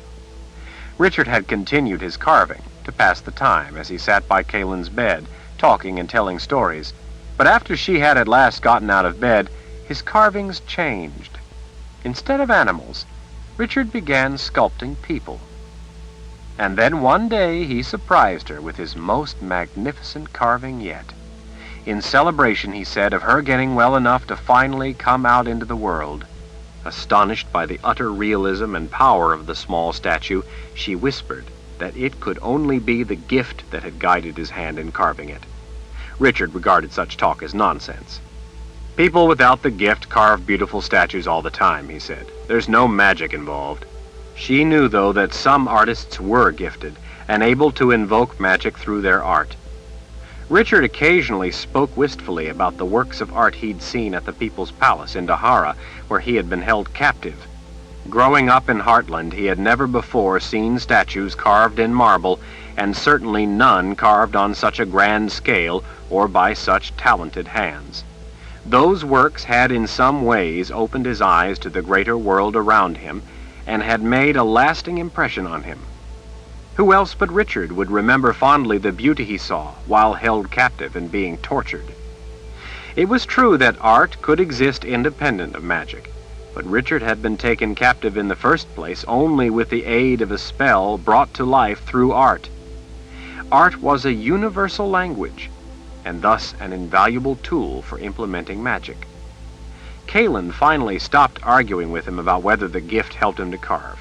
He simply didn't believe it. She felt, though, that having no other outlet, his gift must be expressing itself in this way. Magic always seemed to find a way to seep out, and his carvings of people certainly did seem magical to her. But the figure of the woman that he carved for her as a gift stirred profound emotion within her. He called it an image nearly 2 feet tall, carved from buttery, smooth, rich, aromatic walnut, Spirit. The femininity of her body, its exquisite shape and curves, bones and muscle, were clearly evident beneath her flowing robes. She looked alive. How Richard had accomplished such a feat, Kalen couldn't even imagine. He had conveyed through the woman, her robes flowing in a wind as she stood with her head thrown back, her chest out, her hands fisted at her sides, her back arched and strong as if in opposition to an invisible power trying unsuccessfully to subdue her, a sense of spirit. The statue was obviously not intended to look like Kalen, yet it evoked in her some visceral response, a tension that was startlingly familiar. Something about the woman in the carving, some quality it conveyed, made Kalen hunger to be well, to be fully alive, to be strong and independent again. If this wasn't magic, she didn't know what was. Kalen had been around grand palaces her whole life, exposed to any number of pieces of great art by renowned artists, but none had ever taken her breath with its thrust of inner vision, its sense of individual nobility, as did this proud, vibrant woman in flowing robes. The strength and vitality of it brought a lump to Kalen's throat, and she could only throw her arms around Richard's neck in speechless emotion. Chapter 19. Now Kalen went outside at every opportunity. She placed the carving of Spirit on the windowsill, so she could see it not only from bed, but also when she was outdoors. She turned the statue so that it always faced outside. She felt it should always be facing the world. The woods around the house were mysterious and alluring. Intriguing trails went off into the shadowy distance, and she could just detect light off at the end of the gently curving tunnel through the trees. She ached to explore those narrow tracks, animal trails enlarged by Richard and Kara on their short treks to tend fishing lines, and forays in search of nuts and berries. Kalen, with the aid of a staff, hobbled around the house and the meadow to strengthen her legs. She wanted to go with Richard on those treks, through the filtered sunlight and gentle breezes, over the open patches of ledge and under the arched, enclosing limbs of huge oaks. One of the first places Richard took her, when she insisted she could walk for a short distance, was through that tunnel in the thick, dark wood to the patch of light at the other end, where a brook descended a rocky gorge. The brook was sheltered on the hillside above them by a dense stand of trees. An enormous weight of water continuously plunged over that stepped tumble of rocks, surging around boulders and pouring in glassy sheets over ledges. Many of the bear-sized rocks sitting in the shady pools were flocked in a dark green velvet of moss and sprinkled with long, tawny needles from the white pines that favored the rock slope. Flecks of sunlight winking through the dense canopy shimmered in the clear pools. At the bottom of that gorge, in that sunny mountain glen off behind their house where the trail emerged from the woods, the brook broadened and slowed as it meandered through the expansive valley surrounded by the awesome jut of the mountains. Sometimes Kaylin would dangle her bony legs over a bank and let the cool water caress her feet. There she could sit on the warm grass and soak up the sun while watching fish swim through the crystal-clear water flowing over gravel beds. Richard had been right when he told her that trout liked beautiful places.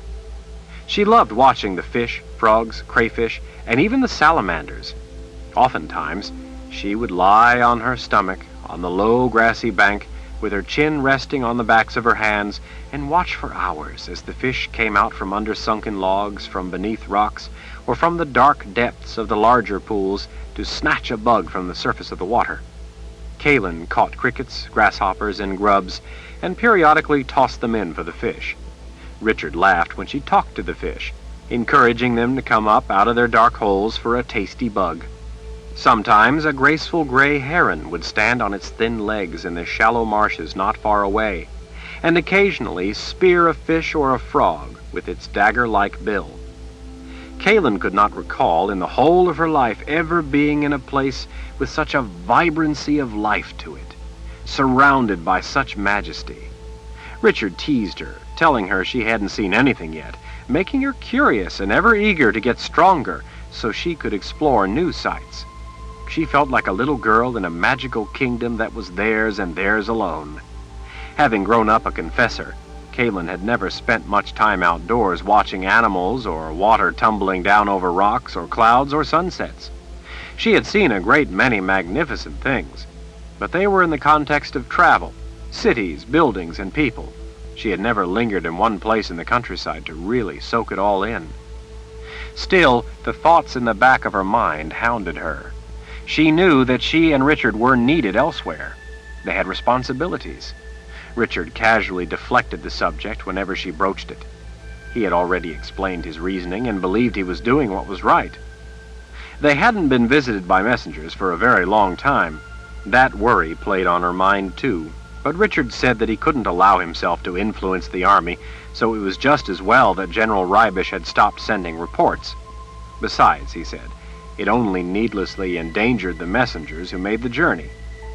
For the time being, Kaylin knew she needed to get better, and her isolated mountain life was making her stronger by the day, probably as nothing else could. Once they returned to the war, once she convinced him that they must return, this peaceful life would be but a cherished memory. She resolved to enjoy what she couldn't change while it lasted. Once, when it had been raining for a few days, and Kaylin was missing going out to the brook to watch the fish, Richard did the most unheard-of thing. He started bringing her fish in a jar. Live fish. Fish just for watching. After he'd cleaned an empty lamp oil jug and several wide-mouthed glass jars that had held preserves, herbs, and unguents for her injuries, along with other supplies he had purchased on their journey away from Anderith, he put some gravel at the bottom and filled them with water from the stream. He then caught some black-nosed dace minnows and put them in the glass containers. They were yellowish olive on top, speckled with black, with white bottoms, and a thin black line down each side. He even provided them with a bit of weed from the brook so they could have a place to hide and feel safe. Kaylin was astonished when Richard brought home the first jar of live fish. She set the jars, eventually 4 jars and 1 jug in all, on the windowsill in the main room, beside several of Richard's smaller carvings. Richard, Kaylin, and Kara sat at the small wooden table when they ate and watched the marvel of fish living in a jar. "Just don't name them," Richard said, "because eventually they're going to die." What she had at first thought was an entirely daft idea became a center of fascination for her. Even Kara, who cited fish in a jar as lunacy, took a liking to the little fish. It seemed that every day with Richard in the mountains held some new marvel to turn her mind away from her own pains and troubles. After the fish became accustomed to people, they went about their little lives as if living in a jar were perfectly natural. From time to time, Richard would pour out part of their water and add fresh water from the brook. Kalin and Kara fed the little fish crumbs of bread or tiny scraps from dinner, along with small bugs. The fish ate eagerly and spent most of their time pecking at the gravel on the bottom or swimming about, looking out at the world. After a while, the fish learned when it was lunchtime. They would wiggle eagerly on the other side of the glass whenever anyone approached, like puppies happy to see their masters. The main room had a small fireplace Richard had built with clay from stream banks he'd formed into bricks and dried in the sun, and then cooked in a fire. They had the table he'd made, and chairs constructed of branches intertwined and lashed together. He'd woven the chair bottoms and backs from leathery inner bark. In the corner of the room was a wooden door over a deep root cellar. Against the back wall were simple shelves and a big cupboard full of supplies. They'd bought a lot of supplies along the way and carried them either in the carriage with Kalin or strapped on the back and sides. For the last part of the journey, Richard and Kara had lugged everything in, since the carriage couldn't make it over narrow mountain passes where there were no roads.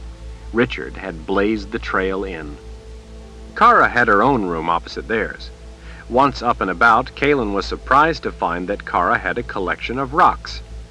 Kara bristled at the term collection and asserted that they were there as defensive weapons, should they be attacked and trapped in the house. Kalin found the rocks, all different colors, suspiciously pretty. Kara insisted they were deadly.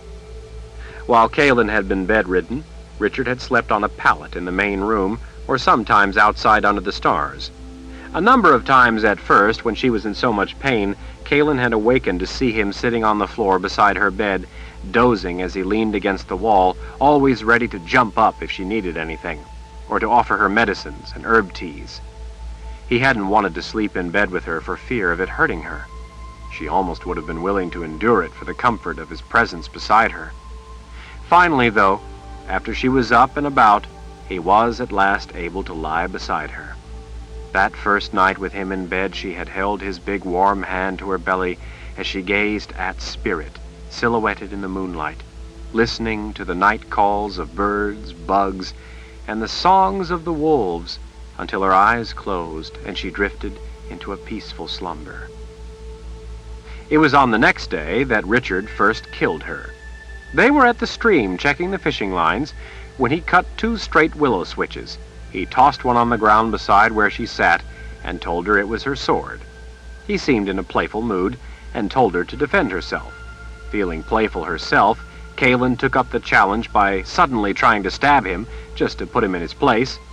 He stabbed her first and declared her dead. She fought him again, more earnestly the second time, and he quickly dispatched her with a convincingly feigned beheading. By the third time she went after him, she was a little irked. She put all her effort into her assault, but he smoothly thwarted her attack and then pressed the tip of his willow switch sword between her breasts. He announced her dead for a 3rd time out of 3. Thereafter, it became a game Kalin wanted to win. Richard never let her win, not even just to be nice when she was feeling low because of her slow progress at getting stronger. He repeatedly humbled her in front of Kara. Kalin knew he was doing it to make her push herself, to use her muscles, to forget her aches, to stretch and strengthen her body. Kalin just wanted to win. They each carried their willow switch swords sheathed behind a belt, always at the ready. Every day she would attack him or he would attack her, and the fight was on. At first she was no challenge to him, and he made it clear she was no challenge. That, of course, only made her determined to show him that she was no novice, that it was not so much a battle of strength, but of leverage, advantage, and swiftness. He encouraged her, but never gave her false praise. As the weeks passed, she slowly began making him work for his kills. Kalin had been taught to use a sword by her father, King Wyborn. At least he had been king before Kalin's mother took him for her mate. King was an insignificant title to a confessor. King Wyborn of Gallia had had 2 children with his queen and first wife, so Kalin had both an older half-sister and a half-brother. Kaylin wanted very much to make a good show of her training under her father. It was frustrating to know she was far better with a weapon than she was showing Richard. It wasn't so much that she didn't know what to do, but that she simply couldn't do it. Her muscles were not yet strong enough, nor would they respond nearly quickly enough. Something about it, though, was still unsettling. Richard fought in a way Kaylin had never encountered in her training, or in the real combat she had seen. She couldn't define or analyze the difference, but she could feel it, and she didn't know what to do to counter it. In the beginning, Richard and Kaylin had most of their battles in the meadow outside their house, so that Kaylin wouldn't be as likely to trip over something, and if she did, not as likely to hit her head on anything granite. Kara was their ever-present audience. As time passed, the battles lasted longer and grew more strenuous. They became furious and exhausting. A couple of times, Kaylin had been so upset by Richard's relentless attitude toward their sword fights that she didn't speak to him for hours afterward, lest she let slip words she didn't really mean and which she knew she would regret. Richard would then sometimes tell her, "Save your anger for the enemy. Here it will do you no good. There it can overcome fear. Use this time now to teach your sword what to do, so later it will do it without conscious thought." Kaylin well knew that an enemy was never kind. If Richard gave in to kindness, awarded her false pride, it could only serve her ill. As aggravating as such lessons sometimes were, it was impossible to remain angry with Richard for very long, especially because she knew she was really only angry with herself. Kaylin had been around weapons and men who used them all her life. A few of the better ones, in addition to her father, were on occasion her teachers. None of them had fought like Richard. Richard made fighting with a blade look like art. He gave beauty to the act of dealing death. There was something about it, though, tickling at her. Something she knew she still wasn't grasping. Richard had told her once, before she had been hurt, that he had come to believe that magic itself could be an art form. She had told him she thought that was crazy. Now she didn't know. From the bits of the story she'd heard, she suspected that Richard had used magic in something of that way to defeat the chimes. He had created a solution where it had never before existed, or even been imagined. One day, in one of their fierce sword fights, she had been positive she had him dead to rights, and that she was delivering the stroke of victory. He effortlessly evaded what she had been sure was her killing strike and killed her instead. He made what had seemed impossible look natural. It was in that instant that the whole concept came clear for her. She had been looking at it all wrong. It wasn't that Richard could fight well with a sword, or that he could create beautiful statues with a knife and chisel. It was that Richard was one with the blade in any form, sword, knife, chisel, or willow switch.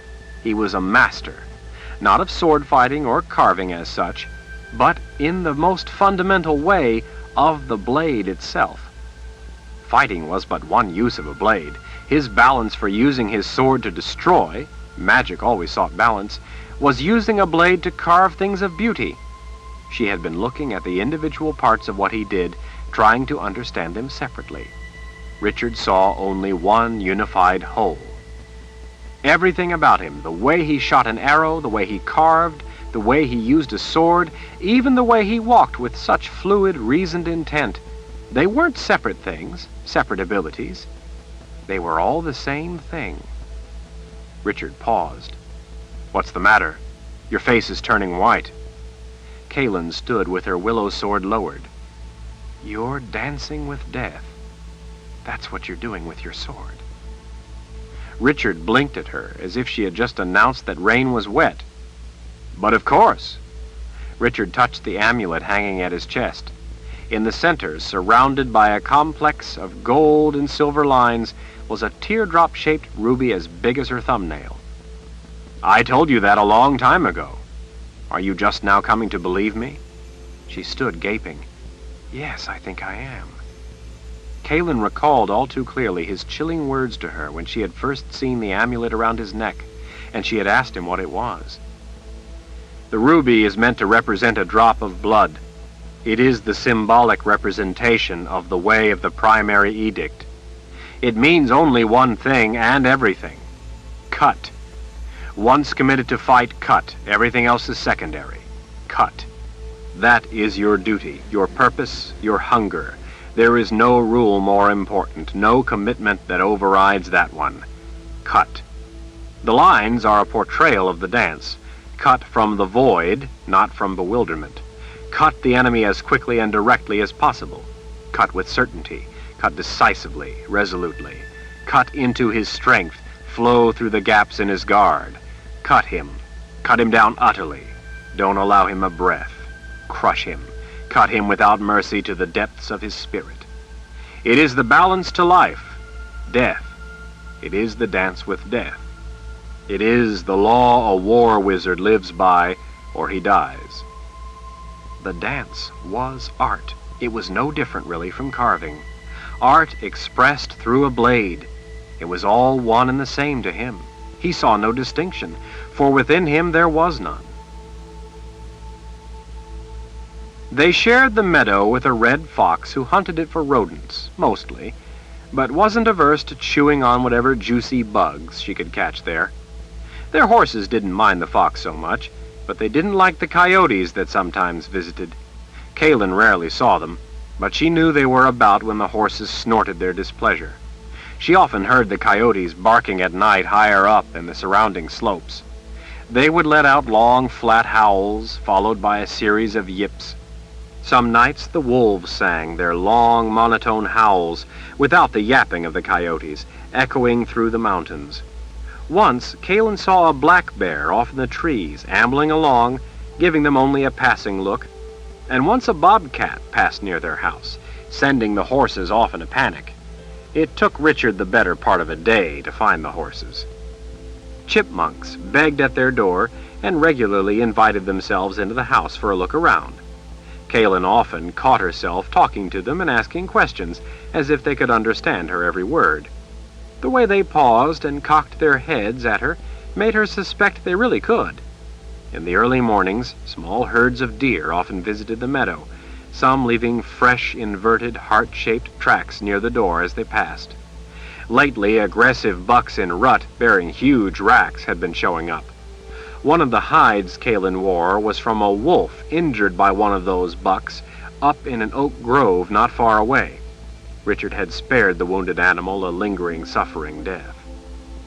Beside the sword fights, they went on marches up into the mountains to help Kaelin strengthen her limbs. Those walks were taxing on her leg muscles, sometimes leaving her so sore she couldn't sleep. Richard would rub oil into her feet, calves, and thighs when they hurt too much for her to sleep. That usually worked, relaxing her and making her drowsy and able to fall asleep. She distinctly remembered the rainy night after walking home in the wet and cold, when she lay on her back in bed, eyes shut, as Richard rubbed warm oil into her leg muscles. He whispered that her legs finally seemed to have gotten back all their tone and shape. Kaelin looked up and saw desire in his eyes. It was an almost forgotten thrill to know his hunger for her. She had been so startled that she felt tears trickle down her cheeks with the joy of suddenly feeling like a woman again, a desirable woman. Richard raised her leg to his mouth and gently kissed her bare ankle. By the time his soft, warm kisses reached her thighs, she was panting with suddenly and unexpectedly awakened desire. He laid open her nightshirt and rubbed the warm oil on her exposed belly. His big hands moved up her body to caress her breasts. He breathed through his mouth as he rolled her nipples until they were hard between his finger and thumb. "Why, Lord Rahl," she said in a breathy whisper, "I do believe you are going to get carried away." He paused, seeming to check himself in what he was doing, and then pulled back. "I won't break, Richard," she said, as she caught his hand and pulled it back. "I'm all right now. I'd like it if you got carried away." She clutched his hair in her fists as his kisses covered her breasts, and then her shoulders, and then worked up her neck. His panting warmed her ear. His exploring fingers made her frantic with need. His body against hers felt wildly erotic. She no longer felt weary. Finally, he tenderly kissed her lips. She let him know by the way she returned the kiss that he needn't be all that tender.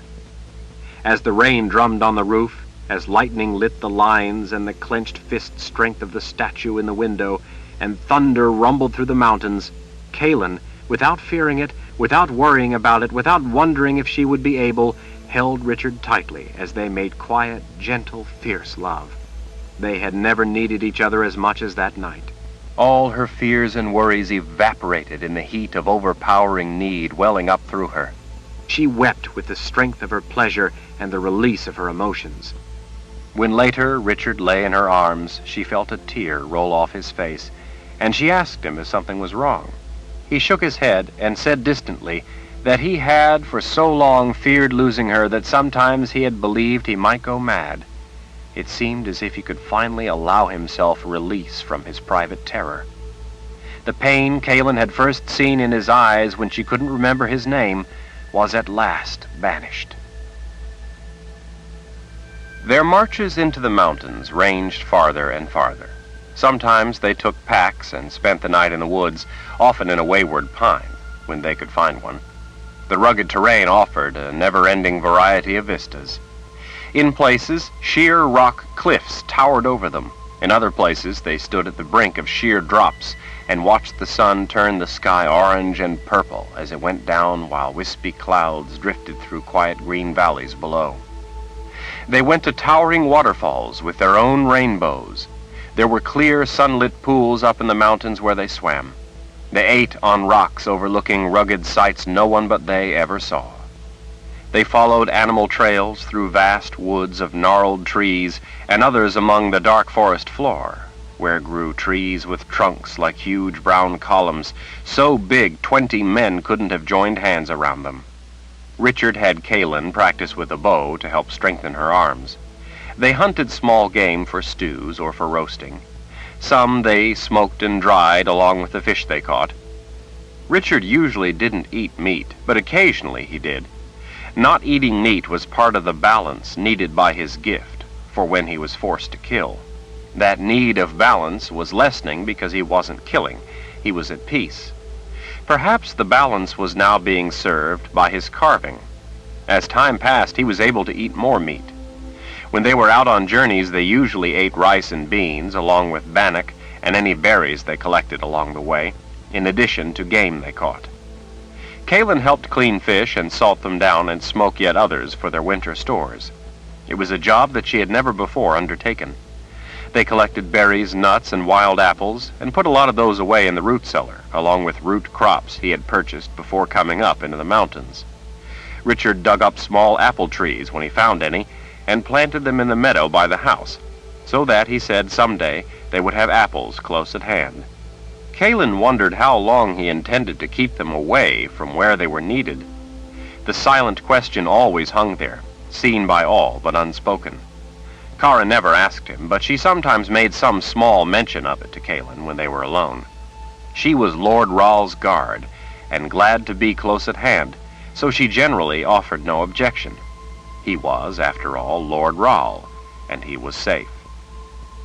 Kaelin had always felt the weight of their responsibilities, like the towering mountains all around, looming over them, always shadowing them. That responsibility could never be completely forgotten.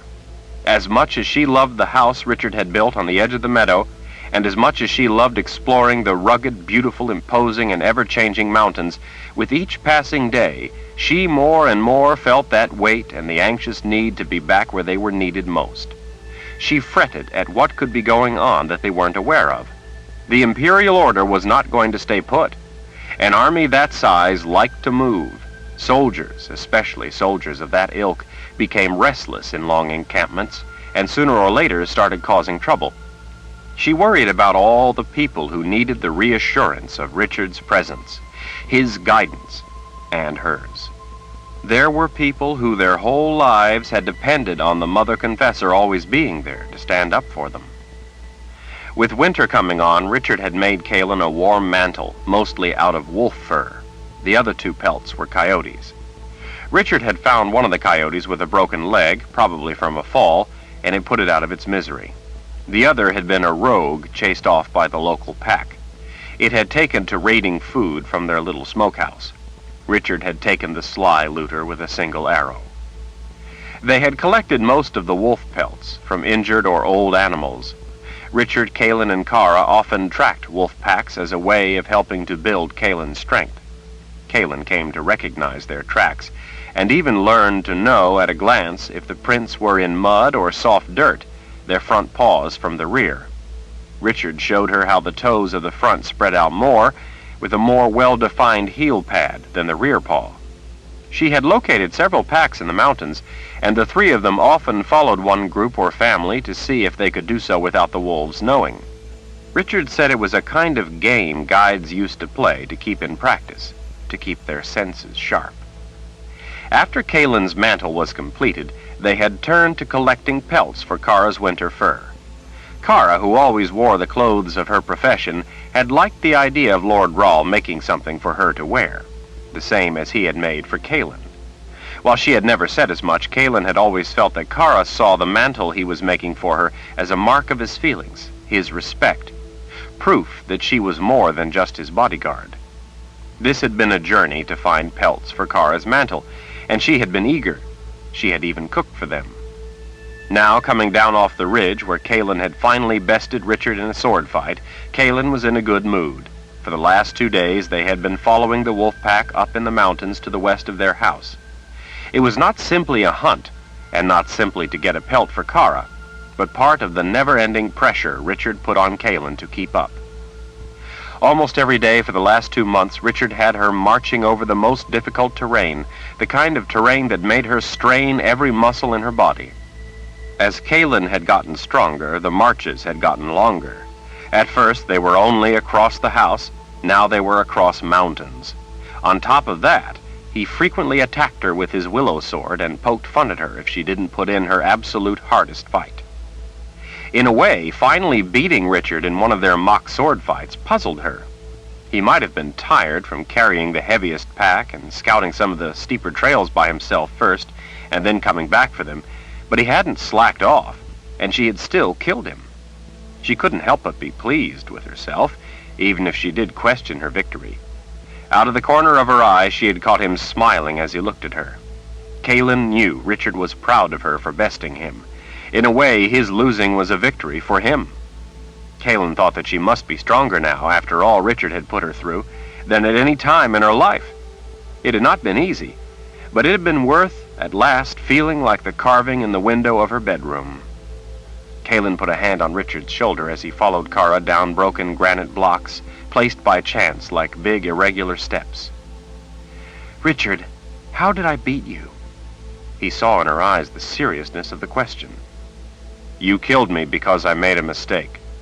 "A mistake? You mean perhaps you had gotten too confident? Perhaps you were just tired or were thinking of something else?" "Doesn't really matter, does it? Whatever it was a mistake that cost me my life in the game. In a real fight, I would have died. You've taught me a valuable lesson to redouble my resolve to always put in my absolute full effort. It just goes to remind me, though, that I could make a mistake at any time and lose." Kalin couldn't help but be struck by the obvious question. Was he making a mistake in staying out of the effort to keep the Midlands free from the tyranny of the Imperial Order? She couldn't help feeling the pull to help her people, even though Richard still felt that if the people didn't want his leadership, his efforts could do no good. As Mother Confessor, Kalin knew that while people didn't always understand that what a leader did was done in their best interest, that was no reason to abandon them. With winter coming on, she hoped the Imperial Order would choose to stay put in Anderith. Kalin needed to convince Richard to return to help the Midlands, but she was at a loss to know how. He was firm in his reasoning, and she could find no chink in the armor of his logic. Emotion did not sway him in this. Kara led them down the craggy precipice, having to backtrack only twice. It was a difficult descent. Kara was pleased with herself, and that Richard had let her pick the route. It was her pelt they were going after, so he let her lead them across the tangle of undergrowth in the ravine at the bottom, and then up the following lip of the notch where trees clung with roots like talons to the rocky rise. The wind coming up the ravine had turned bitter. The clouds had thickened until they snuffed out the golden rays of sunlight. Their ascent took them up into a gloomy, dark wood of towering evergreens. Far over their heads, the treetops swayed in the wind, but down on the ground it was still. Their footfalls were hushed by a thick, spongy mat of brown needles. The climb was steep, but not arduous. As they ascended, the big trees grew farther and farther apart. The boughs became scraggly, allowing more of the somber light to seep in. For the most part, the rocks higher up were bare of moss and leaves. In places, they had to use handholds on the rock or else roots to help them climb. Kaylin pulled deep breaths of the cold air. It felt good to test her muscles. They came out of the forest into the steel-gray light of late afternoon and the moaning voice of the wind. They were in the Crooked Wood. The scree and rock were naked of the thick moss common lower down the mountain, but they bore yellow-green splotches of lichen outlined in black. Only a bit of scraggly brush clung to the low places here and there.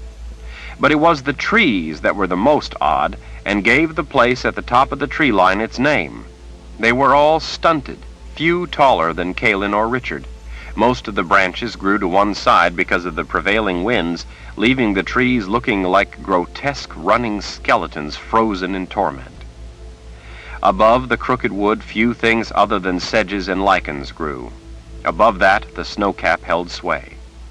"Here it is," Kara said. They found the wolf sprawled on the scree beside a low boulder with a dark stain of dried blood at the sharp edge. Up higher, the pack of gray wolves had been trying to take down a woodland caribou. The old bull had grazed the unlucky wolf with a kick. That in itself would likely not have been anything more than painful, but the wolf had slipped from the higher ledge and fallen to its death.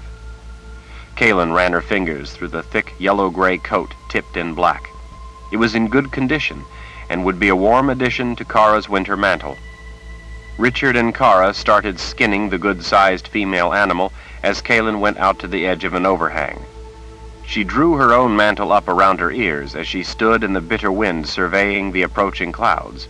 She was somewhat startled by what she saw. "Richard, it's not drizzle coming our way," Kaylin said. "It's snow." He looked up from his bloody work. "Do you see any wayward pines down in the valley?" She squinted down to the valley floor spread out before her. "Yes, I see a couple. The snow is still a ways off. If you're not long at that, we can probably make it down there and collect some wood before it gets wet." "We're almost done," Kara said. Richard stood to have a quick look for himself.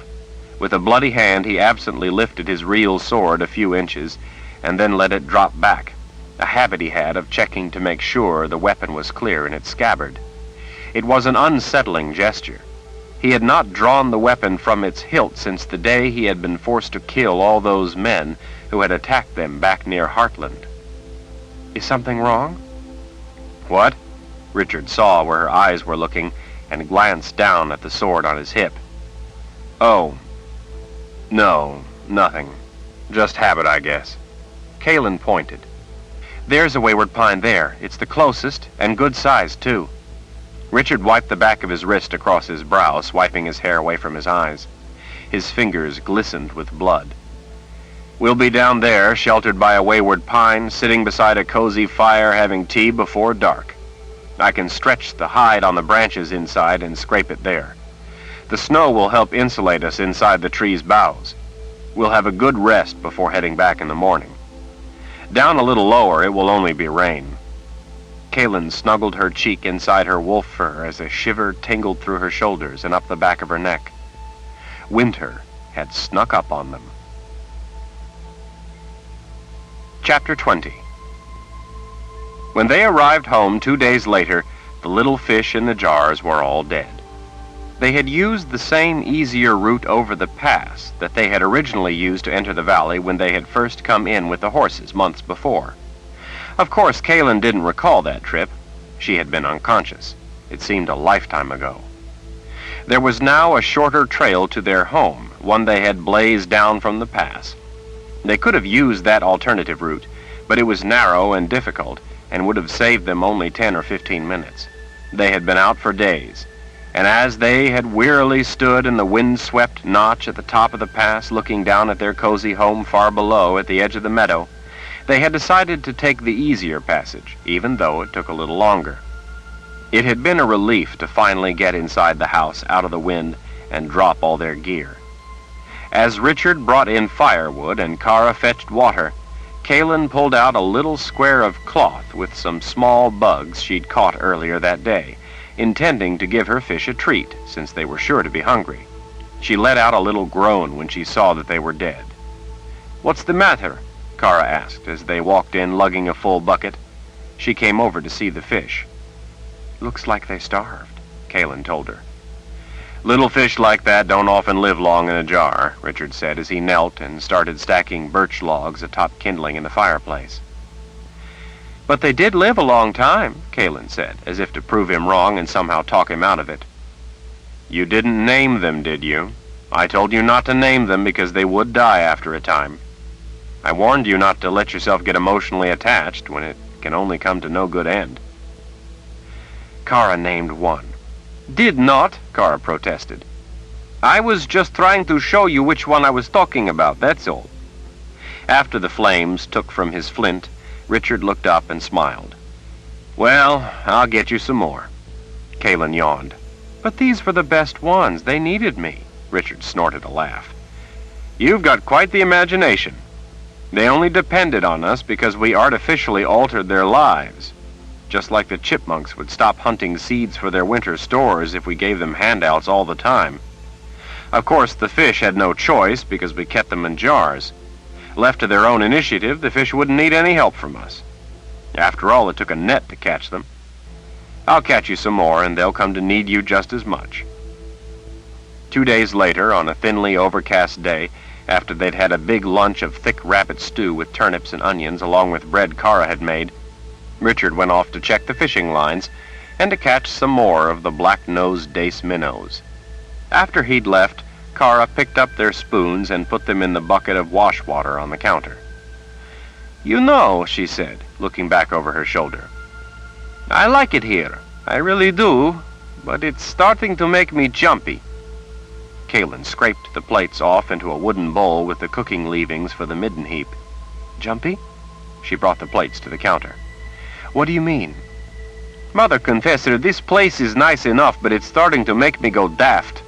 I am Mord Sith. Dear spirits, I'm starting to name fish in jars." Kara turned back to the bucket and bent to cleaning the spoons with a washcloth. "Don't you think it's about time we convinced Lord Rahl that we need to get back?" Kaylin sighed. She loved their home in the mountains, and she loved the quiet and solitude. Most of all, she treasured the time she and Richard were able to spend together without other people making demands of them. But she also missed the activity of Aidendrill, the company of people, and the sights of cities and crowds. There was a lot not to like about being in places like that, but there was an excitement about it, too. She'd had a lifetime to become used to the way people didn't always want or understand her help, and forging ahead anyway because she knew it was in their best interest. Richard never had to learn to face that cold indifference and go about his duty despite it. "Of course I do, Kara." Kaylin placed the bowl of scraps on a shelf, reminding herself to empty it later. She wondered if she was to be a Mother Confessor who forever lived in the woods away from her people, a people struggling for their liberty. But you know how Richard feels. He thinks it would be wrong. More than that, he thinks it would be irresponsible to give in to such a wish when reason tells him he must not. Kara's blue eyes flashed with determination. "You are the Mother Confessor.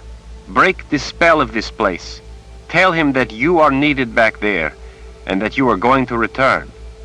What's he going to do, tie you to a tree? If you leave, he will follow. He will have to return then." Kaylin shook her head emphatically. "No, I can't do that. Not after what he's told us.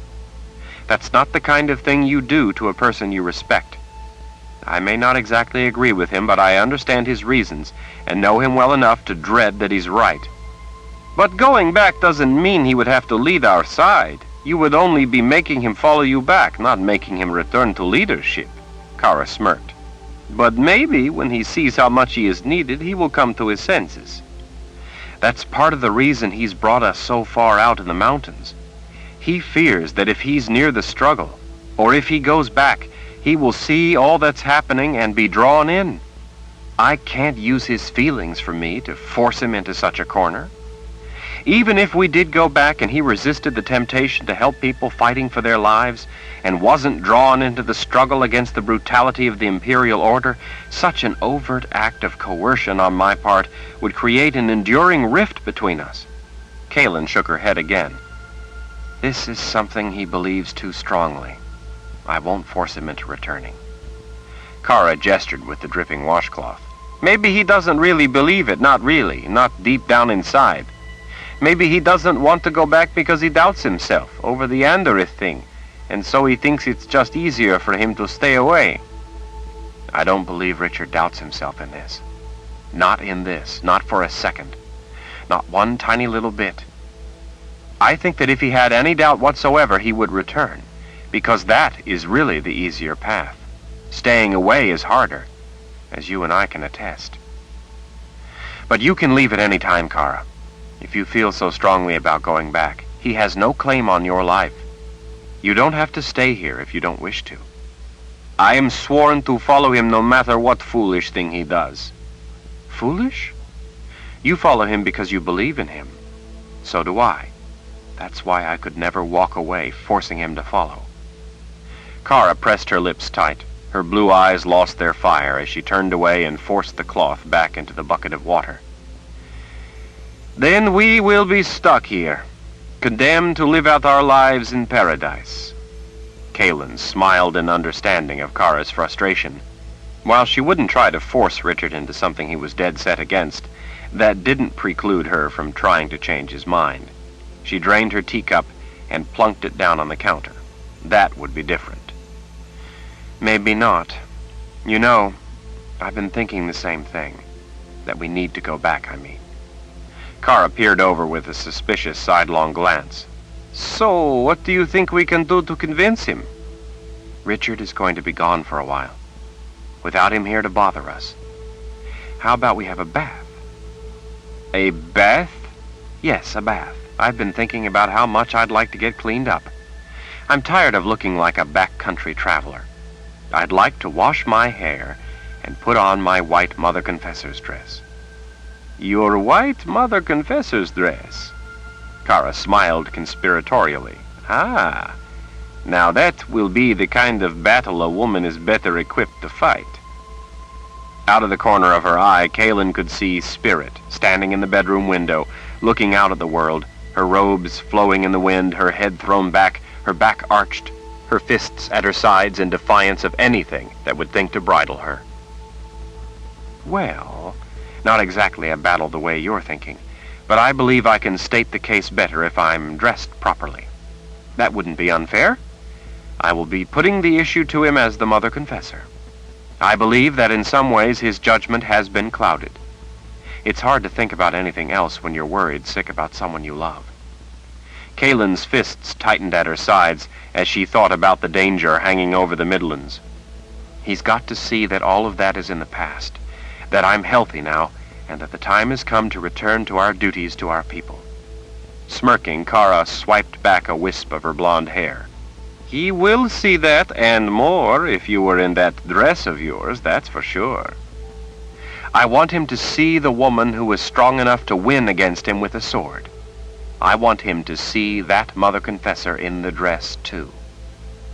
From the corner of her mouth, Kara puffed another strand of hair off her face. To tell you the truth, I wouldn't mind a bath myself. You know, I think that if I stand beside you in a proper Mord Sith outfit and my hair is washed and my braid is done up fresh and I'm looking properly Mord Sith-like, and I speak my argument with what you say, Lord Rahl will be all the more convinced that we're right and inclined to see that the time has come for us to return. Kaelin set the plates into the bucket of water. It's settled then. We've enough time before he comes back. Richard had made them a small wooden tub, big enough to sit in and have a nice bath. It wasn't big enough to lie back and luxuriate in, but it was still quite the luxury for their mountain home.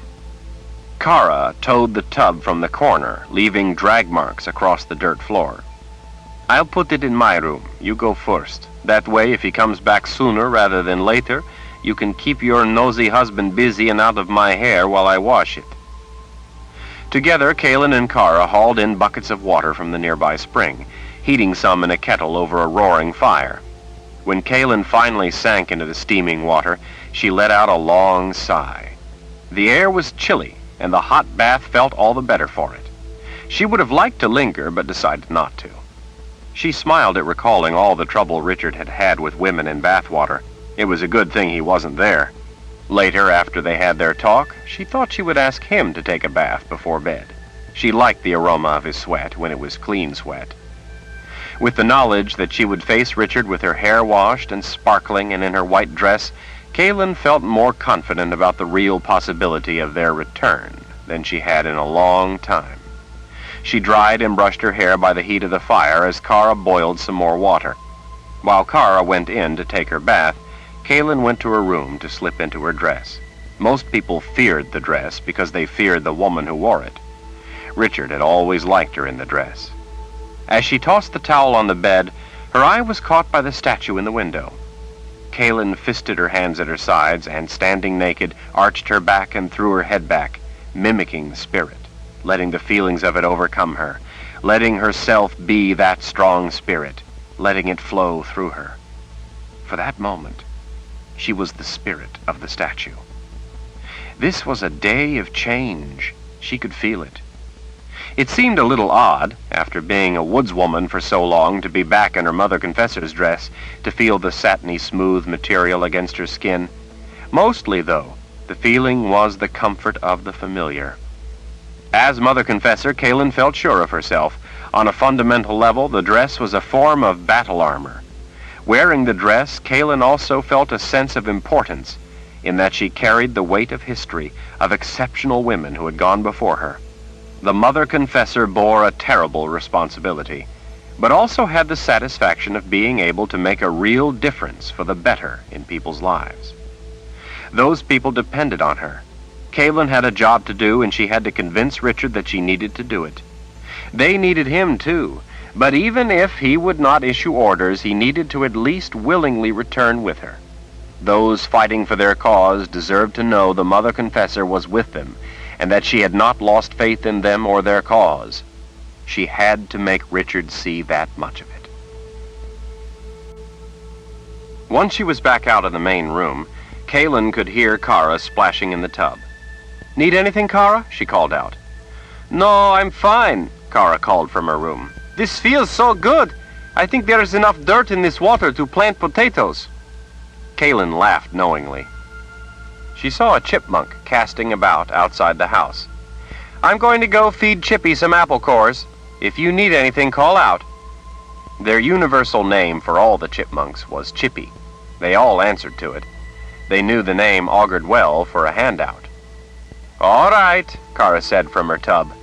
"If Lord Rahl gets back, though, just kiss him or something to keep him busy, but wait until I'm done before you talk to him. I want to be with you to help you convince him. I want to be sure we make him see the light."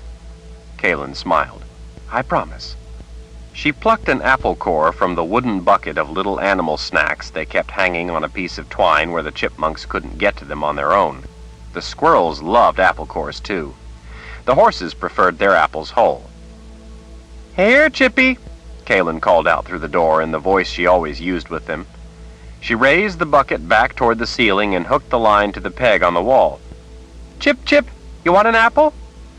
Outside, Kalen saw the chipmunk off to the side foraging through the grass. The chill breeze caressed the long folds of her dress to her legs as she walked. It was almost cold enough to need the fur mantle.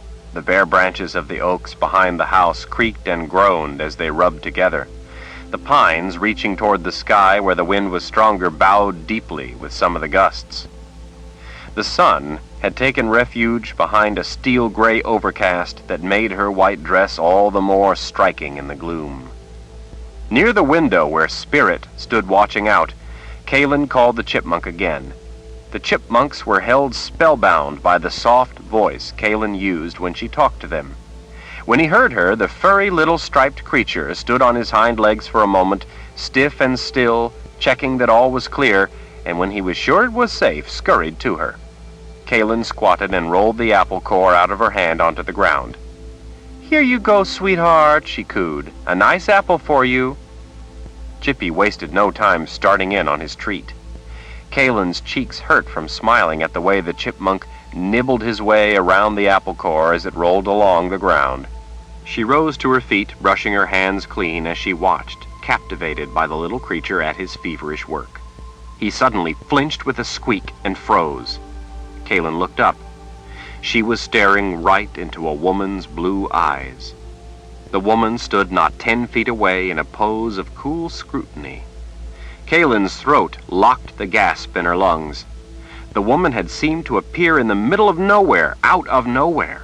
Icy goose flesh prickled up the backs of Kalen's arms. The woman's long blonde hair cascaded over the shoulders of an exquisite black dress. She was of such shapely beauty, her face of such pure perfection, but especially her eyes were of such intelligent, lucid witnesses to all around her, that she could only be a creature of profound integrity or unspeakable evil. Kalen knew without a doubt which it was. This woman made Kalen feel as ugly as a clod of dirt and instinctively as helpless as a child. She wanted nothing so much as to shrink away. Instead, she stared into the woman's blue eyes for what couldn't have been more than a second or two, but in that span of time an eternity seemed to pass. In those knowing blue eyes flowed some formidable, frightful current of contemplation. Kalen remembered Captain Meifert's description of this woman. For the life of her, though, Kalen couldn't just then recall her name. It seemed trivial.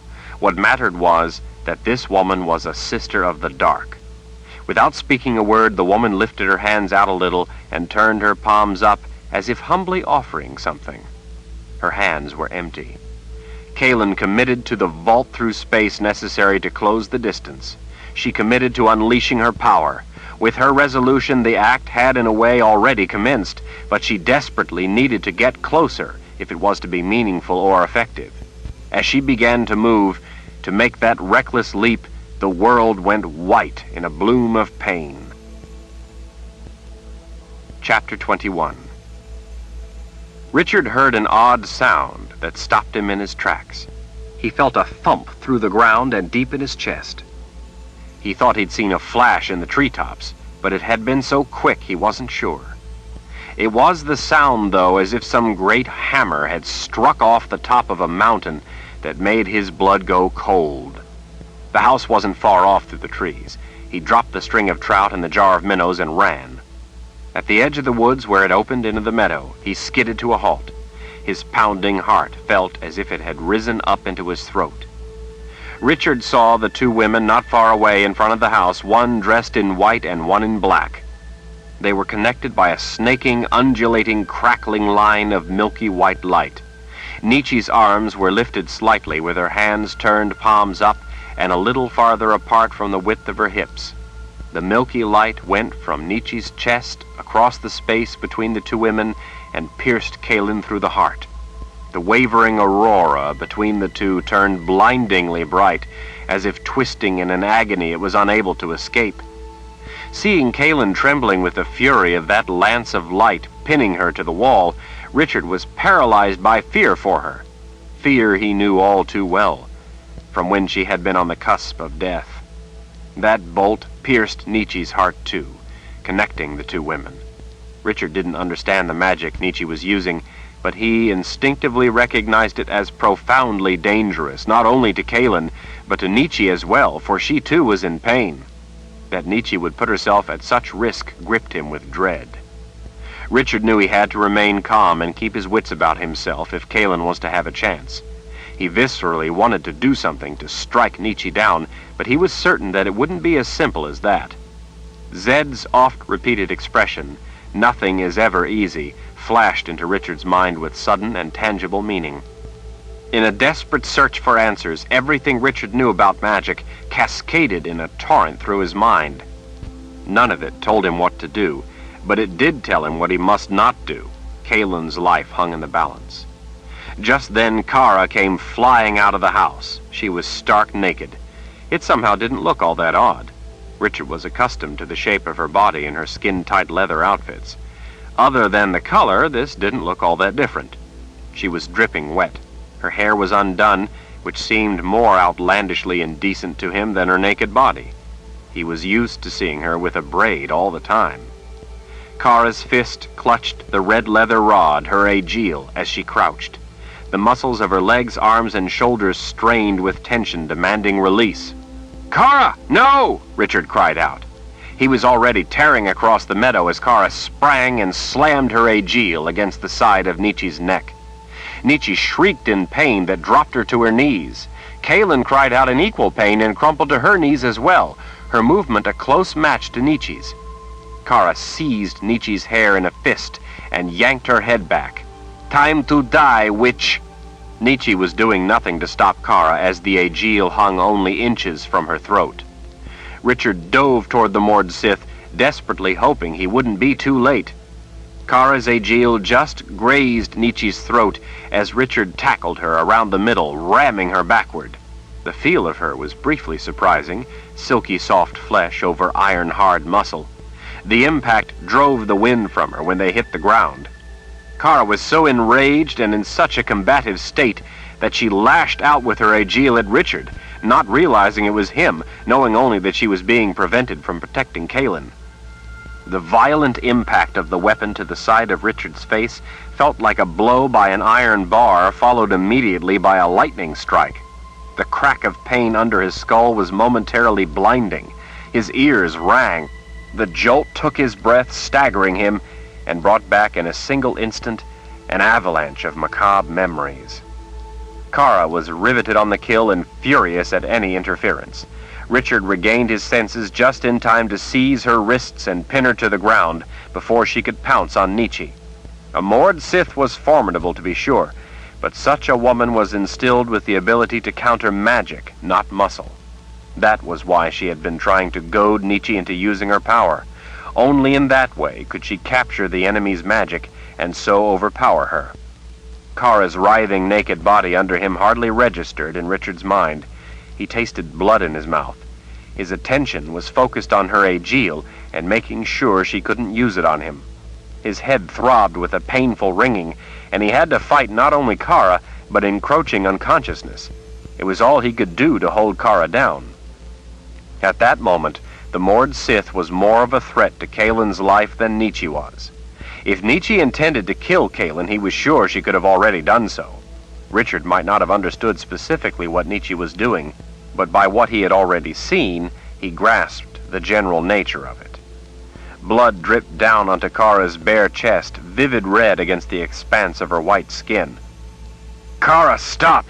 His jaw worked, if painfully, so he reasoned it wasn't broken. "It's me! Stop! You'll kill Kaelin!" Kara stilled under him, staring up in angry confusion. "What you do to Nietzsche happens to Kaelin, too." "You had better listen to him," Nietzsche said from behind him in that velvety voice of hers. Kara reached up when Richard released her wrists and touched the side of his mouth. "I'm sorry," she whispered, realizing what she had done. Her tone told him she meant it. Richard nodded and then stood, pulling her up by her hand before rounding on Nietzsche. Nietzsche stood tall in that proud and proper posture she had. Her attention and her magic was focused on Kaelin. The calm but violent power from within him had awakened, waiting to be commanded. Richard didn't know how to use it to stop Nietzsche. He held back, fearing that anything he did would only make Kaelin's peril worse. Kaelin was on her feet, too, but once again pinned to the wall of the house by the milky rope of light. Her green eyes were wide with the trembling torment of whatever it was Nietzsche was doing. Nietzsche's hands lifted. She laid her palms to her heart over the light. Her back was to Richard, but he could see the light through her, like fire eating through the center of a piece of paper, the incandescent whole expanding outward, appearing to consume her. The twisting flare of light was doing the same thing to Kaelin, seeming to burn through her, yet Richard could see that she was not being killed by it. She was still breathing, still moving, still alive, not reacting at all the way a person would if they were really having holes burned through them. With magic, he knew better than to believe his eyes. At the center of Nietzsche's chest, under her hands, she began to become solid again, reforming where the light had spent itself in glowing rays, working out toward the edges of her. The light cut off.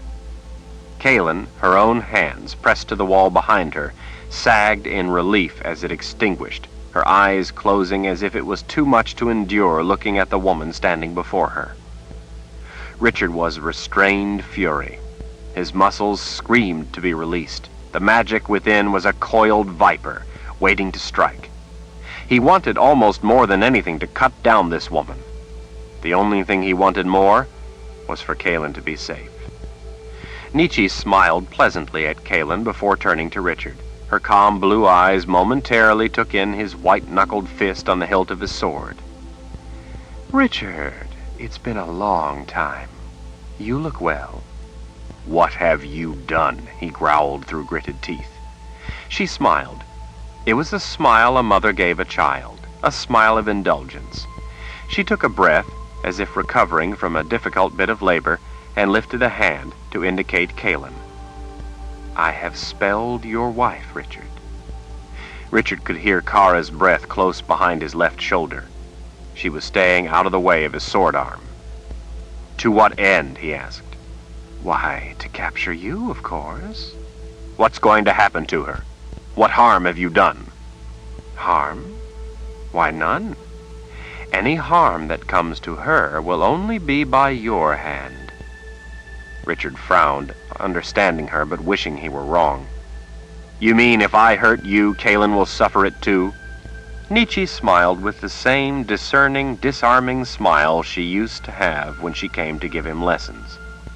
He could hardly believe that he used to imagine that she must look like nothing so much as a good spirit in the flesh. Richard could sense the magic crackling around this woman. He had come to know in most cases, through his own gift, when a person had the gift, what others couldn't see, he saw. He could see it in their eyes, and sometimes sense the aura of it around them. He had rarely met gifted women who made the very air about them sizzle with their power. Worse, though, Nietzsche was a sister of the dark. Yes, and more, much more. You see, we are now linked by a maternity spell. Odd name for a spell, yes? The name, in part, is derived from the spell's nurturing aspects, as in life-giver, the way a mother nurtures her child and keeps it alive. That light you saw was an umbilical cord of sorts, an umbilical cord of magic. By bending the nature of this world, it links our lives, no matter the distance between us.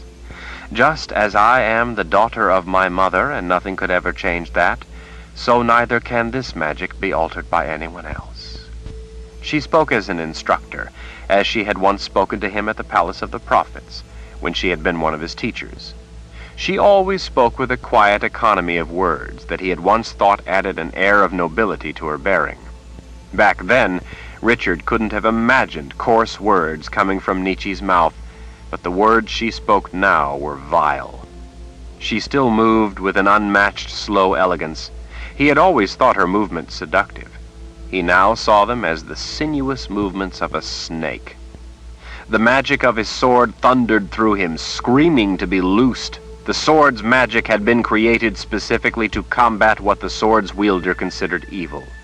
At that moment, Nietzsche fit the requirement to such an extent that the magic of the sword was close to overpowering him, near to taking command in order to destroy this threat. With the pain from the Aegeal still throbbing in his head, it was a struggle to maintain his control over the power of the sword. Richard could feel the raised gold letters of the word truth on the hilt pressing into his palm. This was a time, perhaps more than any other, that he knew had to be faced with truth and not his raw wishes. Life and death hung in the balance. "Richard," Kaylin said in a level voice. She waited until his eyes met hers. "Kill her." She spoke with a quiet authority that demanded obedience. In her white mother confessor's dress, her words carried the unequivocal weight of command. "Do it. Don't wait another moment. Kill her. Don't think about it. Do it." Nietzsche calmly watched to see what he might do. What he would finally decide seemed no more than a matter of curiosity to her. Richard had no need to think or to decide. "I can't," he said to Kaylin. "That would kill you too." Nietzsche lifted one eyebrow. "Very good, Richard. Very good. Do it! Kalen shrieked. Do it now while you still have the chance! Keep still, he said in a calm voice. He looked back at Nietzsche. Let's hear it.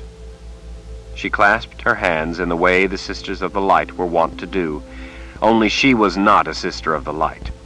There looked to be something deeply felt behind that blue-eyed gaze, but what those feelings could be he didn't know and feared to imagine. It was one of those intense gazes that held a world of emotion, everything from longing to hatred. One thing he was sure he saw was a dead serious determination that was more important to her than life itself. It's like this, Richard. You are to come with me. As long as I live, Kalen will live. If I die, she dies. It's as simple as that. What else? He demanded. What else? Nietzsche blinked. Nothing else. What if I decide to kill you? Then I will die. But Kalen will die with me. Our lives are now linked. That's not what I mean. I mean you must have some purpose. What else will it mean if I decide to kill you? Nietzsche shrugged. Nothing. It's up to you to decide. Our lives are in your hands. Should you choose to preserve her life, you will have to come with me. And what do you intend to do with him? Kalen asked as she edged her way over to Richard's side. Torture a sham confession out of him, so that Jagang can put him on some kind of show trial, followed by a very public execution? If anything, Nietzsche looked surprised, as if such a thought had never occurred to her, and she found it abhorrent. No, none of that. I intend him no harm. For now, anyway. Eventually, of course, I will most likely have to kill him. Richard glared. Of course. When Kalen made a move forward, he caught her arm and restrained her. He knew what she intended. He didn't know exactly what would happen if Kalen unleashed her confessor's power on Nietzsche while they were both linked by the spell, but he had no intention of finding out, since he was sure it would come to no good end. Kalen was far too ready, as far as he was concerned, to forfeit her life to save his. Just hold on for now, he whispered to her. Kalen threw her arm out, pointing. She just admitted she intends to kill you. Nietzsche smiled reassuringly. Don't worry about that for now. If it comes to that, it will not likely be for a long time. Perhaps even a lifetime. And in the meantime, Kalen asked, what plans do you have for him before you discard his life, as if it were insignificant? Insignificant? Nietzsche opened her hands in an innocent gesture. I have no plans. I expect only to take him away. Richard had thought he understood what was going on, but he was less and less sure with everything Nietzsche said. You mean you want to take me away so that I can't fight against the Imperial Order? Her brow twitched. If you wish to think of it in those terms, I admit it is true that your time as the leader of the Daharan Empire is over, but that is not the point. The point is that everything about your life up until now, Nietzsche glanced pointedly at Kalen, is over. Her words seemed to chill the air. They surely chilled Richard. What's the rest of it? He knew there had to be more, something that would make sense of it all. What other terms are there if I want to keep Kalen alive? Well, no one is to follow us, of course. And if we do? Kalen snapped. I might follow you and kill you myself, even if it means the end of my own life. Kalen's green eyes shone with icy resolve as she cast a threatening glare on the woman. Nietzsche lifted her brows deliberately as she leaned ever so slightly toward Kalen, the way a mother would in cautioning a child. Then that will be the end of it, unless Richard stops you from doing such a thing. That is all part of what he must decide to do. But you make a miscalculation if you think I care one way or the other. I don't, you see. Not at all. What is it you intend me to do? Richard said, pulling Nietzsche's unsettlingly calm gaze from Kalen. What if I get where you're taking me and I don't do as you wish? You misunderstand, Richard, if you believe that I have some preconceived notion of what it is I wish you to do. I don't. You will do as you wish, I imagine. As I wish? Well, naturally, you won't be allowed to return to your people. She tossed her head, flicking back strands of her long blonde hair that the wind had pulled across in front of her blue eyes. Her gaze never left his. And I suppose, if you were to be in some way impossibly and defiantly contrary, then in that case, such would obviously be an answer in and of itself. It would be a shame, of course, but I would then have no use for you. I would kill you. You would have no further use? You mean Jagang would have no further use? No. Once again, Nietzsche looked surprised.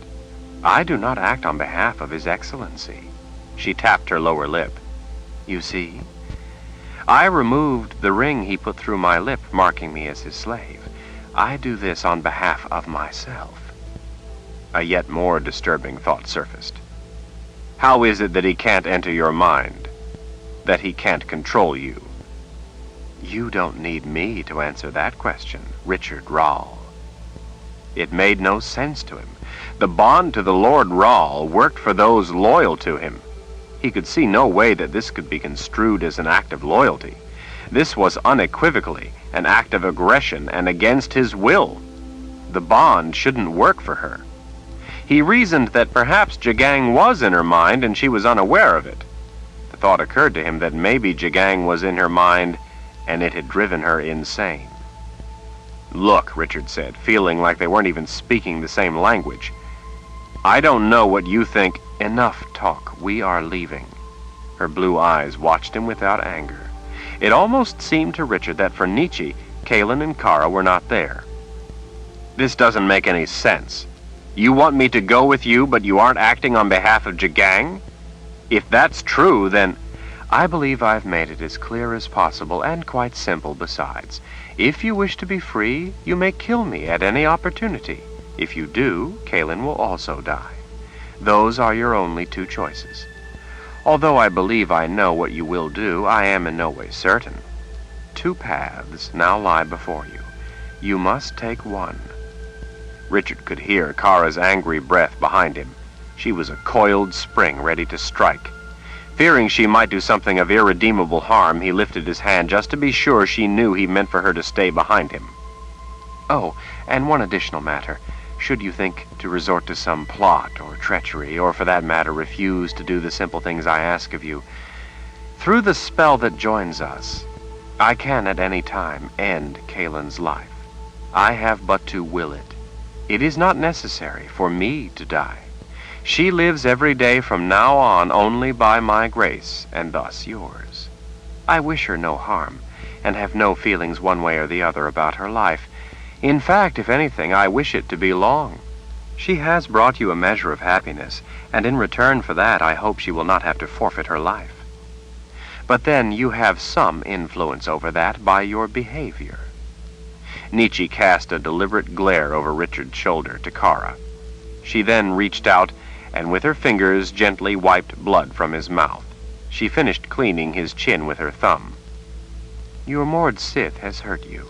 I can help you if you wish. No. Very well. She wiped her bloody fingers clean on the skirt of her black dress. Unless you want to risk other people causing Kalen's death without your intending it, I suggest you ensure that others don't act without your consent. Mord Sith are resourceful and determined women. I respect their devotion to duty. However, if your Mord Sith follows us, and my magic will tell me if she does, Kalen will die. And just how will I know Kalen is all right? We could get a mile away from here, and you could use that magic link to kill her. I would never know.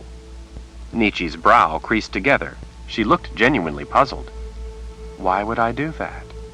A storm of rage and panic pushed his emotions first one way and then the other. Why are you doing any of this? She regarded him in silent curiosity for a moment. I have my reasons. I'm sorry, Richard, that you must suffer in this. Making you suffer is not my purpose.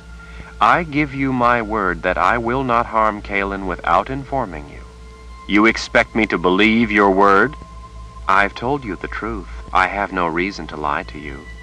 In time, you will come to understand everything better. Kalen will come to no harm from me as long as I am safe, and you come with me." For reasons he couldn't fathom, Richard found himself believing her.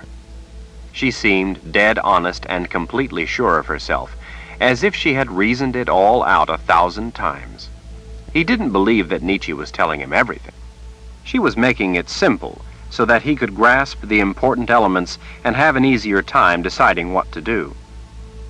Whatever the rest of it was, it couldn't be as devastating as this much of it. The thought of being taken from Kaylin was agony, but he would do almost anything to save her life. Nietzsche knew that. The enigma resurfaced. It was somehow linked to this.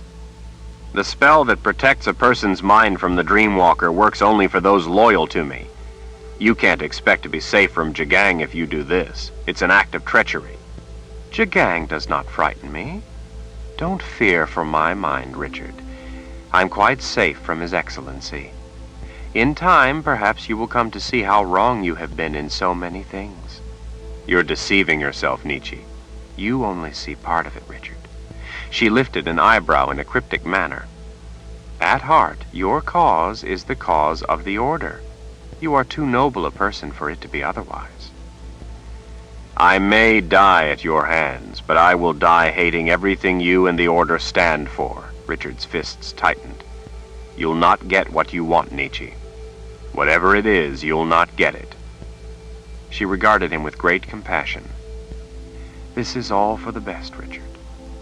Nothing he said seemed to hold any sway with her, and he could make no sense of the things she said. The fury inside boiled up. The magic of the sword fought him for control. He could barely contain it. Do you really expect me to ever come to believe that? Nietzsche's blue eyes seemed to be focused somewhere beyond him. Possibly not. Her gaze fixed on him once more. She put 2 fingers between her lips as she turned and whistled. In the distance, a horse whinnied and trotted out of the woods. I have another horse for you, waiting up on the other side of the pass. Terror clawed at his bones. Kaylin's fingers tightened on his arm. Kara's hand touched his back. Memories of being captured before and all it meant, all the things he had endured, made his pulse race and his breath come in rapid pulls. He felt trapped. Everything was slipping through his fingers, and there didn't seem to be anything he could do about it. He wanted more than anything to fight, but he couldn't figure how. He wished it were as simple as striking down his adversary. He reminded himself that reason, not wishing, was his only chance. He seized the calm center within and used it to quell the rising storm of panic. Nietzsche stood tall, her shoulders square, her chin up. She looked like someone facing an execution with courage. He realized then that she truly was prepared for whichever way it was to go.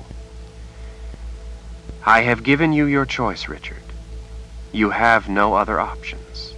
Choose. There is no choice to make. I'll not allow Kaylin to die. Of course not. Nietzsche's posture eased almost imperceptibly. A small smile of reassurance warmed her eyes. She will be fine. The horse slowed from its trot as it approached. When the handsome dappled mare halted beside her, Nietzsche took a hold of the reins near the bit. Its gray mane ruffled in the cold breeze. The mare snorted and tossed her head, uneasy before strangers and eager to be away. But, Richard stammered as Nietzsche stepped up into the stirrup. But what am I allowed to take? Nietzsche swung her leg over the horse's rump and settled into the saddle. She squirmed herself into position and adjusted her shoulders, setting them back. Her black dress and blonde hair stood out in stark relief against the iron sky. You may bring anything you like, as long as it isn't a person. She clicked her tongue, urging her horse around to face him. I suggest you take clothes and such. Whatever you wish to have with you, take all you can carry if you want. Her voice took on an edge. Leave that sword of yours, though. You won't be needing it. She leaned down, her expression for the first time turning cold and threatening. You are no longer the Seeker or Lord Raal, leader of the Daharan Empire, or for that matter, you are no longer the husband of the Mother Confessor. From now on, you are nobody but Richard. Kara stepped out beside him, a thunderhead of dark fury. I am Mord Sith. If you think I'm going to allow you to take Lord Rahl, you're crazy. The Mother Confessor has already stated her wishes. My duty above all else is to kill you. Nietzsche curled 3 fingers around the reins, her thumbs holding them tight. Do as you must. You know the consequences. Richard held out a restraining arm to prevent Kara from going up after Nietzsche and dragging her off the horse. Take it easy, he whispered. Time is on our side. As long as we're all still alive, we have the chance to think of something. The strain of Kara's weight against his arm eased. She reluctantly backed a step. I have to get some things, Richard said to Nietzsche, trying to buy that time. Wait at least until I can get my pack together. Nietzsche laid the reins over and stepped her horse back toward him. She rested her left wrist across the saddle's pommel. I'm leaving. With a long, graceful finger of her other hand, she pointed. You see that pass up there? You be with me by the time I'm at the top, and Kalen will live. If I cross over and you aren't with me, Kalen will die. You have my word. It was all happening too fast. He needed to think of a way to stall. Then what good will any of this have done you? It will have told me what means more to you. She sat back up in her saddle. When you think about it, that is quite a profound question. It is yet to be answered. By the time I get to the top of the pass, I will have the answer. Nietzsche rocked her hips in the saddle, urging the horse ahead into a walk. Don't forget. Top of the pass.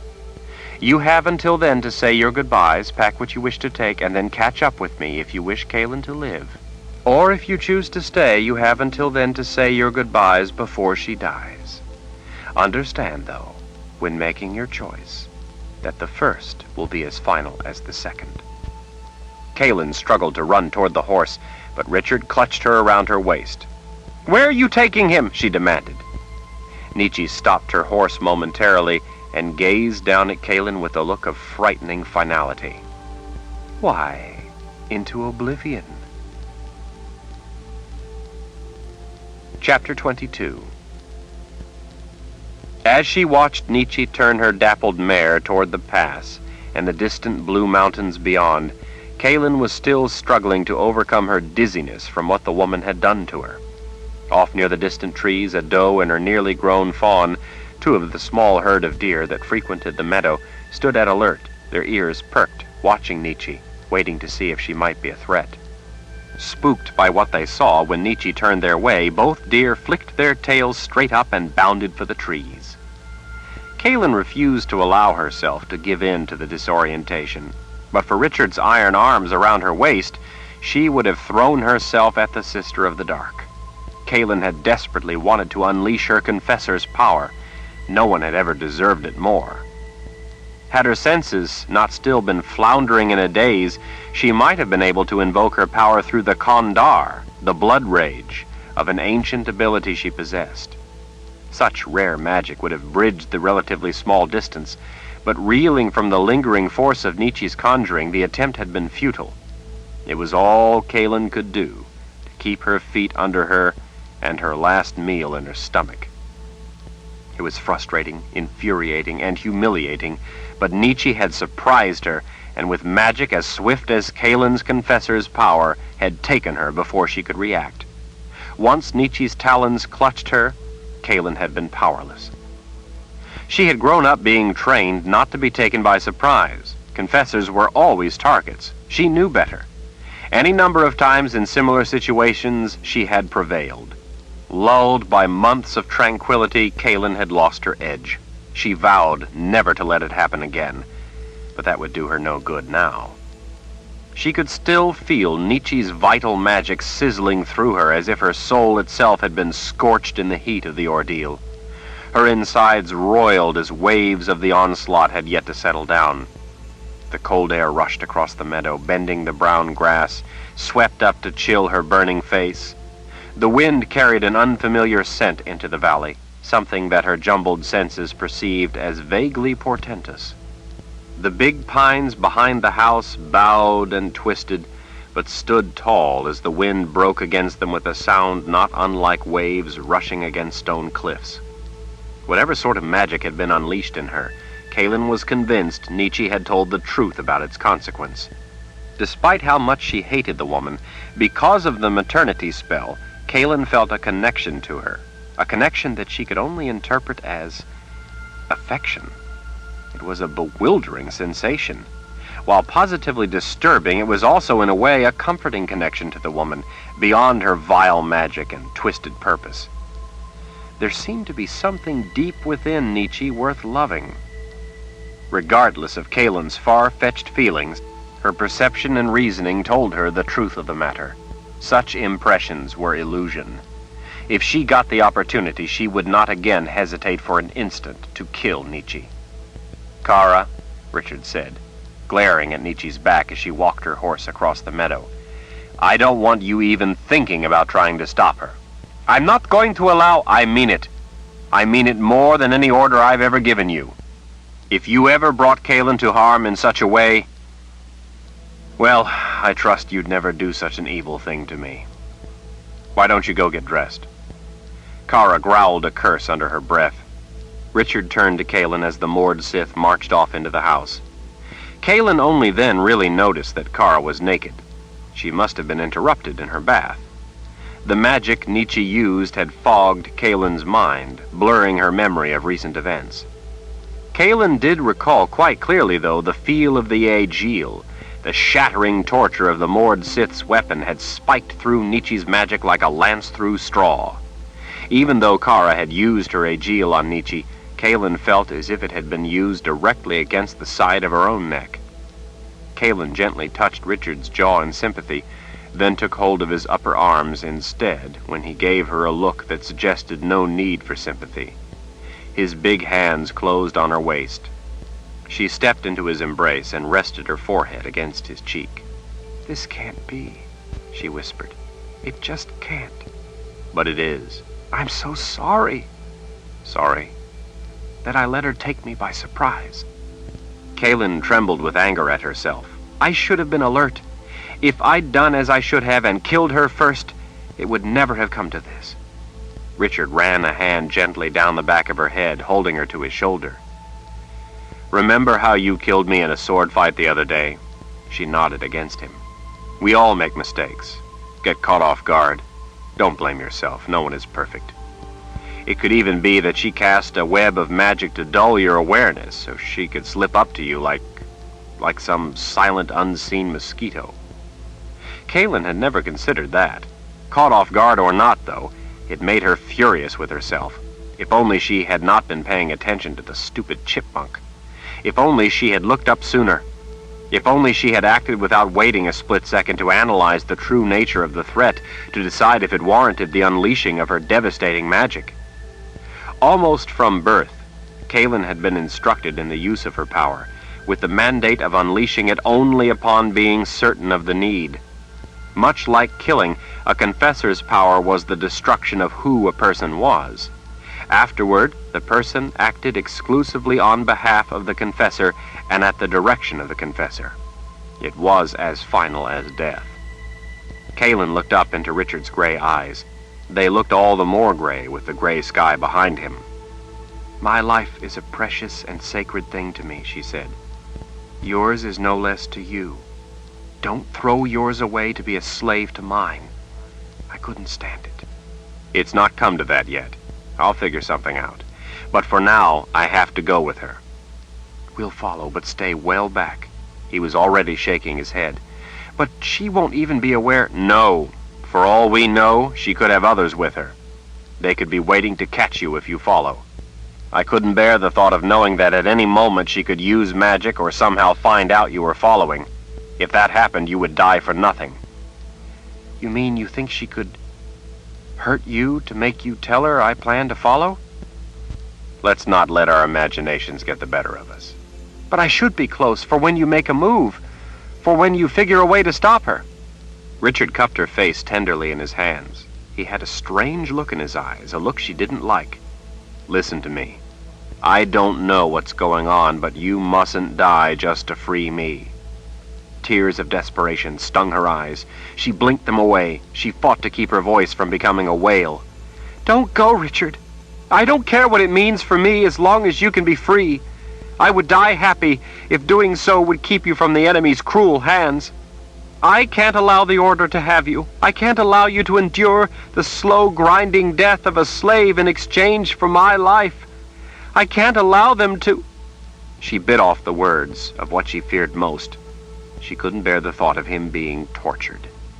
It made her even more dizzy and sick to think of him being maimed and mutilated, of him suffering all alone and forgotten in some distant, stinking dungeon with no hope of help.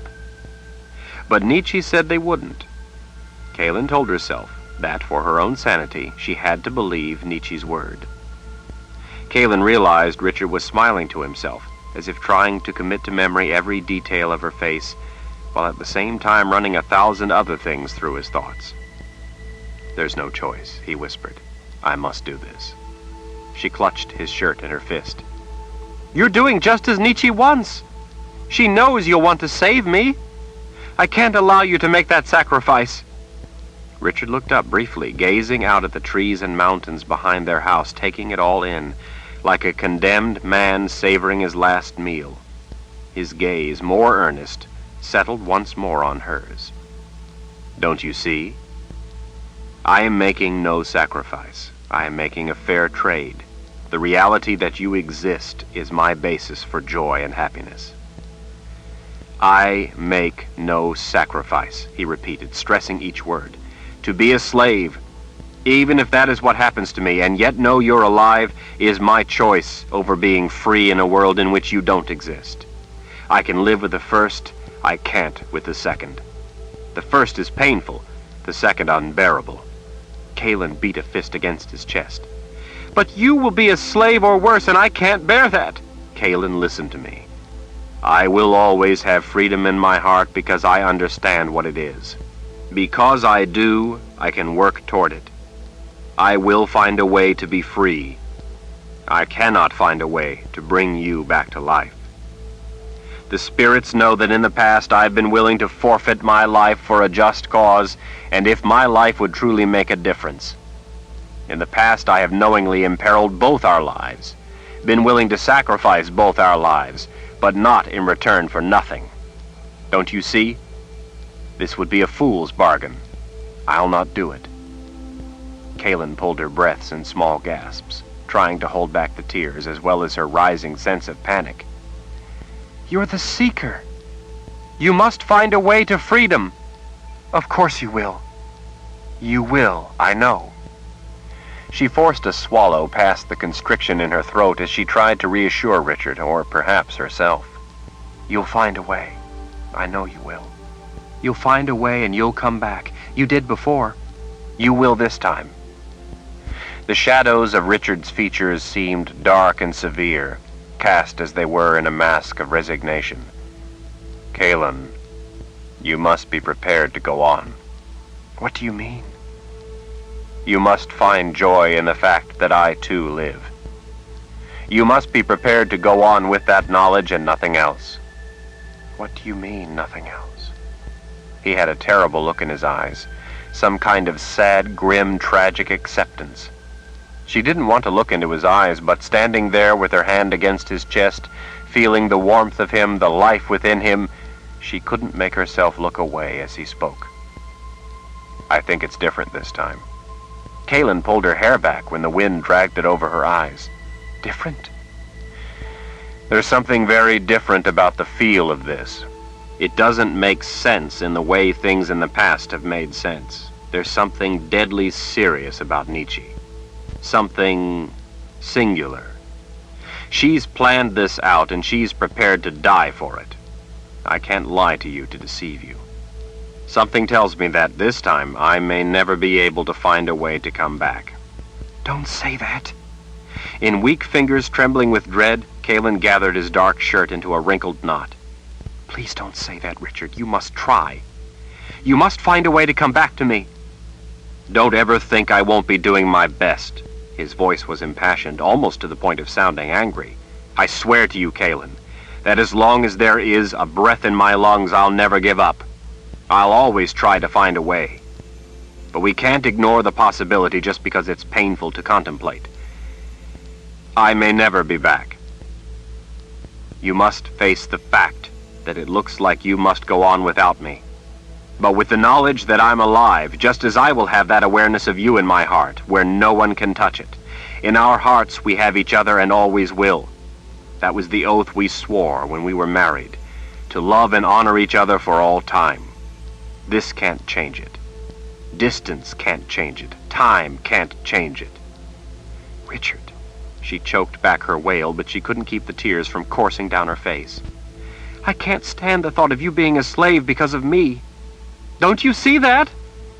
Don't you see what that would do to me? I'll kill myself if I must, so that she can't do this to you. I must. He shook his head, the wind ruffling his hair. Then I would have no reason to escape her. Nothing to escape for. You won't need to escape, that's just it. She won't be able to hold you. She's a sister of the dark. He threw open his hands. She will simply use another means I won't know how to counter, and if you're dead, I won't care to. But don't you see? He seized her by her shoulders. Kaylin, you must live to give me a reason to try to escape her. Your own life is your reason, she said. To be free, to help people will be your reason. The people be cursed. He released her and gestured angrily. Even people where I grew up turned against us. They tried to murder us, remember? The lands that have surrendered into the union with Dahara will likely not remain loyal either when they see the reality of the Imperial Order's army moving up into the Midlands. Eventually, Dahara will stand alone. People don't understand or value freedom. The way it now stands, they won't fight for it. They've proven it in Andrith and in Heartland, where I grew up. What more clear evidence could be seen? I hold out no false hope. Most of the rest of the Midlands will quail when it comes time to fight against the Imperial Order. When they see the size of the Order's army and their brutality with those who resist, they will surrender their freedom. He looked away from her, as if regretting his flash of anger in their last moments together. His tall form, so stalwart against the sweep of mountains and sky, sagged a little, seeming to huddle closer to her, as if seeking comfort. The only thing I have to hope for is to get away so I can come back to you. His voice had lost all traces of heat as he spoke in a near whisper. Kaylin, please don't take that hope from me. It's all I have. In the distance, she could see the fox trotting across the meadow. Its thick, white-tipped tail followed out straight behind as the fox made its inspection for any rodents that might be about. As Kaylin's gaze tracked its movement, from the corner of her eye she caught a glimpse of Spirit, standing proud and free in the window. How could she lose the man who had carved that for her when she needed it most? She could, she knew, because now he needed what only she could give him. Looking back up into his intense gray eyes, she realized she could not hope to deny him his earnest plea and only request, not at a time like this. All right, Richard. I won't do anything rash to free you. I'll wait for you. I'll endure it. I know you. I know you won't ever give up. You know I expect no less from you. When you get away, and you will, I'll be waiting for you. And then we'll be together again. We'll never be apart in our hearts. As you said, our oath of love is timeless. Richard closed his eyes with relief. He tenderly kissed her brow. He lifted her hand from his chest and pressed soft kisses to her knuckles. She saw then how much her pledge meant to him. Kaylin pulled her hand away and quickly removed her necklace, the one Shota had given her as a wedding gift. It was meant to prevent her from getting pregnant. She turned Richard's hand over and pushed the necklace into his palm. He frowned in confusion at the small dark stone hanging from the gold chain draped over his fingers. What's this about? I want you to take it. Kaylin cleared her throat to keep her voice. She could only manage a whisper. I know what she wants of you, what she will make you do. No, that's not what... He shook his head. He said, I'm not taking this, as if turning it away would somehow deny the possibility. Kaylin put her hand to the side of his face. His face wavered before her in a watery blur. "Please, Richard, please take it. For me. I couldn't bear the thought of another woman having your child." Or even the thought of the attempt at its creation, but she didn't say that part of it. "Especially not after mine." He looked away from her eyes. "Kaylin," words failed him. "Just do it for me. Take it. Please, Richard. I'm doing as you ask and will endure your captivity. Please honor my request in return. I couldn't stand the thought of that bewitching blonde beast having your child, the child that should be mine. Don't you see? How could I ever love something I hated? And how could I ever hate something that was part of you? Please, Richard, don't let it come to that." The cold wind lifted and twisted her hair. Her whole life, it seemed, was twisting out of her control. She could hardly believe that this place of such joy, peace, and redemption, a place where she had come to live again, could be a place where it would all be taken away. Richard held the necklace out to her, as if it were a thing that might bite him. The dark stone swung under his fingers, gleaming in the gloom. "Kaylin, I don't think that's what this is about. I really don't. But anyway, she could simply refuse to wear it and threaten your life if I didn't." Kaylin pulled the gold chain from his fingers and laid it all in a small, neat mound in his palm. The dark stone glimmered from its imprisonment behind the veil of tiny gold links. She closed his fingers around the necklace and held his fist shut with both of her hands. "You're the one who demands we not ignore those things that are painful to contemplate. But if she refuses..." Kaylin gripped his fist tighter in her trembling fingers. "If it comes to a time when she makes that demand of you, you must convince her to wear the necklace. You must. For me. It's bad enough for me to think she might take my love, my husband, from me like that. But to also fear..." His big hand felt so warm and familiar and comforting to her. Her words came choked with desperate tears. She could do no more than beg. "Please, Richard." He pressed his lips tight, then nodded and stuffed the necklace in a pocket. "I don't believe those are her intentions. But if it should turn out to be so, you have my word. She will wear the necklace." Kaylin sagged against him with a sob. He took her by the arm.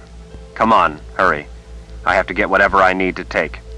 I've only got a few minutes or all this will be for nothing. I can take the shorter trail and still catch up with her at the top of the pass, but I don't have much time." Chapter 23. Kaylin was aware of Kara, wearing her blood-red leather, standing in the doorway to their bedroom, watching Richard cram his things into his pack. Kaylin nodded as she and Richard exchanged brief, stilted instructions. They had already come to terms with the life and death issues. It seemed they both feared to say anything of consequence for fear of disturbing the delicate, desperate, difficult agreements they had reached. The meager light coming in the small window did little to brighten the gloom. Kara, over in the doorway, blocked some of the light. The room had the feel of a dungeon. Richard, dressed in dark clothes, looked like a shadow. So many times as she lay in bed recovering, Kaylin had thought of it that way, as her dungeon. Now it had the palpable sense of a dungeon, but with the clean aroma of pine walls instead of the stench of a stone cell from where trembling, sweating prisoners were taken to their death. Kara looked forlorn one moment, and the next like lightning seeking ground. Kaylin knew that the Mord Sith's emotions had to be as torn as her own, balancing on a knife's edge with despair and grief on one side and rage on the other. Mord Sith were not used to being in such a position, but then Kara was now more than simply Mord Sith. Kaylin watched Richard pack the black trousers, black undershirt, black and gold tunic, silver wristbands, overbelt with its pouches, and golden cloak into his pack, where they took up a good portion of the available space. He was wearing his dark forest garb and didn't have time to change. Kaylin hoped a time would soon come when he would escape and again wear the clothes of a war wizard to lead them against the Order. They all needed him to lead the Daharan Empire against the invading horde from the Old World. For reasons that weren't always entirely clear, Richard had become the linchpin of their struggle. Kalen knew his feelings about that people must be willing to fight for themselves, and not only for him, were valid. If an idea was sound, it had to have a life beyond a leader, or the leader had failed. As he threw other clothes and small items into his pack, Richard told Kalen that maybe she could find Zed, that he might have some ideas. She nodded and said she would, knowing Zed wouldn't be able to do anything. This terrible triangle was not liable to be susceptible to influence by outsiders. Nietzsche had seen to that. It was just a hope Richard was giving her, the only bouquet he could offer in the desolate void of reality. Kalen didn't know what to do with her hands. She stood twining her fingers together as tears dripped off her chin. There must be something to say, something important. Some last words while she had the chance, but she couldn't think of them.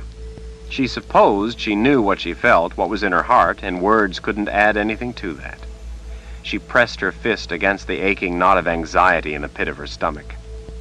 A sense of doom crowded in the room like a fourth person, a grim guard waiting to take Richard away.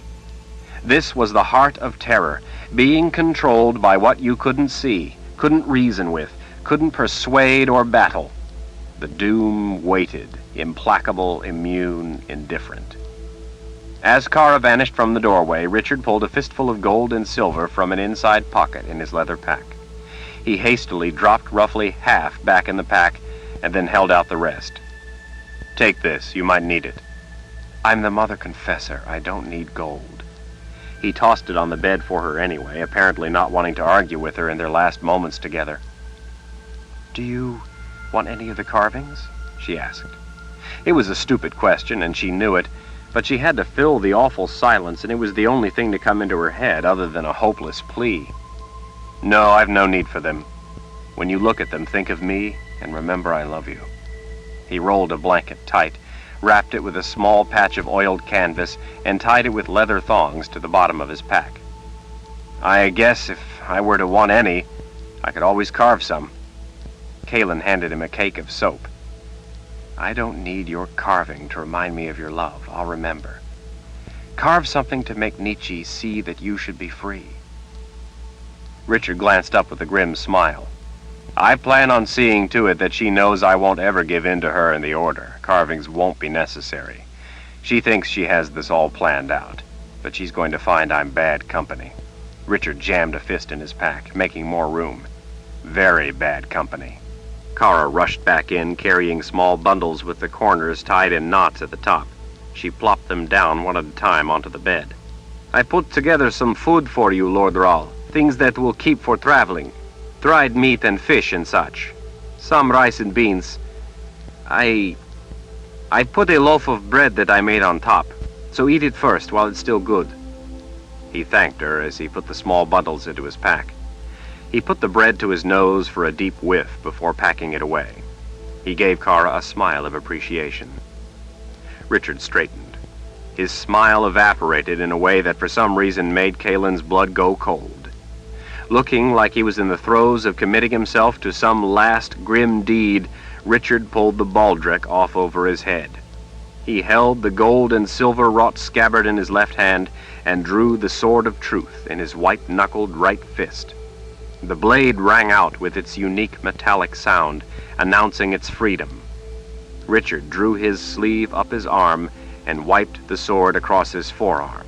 Kalen winced as she watched. She didn't know if he cut deeply accidentally or on purpose. With an icy sensation, she recalled that Richard cut very precisely with any sharp steel edge. He turned the blade and wiped both sides in gouts of vivid red blood. He bathed the blade in it, giving it a voluptuous taste, whetting its appetite for more. Kalen didn't know what he was doing or why he was doing it now, but it was a frightening ritual to witness. She wished he had drawn it before and cut down Nietzsche. Her blood Kalen would not fear seeing. Richard picked up the scabbard and slammed the sword of truth home.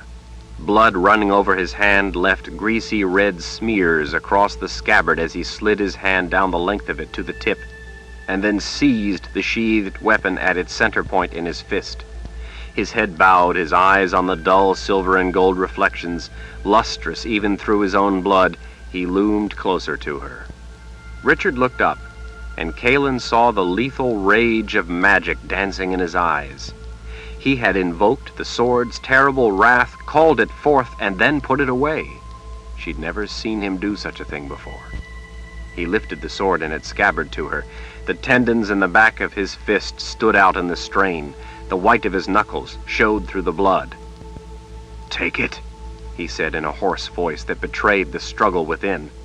Spellbound, Kalen lifted the scabbard in her palms. For that instant, until he pulled away his bloody hand, she felt a jolting shock, as if she were suddenly welded to the weapon by hot fury unlike anything she had ever experienced.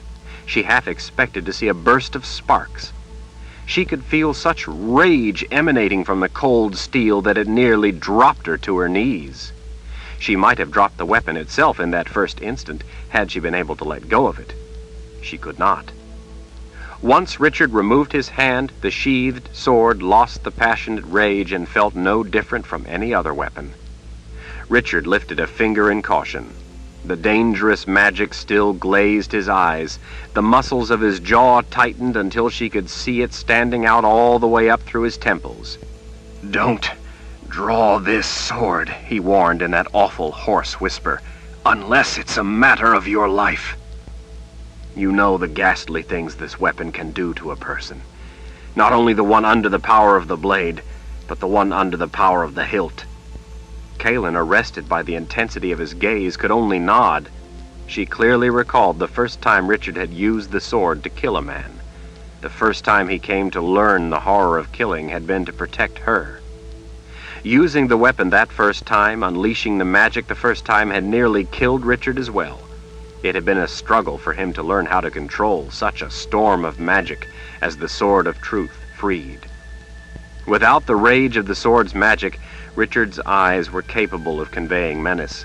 Kalen could recall several times when his raptor's glare by itself had brought a room full of people to silence. There were few things worse than the need to escape the look in those eyes. Now those eyes hungered to deliver death. "Be angry if you must use this," he growled. "Be very angry. That will be your only salvation."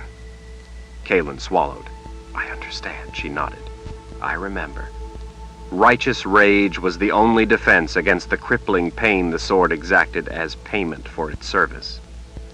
"Life or death, no other reason. I don't know what will happen, and I'd just as soon you not find out. But I'd prefer that to you being without this terrible defense if you need it. I've given it a taste of blood. It will come out voracious. When it comes out, it will be in a blood rage." "I understand." His eyes cooled at last. "I'm sorry to give you the terrible responsibility of this weapon, especially in this way, but it's the only protection I can offer." With a hand on his arm to gently reassure him, Kalen said, "I won't have to use it." "Dear spirits, I hope not." He glanced over his shoulder, taking a last look at their room and then at Kara. "I have to get going." She ignored his words. "Give me your arm first." He saw she had bandages left over from when Kalen was still recovering. Without objection, he held out his blood-soaked arm. Kara used a wet cloth to quickly swab his arm before she wound it in clean bandages. Richard thanked her as she was finishing. Kara split the end, put the tails around his wrists, and tied a quick knot. "We will come part of the way with you." "No, you will stay here." Richard pulled down his sleeve. "I don't want to risk it. But, Kara, I want you to protect Kalen. I'm leaving her in your hands. I know you won't let me down." Kara's big, beautiful eyes, glistening with tears, reflected the kind of pain Kalen was sure Kara never allowed anyone to see. "I swear to protect her as I would protect you, Lord Rahl, if you swear to get away in return." Richard flashed her a brief smile, trying to ease her misery. "I'm Lord Rahl. I don't need to remind you that I've wiggled out of tighter spots than this." He kissed her cheek. "Kara, I swear I'll never give up trying to get away. You have my word." Kalen realized he hadn't really sworn to Kara's words. He wouldn't, she knew, want to make a promise he might not be able to keep. Bending to the bed, he pulled his pack close. "I have to go." He held the strap in a stranglehold. "I can't be late." Kalen's fingers tightened on his arm. Kara laid a hand on his shoulder. Richard turned back and gripped Kalen's shoulders. Listen to me now. I wish you would stay here, in this house, in these mountains, where it's safe for you. But I don't think anything short of my dying request could convince you to do that. At least stay for 4 or 5 days, in case I'm able to figure out what's going on and can escape Nietzsche. She may be a sister of the dark, but I'm no longer exactly a stranger to magic. I've escaped powerful people before. I've sent Dark and Rawl back to the underworld. I've gone to the Temple of the Winds in another world in order to stop the plague. I've escaped worse than this. Who knows, this might be simpler than it seems. If I do escape her, I'll come back here, so wait for a while at least. If I can't get away from Nietzsche for now, try to find Zed. He might have some idea of what to do. Anne was with him the last time we saw him. She's the prelate of the Sisters of the Light and knew Nietzsche for a very long time. Perhaps she knows something that, along with what Zed might be able to come up with, could help. Richard, don't worry about me. Just take care of yourself. I'll be waiting for you when you get away. So just be at ease about that much of it and put all your effort into escaping from her. We'll wait here for a while, I promise. I will watch over her, Lord Rawl. Don't worry about the Mother Confessor. Richard nodded. He turned back to Kalen. His fingers on her arms tightened. His brow drew down. I know you, and I know the way you feel, but you have to listen to me. The time has not yet come. It may never come. You may think I'm wrong in this, but if you close your eyes to the reality of what is in favor of what you would wish, just because you're the Mother Confessor and feel responsible for the people of the Midlands, then there is no reason for us to bother hoping we'll be together again, because we won't. We will be dead, and the cause of freedom will be dead. His face loomed closer. Above all else, our forces must not attack the heart of the Order's army. It's too soon. If you carry an assault directly into the heart of the Order, thinking you can win, it will be the end of our forces and the end of our chances. All hope for the cause of freedom and all hope to defeat the Order will be lost for generations to come. It's the same way we must use our heads with Nietzsche and not fight her in a direct attack, or we will both die. You promised you would not kill yourself to free me. Don't throw that promise away by going against what I'm telling you now. It all seemed so unimportant at the moment. The only thing that mattered was that she was losing him. She would have cast the rest of the world to the wolves if she could just keep him. All right, Richard. Promise me. His fingers were hurting her arms. He shook her. I mean it. You could throw it all away if you don't heed my warning. You could destroy the hope of people for the next 50 generations. You could be the one who destroys freedom and brings a dark age upon the world. Promise me you won't. 1,000 thoughts swirled in chaotic turmoil through her mind. Kalen stared up into his eyes. She heard herself say, I promise, Richard. Until you say so, we'll make no direct attack. He looked like a great weight had been lifted from his shoulders.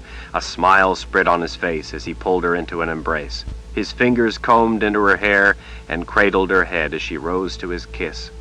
Her hand slipped up the backs of his shoulders as she held him. It only lasted a moment, but in that moment of stolen bliss, they shared a world of emotions. All too soon, the kiss, the embrace, was over. His warm presence swirled away from her, allowing the awful weight of doom to settle firmly down atop her. Richard briefly hugged Kara before he hefted his pack onto a shoulder. He turned back at the bedroom doorway. I love you, Kalen. Never anyone before you, nor ever after you. Only you. His eyes said it even better. You're everything to me, Richard. You know that. I love you too, Kara. He winked at her. Take good care of the both of you until I'm back. I will, Lord Rawl. You have my word as Mord Sith. He gave her a crooked smile. I have your word as Kara. And then he was gone. I love you too, Lord Rawl, Kara whispered to the empty doorway. Kalen and Kara ran into the main room and stood in the doorway, watching him running across the meadow. Kara cupped her hands around her mouth. I love you too, Lord Rawl, she shouted. Richard turned as he ran and acknowledged her words with a wave.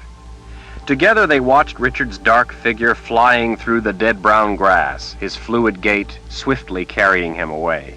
Just before he disappeared into the trees, he stopped and turned. Kalen shared a last look with him, a look that said everything.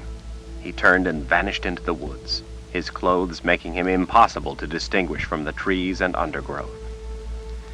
Kalen collapsed to her knees, sitting back on her heels as she lost control of her emotions. She wept helplessly, her head in her hands at what seemed the end of the world. Kara squatted beside her to put an arm around her shoulders. Kalen hated to have Kara see her cry that way, cry in such weakness.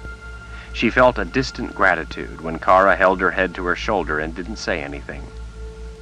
Kalen didn't know how long she sat on the dirt floor in her white confessor's dress, sobbing, but after a time she was able to make herself stop.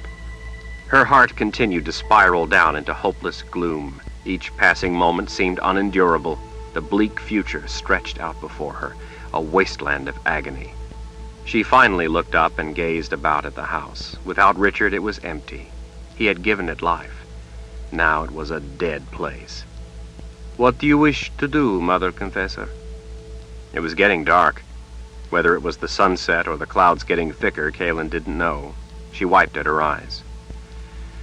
"Let's begin to get our things together. We'll stay here a few days, like Richard asked. After that, anything the horses can't carry that will spoil, we'd better bury. We should board up the windows. We'll close up the house good and tight. For when we return to paradise someday?" Kalen nodded as she looked about, trying desperately to focus her mind on a task and not on that which would crush her. The worst part she knew was going to be night, when she was alone in bed, when he wasn't with her. Now the valley seemed more like paradise lost. She had trouble believing that Richard was really gone. It seemed as if he were just off to catch some fish or hunt berries or scout the hills. It seemed as if surely he would be coming back soon. Yes, for when we return. Then it will be paradise again. I guess when Richard returns, wherever we are will be paradise. Kalen noticed that Kara didn't hear her answer. The moored Sith was staring through the doorway. "Kara, what is it?" "Lord Rahl is gone." Kalen rested a comforting hand on Kara's shoulder. "I know it hurts, but we must put our minds to—" "No." Kara turned back. Her blue eyes were strangely troubled. "No, that's not what I mean. I mean that I can't sense him. I can't feel the bond to Lord Rahl. I know where he is. He's going up the trail up to that pass, but I can't feel it." She looked panicked. "Dear spirits, it's like going blind. I don't know how to find him. I can't find Lord Rahl." Kalen's first flash of fear was that he fell and was killed, or that Nietzsche had executed him. She used reason to force the fear aside. Nietzsche knows about the bond. She probably used her magic to cloak it or to sever it. Cloaked it somehow. Kara rolled her aegil in her fingers. "That's what it has to be. I can still feel my aegil, so I know that Lord Rahl has to be alive. The bond is still there, but I cannot feel it to sense where he is." Kalen sighed with relief. That has to be it. Nietzsche doesn't want to be followed, so she cloaked his bond with magic. Kalen realized that to be protected from the Dreamwalker by the bond to Richard, people would now have to believe in him without the reassurance of feeling the bond. Their link would have to remain true in their hearts if they were to survive. Could they do that? Could they believe in that way? Kara stared out the doorway across the meadow to the mountains where Richard had disappeared. The blue-violet sky behind the blue-gray mountains was slashed with blazing orange gashes. The snowcaps were lower than they had been. Winter was racing toward them. If Richard didn't soon escape and return, Kalen and Kara would have to be gone before it arrived. Bouts of dizzying grief threatened to drown her in a flood of tears. Needing to do something, she went to her room to take off her confessor's dress. She would set to work with the task of closing up the house and preparing to leave. As Kalen pulled her dress off, Kara appeared in the doorway. "Where are we going to go, Mother Confessor? You said we were going to leave, but you never said where we were going to go." Kalen saw Spirit standing in the window, fists at her sides as she looked out at the world. She lifted the carving off the sill and trailed her fingers over the flowing form. Seeing the statue, touching it, feeling the power of it, made Kaelin want to reach deep inside for resolve. Once before, she had been hopeless, and Richard carved this for her. Her other hand fell to her side, and her fingers found Richard's sword lying across their bed. Kaelin focused her mind, ordering the turbulent swirl of despair thickening into wrath. To destroy the Order. Destroy the Order? Those beasts took my unborn child, and now they've taken Richard. I will make them regret it 1,000 times over, and then another 1,000. I once swore an oath of death without mercy to the Order. The time has come. If killing every last one of them is the only way to get Richard back, then that's what I will do. You swore an oath to Lord Rahl. Richard said nothing about not killing them, just about how. My oath was not to try to drive a sword through their heart. He said nothing about bleeding them to death with 1,000 cuts. I won't break my oath, but I intend to kill every last one of them. Mother Confessor, you must not do that. Why? Kara's blue eyes gleamed with menace. You must leave half for me. Chapter 24. Richard had stopped to turn back and look at her only once as he ran, just before he went into the trees. She was standing in the doorway, in her white confessor's dress, her long, thick hair tumbling down, her form the embodiment of feminine grace, looking as beautiful as the first time he saw her. They held each other's gaze for a brief moment. He was too far away to see the green of her eyes, a color he'd never beheld on anyone else, a color of such heart-piercing perfection that it sometimes would stop his breathing and at other times quicken it. But it was the mind of the woman behind those eyes that in reality captivated him. Richard had never met her equal. He knew he was cutting the time close. As much as he hated the idea of turning his gaze away from Kaelin, her life hung in the balance. His purpose was clear. Richard had plunged into the woods. He had traveled the trail often enough. He knew where he could run and where he had to be careful. Now, with little time left, he couldn't afford to be too careful. He didn't try for a glimpse of the house. He was alone in the woods as he ran, his thoughts but salt in a raw wound. For once he felt out of place in the woods, powerless, insignificant, hopeless. Bare branches clattered together in the wind while others creaked and moaned as if in mock sorrow to see him leaving. He tried not to think as he ran. Fir and spruce trees took over as the ground rose out of the valley. His breath came in rapid pulls. In the cold shadows of the forest floor, the wind was a distant pursuer far overhead, chasing after him, shooing him along, hounding him away from the happiest place he had ever been. Spongy mounds of verdant moss lay dotting the forest floor in the low places where mostly cedars grew, looking like wedding cakes done up in an intense green, sprinkled over with tiny chocolate-brown scale-like cedar needles. Richard tiptoed on rocks sticking up above the water as he crossed a small stream. As the little brook tumbled down the slope, it went under rocks and boulders in places, making an echoing drumming sound, announcing him to the stalwart oaks along his march into imprisonment. In the flat gray light, he failed to see a reddish loop of cedar root.